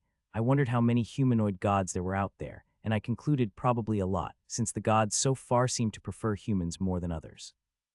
Johan was just quiet the whole time, as we shared almost all that we know of the demons and the gods, details that we may have mostly glossed over. Rune stared, nodded, and just said at the end of it, I need some time to soak all that in. They both needed time. They've known they were on the path to be gods, but they just didn't expect how pervasive the influence of the gods are, that gods could be reading their minds and they didn't know about it. As a result of hitting level 150, both Rune and Johan's Ionic variant classes vanished and were subsumed into the domain. The domain was both class and a rank, and it overrode the classes. All their classes vanished. A few days later, once they felt better and more in control, they took a dip in the biolabs for further investigation. I did the same for Lumuf and Edna too, as they gained some levels from the incident. Edna only gained 1 level from the battle, partly because her contribution was really not much. Lumuf, on the other hand, gained a bit more. He gained 5 levels and an additional domain ability. The additional domain ability was Empowered Faithful, which enchants 5 non-hero, non-domain individuals to gain exceptional temporary powers. He also gains the ability to see through his Empowered Faithfuls. Both Rune and Johan's souls were now similar to Lumuf and Edna. Their souls possessed a temple-like platform that supported their soul spring. There was also a large boulder-sized stone around their soul spring. The 4 heroes took a few days to recover from the battle, and then the mop-up of the demon parasites started immediately. The temples took the chance to quickly proclaim their victory over the demons and started a big propaganda campaign on their exceptional contributions to the war effort. The temples sacrificed a lot for this war. The parasites cost them a lot of manpower and eroded a lot of trust in the institutions. Naturally, they needed this propaganda when to reinforce their own positions. Within the central continent, naturally we spoke of our achievements and contributions in the south at length. After all, it is our home base, and the people who live there should feel that we've done our part. As for the southern continent itself, I decided to let the temples have their win. They were already politically unstable, and I felt that adding my propaganda to the south wouldn't really help us anyway. I didn't need their resources, and I didn't want to trigger a continental war so soon after this one ended, by fueling the already brewing discontent. Colette and Prabhu, naturally, returned as soon as they were able. Snack withdrawal was quite a thing. The 2 heroes requested an audience within days. What can we do for you? Edna asked. We wanted to discuss Lumuf and Ian's abilities during the battle with the Demon King. We saw that Ian used some kind of vaporization ability on the 3rd Demon King's body. What was that? Edna shrugged. Simple. Have you seen how a demon champion attempted to possess me? No. Oh, then you wouldn't know. A domain protects the soul from possession, and it also protected Lumuf from the Demon King's attempted possession. Of course, that simplified it significantly, but these mages do not possess the ability to see soul-type magic, so that was sufficient. Is such a thing possible? Colette looked at her partner. Prabhu shrugged. I suppose. The mages left it at that, but I could tell they were still thinking about it. It wasn't something they accepted so easily, since the power to vaporize a Demon King body in a single blast was really something else. At the same time, I told Patrick in my artificial minds to figure out how to replicate that power. If I could do it again, it would be a trump card against the Demon Kings. The destruction of the Demon King caused the energies that maintained the path between the 2 worlds to collapse. As it collapsed, it seemed to generate a shockwave of energy through the dark forest. I didn't see this from our world, but it was visible here, from the demon world. This shockwave traveled slowly, and it took months for the energy carried by the collapsing void path to hit the demon world like a really bad solar flare. I watched as the skies itself turned dark abruptly, and blue bolts of lightning descended from the skies. These lightning blasts vaporized most things that it touched, like spires or some of the rift gates. I immediately attempted to protect the rift gates from these lightning, and spawned my trees around them to deflect the blue lightning. The lightning zapped my trees instead, and was powerful enough to cut one of my subsidiary trees in half. It even sent a bit of pain through the root network, and I realized these lightning storms were made from the same energies as that void core mana mixture. These lightning destroyed vast quantities of the demon's structures, and also killed the demons easily. Each blast of lightning came with a shockwave. We then noticed that these lightning were concentrated around that deep hole that nurtured the demon king body, and that black tower filled with void mana received the brunt of it. The lightning smashed into the void tower and the other smaller towers. I also immediately attempted to capture some of these towers by spreading my trees around them. Some demons noticed and started attacking my trees, and so I spawned my beetles on the demon world and commanded them to defend my trees, and also some of them to attack. But I noticed the beetles performed badly on that world, even with the research I've done over the decades. No, more accurately, the demons were just stronger there. This was their world after all, so I decided to send my artificial mind commanders to the battlefield. I teleported Horns and a few other beetle commanders to the swampy demon world and began an intense war of attrition to conquer some of the spires. The spires spawned demons to fight back, and here, the spires themselves contained demonic energies.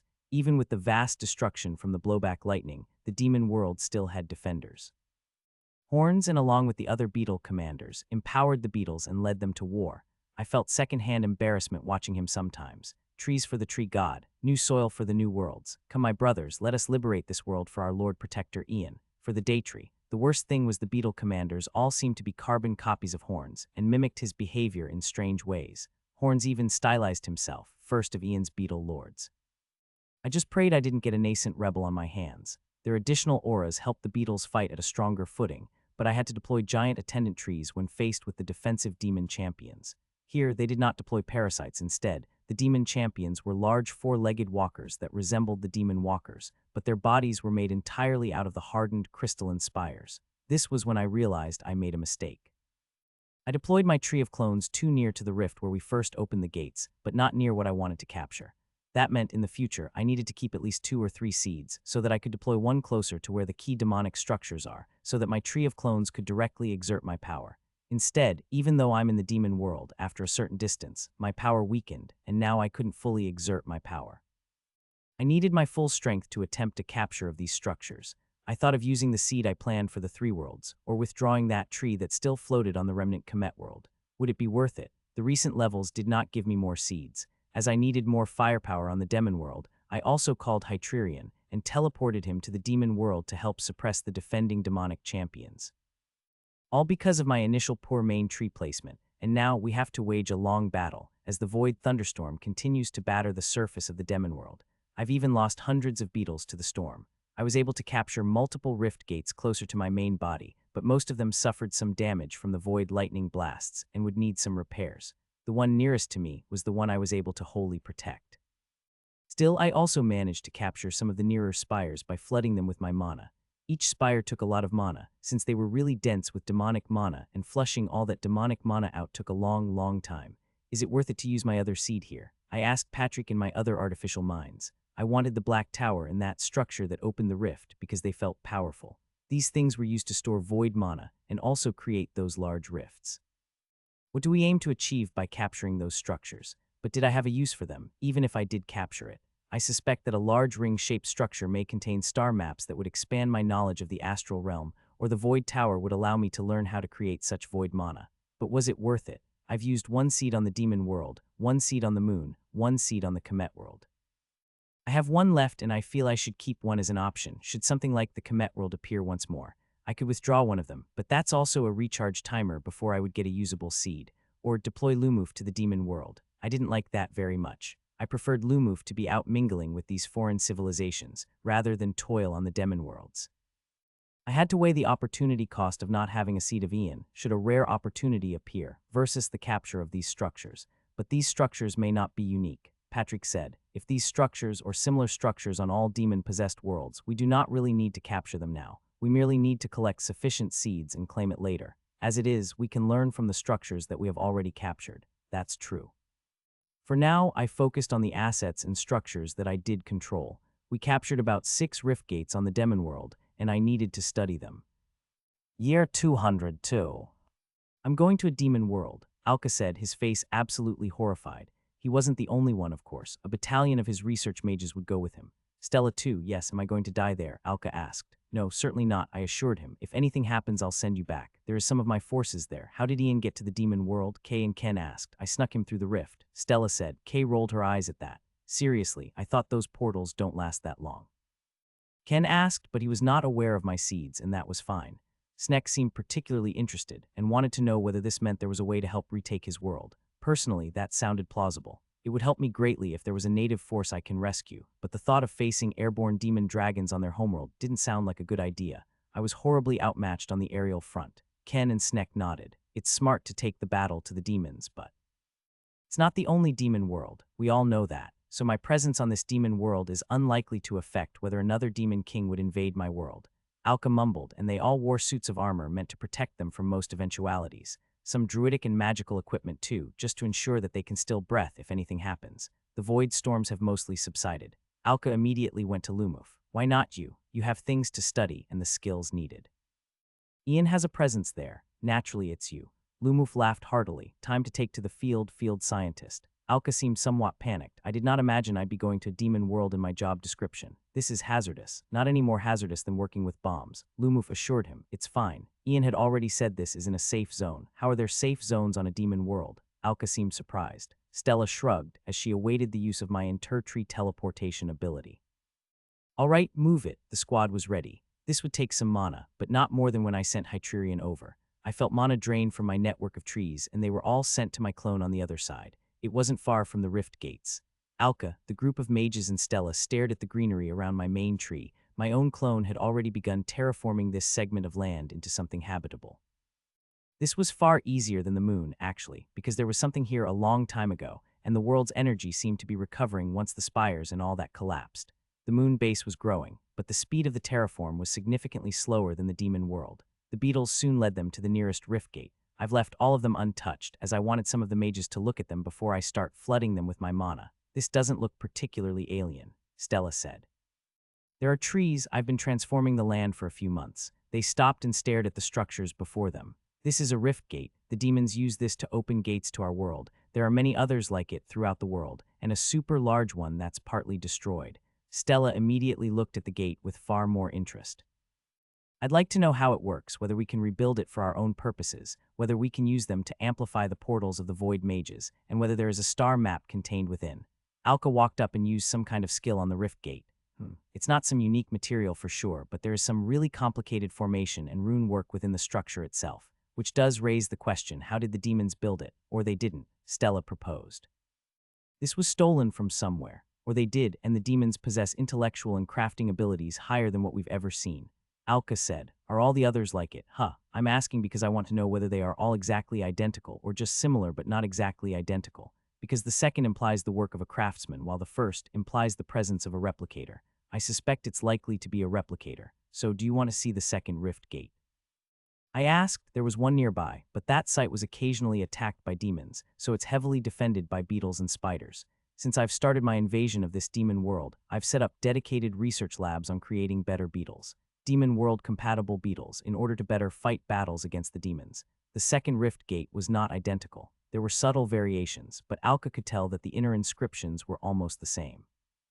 We didn't stay long, since this location was a little more risky. Of course, the revelation that they were not identically copied suggested that the demons possessed mastery of this level of craftwork. I thought back to the 2 demon cores I possessed and tried to check them. I wondered how this knowledge was transmitted across worlds. Were they embedded inside each demon king, such that each demon king was a walking colonization module on top of an invasion force? If so, they must come from that black blob in space, and then be inside this core. It could be written in flesh too. Patrick naturally challenged my view. We previously did extensive comparative analysis, using the 2 demon cores to map what was damaged and try to see if we could somehow build a complete whole from the incomplete 2 halves, but we still did not understand what exactly was happening. Now, with the patterns collected from the rift gates, we attempted to see whether there was any relevance, mainly to see whether there were similar patterns we could then extrapolate from the rift gate set of patterns.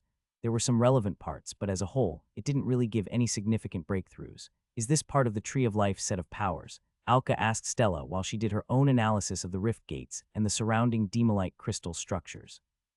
She came accompanied with a small group of her students, other void mages who were amazed, perplexed, and afraid all at the same time. Yes, I answered on her behalf. Damn, Alka said. You all are one of the first few non-demons to ever step on this demon world. You're all pioneer space tourists. There was a loud bang and they instinctively ducked. Demonic champions at the front lines and some of the stray magical projectiles blasted across the skies. Stella smirked. Very funny. Alka complained for a while, but he continued to conduct more tests on the structures. How frequently can we go back? Alka asked. Once a month. I could probably send them back every week or two, but that would leave my mana drained. Alka looked at Stella and Stella shrugged. Don't look at me. My void portals don't reach this kind of distance. That's really comforting. So Ian's our only ticket out. Alka complained a little more and then continued to test. My field scientist seemed to be a perpetual grumbler, but I suppose that dissatisfaction with everything comes with intellectual prowess. Of course, Prabhu and Colette were very interested to go, but I wasn't very comfortable with it. I even hesitated on telling them about it because I knew the gods were listening, one way or another. But I still told them because I wasn't the weak tree I was a few decades ago. With Tree of Life, I felt a lot more comfortable with being more transparent and open, at least with those whose powers I use and rely on. Even if things go south, I now have my clones in 3 other places, even if 2 of those clones are in rather vulnerable locations. With the benefit of hindsight, it was clear that I needed to invest in my team and build trust, even if that trust could go south. Since Rune and Johan both gained their domains, I gathered my 4 domain holders and then brainstormed our revised combat strategies. We needed to figure out how to best exploit our domain powers, especially with future demon kings. Rune and Johan also received the full briefing on what happened with Ava and my own history as a former Outworlder. In their entire career, they've lived to serve me, and the domain is their ultimate promotion, the point where they grow up and now can stand for themselves. The path is still long, of course, but the forest is strong because there are many trees, and this is a journey for all of us together. Their domains gave them additional power and stats, so they would continue to play the role of providing cover fire. In terms of pure damage, both of them were just slightly ahead of Edna, who had a higher level and additional domain skills. They could move quickly, detect enemies from afar, and shoot high-powered projectiles. Ever wonder who would win if we had a test fight? Rune looked at Johan. Edna just shrugged. Edna would be on the receiving end of their attacks in any spar, but her defensive abilities meant she could endure their attacks almost perpetually. Johan frowned. Actually, even with our new abilities, we can't even get past Ian or Edna's shields. I think that's our first goal. Oh, come on, a casual fight will be fun, it would. But actually, if you two would like a test fight, why not compare kill counts on the demon world? Lumuf smiled and proposed. Make yourselves useful for a change. Johan and Rune looked at each other, and Edna laughed. Oh darn, that's a good idea. Lilies noticed naturally. They were very attuned to the powers that thread through the world, sort of. It's been a while. Ah, we've reached the demon worlds. Lilies was silent as I shared about what I've seen on the demon worlds through our root connection. I shared scenes of the Demon King, the portals, the spires, after a long while. All right, we're ready. Turn it on, Alka said after 2 months of studies. Rune and Johan had a swell time hunting demons and keeping them away from our magical researchers in the captured structures. There were also some demon champions that appeared, and they also helped to push some forces closer to the intact spawning pools. I have not actually tried. I don't know how to, I admitted. I may have captured the Rift Gate, but I certainly did not know how to operate it at all. Did you manage to figure it out? Alka rolled his eyes. I mean, we've been studying its structure for 2 months without actually turning it on. Stella, if you would do the honors. Stella laughed. Certainly. She started on a monologue. The rift gates buzzed with activity as it drained void mana from the void crystals, and we watched it open, charge up, and then just as abruptly close. It's like starting a car engine that just cranked, roared, and went dead. Alka and Stella's eyes were glued to the gate, and Stella frowned. These rift gates piggyback off that central path built by the main gate. They are just links to that same void space tunnel. There's only one main highway between this demon world and ours, and these rift gates are like little feeder roads linked to this main highway. The main highway collapsed. That explained why the demons stopped coming after the Demon King got killed. But this does mean that if the path didn't collapse, the demons could perpetually invade. Not just that, if I could recreate these paths, it would mean permanent paths to other worlds. It would essentially enable the worlds to travel to each other, and if I could control them, it effectively functions as an escape route for the inhabitants of the invaded world. But these rifts are the first to appear. How does the demon find which world to invade? Alka wondered and then immediately asked. No, there should be signs. How long does it take? What's the gestation period for the Demon King? I don't know whether it's consistent. According to Sneck, his world seemed to take about 20 to 25 years per Demon King, but I would suspect the time spent also depends on the type and design of the Demon King, the amount of magical energies available in each world, and perhaps many other unknown factors. Alka frowned. A sample of 1 or 2 tells us nothing. But let us assume that on average it takes 25 years per Demon King, which would mean that there are twice to thrice as many worlds that are linked to us. Stella retorted. If we use the number of worlds linked to us by those faint astral paths and presume that all of them are currently carrying a demon king that would be sent to us once it is ready, which is at least 8 to 10 of them in the sky, it actually suggests that it takes about 70 to 80 years. That's a wide range. There were no astral paths in this world, not after they collapsed, but there were many paths still from Treehome. Those faint paths that grow brighter with each year. If these rift gates were like feeders into existing astral paths, could these rift gates be used to open a rift to their world by exploiting those linked to our home world? I predict that the paths will return to this world, but I would really like to know how that was done. How did the demon worlds find their targets? Could we mess with that interplanar world finder and add Treehome as some kind of do not disturb world? What if we move these rifts back to our world and try to use these rift gates to tap into those astral paths? Stella and Alka thought about it. Alka's eyes widened, and I could almost see the gears turning in his head. It's worth trying. Can we move this rift gate back home? Of course. I can move objects too. Naturally, I could move these structures back to Treehome. Stella then considered. It does mean that Ian may invade them, even before the demons open a rift to our world, and it would force the demons into a defensive battle on their world by taking over all their rift gates. We would need to figure out how to activate the astral paths or reinforce it to some degree with the core mana. But it's possible. The possibilities are so interesting. Alka laughed. Stella smacked the madly grinning Alka on the shoulder. You just transformed from being afraid of coming to this world to proposing a preemptive invasion on a demon world.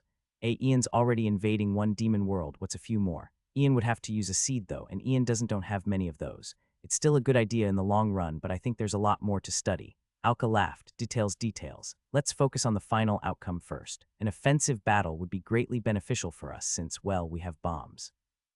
A lot of them are you. I'm proposing we bomb the hell out of the demon worlds before they even invade us. We don't even need some sophisticated targeting. We need an air force and then open a portal and just keep sending bombs through it. Stella stared at the mad scientist, who once lectured me on the morality of bombs. And I thought you said you wouldn't go that far. Ian noticed that there's a big tower of void mana when the demon king was about to appear. And Ian's teleportation ability does not require the use of void mana, so large quantities of star mana can be transported through it without destabilization. Okay, it's also right next to the Demon King. Star mana and void mana goes boom, year 203. We moved one of the rift gates back to Frika and located it right in the valley. Alka and the rest of them returned, except Rune and Johan, who continued the fight and expansion.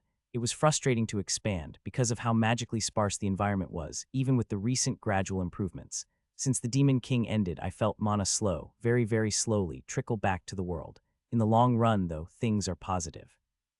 At the rate of natural mana recovery in the world, in a few decades, my trees would turn mana positive, and I would be able to mount a more coherent and decisive push towards all the major structures of the demons.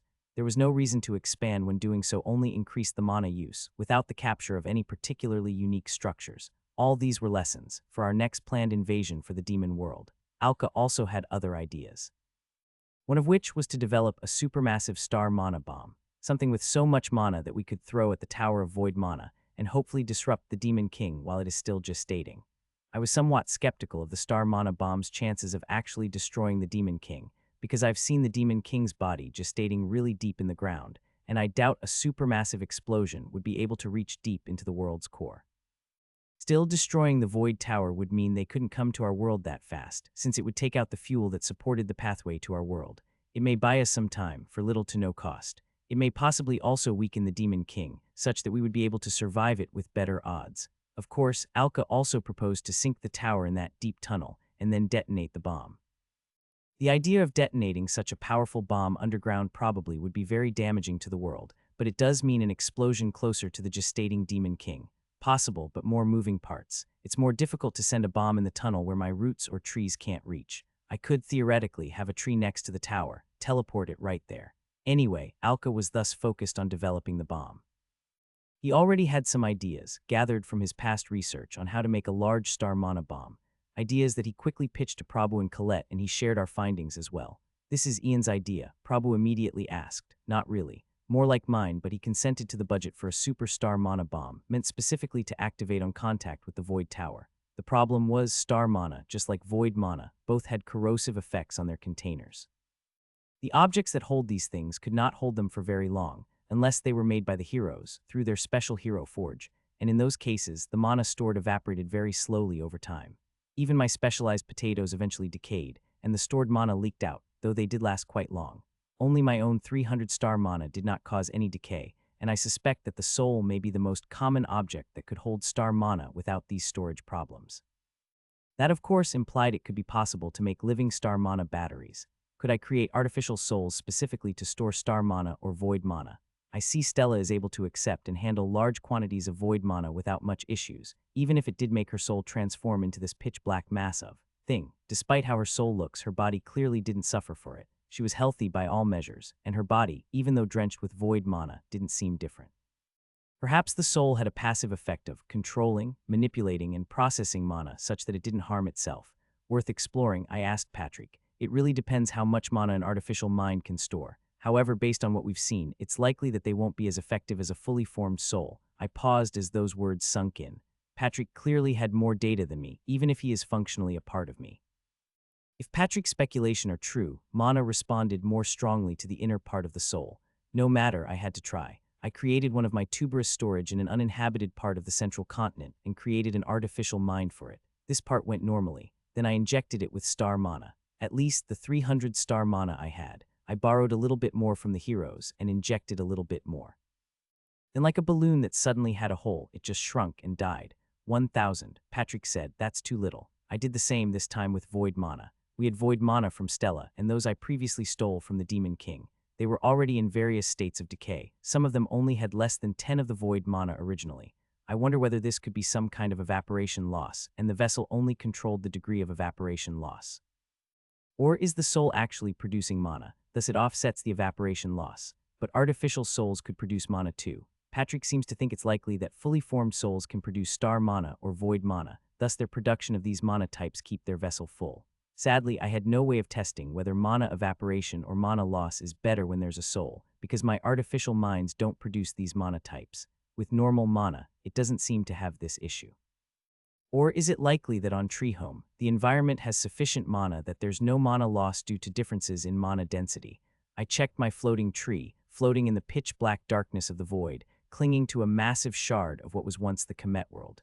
It doesn't need mana from me, because it produces a little bit of mana. My artificial minds quickly helped me build up some data sets, and then I realized that each of my clones produced a small amount of their own mana, and then, on top of that small passive production, it also absorbed and amplified mana from the environment. In places where there was very little mana, like the demon world or the moon, this part of my natural mana-producing abilities were weak. In short, my clones were best strategically placed where there's a lot of natural mana, and that would significantly improve my mana amount. It's like finding the correct spot to put a wind turbine. Once my clones were placed, I couldn't move them unless I killed my clones. There's also a gestation period for the seeds to reappear, and I would have to contend with losing my connection to that place. So Ian managed to invade the demon world. Chung repeated on the magical communication device. It was a meeting joined by my senior Valthorns and the Otherworlders as well. Well, except Mila and Alexis, who's in the north. But anyway, now that we had something resembling a plan, we needed help. Yes, and Alka proposed that we attack the demon world before the Demon King invades. I can see merit in the argument, since we can save lives by preventing the invasion in the first place. There were no official tallies of how many people died during the Parasite Wars, but my Valthorns observed that even in well-defended towns, the population was down by about 20%. So the Parasite War was probably one of the higher ones in terms of fatalities because refugees couldn't escape, and even if they did, they were suspected of harboring the parasites. It was a grim episode that I was glad ended well. Had they been more intelligent, we would be dealing with a persistent, ongoing issue. Prabhu did most of the explanation, where he went over Stella's void portal abilities, my ability to resonate with the rift gates and sneak my vines through the gates, and then lastly my tree clones. Deep in my valley, the rift gate, now surrounded by hundreds of mages and researchers, was undergoing reconfiguration. So that's something from a demon world. Chung and Hafez were on the magical communicator. A rift gate? Yes, the demons build these paths across worlds, and these paths gather in the skies above over decades. Alka and Stella think it might be possible to open these paths earlier and invade them before the demons are even ready for us. Alka then explained about the Void Tower and the giant circular gate, which I suspected was the primary gate. Don't we need that primary gate then? Chung asked. Alka and Stella suspect that it may not be necessary since the astral path is already there, just not fully activated. They want to use the world's core mana to open a small gate and send one of Ian's clones there and, well, bomb the shit out of them. It's interesting. Chung nodded. Strangely, the gods' inhibitions didn't attack the heroes, because after all, this was a conversation about destroying demons, just not demons in this world. Alka and Stella were both well educated on the hero class mental overrides, so we made no mention of gods, but we reminded Alka and Stella to not speak of the ending the cycle part, since that triggered the hero's mental blocks the last time I touched this subject with Prabhu. For now, we were laser-focused on defeating the next Demon King, and that seemed to avoid triggering the overrides. What's our role? The plan is frankly quite simple, Alka repeated. We'll bomb the Void Tower and try our best to cause massive damage, and if it doesn't kill the Demon King, Ian will teleport all of you to the demon world and you can fight all out there. We'll provide cover fire and clear the grounds. Are the demons stronger there? In their world? Chung asked. Alka paused. I don't have enough data to say for sure. From the 1 or 2 worlds Ian has visited, it's possible that the mobs are stronger. We don't know whether there is any change in the strength of the Demon King. Chung was surprisingly cooperative. It's a decent idea in principle. Once the gate is active, then let's meet again and go through our plans. With their agreement obtained, Alka and Stella now worked on actually getting the rift gates to work in reverse, from our world to theirs. Back on the demon world, Rune and Johan fought the horde of demons from the demonic spawning pools. We observed that some of these pools have regenerated and were somehow repaired, and the speed of this recovery seemed aligned to the recovery in the natural ambient mana of this world. This swampy demon world used to be a world with life, and now, in the areas where my trees dominated, I began observing the effects as some normal creatures spawned for the first time. Only small ones because they were insects, but the fact that creatures were created by the system meant we were undoing the demon's hold. Horns and a small army of beetle commanders complemented Rune and Johan in the battle for the demon world. This was a long war, and Horns loved it. Horns lived for war, it seemed, and even though he got squashed a few times, he never stopped returning to the front lines. Hytrarian, my massive walker, was also pleased that it was useful for a change, rather than being mostly useless back on Treehome, since it was able to storm through enemy lines with its massive size. This was a war that would only gain in intensity, since the recovering ambient mana of the world meant both sides would gain strength.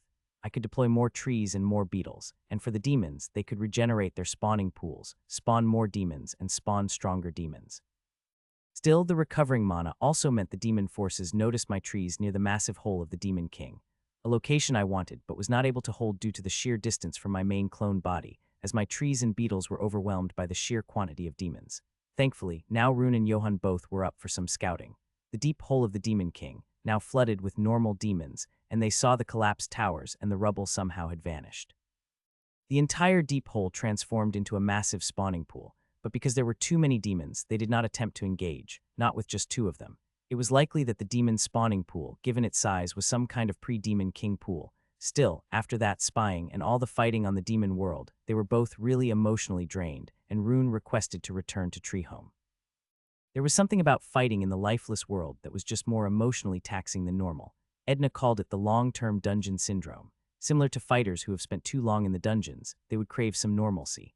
Oh well, I suppose I would need to start considering some kind of otherworld combat roster. Maybe that's what happened with Prabhu and Colette and their snack withdrawals. They needed an emotional base, and fighting long periods away from home drained that battery. There was something else I had to work on, which was core mana. The activation of the astral path seemed to rely on the core mana, though it is possible to wait for the rifts to open and then only invade. But we wanted the option to invade at our own time, so I had to figure out core mana. I intensified my analysis of the Comet World Shard and concluded that I needed to dig deep. Much, much deeper. What kind of creature would have core mana? I already reached my limit on Treehome in terms of depth. I couldn't get deeper, even with all the intermediate trees in the way. This was the secret at the center of the world. Lilies, do you know how to contact the will of the world? I got similar replies from Arya, who didn't even know about the will of the world. I only have 1 seed left. Unless I could gain more levels, I'd have to use it strategically. Lumuf, when you were on the 3 worlds, were there any really, really deep places? Like chasms or cracks that led all the way into the core. Lumuf naturally got what I was trying to get at and shook his head. Not that I know of, unless the sand people and the centaurs are hiding it. Do you want me to ask? Then we should aim elsewhere. Let's go to another world. I suppose Lumuf's job scope now expanded to also look for sources of core mana, usually in really, really deep places. There had to be a world where there's already a natural crack in the world. Such things were common in fantasy after all, places where the world ended and it led to the great beyond. 3 worlds, Comet World and Treehome, had been typical planets, but not all worlds are like that. If I wanted core mana, I needed to find a world where the core isn't in the center of a spherical world. Lumuf nodded. Yes, boss. Maybe the next world won't have my answer, but we had to try. Our next best choice was a stray world similar to the Comet world, where its core was exposed in some way. I then thought about my little trigger happy reef friend, Reefy. Do you know any deep, deep place? Deeper, much deeper, like far deeper than the Marianas. Even my own underground trees have gone a lot deeper. I contemplated that question for a moment. Is the will someone? Well, yes, maybe, if you could, please. I actually have no idea what Reefy's been up to underwater, but it seemed to be pretty stable, so I presumed it to be all right. Year 204. Sneck proposed that we dig underground in the demon world, for the same reason as Sneck's homeworld. In Sneck's world, they, the snakes, migrated underground to avoid the demons. If there were survivors, they'd be hidden underground or in places where the demons could not reach.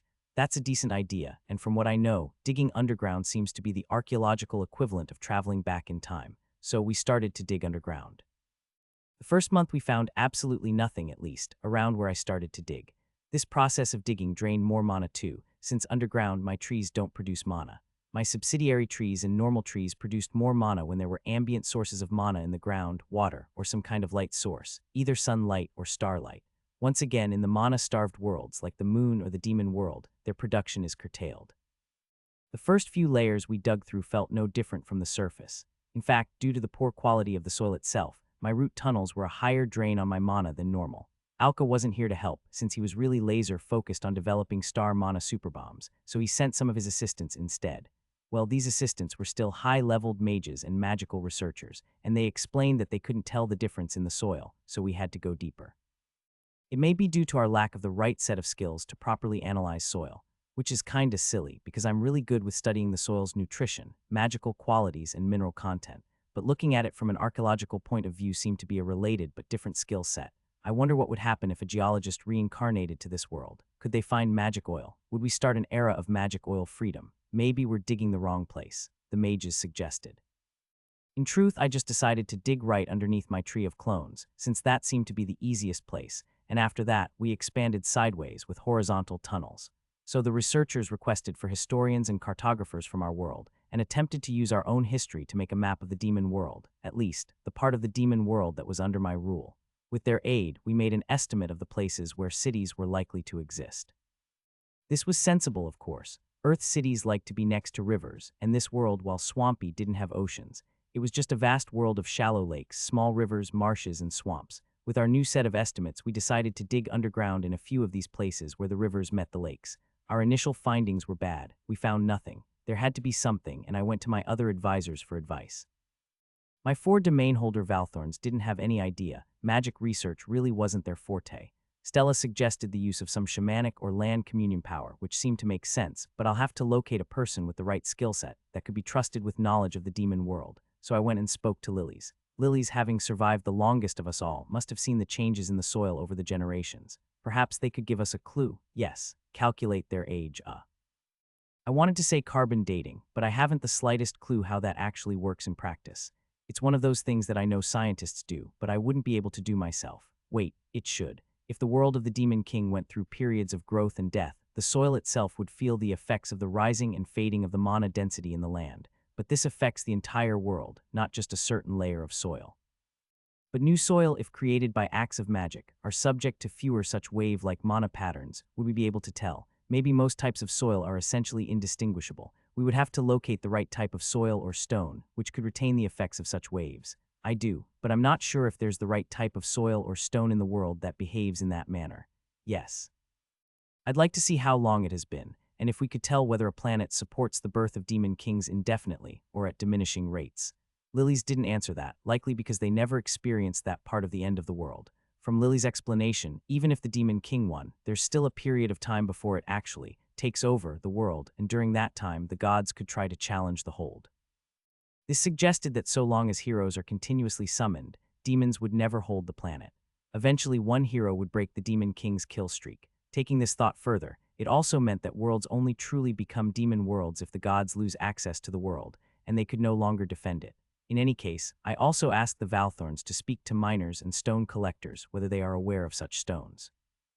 It would be easier to find something if we knew how they looked like in our world. We're just grasping at straws. The mages new to the process of research said, that's what it's like to be at the forefront of magic research. We're trying to imagine or figure out how things work with whatever clues handed to us. The researchers laughed. Many of these clues are misleading, but it is very, very intellectually stimulating, occasionally. Most of the time is really a lot of boring cataloging and data collection work. One of the good points of Stella, Ken's influence on the magic researchers, was the introduction of more robust data collection methodology, mainly using our own world's logic of statistics and data. I just hoped we didn't draw the wrong conclusions. I wasn't very good at statistics, so my own guidance was very high level and could even be wrong. A layman's comprehension of statistics and the conclusions they draw from the data may not be correct, even if they seem logical from a layman's view. Still, more data is always welcome. Patrick and my artificial minds could easily shift through the data. In fact, one of the things Patrick suggested was a physical avatar for Patrick and the artificial minds, such that they could interact with the reports and data directly. As it is, my artificial minds can mentally communicate with each other through my roots, thus forming a network. My subordinates, like horns, were also connected to the network, but their connection was not through the roots, but through telepathic speech, and telepathic communication was inherently slower and more prone to misunderstandings. In short, our current data collection method required either someone to read the data, and that data gets mentally copied by Patrick, or the artificial minds borrowed one of my regular eyes, which were capable of regular vision, to read the data directly. Useful, but could be expanded. They were able to collect sound data directly, but because my artificial minds views the world mostly through my senses, i.e. my spiritual vision, sound, and also a vibrative sense, reading documents was out of the picture. They were already able to manipulate vines in my biolab-focused artificial minds and get readings from them directly. Again, the demon world itself was more prone to magical disruptions. Demons have been consistently attacking my trees throughout the demon world, sometimes with those demon spire walker champions, and these champions had some type of magical interference. At this point, I estimate the ambient mana in the demon world to be about 5% 5 of tree home.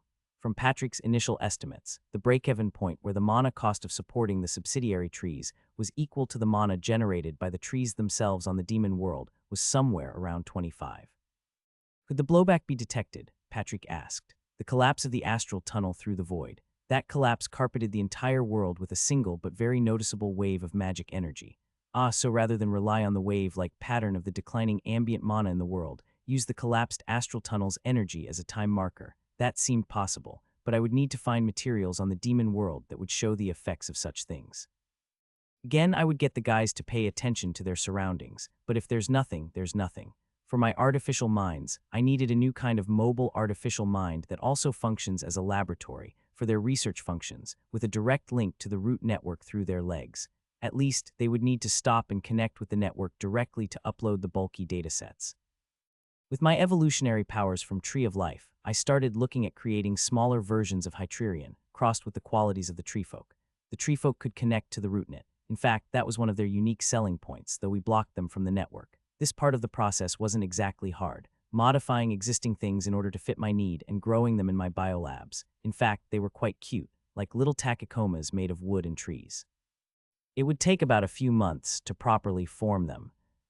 Three-world this time? Stella asked. She's been working on the Rift Gate, but it involved huge amounts of reconfiguring the runic patterns. She said she'll get better with time, but for now she'll need another year or two. In my experience, there's bound to be hiccups, so if she completes it within 3 years, it's considered a success. Lumuf shook his head. Nope, the other world. Unless there's something else. Nope. Skies remain unchanged, for now. I scanned the skies from my lone tree that floated nowhere in the remnants of the Kemet world. So far, nothing. Stella paused and looked at her notes. All right, just you. No, I decided not to send Lumuf alone this time, so I got one of the higher-ranked Valthorns to accompany him, one of Edna's juniors and disciples, a level 110 Ionic battle knight named Eben. I figured that I would gradually rotate my level 100-plus Valthorns on these adventures to other worlds to let them learn from the other worlds. I suspect the system seems to recognize and give value to a wider perspective, and thus rewards those who have seen other worlds. It may also be partly why I gain levels faster too, on top of my heroic fragments. Or maybe just a different perspective just gave a more holistic comprehension of powers, thus recognition by the system. In any case, I would send Lumuf to the other worlds, as part of my many other projects to get core mana. I also had miners dig into the depth of the world from the already deep depths. I had mages and others attempting to create a portal into the core itself. I will have core mana, then we will take this battle to the demons. The portal opened and both Lumuf and Eben walked out to what appeared to be a massive battlefield, with the stench of rotting corpses and blood in the air. Back home, Stella and her team strained a little more than usual. Weird, felt like I was trying to push through mud. The battlefield was littered with corpses, some still looked relatively fresh. This battle wasn't very long ago, maybe a week or a month. Yet the first thing I wanted to see was the sky. Lumuf then looked up and we both saw the glowing, bright astral path through our shared astral vision. Lumuf's expression paled instantly. The Demon King is here. Here, Eben asked. Immediately he started to look around anxiously. No, I mean, he's in this world, Lumuf clarified. Oh, Eben relaxed. He immediately started to survey the surroundings. If the astral path is open, then the invasion is still ongoing. We should spot some heroes then. The corpses were humanoid at least, some looked like elves and dwarves. Lizard people and drakes too. Where should we go? Eben asked, returning from his short walk around. I see their equipment's rust is quite early stage. This battle must have been just about 2 to 3 weeks old. Strange no one raided their equipment. Demons don't need equipment. Ah yes, I forgot since we had the parasites. Eben answered. Lumuf paused and I briefly entered the avatar mode. I felt my senses extend through the ground and the world around us. There was a loud explosion in a particular direction, carried by the winds, and there were very visible magic flying through the sky. Lumuf and Eben exchanged glances. If there's fighting, there's people. Lumuf answered. Eben nodded. Lumuf activated his domain skill on Eben, and Eben's body glowed, supercharged. He ran, his speed almost as fast as the heroes through the battlefield. It was quite far away. Both Lumuf and I could see through Eben with Lumuf's ability, and we saw an army of lizard men, at least 2,000 of them, battling an army of at least 10,000 humanoid demons. These demons were armed with reddish demonic weapons. They were awfully familiar, like the ones that gave me the forest rod. Was this a rehash of the Demon Walker champions, the ones that triggered the huge calamity of the central continent? I felt a little tingle of fear through my senses. The lizardmen were outnumbered, and we saw the very familiar demonic knights and demonic generals. Lumuf. It's the Demon King Sabnok again. Lumuf was a baby when the Sabnok incident happened, but it was mandatory education for the Valthorns on the origins of the Rottedlands. Sabnok here, maybe not Sabnok, but those demons are from that generation of demon kings. There will be Hytrurian-type champions. This world was faced with a large-scale invasion of demons. Lumuf ran as fast as he could, which was really fast, but it still took him longer to arrive into battlefield. The lizardmen were already fighting the demons, and they were the ones unleashing their magical spells and projectiles. Eben smashed into the center of the demon army like a descended god, and his large gladius glowed green from power. Eben, for the purposes of this battle, received one of the Court of the Daytree slots, which complemented his close combat battle skills with my own wide area abilities, like rooting fields. The lizardmen clearly didn't expect the assistance, and the sight of Eben as a single, supercharged individual able to easily defeat tens of these normal demons per swing seemed to raise their morale. Aura, Lumuf mentally spoke to Eben. Activate the demon suppression aura. He had a weaker version, but it helped slow down the demons a little bit, such to give the lizardmen army some breathing room. The demon knights and general types clearly noticed Eben and they charged at him. But if Lozan at level 30 could fight a demon knight, Eben at level 110 could kill a few of them in a single swipe. They really were not much now. Only champions could give Eben a challenge, so Eben slaughtered the demons like the worthless things they were. When Lumuf arrived a little bit later, the victory was certain. Once in avatar mode, the demons were killed quickly. The full strength of my demonic suppression aura flooded the battlefield, and they were as good as motionless statues.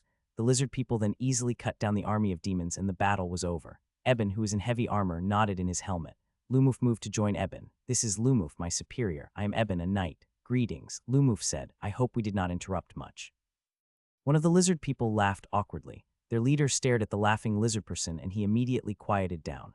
In fact, we were prepared to fight to the death to hold the demons back. Our reinforcements were delayed by a few days. Lumuf nodded. All right, would you mind filling us in? I must admit I'm new to the region. That made the lizard person leader's eyes twitch. I'm afraid I don't understand what you mean by that. Lumuf smiled. We teleported here from a really, really far place, so I need a briefing. Everything, really. One of the lizard person immediately asked. Are you the heroes? That lizard person was promptly slapped by the one next to him.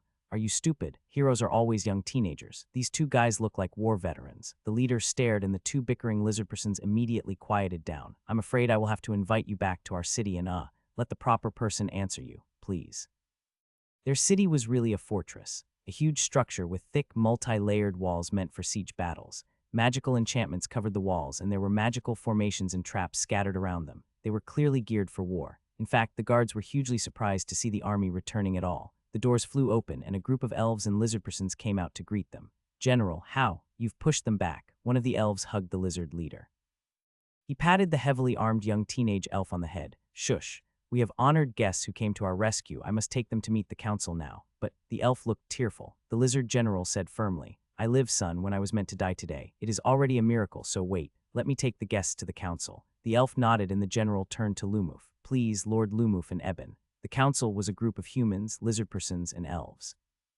About the same as the corpses we saw from the previous battlefield. Everyone was heavily armed. The general gave the introductions and the council was blunt with its questions. Where are you from exactly? There are no known individuals with your type of combat abilities left. Lumuf thought for a moment and decided to go for the truth. Another world, but we are not heroes, just a neighboring world. There was an audible gasp from the entire council. How? Lumuf smiled. Classified information.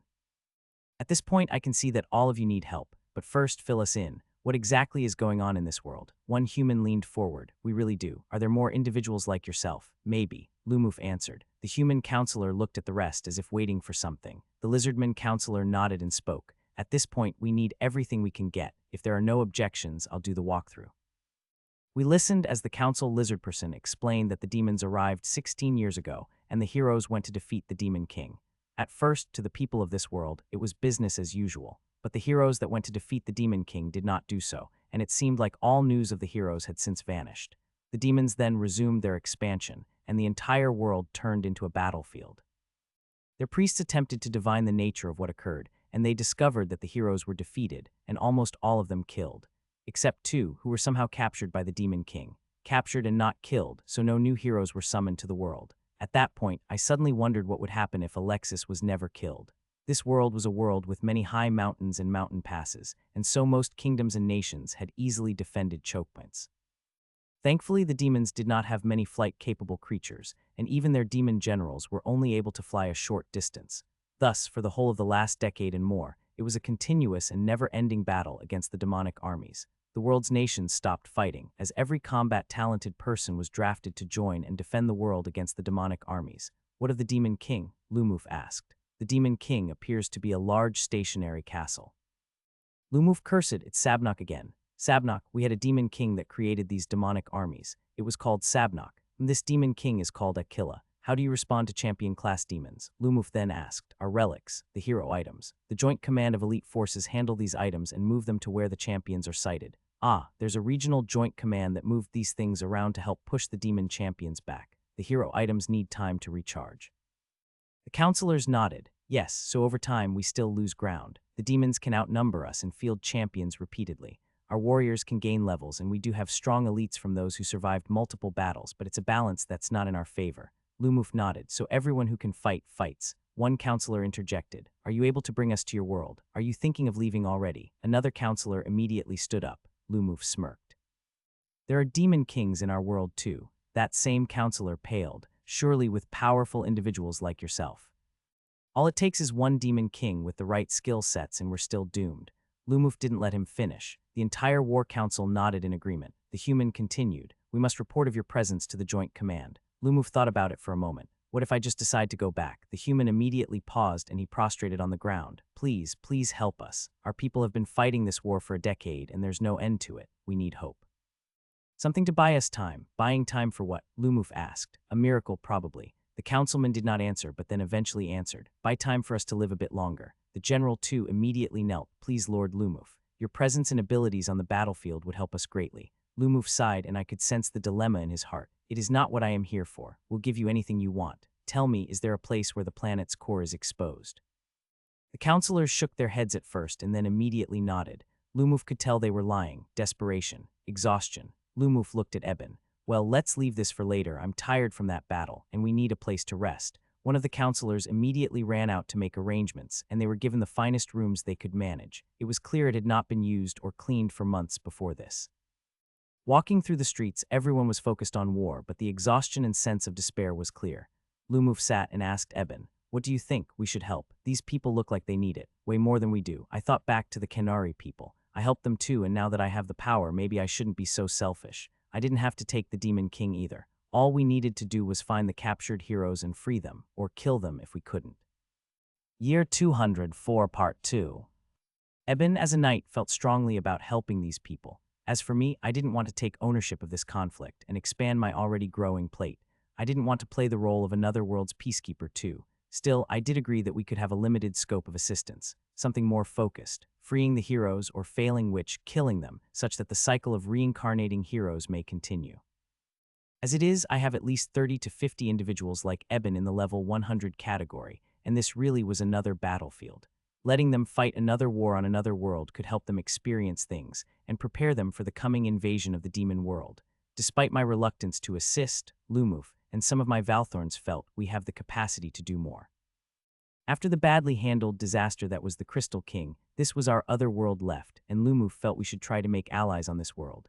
If we help now, we come as saviors, allies. These opinions can shift quickly, and I wasn't sure what was the political, social, and religious sentiment on the ground. A wider scope of assistance may also face pushback, and as the Crystal King said, we would be occupiers. Maybe he wasn't that wrong after all. If the purpose of allies was as a backup if our world fell, then if that happened, we would retreat here as refugees. Eventually, though, we would also transform into occupiers, demanding some of these lands as our own. Politics was hard. I'd rather just fight demons. After a day's rest, Lumuf and Eben returned to face the council, and Lumuf immediately asked for information on the heroes and where they were captured. Lumuf could see the light in their eyes lit up, excited at the prospect of our assistance. In truth, they couldn't help. This was a border city, a fortress that faced the demon hordes. The information on the heroes and on such grander strategic matters were all deeper in their protected hinterlands, so they proposed to send 2 messengers, carrying scrolls written by the council, to guide and accompany us to one of their greater cities that still stood. It would be a 2-week journey by horse, but Lumuf shook his head at the council.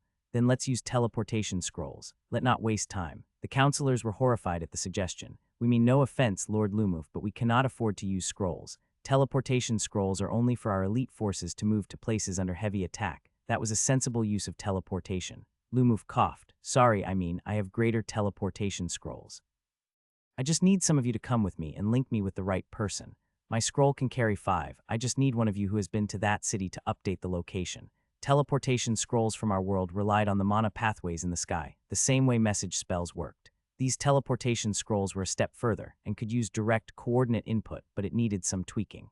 Oh, 1 lizard person and 1 human stood. Then we will go with you. One of the counselors was a mage, and he stared at the scroll for a moment. These are really interesting teleportation runes. Lumuf coughed again. Shall we? Ah, yes.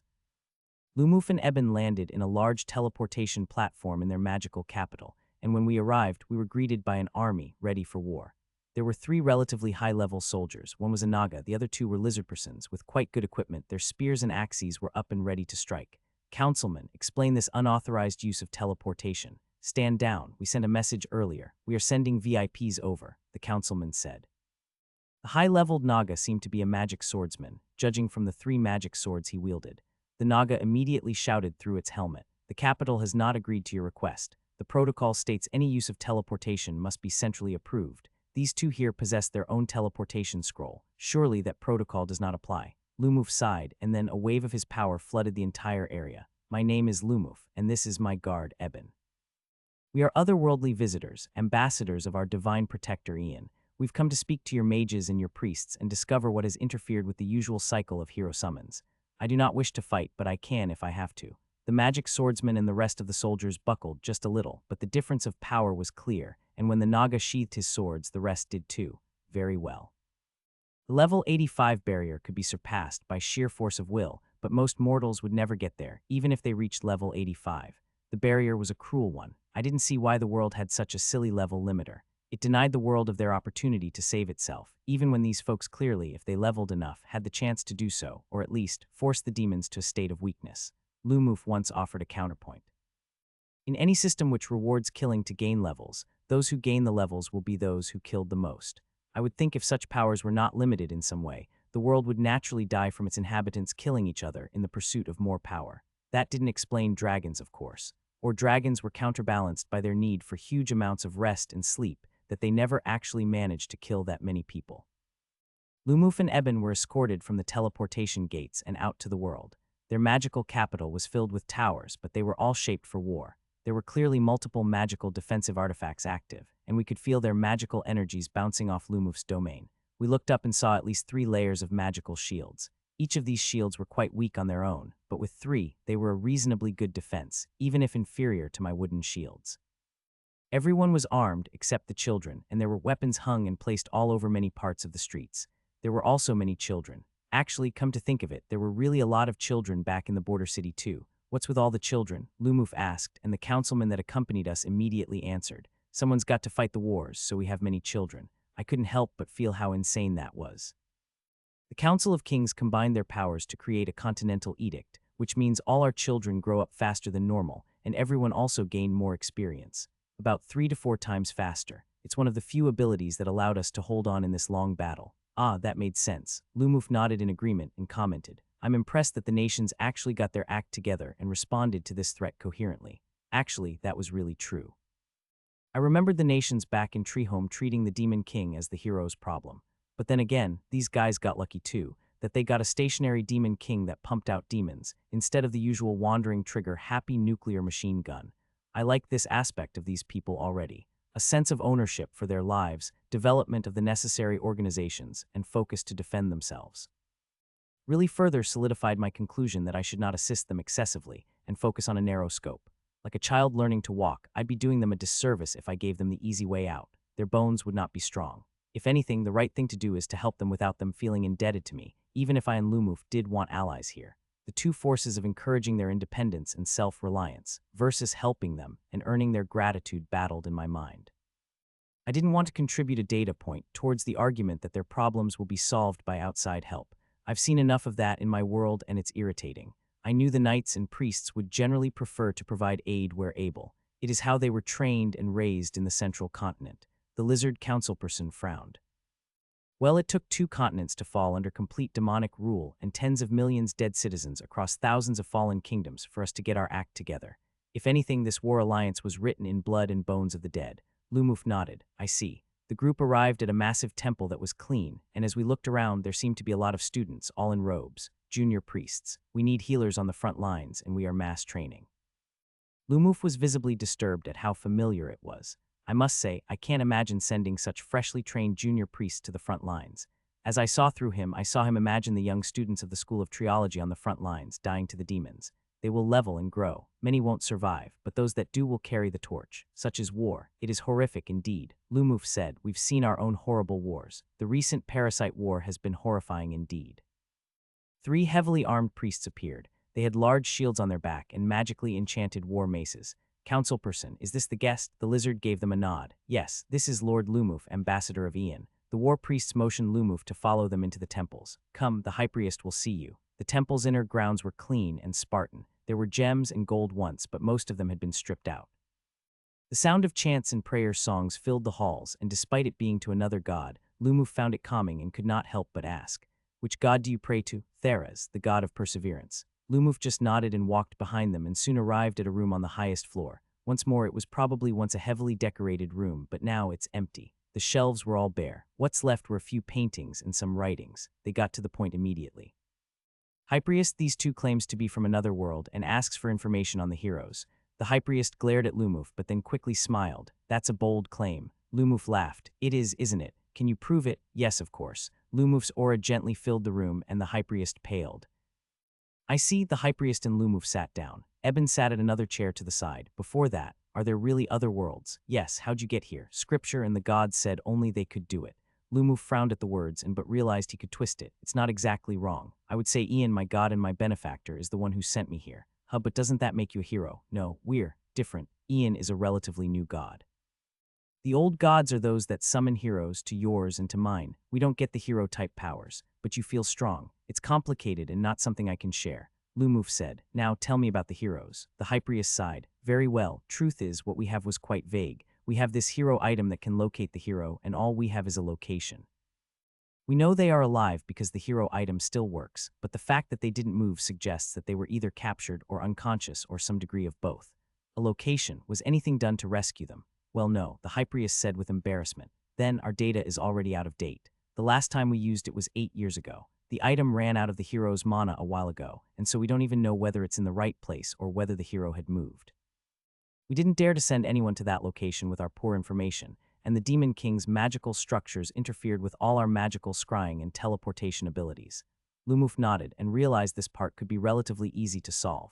Can we get access to it? It's considered one of our most prized possessions, even if it's unpowered. It would need the approval of the Council of Kings and Grand Marshals. But why? Can you get it? The High Priest stared. What are you really saying?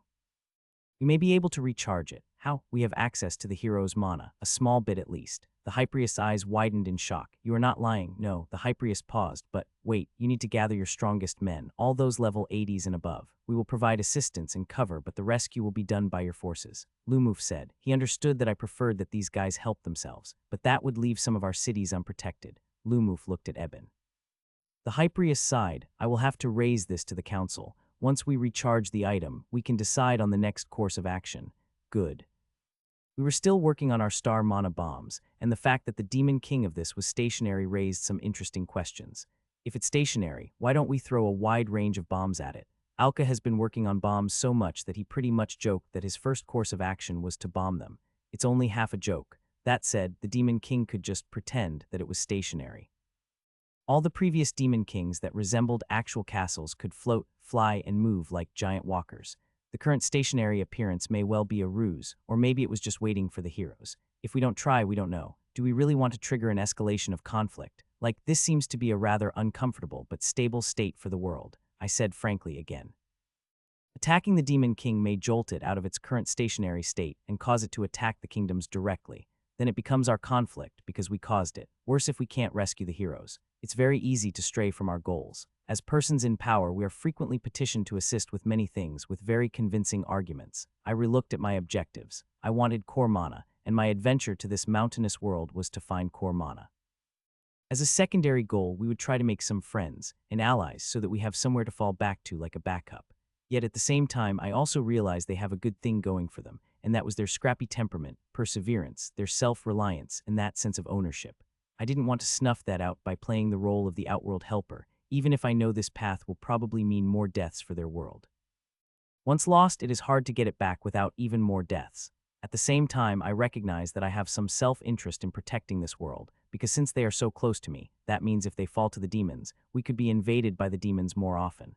This was just my speculation, because Stella's view was that it doesn't work like that. The demons seem to ignore distance when choosing their targets, because their choice of targets seemed random. Each world led to other worlds, and Stella was keen to visit the three worlds and mountainous world for herself again, and see whether there were other worlds within the range of these worlds.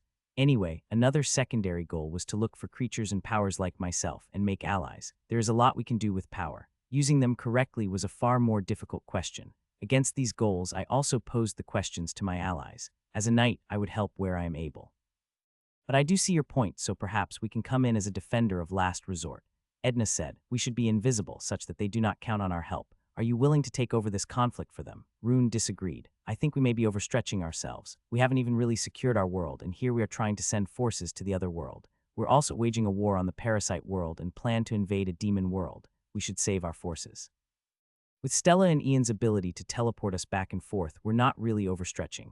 Edna argued, and stretching isn't really fair because, well, we gain levels from all of this. The question is simple to me. If there's a demon on our world and a demon on theirs at the same time, where do we fight? The answer is clearly here because this is our home. That's not our home and it's not our battle, Rune countered. If we accept responsibility for one, are we eventually accepting it for all? I agree that home is where we should protect. Edna nodded. But that does make our world's lives more valuable than theirs, isn't it? We have capacity. Many of our level 100s are just clearing dungeons. It is a fact that our world is more valuable. They are unfortunate that they do not have an Ian, so it is even more important that their own people rise to the occasion, Rune countered. We've seen that a child born in the central continent grows up stronger than most in the other continents, and this sort of luck is true across worlds too. They are level limited. They can't, even if they want to. Edna responded, but Ian could. It is a limited resource, but not that limited. I would be willing to give a few if they are worthy. I responded, I still have a few in stockpile. It isn't even an instant win, because I've seen my guys who got the soul seed but never actually did much. I also like that this was in line with helping them help themselves, and did not involve putting the time of my people on the line, but I'll need Lumuf to get to know them better before giving them such an item. The last thing I'd want is to empower someone who'd go against me. Edna smiled. Even if you give 10 of them seeds, they're a long way from being able to stand against you, Ian. It took us decades of constant grinding to get both Rune and Johan to the domain tier. I think that's not something to be worried about, not in the next half-century. That was true. Even if they did turn against me, so what? They couldn't travel worlds. Our home base was safe, so I could help with very little losses, all the upside with very few downsides. If it goes well, we get some friendly parties. If it doesn't, no major harm done. Year 205. It took a while and a lot of discussions over at the so-called Council of Kings and a few actual meetings with Lumuf before they even allowed Lumuf to see the item for itself. Stella couldn't teleport the heroes because their star mana opposed the void mana too strongly. Not like me, where the star mana I possessed was relatively tiny, but it didn't matter. The object itself was a large circular metal disc with many rings. It looked like an ancient feng shui compass, only with a glass clear center. It was created 6 centuries ago by an archmage hero, and over time its mana has been exhausted. It was clearly made only to accept star mana, not like the hero items that were made to accept normal mana. Lumuf was flanked by 10 of their strongest fighters, some mages, some archers, and some knights. It was just security theater, really. There was nothing they could do if we tried anything. Lumuf touched the disc and my avatar descended. All that was present felt my oppressive presence fill the room and the entire building. I channeled my meager 300 star mana into the disc, and the disc clearly started to glow. It was thirsty. It was a really greedy disc. Lumuf mused. It still needs more, so I had to borrow. Prabhu gladly volunteered. I wrapped my vines around his body, and he sent his star mana into my body. I weaved it through myself and threw the avatar into the disc. The disc glowed, and this time it was enough. Lumuf felt uncomfortable, though. The clear glass turned murky and swirled like a witch's cauldron, and then it revealed a location and a vision to all that was present. The heroes were possessed. One resembled a giant demon knight, and another was inside a demonic cage. Their location was not far from the Demon King, too. Well, there you have it, the heroes, Lumuf answered as my presence faded away. Are you ready to free them? Year 205. Lumuf sat in their magical archives. There were just a few mages here. These archives used to have hundreds of mages, all poring over where to push their magic. These days, every single mage was working in the workshops, making weapons or fighting in the battlefields. Not here. Lumuf sighed. Our quest for core mana in this new world was fruitless. Not here, not 3 worlds. It seemed that we would need Stella here if we want to find somewhere else with core mana. Is this core so important?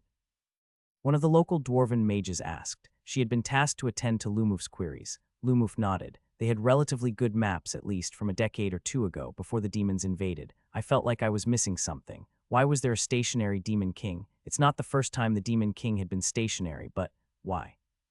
Some time later, Lumuf and Eben met the group gathered for the mission of rescuing the heroes. This was the meeting. We're all level 80s, the highest among them level 87, a dwarven magical maceman of some kind. He was the stereotypical dwarf with a grumpy attitude. Because of how extensive and long the war was, there were about 50 of them around level 80s, but only about 20 would join the mission. The initial concept was a small, dedicated strike team. Are you the upstart who called us here? The dwarf said. Eben hid his aura well and shook his head. That would be my superior, Lord Lumuf. This idea of rescuing the heroes was our benefactor's suggestion. Lumuf smiled at the dwarf, and the dwarf walked closer to Eben and sniffed. He returned the smile afterwards. Well, at least we're dealing with guys who can put their lives on the line. Eben shrugged as they activated the fully recharged hero item. A group of mages explained the location of the possessed heroes. We'll do the rescue, the group asked. Against possessed heroes, yes, the local archmages said. Our current situation has been a stalemate for too long, but then our defenses, who will handle it then? The rest of us will have to just hold out. One of the lizard persons looked at Eben and Lumuf. What if this is just a trap to weaken us? If all of us die, we just lost 20 of our strongest fighters. These guys are from another world, and maybe they are here to invade us. The dwarf nodded. Exactly. Since they are suggesting it, shouldn't they help us out? Not just that, how are we expected to deal with the possessed heroes? We can't just kill them, right? We need the heroes alive, somehow. We certainly have no intention of anyone dying on this mission. We will go with you, though our role will be minimal or only where your team does not have the capability. Are there any strong priests who are good with high-level exorcisms? Lumuf answered. There was a collective headshake. Our strongest priests are heavy healers and buffers. Exorcism isn't something we have to deal with. In that case, if there are no further objections, I would like to handle the exorcism of the heroes. I would need the help of everyone present to just keep the rest of the demons at bay and weaken the possessed heroes. So we're bodyguards, one of them answered. One person is not sufficient. Across all the theaters of battle, certainly. But if there are any huge threats, he is more than sufficient. Level 80s put them in the same category as Lausanne, so 22 of them were a very decent fighting force. This group could take down demon champions easily, even without the hero items. Lumuf had to just tag along and followed the group as they pushed through the demon territory. Not all of it were occupied. After all, these type of army demons favored ley lines as their bases. Where there were no ley lines, these places were sparsely guarded, even if there were regular demonic patrols. The only reason the locals haven't taken these territories back was because of how vulnerable their location was to the demons from the nearby demon bases. You said you were from another world, the group asked as they made their way to their first rest spot. How? My patron has a way of opening portals to another world. This world is just in the same neighborhood. How is it there? From what I can see, we're very similar. We also have regular demonic attacks, but we've not had a situation like this. Lumuf answered, I always thought heroes could never be possessed by demons. One of the mages on the trip said as they discussed the idea of a possessed demons. Guess what the temples tell us isn't always true. Lumuf laughed. Honestly, they don't know any better. The gods don't exactly communicate much, but yours does. Well, that's because my patron is a rising native god. Ian lives on our world and Ian gets stronger over time. Have you spoken to your gods? All of them shook their heads, and I was secretly impressed by Lumuf's clever sowing of doubt. How powerful is Ian? Lumuf grinned at the question. I'm sure anyone here knows that power isn't so simple to explain, especially with the way classes work at high levels. In Ian's field of mastery, I would say Ian is unparalleled, just like how I'm almost very good at what I do in my field. My companions are similarly powerful in their chosen field. Power isn't a linear scale. They nodded in agreement. One of the knights present couldn't help but ask, Sir Lumuf, may I ask, what level are you? Lumuf smiled as they took the bait, more than level 100. There was a collective gasp. How? We all stagnate at level 80s. The dwarf rolled his eyes. You don't really need us to protect you. Lumuf didn't respond to the dwarf and instead looked at the rest. The system limits most of us to level 80s, and only a rare few can break through with incredible force of will. But my patron Ian is a spirit tree, a master of souls and spirit. We had their attention, and he has a special fruit that could break through the limitations of our soul so that we can ascend even higher. There was a collective silence as they digested the statement. The dwarf asked, Eben, that knight of yours, he's level 100s too? Lumuf nodded. We would rest in this quiet mountain for an hour. Do you still need the heroes? Yes, Lumuf answered without a doubt. Even with our levels, the gap between us and the heroes is incredible. Even my patron Ian cannot stand against the Demon King alone. We still need the heroes, for now. The group present digested Lumuf's words, but eventually one of them approached Lumuf during the break. How do we get that fruit? Lumuf shrugged. It is Ian's to give, not my decision. Can we have an audience somehow? Greed. Lumuf sensed it, a lust for power. Lumuf smiled and shrugged, perhaps. That started a torrent of inquiries, as the others all asked for it. They all believed they could go further. Lumuf just nodded, shrugged, and repeated that it was not his to give. But Lumuf's abilities as a priest allowed him to measure the weight of each of their personalities, and he concluded that only 3 persons may be worthy. The dwarf, one of the knights, and one of the rangers. Rest time was over, and the group continued. We met more demons, but the group was strong enough that they crushed them easily. Only champions would really delay them, especially a small group like this. In a large-scale war, it is very easy to attack, especially with a small, highly powerful mobile force, but very hard to defend when the attacks could come from anywhere. It was this observation that led to the plan to attack the demon worlds preemptively. Offense is focused, defense is spread out. The sheer speed which the group cut through the demon's territory and towards the possessed heroes was evidence. The group arrived at the possessed hero's supposed location within 2 days. There were just 1 demon champion there and a horde of the regular mobs. Easy pickings for the group. Of the 2 heroes, only one was able to fight, and even so it couldn't use the hero's powers. Only a limited range of abilities, derived from demonic mana from the possessing demon. The giant demon knight fought the group, but the group of 22 level 80s outnumbered them. Lumuf stayed back and watched. He did use a blessing or 2 to help those in trouble, but this was their fight. The champion was slain, the demon knight hero was quickly defeated. One of the mages blasted the ground and we soon found the cage. It was a massive demon and the hero was wrapped in tentacles and demonic organs. All right, this is where we step in. Lumuf nodded and he moved towards the cage. The living demonic cage wriggled as it attempted to defend itself. Lumuf merely placed both of his palms on the demonic cage itself, and then my avatar descended. My presence instantly caused the demons around us to freeze, and their movements slowed to almost a halt. The wriggling cage whimpered and my mana pumped through the Lumuf's body. The demon knight also wriggled and struggled, but with my demonic suppression aura, the mages quickly disabled it in a cage of magic. It wasn't hard to flood the demonic cage with my mana. This was easier than the Demon King by a mile. My mana pumped through cage, and within 10 minutes I felt the demonic cage itself transform. The cage wriggled and shrunk into a small wooden chest. Natural mana overwhelming has assimilated the demonic hero cage mimic. Demonic hero cage mimic transformed into a tree cage mimic. The hero trapped within collapsed, pale, unconscious but alive. A shot of healing later, color returned to his face, but he still needed to rest. Take care of him, let me deal with the other one. The wooden chest jumped onto Lumuf's back. The group of fighters present stared. That. Oh, ignore it, it's part of my patron's powers. Lumuf walked to the weakened demon knight. The effects of my aura essentially meant it was quite weak. I wondered whether I could have saved Alexis back then if I had the strength I had now. I probably could. Funny how things repeat themselves. I suppose when one lived for so long, we can't help but notice the way things repeat, just in different iterations and forms. Lumuf touched the demon knight at the head. It struggled but disabled by the power of my aura and the spells of the mages. Again, we flooded it with my mana, and the giant demon knight shook violently. This one refused to be assimilated, and rather than let my mana overwhelm it, it attempted to kill the hero within. But my mana had already flooded every bit of its body, and I quickly protected the hero. The demon knight exploded to reveal an unconscious young human girl within. We also healed her, and it was time to get out. Getting out was easy. A small group was incredibly mobile. The demons did not launch any large-scale attack during the time, which was rather strange. Eben didn't even have to fight during the 3 days. The heroes regained consciousness on the second day, but remained groggy and were rather zoned out. They were already fully healed physically, but their star mana took some time to restore itself, and their souls were weakened from the prolonged possession. Everyone gave them space to recover. They were teenagers thrust into the role of a hero by gods that treated them like disposable tools. Once we reached the city, the two heroes were in better shape and began to talk about their fight.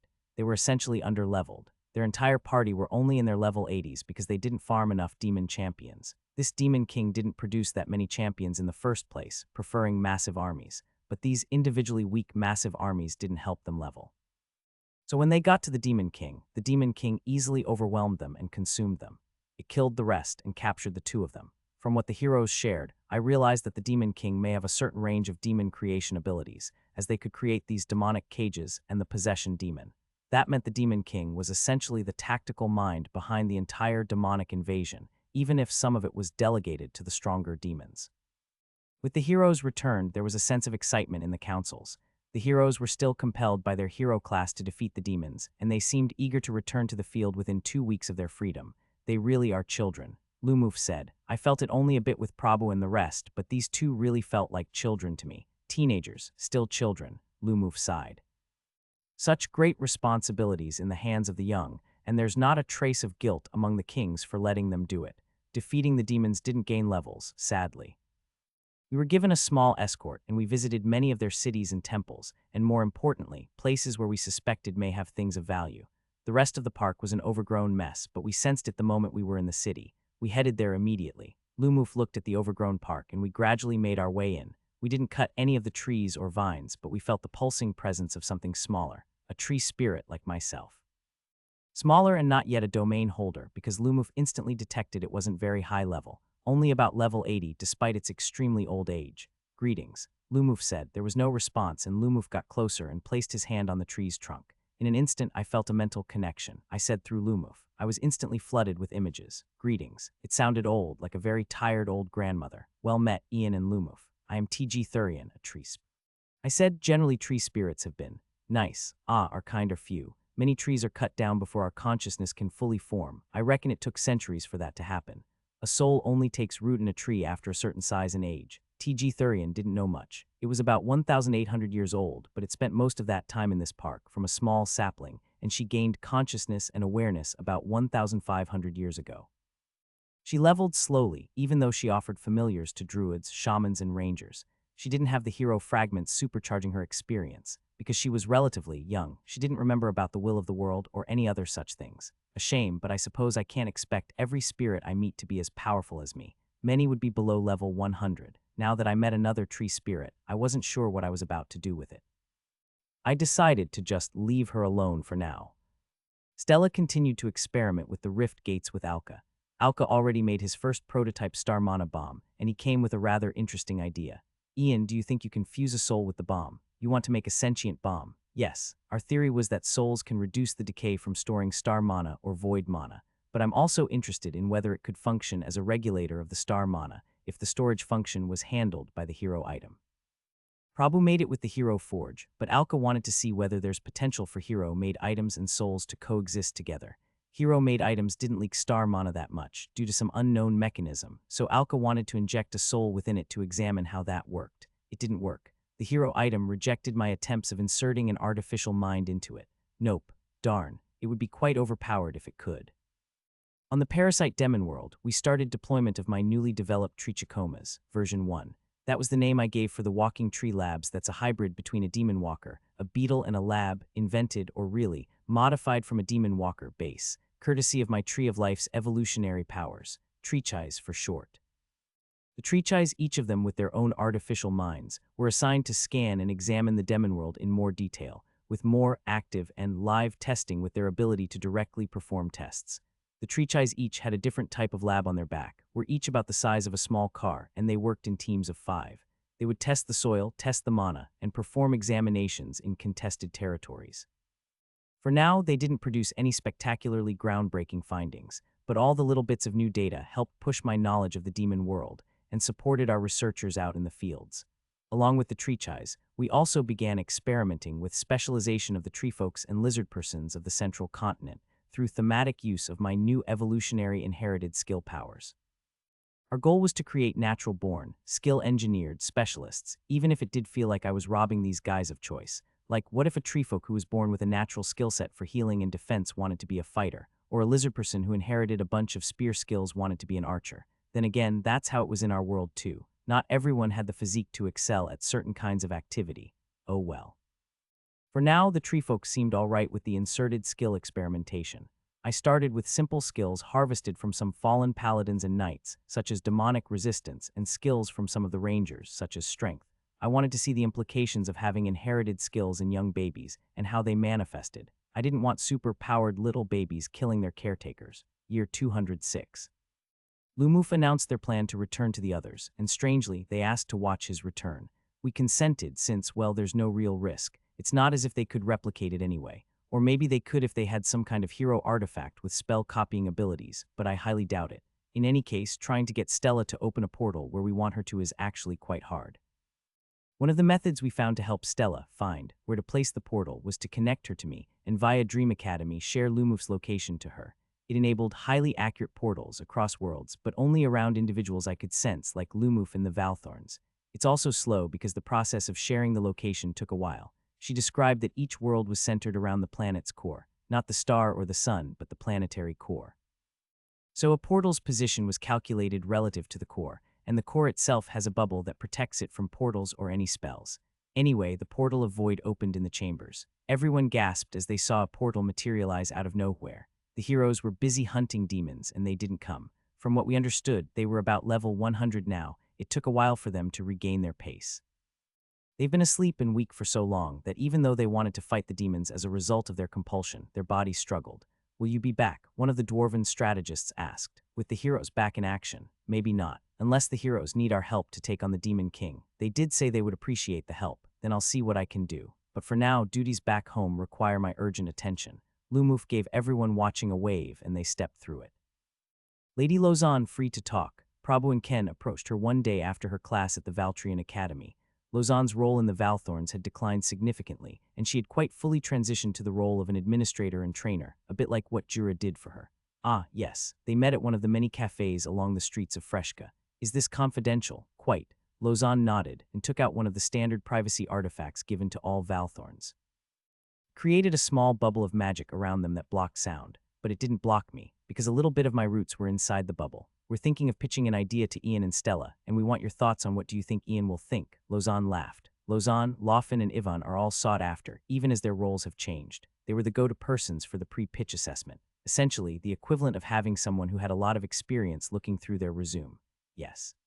That's what I do in my spare time these days, so hit me with it. Ken coughed. "We're thinking that Ian should start the equivalent of the Multiverse League of Heroes." Lozan stared and then coughed. "Sorry, I don't understand." Ken paused as he realized Lozan may not comprehend references. "So, each habited, civilized world has their own heroes, and frequently we are all stuck trying to fight each demon king by ourselves." Lozan caught on immediately. "But Ian can consolidate all the power, so that you can hit the demons with the power of heroes from multiple worlds." Ken smacked the table. "Exactly, that's what we want to pitch. This combined force can also function as a reclamation force to retake worlds lost to the demons." Prabhu added, "Each Demon King's power set is tailored differently, and the heroes, each of us have a different power meant to counter our generation's Demon King. So our response to different types of Demon Kings are essentially less effective because our matchup sucks. But if we get other heroes who are meant for different types of Demon King, we could cover up for our shortfall." Yes, Stella currently needs void mana for her portals, which meant us heroes can't use her methods. But Ian's clone body teleportation doesn't need void mana, which meant heroes could move through it. Ian can essentially be the tree that links all the heroes together. Lozan nodded. I think Ian would be keen to listen, but it does require friendly heroes, heroes that can play by Ian's rules. There are risks to it. I'm sure you are aware that Ian's naturally cautious with you guys due to the powers you all have. Prabhu nodded. Ian's actions are also often misunderstood, as his perspective is very broadly zoomed out. Ian is probably not keen to play coordinator for heroes, so one of you must be willing to step up for that. Prabhu nodded and looked at Ken. Actually, I have just the candidate. The guy whose superpower is his knowledge of tropes. Fuck that. Ken looked back at Prabhu. Lozan has a point. It's your idea. You have to manage it. You can't just propose ideas and expect others to run it for you. Prabhu responded, what if these other heroes try to kill me? Ken said, I'm powerless. That could be your advantage, really. It's because you're now outside this whole setup that you could be the manager. Lozan answered and Prabhu nodded along. I do think it is a worthwhile setup and could serve to bring all these worlds closer. I'll need to think about it. Ken wasn't keen on it, but I quite liked the idea of a combined hero force, but that essentially meant I had to invest my tree of clones in both 3 worlds and this mountainous world. I liked that I had one tree on the moon, another on the demon world, and another one on the remnant Comet world drifting through the vast void sea. They felt strange and unique enough to deserve one of my clones. Back home, the pathway to the next demon world was getting quite clear in our sky, and Stella was a little excited. I wasn't sure whether Alka's research craze was spreading, or she was really thrilled by the prospects of visiting another world with the Rift Gate instead of her own powers. The Rift Gates were tweaked to enable almost anyone to use it. At least in theory, I should be able to dump an entire army of Valthorns on the demon worlds without the need to deploy my clone. The army was tense, and we gathered what was nothing less than an invasion force, really. What the demons did to us, we would go full reverse Uno and invade them first. Our first victory condition was simple. Capture or destroy the Rift Gates so that we can stop their ability to send mobs across the stars. It was the military equivalent of destroying their landing ships and aircrafts. Our second victory condition, which was not so critical, was attempt to defeat the Demon King on their homeworld. This would require deployment of my clone, since only through the clone I could send the heroes. But we had a debate whether to deploy my clone or not. My clone would significantly add combat strength to the demon world, but I wasn't sure whether I could sustain battle on 2 demon worlds simultaneously. Not yet, not until the mana from the parasite world recovered. My team commented that if I was not there, then it makes this battle far more risky. They did not have an exit plan. It's only this portal, and what if the demons interrupt it? For those with my Court of the Daetri familiars, I could even summon them directly. But that was a very small contingent, a point which I agreed with. I wasn't sure whether I wanted to invest my clone on this other world. I was torn between deploying it on the 2 worlds or invading this world directly. Honestly, we also didn't know for sure whether that deep hole to the core and the Tower of Void Mana was something common across all the demon worlds. As it is, Alka planned on the assumption that these towers were universal, that the mechanism of creating demon kings and the process of sending them across the stars were largely identical. Even if it didn't work out, there were ways to abuse a star mana bomb, and the technological knowledge from developing such weapons were useful.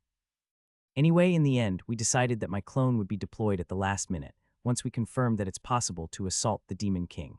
We would choose a better location this time, ideally next to the Tower of Void and next to the Deep Hole. If all goes well, then the heroes would join us for the battle against the Demon King. If not, they would stay back on our world and watch the chaos unfurled. All this knowledge was gradually uploaded to my Tree of Knowledge, the registry.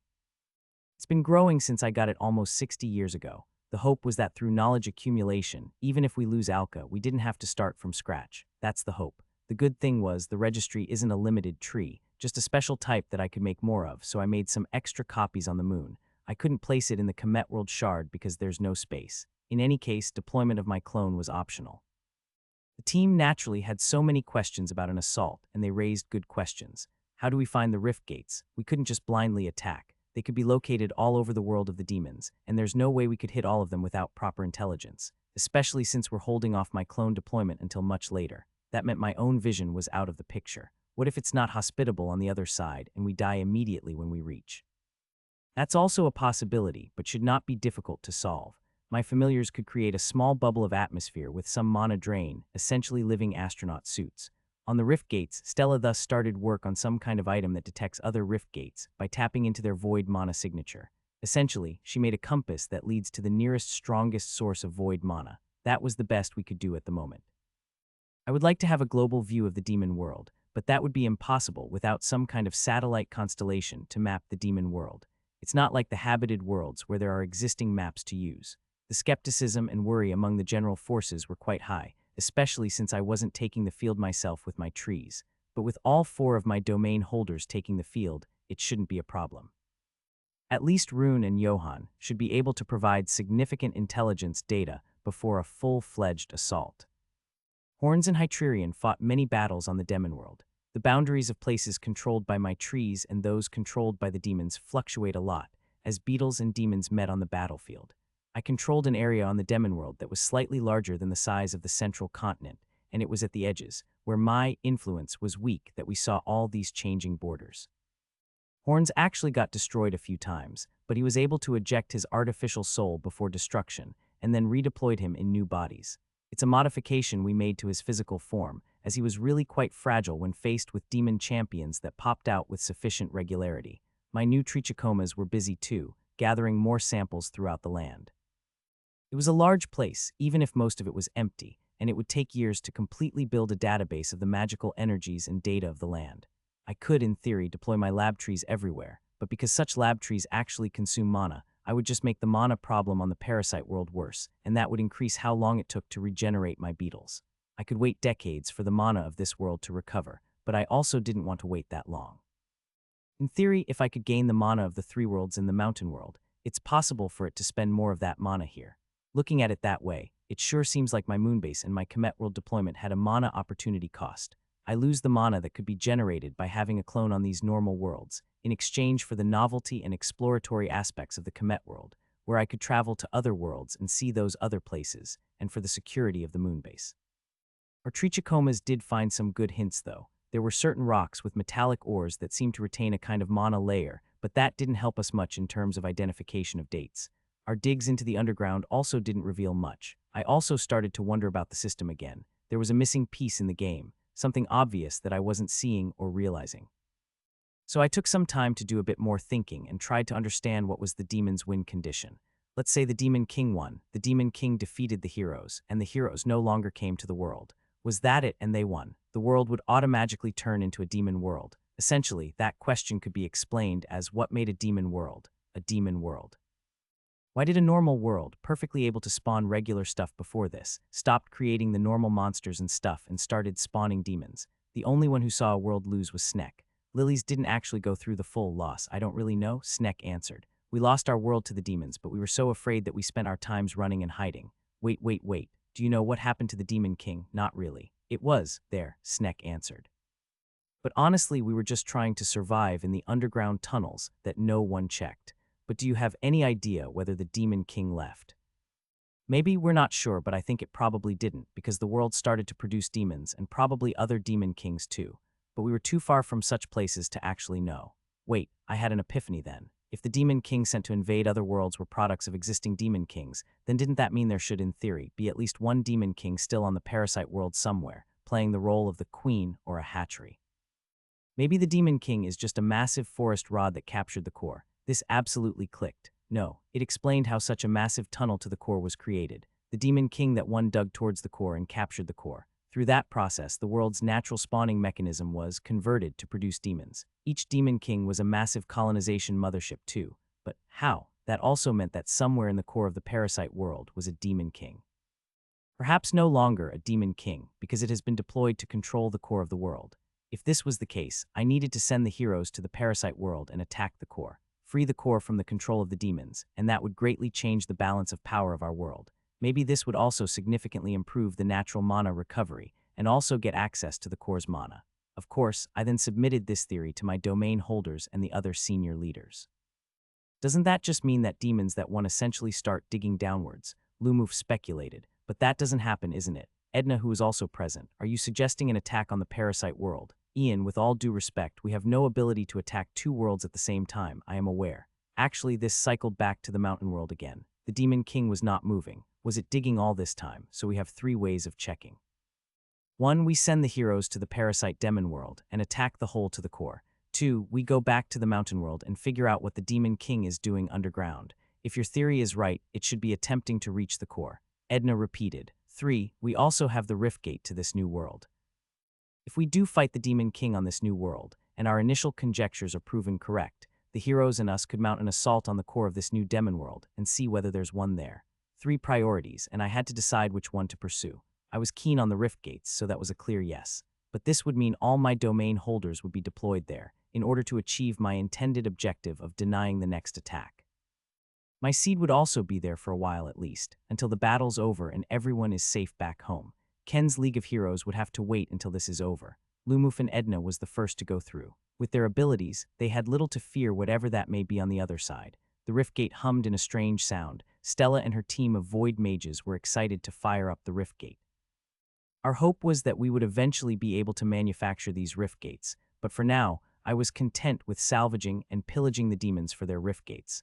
I found it silly that the civilized world was the backward one, that we had to resort to pillaging the demons for their interplanar technology. The Valthorns wargamed this entire operation about 15 times, tapping into Patrick's mind-reading ability in my Dream Academy as preparations for this special military operation into the demonic lands. According to the Void Mages, the Rift Gate should theoretically be able to send through about 1,000 guys before it runs out of Void mana, at which point Stella and all would have to recharge them. Stella cannot reach the demon world using her normal void portals, so the Rift Gate was crucial to ensure that a portal can be opened.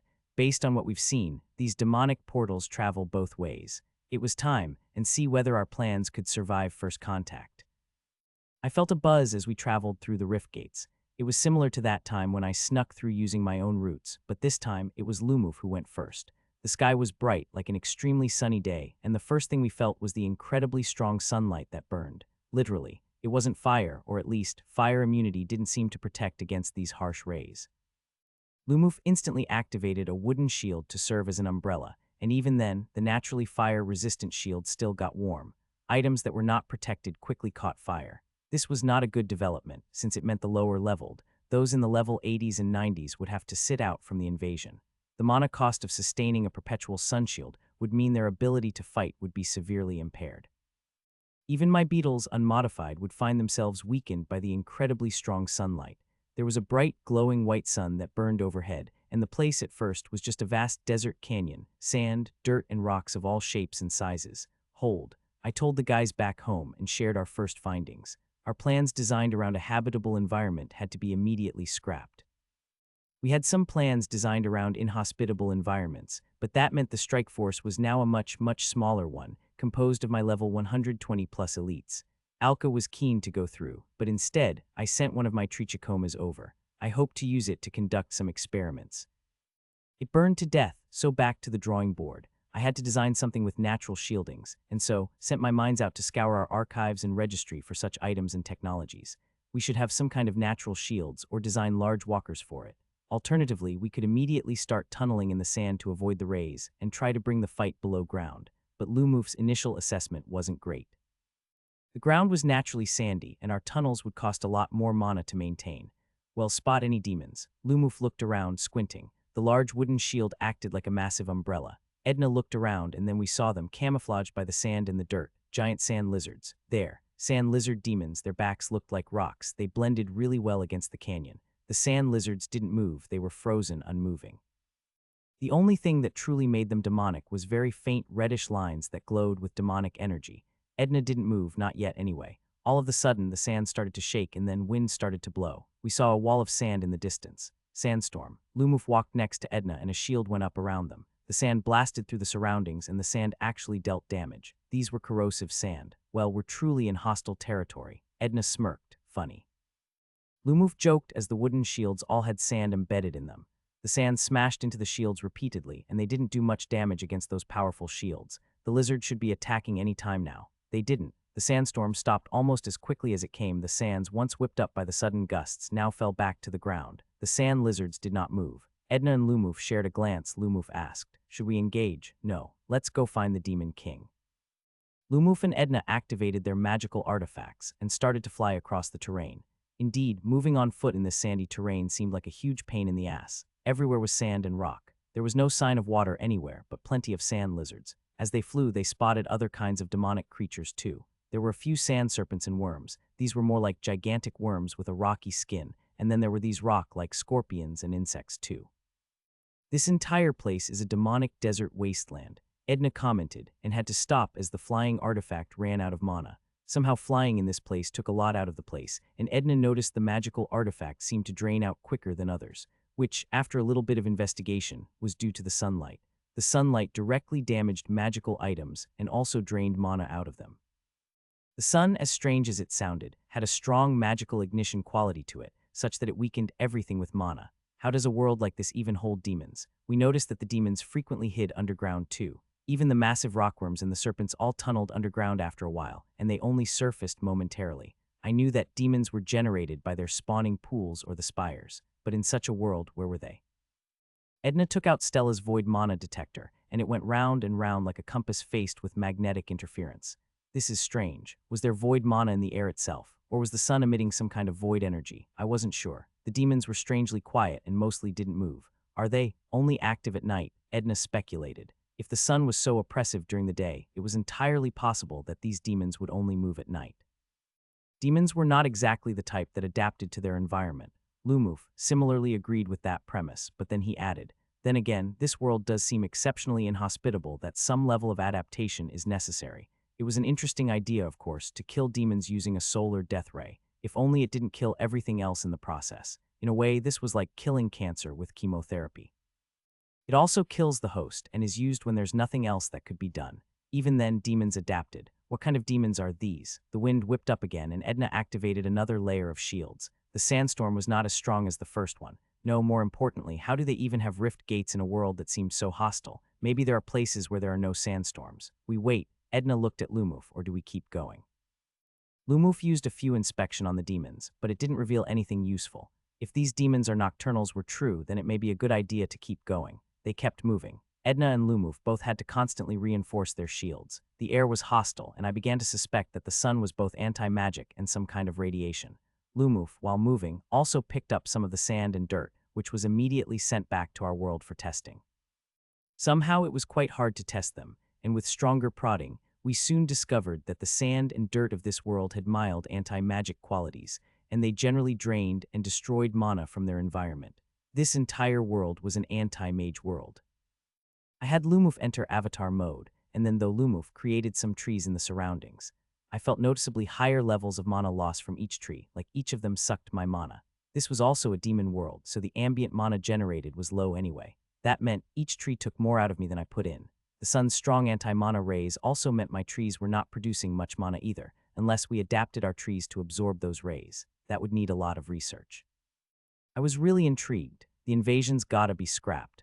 Lumuf realized that the sheer amount of anti-magical things in the environment meant even maintaining or sustaining a beetle army, which also consumed a bit of mana, was going to be difficult. I think our scope of attack should strictly be to destroy the rift gates, if we can find them. Not just that, the idea of sending both Prabhu and Colette, two archmages, to this world probably had to be scrapped. This was essentially sending them to the place where they are least suited to fight. I didn't like those kinds of odds, so I wouldn't risk them. If my gut feelings were right, we needed some kind of skill-empowered physical strength to defeat these demons. Taking it further, if the Demon King was essentially an anti-magic or super-resistant type of Demon King, it meant magic as a whole would be largely useless. If so, do we need barbarian gladiator-type heroes? Anyway, we tested the anti-magic properties against void and star mana, and noticed it also dispersed them, but at slower rates. That was good news, since alright, the heroes probably won't be entirely useless, just fighting with a handicap. They were slightly more effective on star mana than void mana, but only by a little bit. The sun was getting dark. There were no moons in this anti-magic demon world, just stars. The skies were incredibly clear, cloudless as far as we could see. Then we felt the rumbling of the sands. The demons emerged from the sands as darkness fell on the desert. The first thing we saw was their faintly glowing red eyes. Edna sighed. Let's see how strong they are. Lumuf shrugged. Ian, why not convert some of them? It was a good idea. We had to use some skills in order to see them in the darkness, but these sand demons didn't move very fast. Lumuf in avatar mode extended our roots everywhere, and with each extension I felt a bit more of mana drain on me. Still, I had the mana production of an entire continent, so it's not that bad. Then the lizard spat out acid, and I felt that acid pull mana from the air. The acid smashed into our wooden shields, and though the acidic qualities itself didn't get past the shields, the acid itself seemed to absorb magic from whatever it contacted. It was bizarre to see a shield crumble because its magical energies were siphoned out of it. Luckily, we had multiple layers of shields, and this time, we channeled a bit more mana into the shields. The acids didn't get through them now, but fighting in this world was going to be very taxing magically. My roots immediately caught one of the lizard demons, and I noticed that it was exceptionally tough on the top half, but quite soft at the bottom. It would be quite difficult for a conventional fighter to get to the soft part. I pumped mana into the lizard, and I kept pumping mana into it. The hard scales of the lizard started to glow, then it exploded. It ate up a lot more mana than I expected. My first attempt to capture failed. Edna noticed something strange as she rotated through her different kinds of shields. Magical shields suck, but skill-reinforced shields work just fine. The more mana goes into the shield, their acids seem to react against it. A simple steel shield enhanced with non-mana skill would be able to block it just fine. That's weird. In truth, the lines between what is a skill and what is a spell is really, well, non-existent. There are spells that are also skills, and vice versa. There are skills that created spell-like effects, like there are fireballs generated purely out of skill, and fireballs out of mana. There are skills that used mana, spells that didn't use mana and instead used ambient mana. It's a contentious topic. As long as we didn't use mana, then its natural qualities didn't react to it, Edna said as she deftly cut through the lizard demon. She had to fight like a close combat brawler and use spears to lift the lizards upward in order to expose their soft, vulnerable bottoms.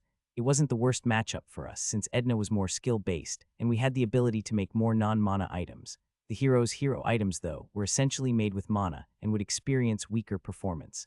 I wrapped my vines around another of the sand lizards and once more pumped mana through it. This time not as much, and I pierced my roots into its soft belly and attempted to look for its core or heart if it had one.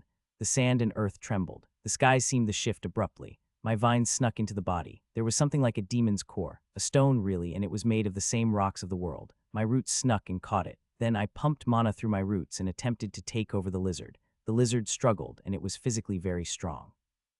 The stone's demonic mana resisted my mana, and I felt like half of my mana was wasted by the mana-absorbing substances that made up most of its body. For all its strength, it was no champion. It put up a fight, but my mana still overwhelmed it. This time I knew when to stop, and stopped when I felt like it was going to blow. I slowed down the rate at which my mana entered the demon, and instead circulated my mana within the demon, and began to take control of the body. It tingled honestly. It's as if there was a demonic pianist playing a tune, and I was trying to kick the demonic pianist off, while not destroying the piano in the process. It took a bit of holding back, but not everything needs to be hammered by my overwhelming mana. Natural mana overwhelming has assimilated the demonic sand lizard. Mana-absorbing demonic sand lizard has transformed into mana-absorbing sand lizard. The lizard whimpered as its reddish glow was replaced by a greenish one. The other sand lizards struggled, and Edna killed them easily once she got used to their movement patterns. These were demons, and they all had a style. The earth shook and we looked around. Well, Edna asked as she stood in the midst of 30 demonic corpses. They don't decay as quickly as the other demons. Lumoof nodded and the whimpering sand lizard crouched. Strange. Demonic bodies should begin to fade within minutes. There was a reason why it's difficult to harvest or recover demonic parts. From what we've seen, some demon champions leave their bodies behind, but all began decaying and reverting to demonic mana within minutes, even if that process took a while. Do you think it's the anti-mana qualities? Edna speculated, that it's interfering with their natural process of returning to demonic mana. Lumoof shrugged. No idea. Maybe these demons are made of real materials, and the decaying parts are only Lumoof flipped one of the bodies over and noticed some of the softer underbelly decaying as normal. Yeah, only parts sustained by demonic mana. Edna was quiet as she stared. Mountain eater demons. I recall something similar in the really old archives. She immediately began to close her eyes and expanded her senses. In the darkness of the night, we felt the ground and the sand tremble and shake. I stretched out my senses and realized something had just gone underneath us during the fight, and it was moving. It was as if the entire desert moved. The anti-magical qualities interfered with our senses, and we didn't sense its movement beneath us. It was deep, but the ground moved. At its size, it was probably a demon champion, but it lumbered slowly. I wasn't sure because of all the natural dirt and rock really messed with my senses, and I wasn't sure whether it was pure rock or part demon. Still, I believe it was like a supermassive lizard that took a step every half an hour. It was almost a stationary target. Oh great. Mountain-sized anti-magical rock demons. Edna cursed. We'll need miners and magical pickaxes. Lumoof squinted his eyes to look in the distance. I say it's a good opportunity for Alka to test out his bombs. He always lamented that the demons are too small or move too quickly. I say one of his bigger ones would take this one out.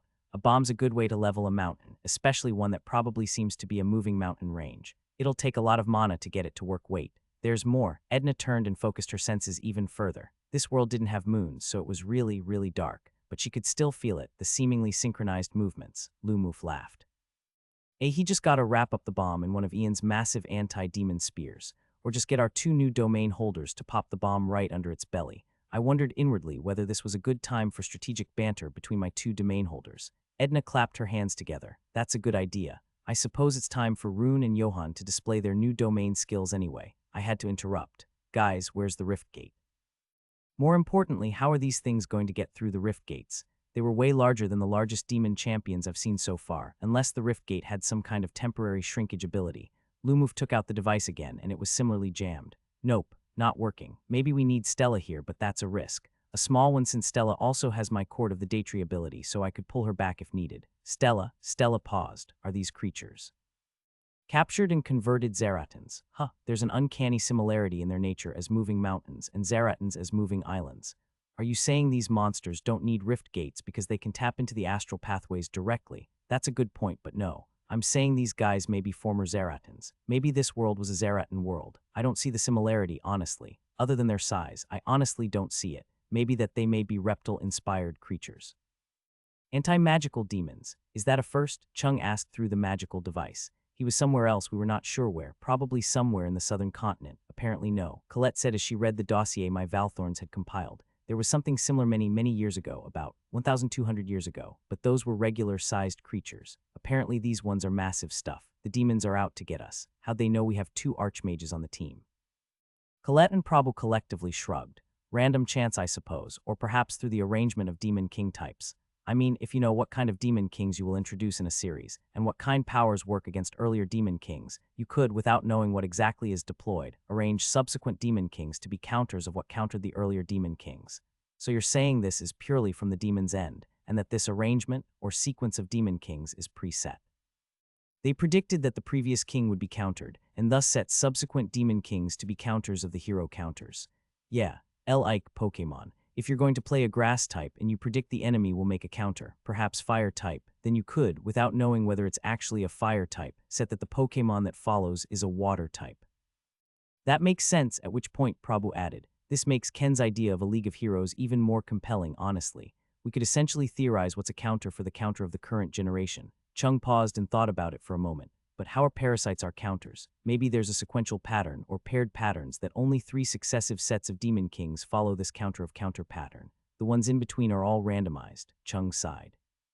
Are we attributing actual intelligence and predictive ability to the demons now? They are intelligent, they can talk, and they can think. They have strategic ability. Prabhu responded, even if it's just concentrated on each demon king. From what we've seen, they are not purely stupid. Colette smiled and just stretched. Maybe the demon's just some kind of ancient self-replicating war program. Chung actually laughed. That's my theory too. Did I tell you Ken thought the demons sounded like some kind of multiverse wildlife harvesting system?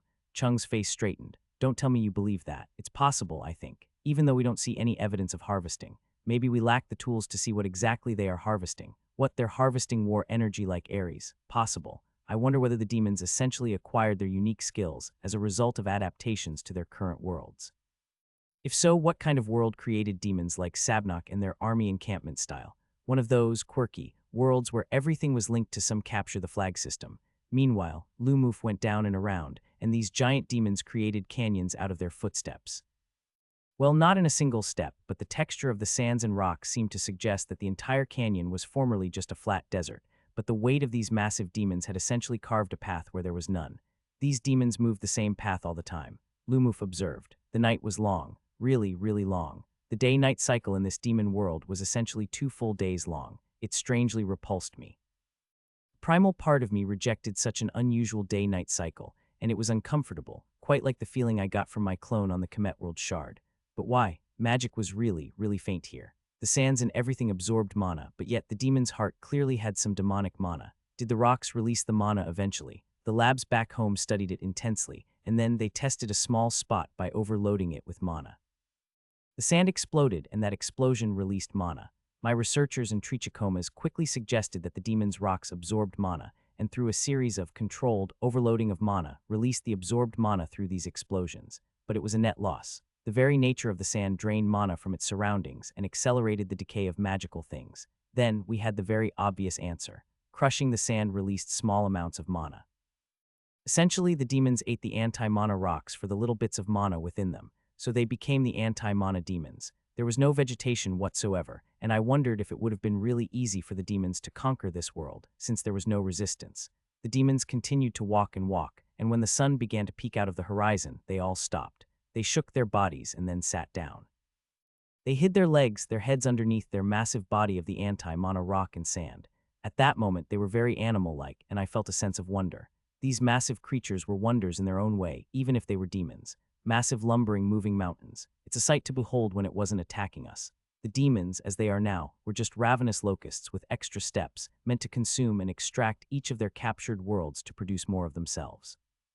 Could their nature be altered? I remembered that Ava said they have attempted to destroy the demons, but they still came back, so maybe destroying them was really rather futile. It's like attempting to exterminate cockroaches. Perhaps, was there a way to change their behavior at their source if it's not something that could be destroyed? Was there a way to, like with mosquitoes, introduce less hostile variants into their genetic code? We looked at these hidden giants and the vast deserts around us, only mildly accentuated by some rocky outcrops. Lumuf, let's capture one of these massive demons. He gulped. He didn't really enjoy mana sickness, and he guessed this one would be almost as bad as the Demon King. Later, let's find one of the rift gates. I could sate my curiosity later. During the long day, we noticed that most of the demons just hid in the sand or the dirt. There were some rumblings and shakes here and there, implying that there was some subterranean movement, but for the most part, the hostile, mana-draining sun seemed to be so overwhelming that the demons entered this low-energy mode. With the sun above us, the demons frankly didn't bother us, and it was entirely possible for us to walk everywhere uninterrupted. If this was a demon world, it sure wasn't what any of us would have expected. Rune and Johan both joined Edna and Lumuf on the sand demon world, and they moved quickly too. They had more scouting and exploration skills due to their heritage as rangers and archers. Johan's bird companion literally caught fire as it flew in the sky, and then exploded. Lumuf also transformed into the full avatar mode, and I attempted to perform more tests on the solar light that seemed to cover the entire world. It took a while, but after a bit more detection and sensing, we noticed that the anti-mana rays of light carried a special kind of particle. It wasn't mana, and it was highly unstable, but it was these particles that gave the rays their anti-mana qualities. It was the magical equivalent of super strong UV rays that significantly increased magical decay. Our converted sand lizard lost mana when it walked, and I felt it dry out as it moved. For my domain holders, their souls generated far higher quantities of mana than they lost, so it wasn't that bad. But weaker creatures would find themselves drained from exposure, so they hid in the soil and sand instead.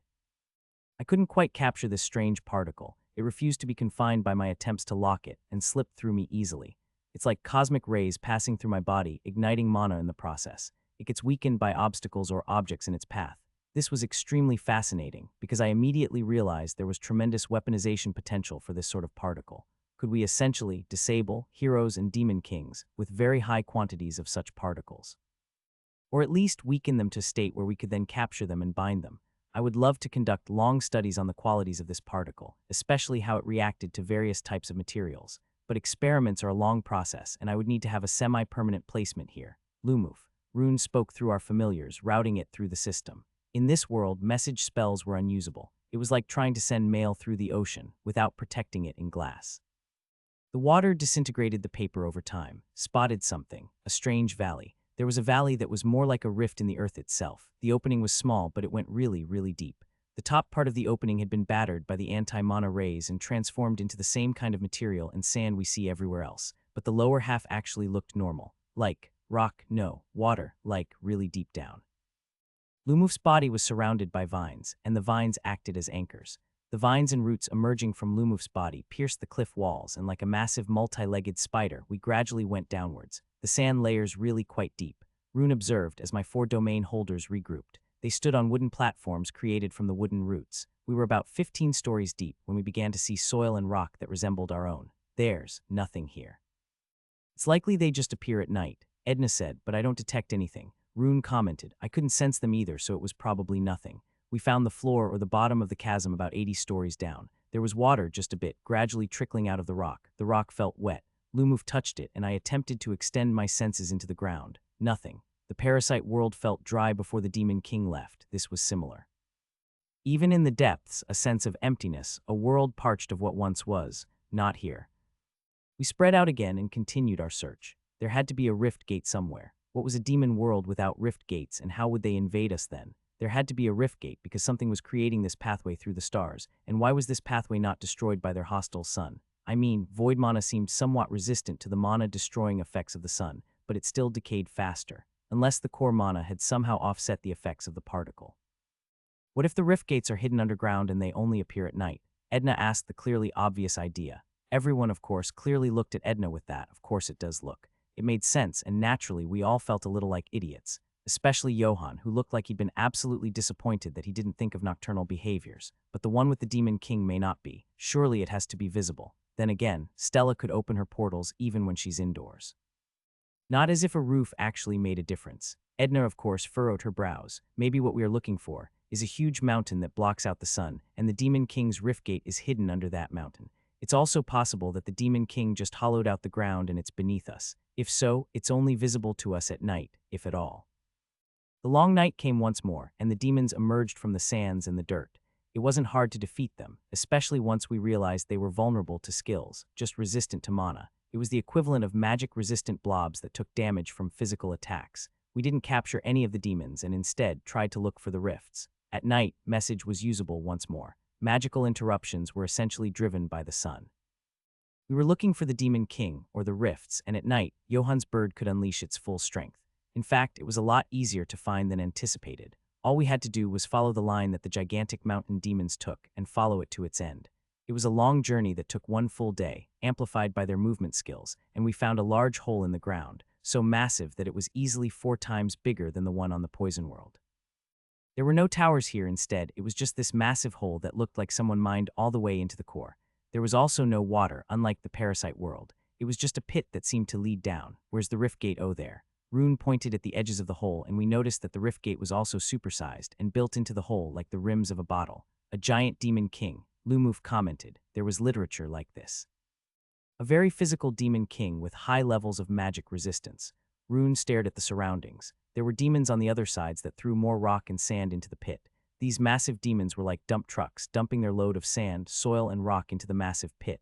Is it feeding the Demon King? A part of me felt like animal observers trying to discern demonic behavior from what we see. I have no idea, Lumuf said.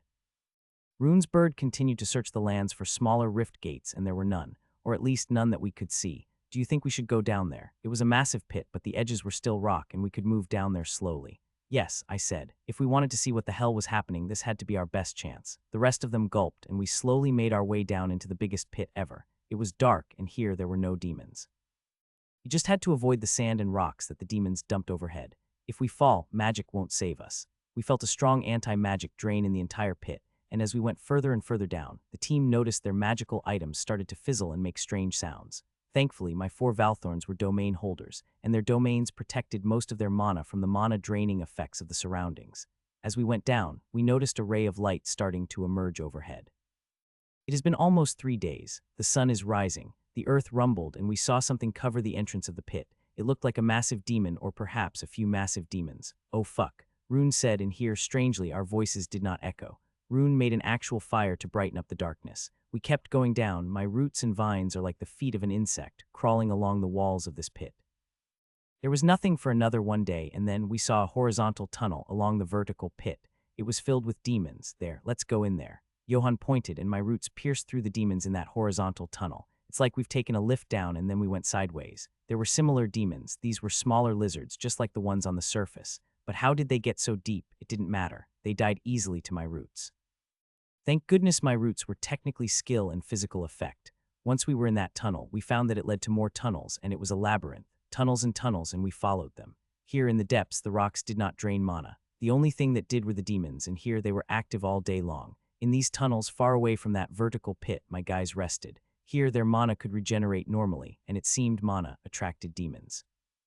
The demons were drawn to mana like ants drawn to sugar. They were ravenous, hungry, and we killed them. We explored these horizontal tunnels some more and soon found a large cavern with something we've always been wondering about. Rift Gate. A normal-sized rift gate, exactly the same model. Subterranean rift gates. Interesting. Should have seen it coming when my own rift gates are in the Valley of the Unwrought, hidden from view. We moved to capture it and cleared the place of demons.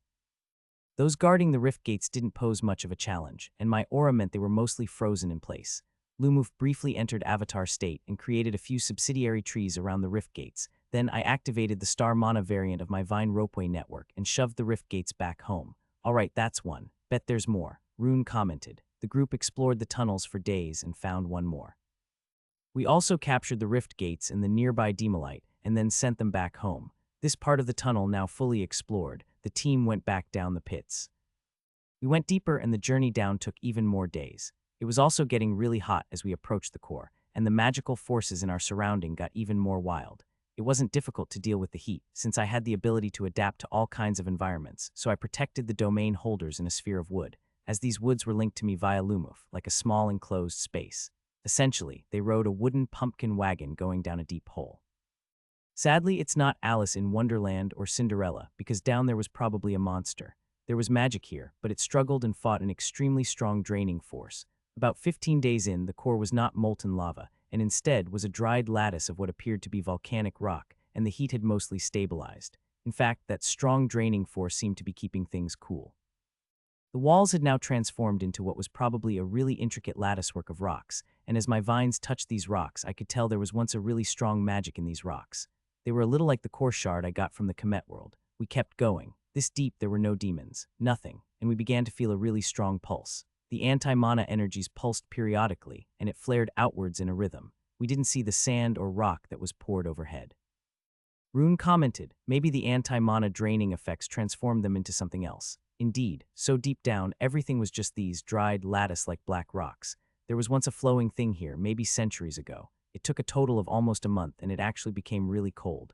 All heat was sucked out of the air, and it would be impossible to breathe outside. There was no ice, no water, and as we reached the massive core cavity, the entire core of the planet had been largely hollowed out. There were still some massive rock pillars similar to the dried lattice-like rocks. Filling up the gaps was this structure resembling a really complicated web of flesh and demonic spire-like structures. They all radiated a small, faint pulse. The structure was demonic for sure, filled with streaks of demonic energy that was familiar. Yet, at this point, we both sensed it. There were two forces here, both similar to a demon king and yet different. One of the structures itself here up close, it radiated a really strong corrupting energy, quite like the effects of the rotted lens and a forest rod. The structure was like a network and web that spread out. The structure around that cocoon is something. We began to look around, and then we saw an area where there was a very large mass of demonic flesh. It was a large lizard-like creature, but many parts had been hollowed out. That part of its body was wrapped around a large rocky structure that had an extremely faint energy.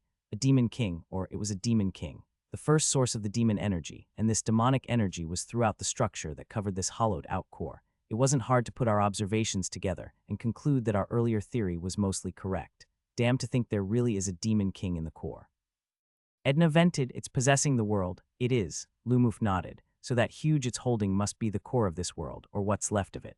The demon king itself was just a massive forest rod, meant to capture worlds and control it, such that it transforms into a demon world. The win condition for the demon kings isn't just defeating the heroes, it's also to reach the core and then possess it. With the core, I suspect they would gain system rights to the world, and that allowed them to spawn demons instead of the usual monsters. There should be something similar that lives within the core of the parasite world, and we should reach it. That second source of demonic energy was a large cocoon, a nascent demon king. It was coiled up, and it was a gigantic lizard or worm of some kind. It was massive, and was the single largest object I've ever seen. It was the size of an entire mountain, and would blot out entire cities with any single one of its legs. My first suspicion was mostly confirmed. Demon kings were made out of the energies gathered from the core of the world. If so, that explained the drained feeling, and why that recovered slightly post-demon king. But if there was a demon king still in the core, continuing to possess it, it also meant the parasite world would never fully recover. Once it reached a certain threshold, it would start producing another demon king. How the fuck were the heroes supposed to fight this? Rune said. Without magic, hack it repeatedly. Edna answered. There should be a core somewhere. Lumuf looked at the rest. Ian, a demon king, still in its earthly womb without its will. If it is a machine, is this a mecha without its pilot? A body without a soul? Could I hijack it? I felt all sorts of torment, but would I ever have an opportunity like this ever again? What do I lose and what can I learn from this? Frankly, a lot. But what do I do with the demon king around the core? Should I attempt to destroy that and free the core? Or do I attempt to control the growing demon king and use it to destroy the structure? Lumuf, take my seed out and throw it into the cocoon. In any case, all I'm sacrificing is just a seed. I had questions. If the Demon King possessed the core, then why did the parasite world spawn normal monsters and animals once we reclaimed some of the land and populated them with trees? How did this system mechanic work? Did the Demon King's hold on the world fluctuate? Things that were speculation now, but as I looked at the Demon King and its Ian, what's our plan? Lumuf asked. I mean, what if that thing attacks us? Wait, let me clarify that. I'm actually quite sure it will attack us. Teleport out if it gets really bad. I'll get you guys out if anything goes south. At that same time, I got Patrick to make the necessary preparations, and the entire central continent hummed with activity. We added additional artificial mines and made sure that all the mana batteries were fully charged. I remembered that time when the Demon King attempted to possess me, and I somehow used that kind of soul blast, and I wanted to see if I could repeat it. I wanted to see if I could weaponize that sort of defensive mechanism with my clone seed by using it against the Demon King's body, and then forcing the gestating Demon King to a battle of wills. The odds were low, generally speaking, and I had very little to lose. Not with this kind of encounter. If I lose the close seed, I lost time. If I succeeded, I would definitely level. If it's somewhere in the middle, that was still a success. Looking at the clock, we didn't have much time left, as in a few years this Demon King would be headed to our world. If I intercepted it before that happened, I also wanted to know if I could mess up the entire sequence of events by triggering an event before it was meant to happen. In a way, I essentially wanted to cause the process behind the demonic invasions to either fail or encounter some kind of jam. Best case scenario, we successfully stopped the Demon King from invading our world forever. Worst, well, the Demon King somehow takes over my clone, and also somehow, through that system, it could take over my body. I think that's unlikely. I could also cut off my connection with my clones if needed. It's also possible that handling a Demon King could somehow send me into a coma, but I felt it won't actually happen. With my domain now, it's very unlikely I would get a coma. Ian, I think we're more concerned with what happens if you go through a long sleep. Lumuf answered frankly. We believe you would survive, but if you were to be weakened for long periods, our central continent would suffer from it. There are the four of you, and the entirety of the Valtrian Order. If the Valtrian Order cannot survive without me sleeping for certain periods of time, then I've clearly not done enough to nurture the strength of the Order. There was never a good time to cut the umbilical cord, and I suppose I would have to watch the institutions weather their test.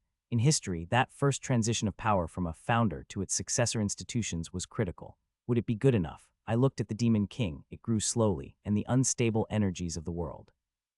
There were some interrupted voices in the energies in the air. Whispers, broken and shredded by the harsh powers of the demons. Let's just freaking do it, I declared, and everyone braced. Lumuf entered full avatar mode, and I felt the violent magic of the depths batter our body. It's a sensation quite similar to opening the windows when moving at high speed.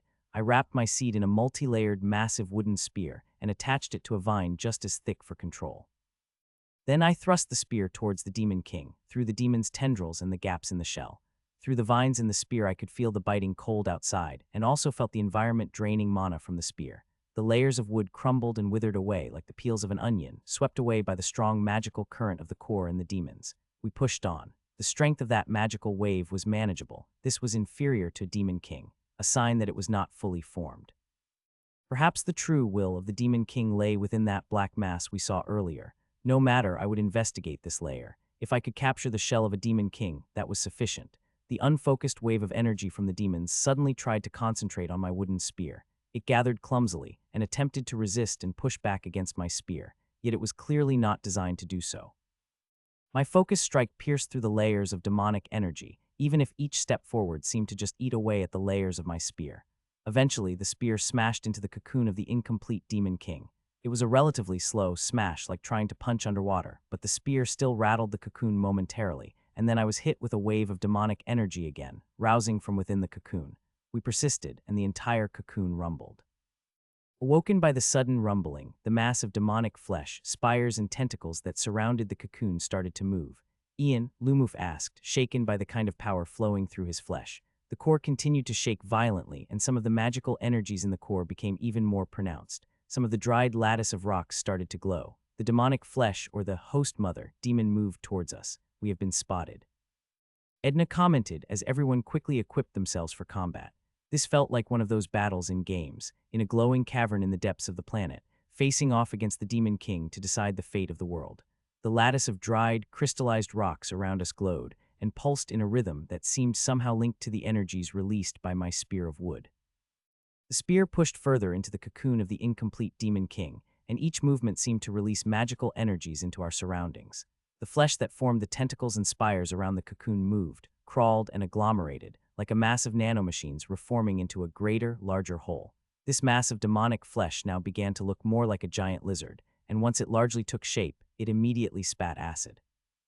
The acid smashed into one of Edna's hastily conjured magical shields. The acid vaporized the shield almost instantly. No magic, Rune reminded as he switched to a loadout of anti-demonic spears. Hundreds of spears appeared from his pocket. Those spears all flew and stabbed the mother demon lizard through its body. But this creature was large, and it was like trying to kill a land whale with harpoons. It moved towards us, as Rune activated some kind of charged spear ability. One of the spears glowed, not with magic, but with his skill. The small spear smashed into the sides of the giant mother lizard. It visibly caused the giant mother lizard demon king to stagger. At that moment, the entire world around us shook, yet it didn't do much damage. Ian, can we teleport the star mana bomb here? Johan suggested. Wait, that was a good idea too, but I wanted to try using my seed and reach the demon king. Star mana was a bad thing to expose the demons to. If the core was in this incomplete demon king, then this could be the best time to get it. I felt more of the incomplete energies of the demon king through the spear that now was halfway into the cocoon. It was an odd mix of core mana and demonic mana. It's on top of the strange powers that twisted this entire area, almost like a skill. It even felt like it was a clash of wills, as I felt something like a soul attempting to exert its way on the world, and my seed pushing my own will into this space. The mother lizard roared and the core shook violently. The rocks started to fall towards us, and we weren't sure why. The gravity here was unusual, almost entirely driven by some kind of unknown magic. The chamber shook violently, and some parts around us started to collapse. Is it trying to crush us? Lumuf mentally said. But wouldn't that destroy the Demon King too? It probably has a way not to get crushed. I injected the incomplete Demon King with my mana, and it felt like I was throwing mana into the void. Yet that very action triggered the giant mother lizard. The mother Demon King charged at us, somehow walking quickly on the surface of the giant cocoon of the incomplete Demon King. It looked like it wanted to smash us into the walls of the chamber. My vines and roots expanded outward from Lumuf, and I attempted to use my vines to hold it back by forming a large web and wall of roots and vines. It wasn't of much use since it was so large. It was the equivalent of trying to hold back a raging bull with cloth. It merely slowed it down and made it even more angry. It smashed through the wall of roots and vines. It bought enough time for us to reposition ourselves as the massive lizard smashed into the walls of the chamber, creating a new open area. My clone seed was already inside the cocoon, but it had not reached the body of the incomplete Demon King. A bit further, large columns of rock fell down again. They felt like they were pulled and manipulated by the Mother Demon's abilities. Did that Mother Demon have gravity power of some sort, as it once again bulldozed through Edna's shields? Rune and Johan attempted to dodge where they could, but they were clearly not suited to fighting in this environment, even if it was possible to manipulate the giant lizard demon to destroy and widen the area for us. This was the kind of battlefield that demanded the tank and barbarian types. Big, raw, Hercules-type physical force and invulnerability. In any case, Edna and Lumuf tried to hold back the mother lizard, while a part of me pushed towards the incomplete Demon King. I kept pumping mana into the cocoon, and at the same time attempted to push my will into it. In short, I was trying to first change and convert the area where my mana first touched. Maybe capture the cocoon itself if I couldn't get to the body. As this happened, I felt things smash into my mind, or more accurately, smash into the helmet around my mind. It still shook me a little, but it didn't get through. Raw anger and hunger, a craving, to consume and to create more for further consumption. It came from the cocoon, it came from the incomplete Demon King. Feed. Through my spear of wood, I had attempted to overwhelm the Demon King with my mana. Now, after I've pumped so much mana into the Demon King, I realized that I was a fool. I had overestimated myself, and now I realized how hungry the Demon King was. I was pouring salt into an Olympic-sized swimming pool. Not the ocean, because it's not that vast, but it was bigger than me. It had desired mana, a whole lot more than I have to give. A Demon King was formed from the mana of a world formed from anti-mana and mana-draining materials, and I was deluded enough to try overwhelming it myself. It was a bad matchup, and I was outmatched. This thing could eat all of my mana and some. I knew then that even my clone seed would not do much, and now I suddenly didn't have much confidence against the residual, so I pulled my clone seed back to Treehome. The rocks around us glowed, and it began to get warmer. I sent Edna back next through the teleportability of the Court of the Daytree. It was just Lumuf left, and we looked around. I detonated my spear within the cocoon, and as expected, it didn't do much damage. The bomb. Lumuf reminded me, and I had it ready. But then I saw the core of the world. It had shrunk much smaller than it was once. It was probably a lot larger a long, long time ago. No, the core. I couldn't capture the Demon King, but the core was there. It was still a very large thing, but maybe I could just take a chunk, or maybe this was just a portion. I wasn't sure, so, rather than attempt to fight the Demon King and failing, getting a core or a sufficiently large chunk was still helpful for my purposes. Lumuf moved towards the core as the mother demon chased after us. That was fine because once Lumuf crash-landed next to what looked to be the core, my vines exploded outwards and wrapped the core. What I could, at least. Lumuf entered Avatar once more and I sent a fragment of the core home. I couldn't send all of it. It was too large and I didn't have that much mana left. The mother demon charged towards us, and a wall of vines merely delayed it briefly. I knew this was a pointless fight, and so pulled Lumuf home through my Court of the Daytree, just as I did with Edna, Rune, and Johan. Lumuf landed back in the valley, surrounded by a battalion of aides and helpers. That didn't go well, but we had a core, or a fragment of it. We took a chunk the size of a small house out of that entire thing, and I learned how high the mountain was. In many ways, I gained from that exchange. Lumuf collapsed as his body finally gave in to the exhaustion. Edna, Rune, and Johan were already back in a biolab pod for immediate treatment. They were just mildly injured, but the magical exhaustion really kicked them. The constant state of alertness since we went into that pit was exhausting mentally, even if we rotated rest times. First, I sent the core into a lab. It was so large that I needed to get one of the bigger labs to look at it, and I immediately felt two presence within. There was also a strong demonic presence within the fragment, one that I felt fighting with the small, tiny presence within. I decided to quickly drain the demonic energies out, and this was relatively easier because it was no longer connected to the Demon King. Once the chunk was cleaned of demonic energies, I could feel the other presence within stabilize. It was rousing, and I felt a bit of something gathering within, something that felt like fragments of a will. It scattered, and then I began sensing a small buildup of core mana within the house-sized fragment. Perhaps I only got a chunk of it, so that presence was only a fragment. Still, the core mana was clearly there. It's not much, but better something than nothing. What have we learned? The visit to the depths hadn't been entirely fruitless. We now know that there is a Demon King in every core, and that's their win condition. They must capture the core in some way or form, perfectly or imperfectly. That explained the gap of time where they defeated the defenders, but yet the world didn't immediately collapse. Heroes were, as the gods put it, medicine to stop the viruses. But in the absence of the medicine, the virus didn't immediately win.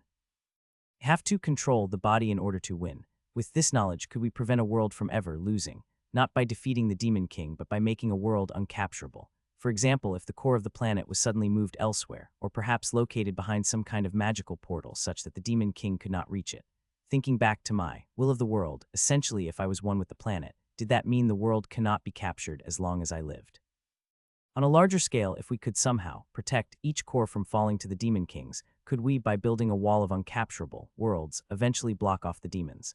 A kind of moat strategy on a larger scale. Because if they could not capture worlds, they would not be able to continue producing Demon Kings, and the Demon Kings on that planet are stuck there.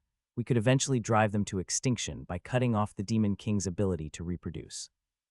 That's a very lofty strategy, when we didn't even know how to do it.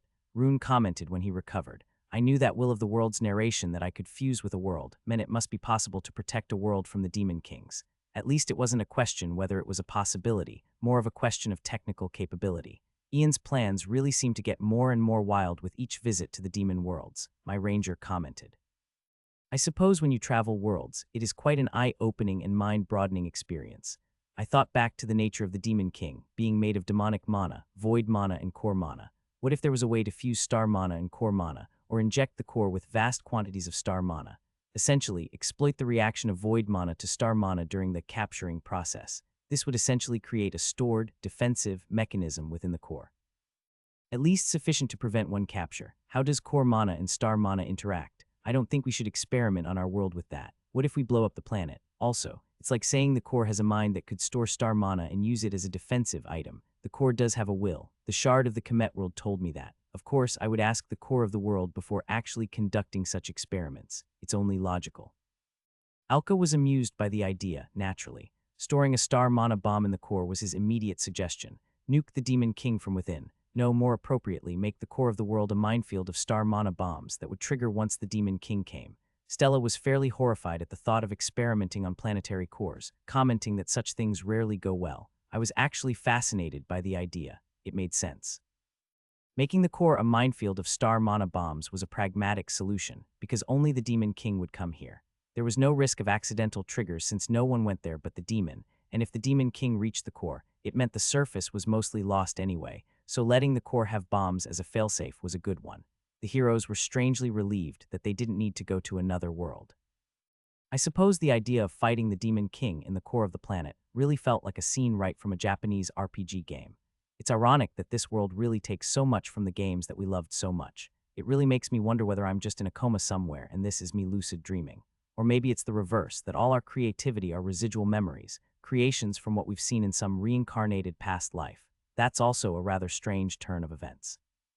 Anyway, we briefed the heroes on the expected nature of the upcoming Demon King, and everyone quickly started making preparations.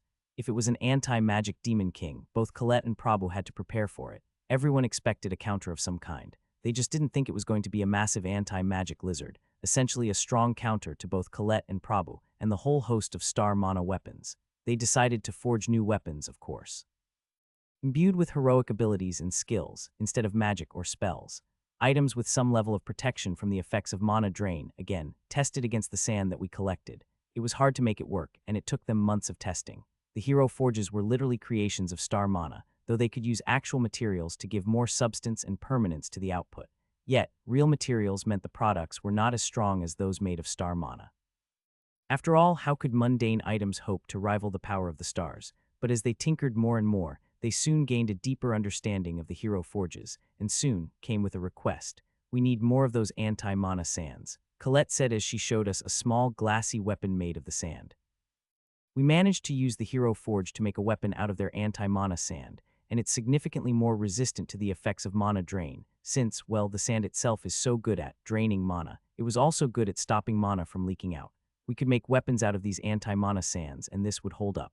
The pathway through the stars was still there, though we noticed the pathway itself seemed wobbly and uncertain.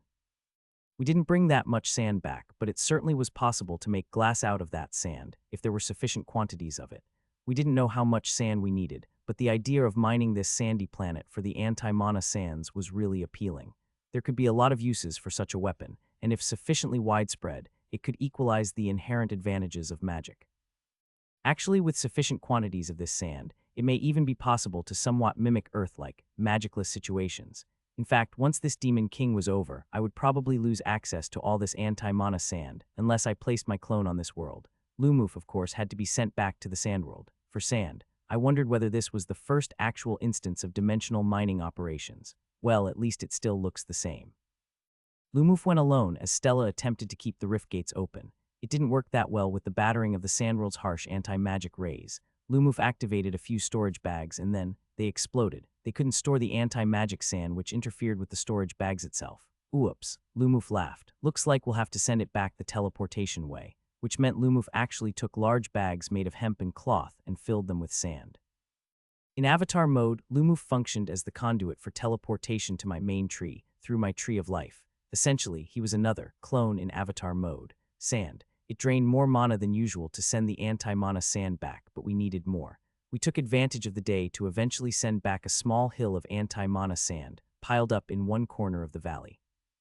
As I noticed the presence of this anti-mana sand, I also wondered whether it had potential anti-demon uses, since it was also effective against demonic mana. Could we use the anti-mana sand to clear corrupted places and remove the demonic energies from Rotedlands-type terrain? If so, these anti-mana sand could be immensely valuable to restore terrain and clean the land from demonic corruption. Ken, my resident armchair critic, was quick to point out that I've had the Space Grand strategy equivalent of a unique resource that gave the faction access to unique units or research. That, of course, tickled my funny branch. That made sense. Who would have thought anti-mana sand was a strategic resource anyway? Lumoof, you'll be doing mining. A whole lot of them. I'm a priest, Ian, not a sand collector. Lumoof protested, mostly as a joke. I have sand in every part of my body. Then you're doing it right. You'll have to be my sand-collecting priest for this month. The anti-mana sand, strangely enough, did not cause any unusual reactions with my secret hideout. My spatial skill, which didn't use mana, or at least didn't use it directly, could store this anti-mana sand without much risk, and after all my levels, my secret hideout could be expanded quite a bit. The heroes took their share, a small truckload, to begin experimenting with larger weapons. At the same time, I also gave a small batch to my blacksmiths, jewelers, and crafters to attempt their own experiments. Alka, too, used the anti-mana sand for his own experiments, mainly to figure out how to make the bombs react exactly the way he wanted. Within weeks, he made some very good discoveries. With the anti-magic qualities, the sand essentially functioned as negative gates, and in small quantities, it could be used to create more compact runic patterns and prevent unnecessary magical interference between unrelated but nearby formations. In short, the sand could be molded into magical walls between spells. Given the value of these sands, I'm thinking Ian should totally deploy a clone tree on this world, Alka stated. This sand could herald a new era of super compact magical weaponry. We may even attempt the computers that the heroes speak of. Valid, but I had my reservations. The parasite world's useless. We should abandon it for this, Alka stated. Again, I also had reservations. Surely there are resources there, just like the sand, that we have only not discovered. If I had to, I would probably abandon either the Comet world or the moon. Most probably the moon because of how easy it is to get to it again. Still, this was something I had to think about, so for now, we mined sand. A lot of them. The heroes made anti-magic staff and weapons, and Chung made arrows out of them. Chung and Hafa's both had a balance of spells and skills, as archer and knight-type heroes respectively, so transitioning from glass weaponry wasn't too much of a challenge. The weapons were strong, after all they were made through Hero Forge, and so were just naturally overpowered weapons. They made a set for me and a few extra sets for the future heroes, just in case. On this front, I thought of Ken's League of Heroes idea, and perhaps we could start with trade of hero items between heroes of different worlds. I gave some to Lilies, just mainly to share the anti-magic sand. They were fascinated with it, and immediately wondered whether it could be used with that anti-divine material we had, Black Star Gems, the coal-like material that exploded when exposed to star mana, in a way, quite like void mana. When we placed the two types of materials together, nothing happened. From what I recall, the Black Star Gems itself didn't do much other than resist the effects of the gods, which remains untested even till today. Our attempts to work with the two together didn't get anywhere, but perhaps it's just a matter of discovering the right process. They were not so amused when I shared what we saw on the sand world. In fact, Lilies responded with a revulsion, something about a world filled with so much sand that was so lifeless throughout that seemed to really disgust them. Or maybe these lake plants just don't like waterless deserts. Reefy's search for the deepest trenches were filled with fights, and Reefy didn't say much. All he said was he needed more time, since the trenches were filled with monsters. He seemed fairly amused by the anti-magic sand, but didn't think much into it. The images Reefy shared were quite brutal, mostly of heavy fighting and slaughter. The depths were home to violent eels and weird fish creatures, and they fought Reefy's attempts to explore them. He didn't seem disturbed by it. Instead, Reefy merely remarked that he just needed more time. Reefy also showed me some special coral weapons that he made, inspired by what I've made on the surface. He had control and ability to directly breed fishes and fish creatures, quite similar to how I created my beetles, and these fishes could travel long distances. I was really curious how he maintained control and vision of them even at such distances, but Reefy didn't have an explanation. It was just what it is, and Reefy didn't think much of it. We should probably warn the Mountain World heroes about the Sabnok-type Demon King. It might blow up and flood the world with demonic corruption again, Lumoof pointed out one day during one of the monthly council meetings. It didn't feel very good that I was pointing out the problems and also giving the solutions. I felt like one of those business consultants that pointed out a future issue and told their prospective customers to pay up. You do know we look like swindlers when we tell them stuff like that, and we offer the solution too. I mean, we do have a pile of anti-mana sand, and conveniently there's a future demonic corruption crisis to solve. It really looked like I'm hacking or even masterminding this shit. It would be even worse if the explosion didn't happen. Stella, of course, sat and then mused. Maybe they've already fought the Demon King and the explosion already happened. Oh shit, then they'll need our help, Lumoof said. I mean Ian's help. It's a good chance to test out the anti-magic sand, whether it worked as hypothesized. Alka responded, but what could they do if a Sabnok-style explosion created another Rotterdlands? There's practically no defense against such a weapon. Not on a continental scale anyway, unless they somehow manage to lock the bomb or confine the bomb in a limited area. I thought back to the earlier fight against the Demon King and recalled that it's possible to defuse or weaken the demonic corruption bomb by draining its mana, but that's something I'd have to do. We have an invasion on our hands. Rune diverted the topic. I think we're all still busy making weapons. Lumoof looked at Stella. I think we can manage a short visit. Also, we began to have some data from the first generation of the augmented super soldiers. The first generational child of the treefolks and lizardfolk were reaching the age that they began to have some shape to their souls, and the results were mixed. Different types of inherited skills caused the first generation's children to display some odd qualities. Like enhanced strength meant they spent less time in their spawning pods because their strengths caused them to tear through the pods. I suppose even with generational skills, the host or breeding facility must be able to endure the super kids. The kids generally inherited the skills, but they were in a weakened form, which I suspect was due to their age. Once they matured, the skill would become its full form. So it's not as if every skill can be injected. Skills needed to be compatible with the child, or it would cause problems. The mountain world was still the same, and when Lumuf returned, we were not greeted with fighting. That was a good sign. The first village we met looked relatively normal, still quite militarized, but everyone looked relaxed. A bit of casual, alcohol-fueled conversation later. The heroes have been busy fighting demon champions.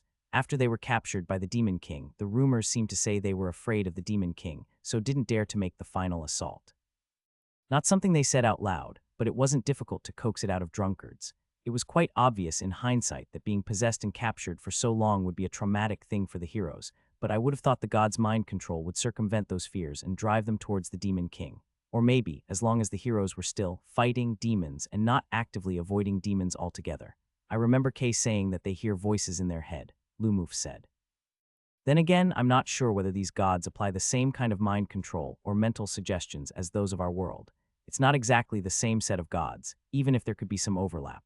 Still, the presence of the heroes significantly tipped the scales, as the heroes could take on demon champions easily as they leveled. It didn't take particularly long for us to eventually return to the seat of the Council of Kings and find them in a significantly better mood. There was a return of the arts and entertainment, and the shops looked like they've had a renaissance of sorts. Welcome back, Your Excellency. Lumuf's presence was initially undetected, but eventually someone saw him and ratted him out. One of the lizard people counselors came to greet him. On behalf of the Council of Kings, we once again welcome the savior of our heroes. It was almost public knowledge that there was some otherworldly help by now. Our presence in this world was not a secret, and since the kings knew about it, almost everyone else soon learned of the other worlds. Some formalities later, a meeting was arranged with the kings, the heroes, and a large group of advisors, where Lumuf then shared our experience with Sabnok and the post-Sabnok destruction. There were only a few differences so far, so it's likely that this demon king was a similar variant as Sabnok. The two heroes, now in better shape, even if they were still affected by their trauma, quickly asked whether we would be able to send heroes here. We rejected it, using the void mana as an excuse. Still, there were some things that could be done with the knowledge. 1. There may be heroes where their souls have been captured by the demons. Thirdly, the heroes also made preparations, equipped with the knowledge of the tricks Sabnok used. It's like playing with a walkthrough, and after discussing how someone else had already cleared the game. As it is, they've reached a somewhat comfortable status quo where they are just hunting the champions for level. We didn't say it out loud. I didn't want to trigger the gods' mental controls. There was something we wanted to know. What triggered the Demon King's win condition? When did they go for the core? Why was the Demon King still stationary when the heroes were already free? We can hear it. It's calling us to it. The two heroes said, "We're pretty sure it even sees us. We know, but I'm afraid." The two heroes were visibly shaking as the boy started to share his fears. After that first time, I'm not sure if I could face it again. I know I have to, but I thought I felt divine energies in the air as the heroes let out their worries in a meeting room. We have to. Darn. Triggered it anyway. Can you help us? We have a Demon King of our own to fight. We have 4 years left, and the next Demon King, now that I've seen it, worries me immensely. After the meeting, Lumuf suggested that perhaps we could help. The levels would help us against the Demon King, since we could get new skills. It was something worth thinking about.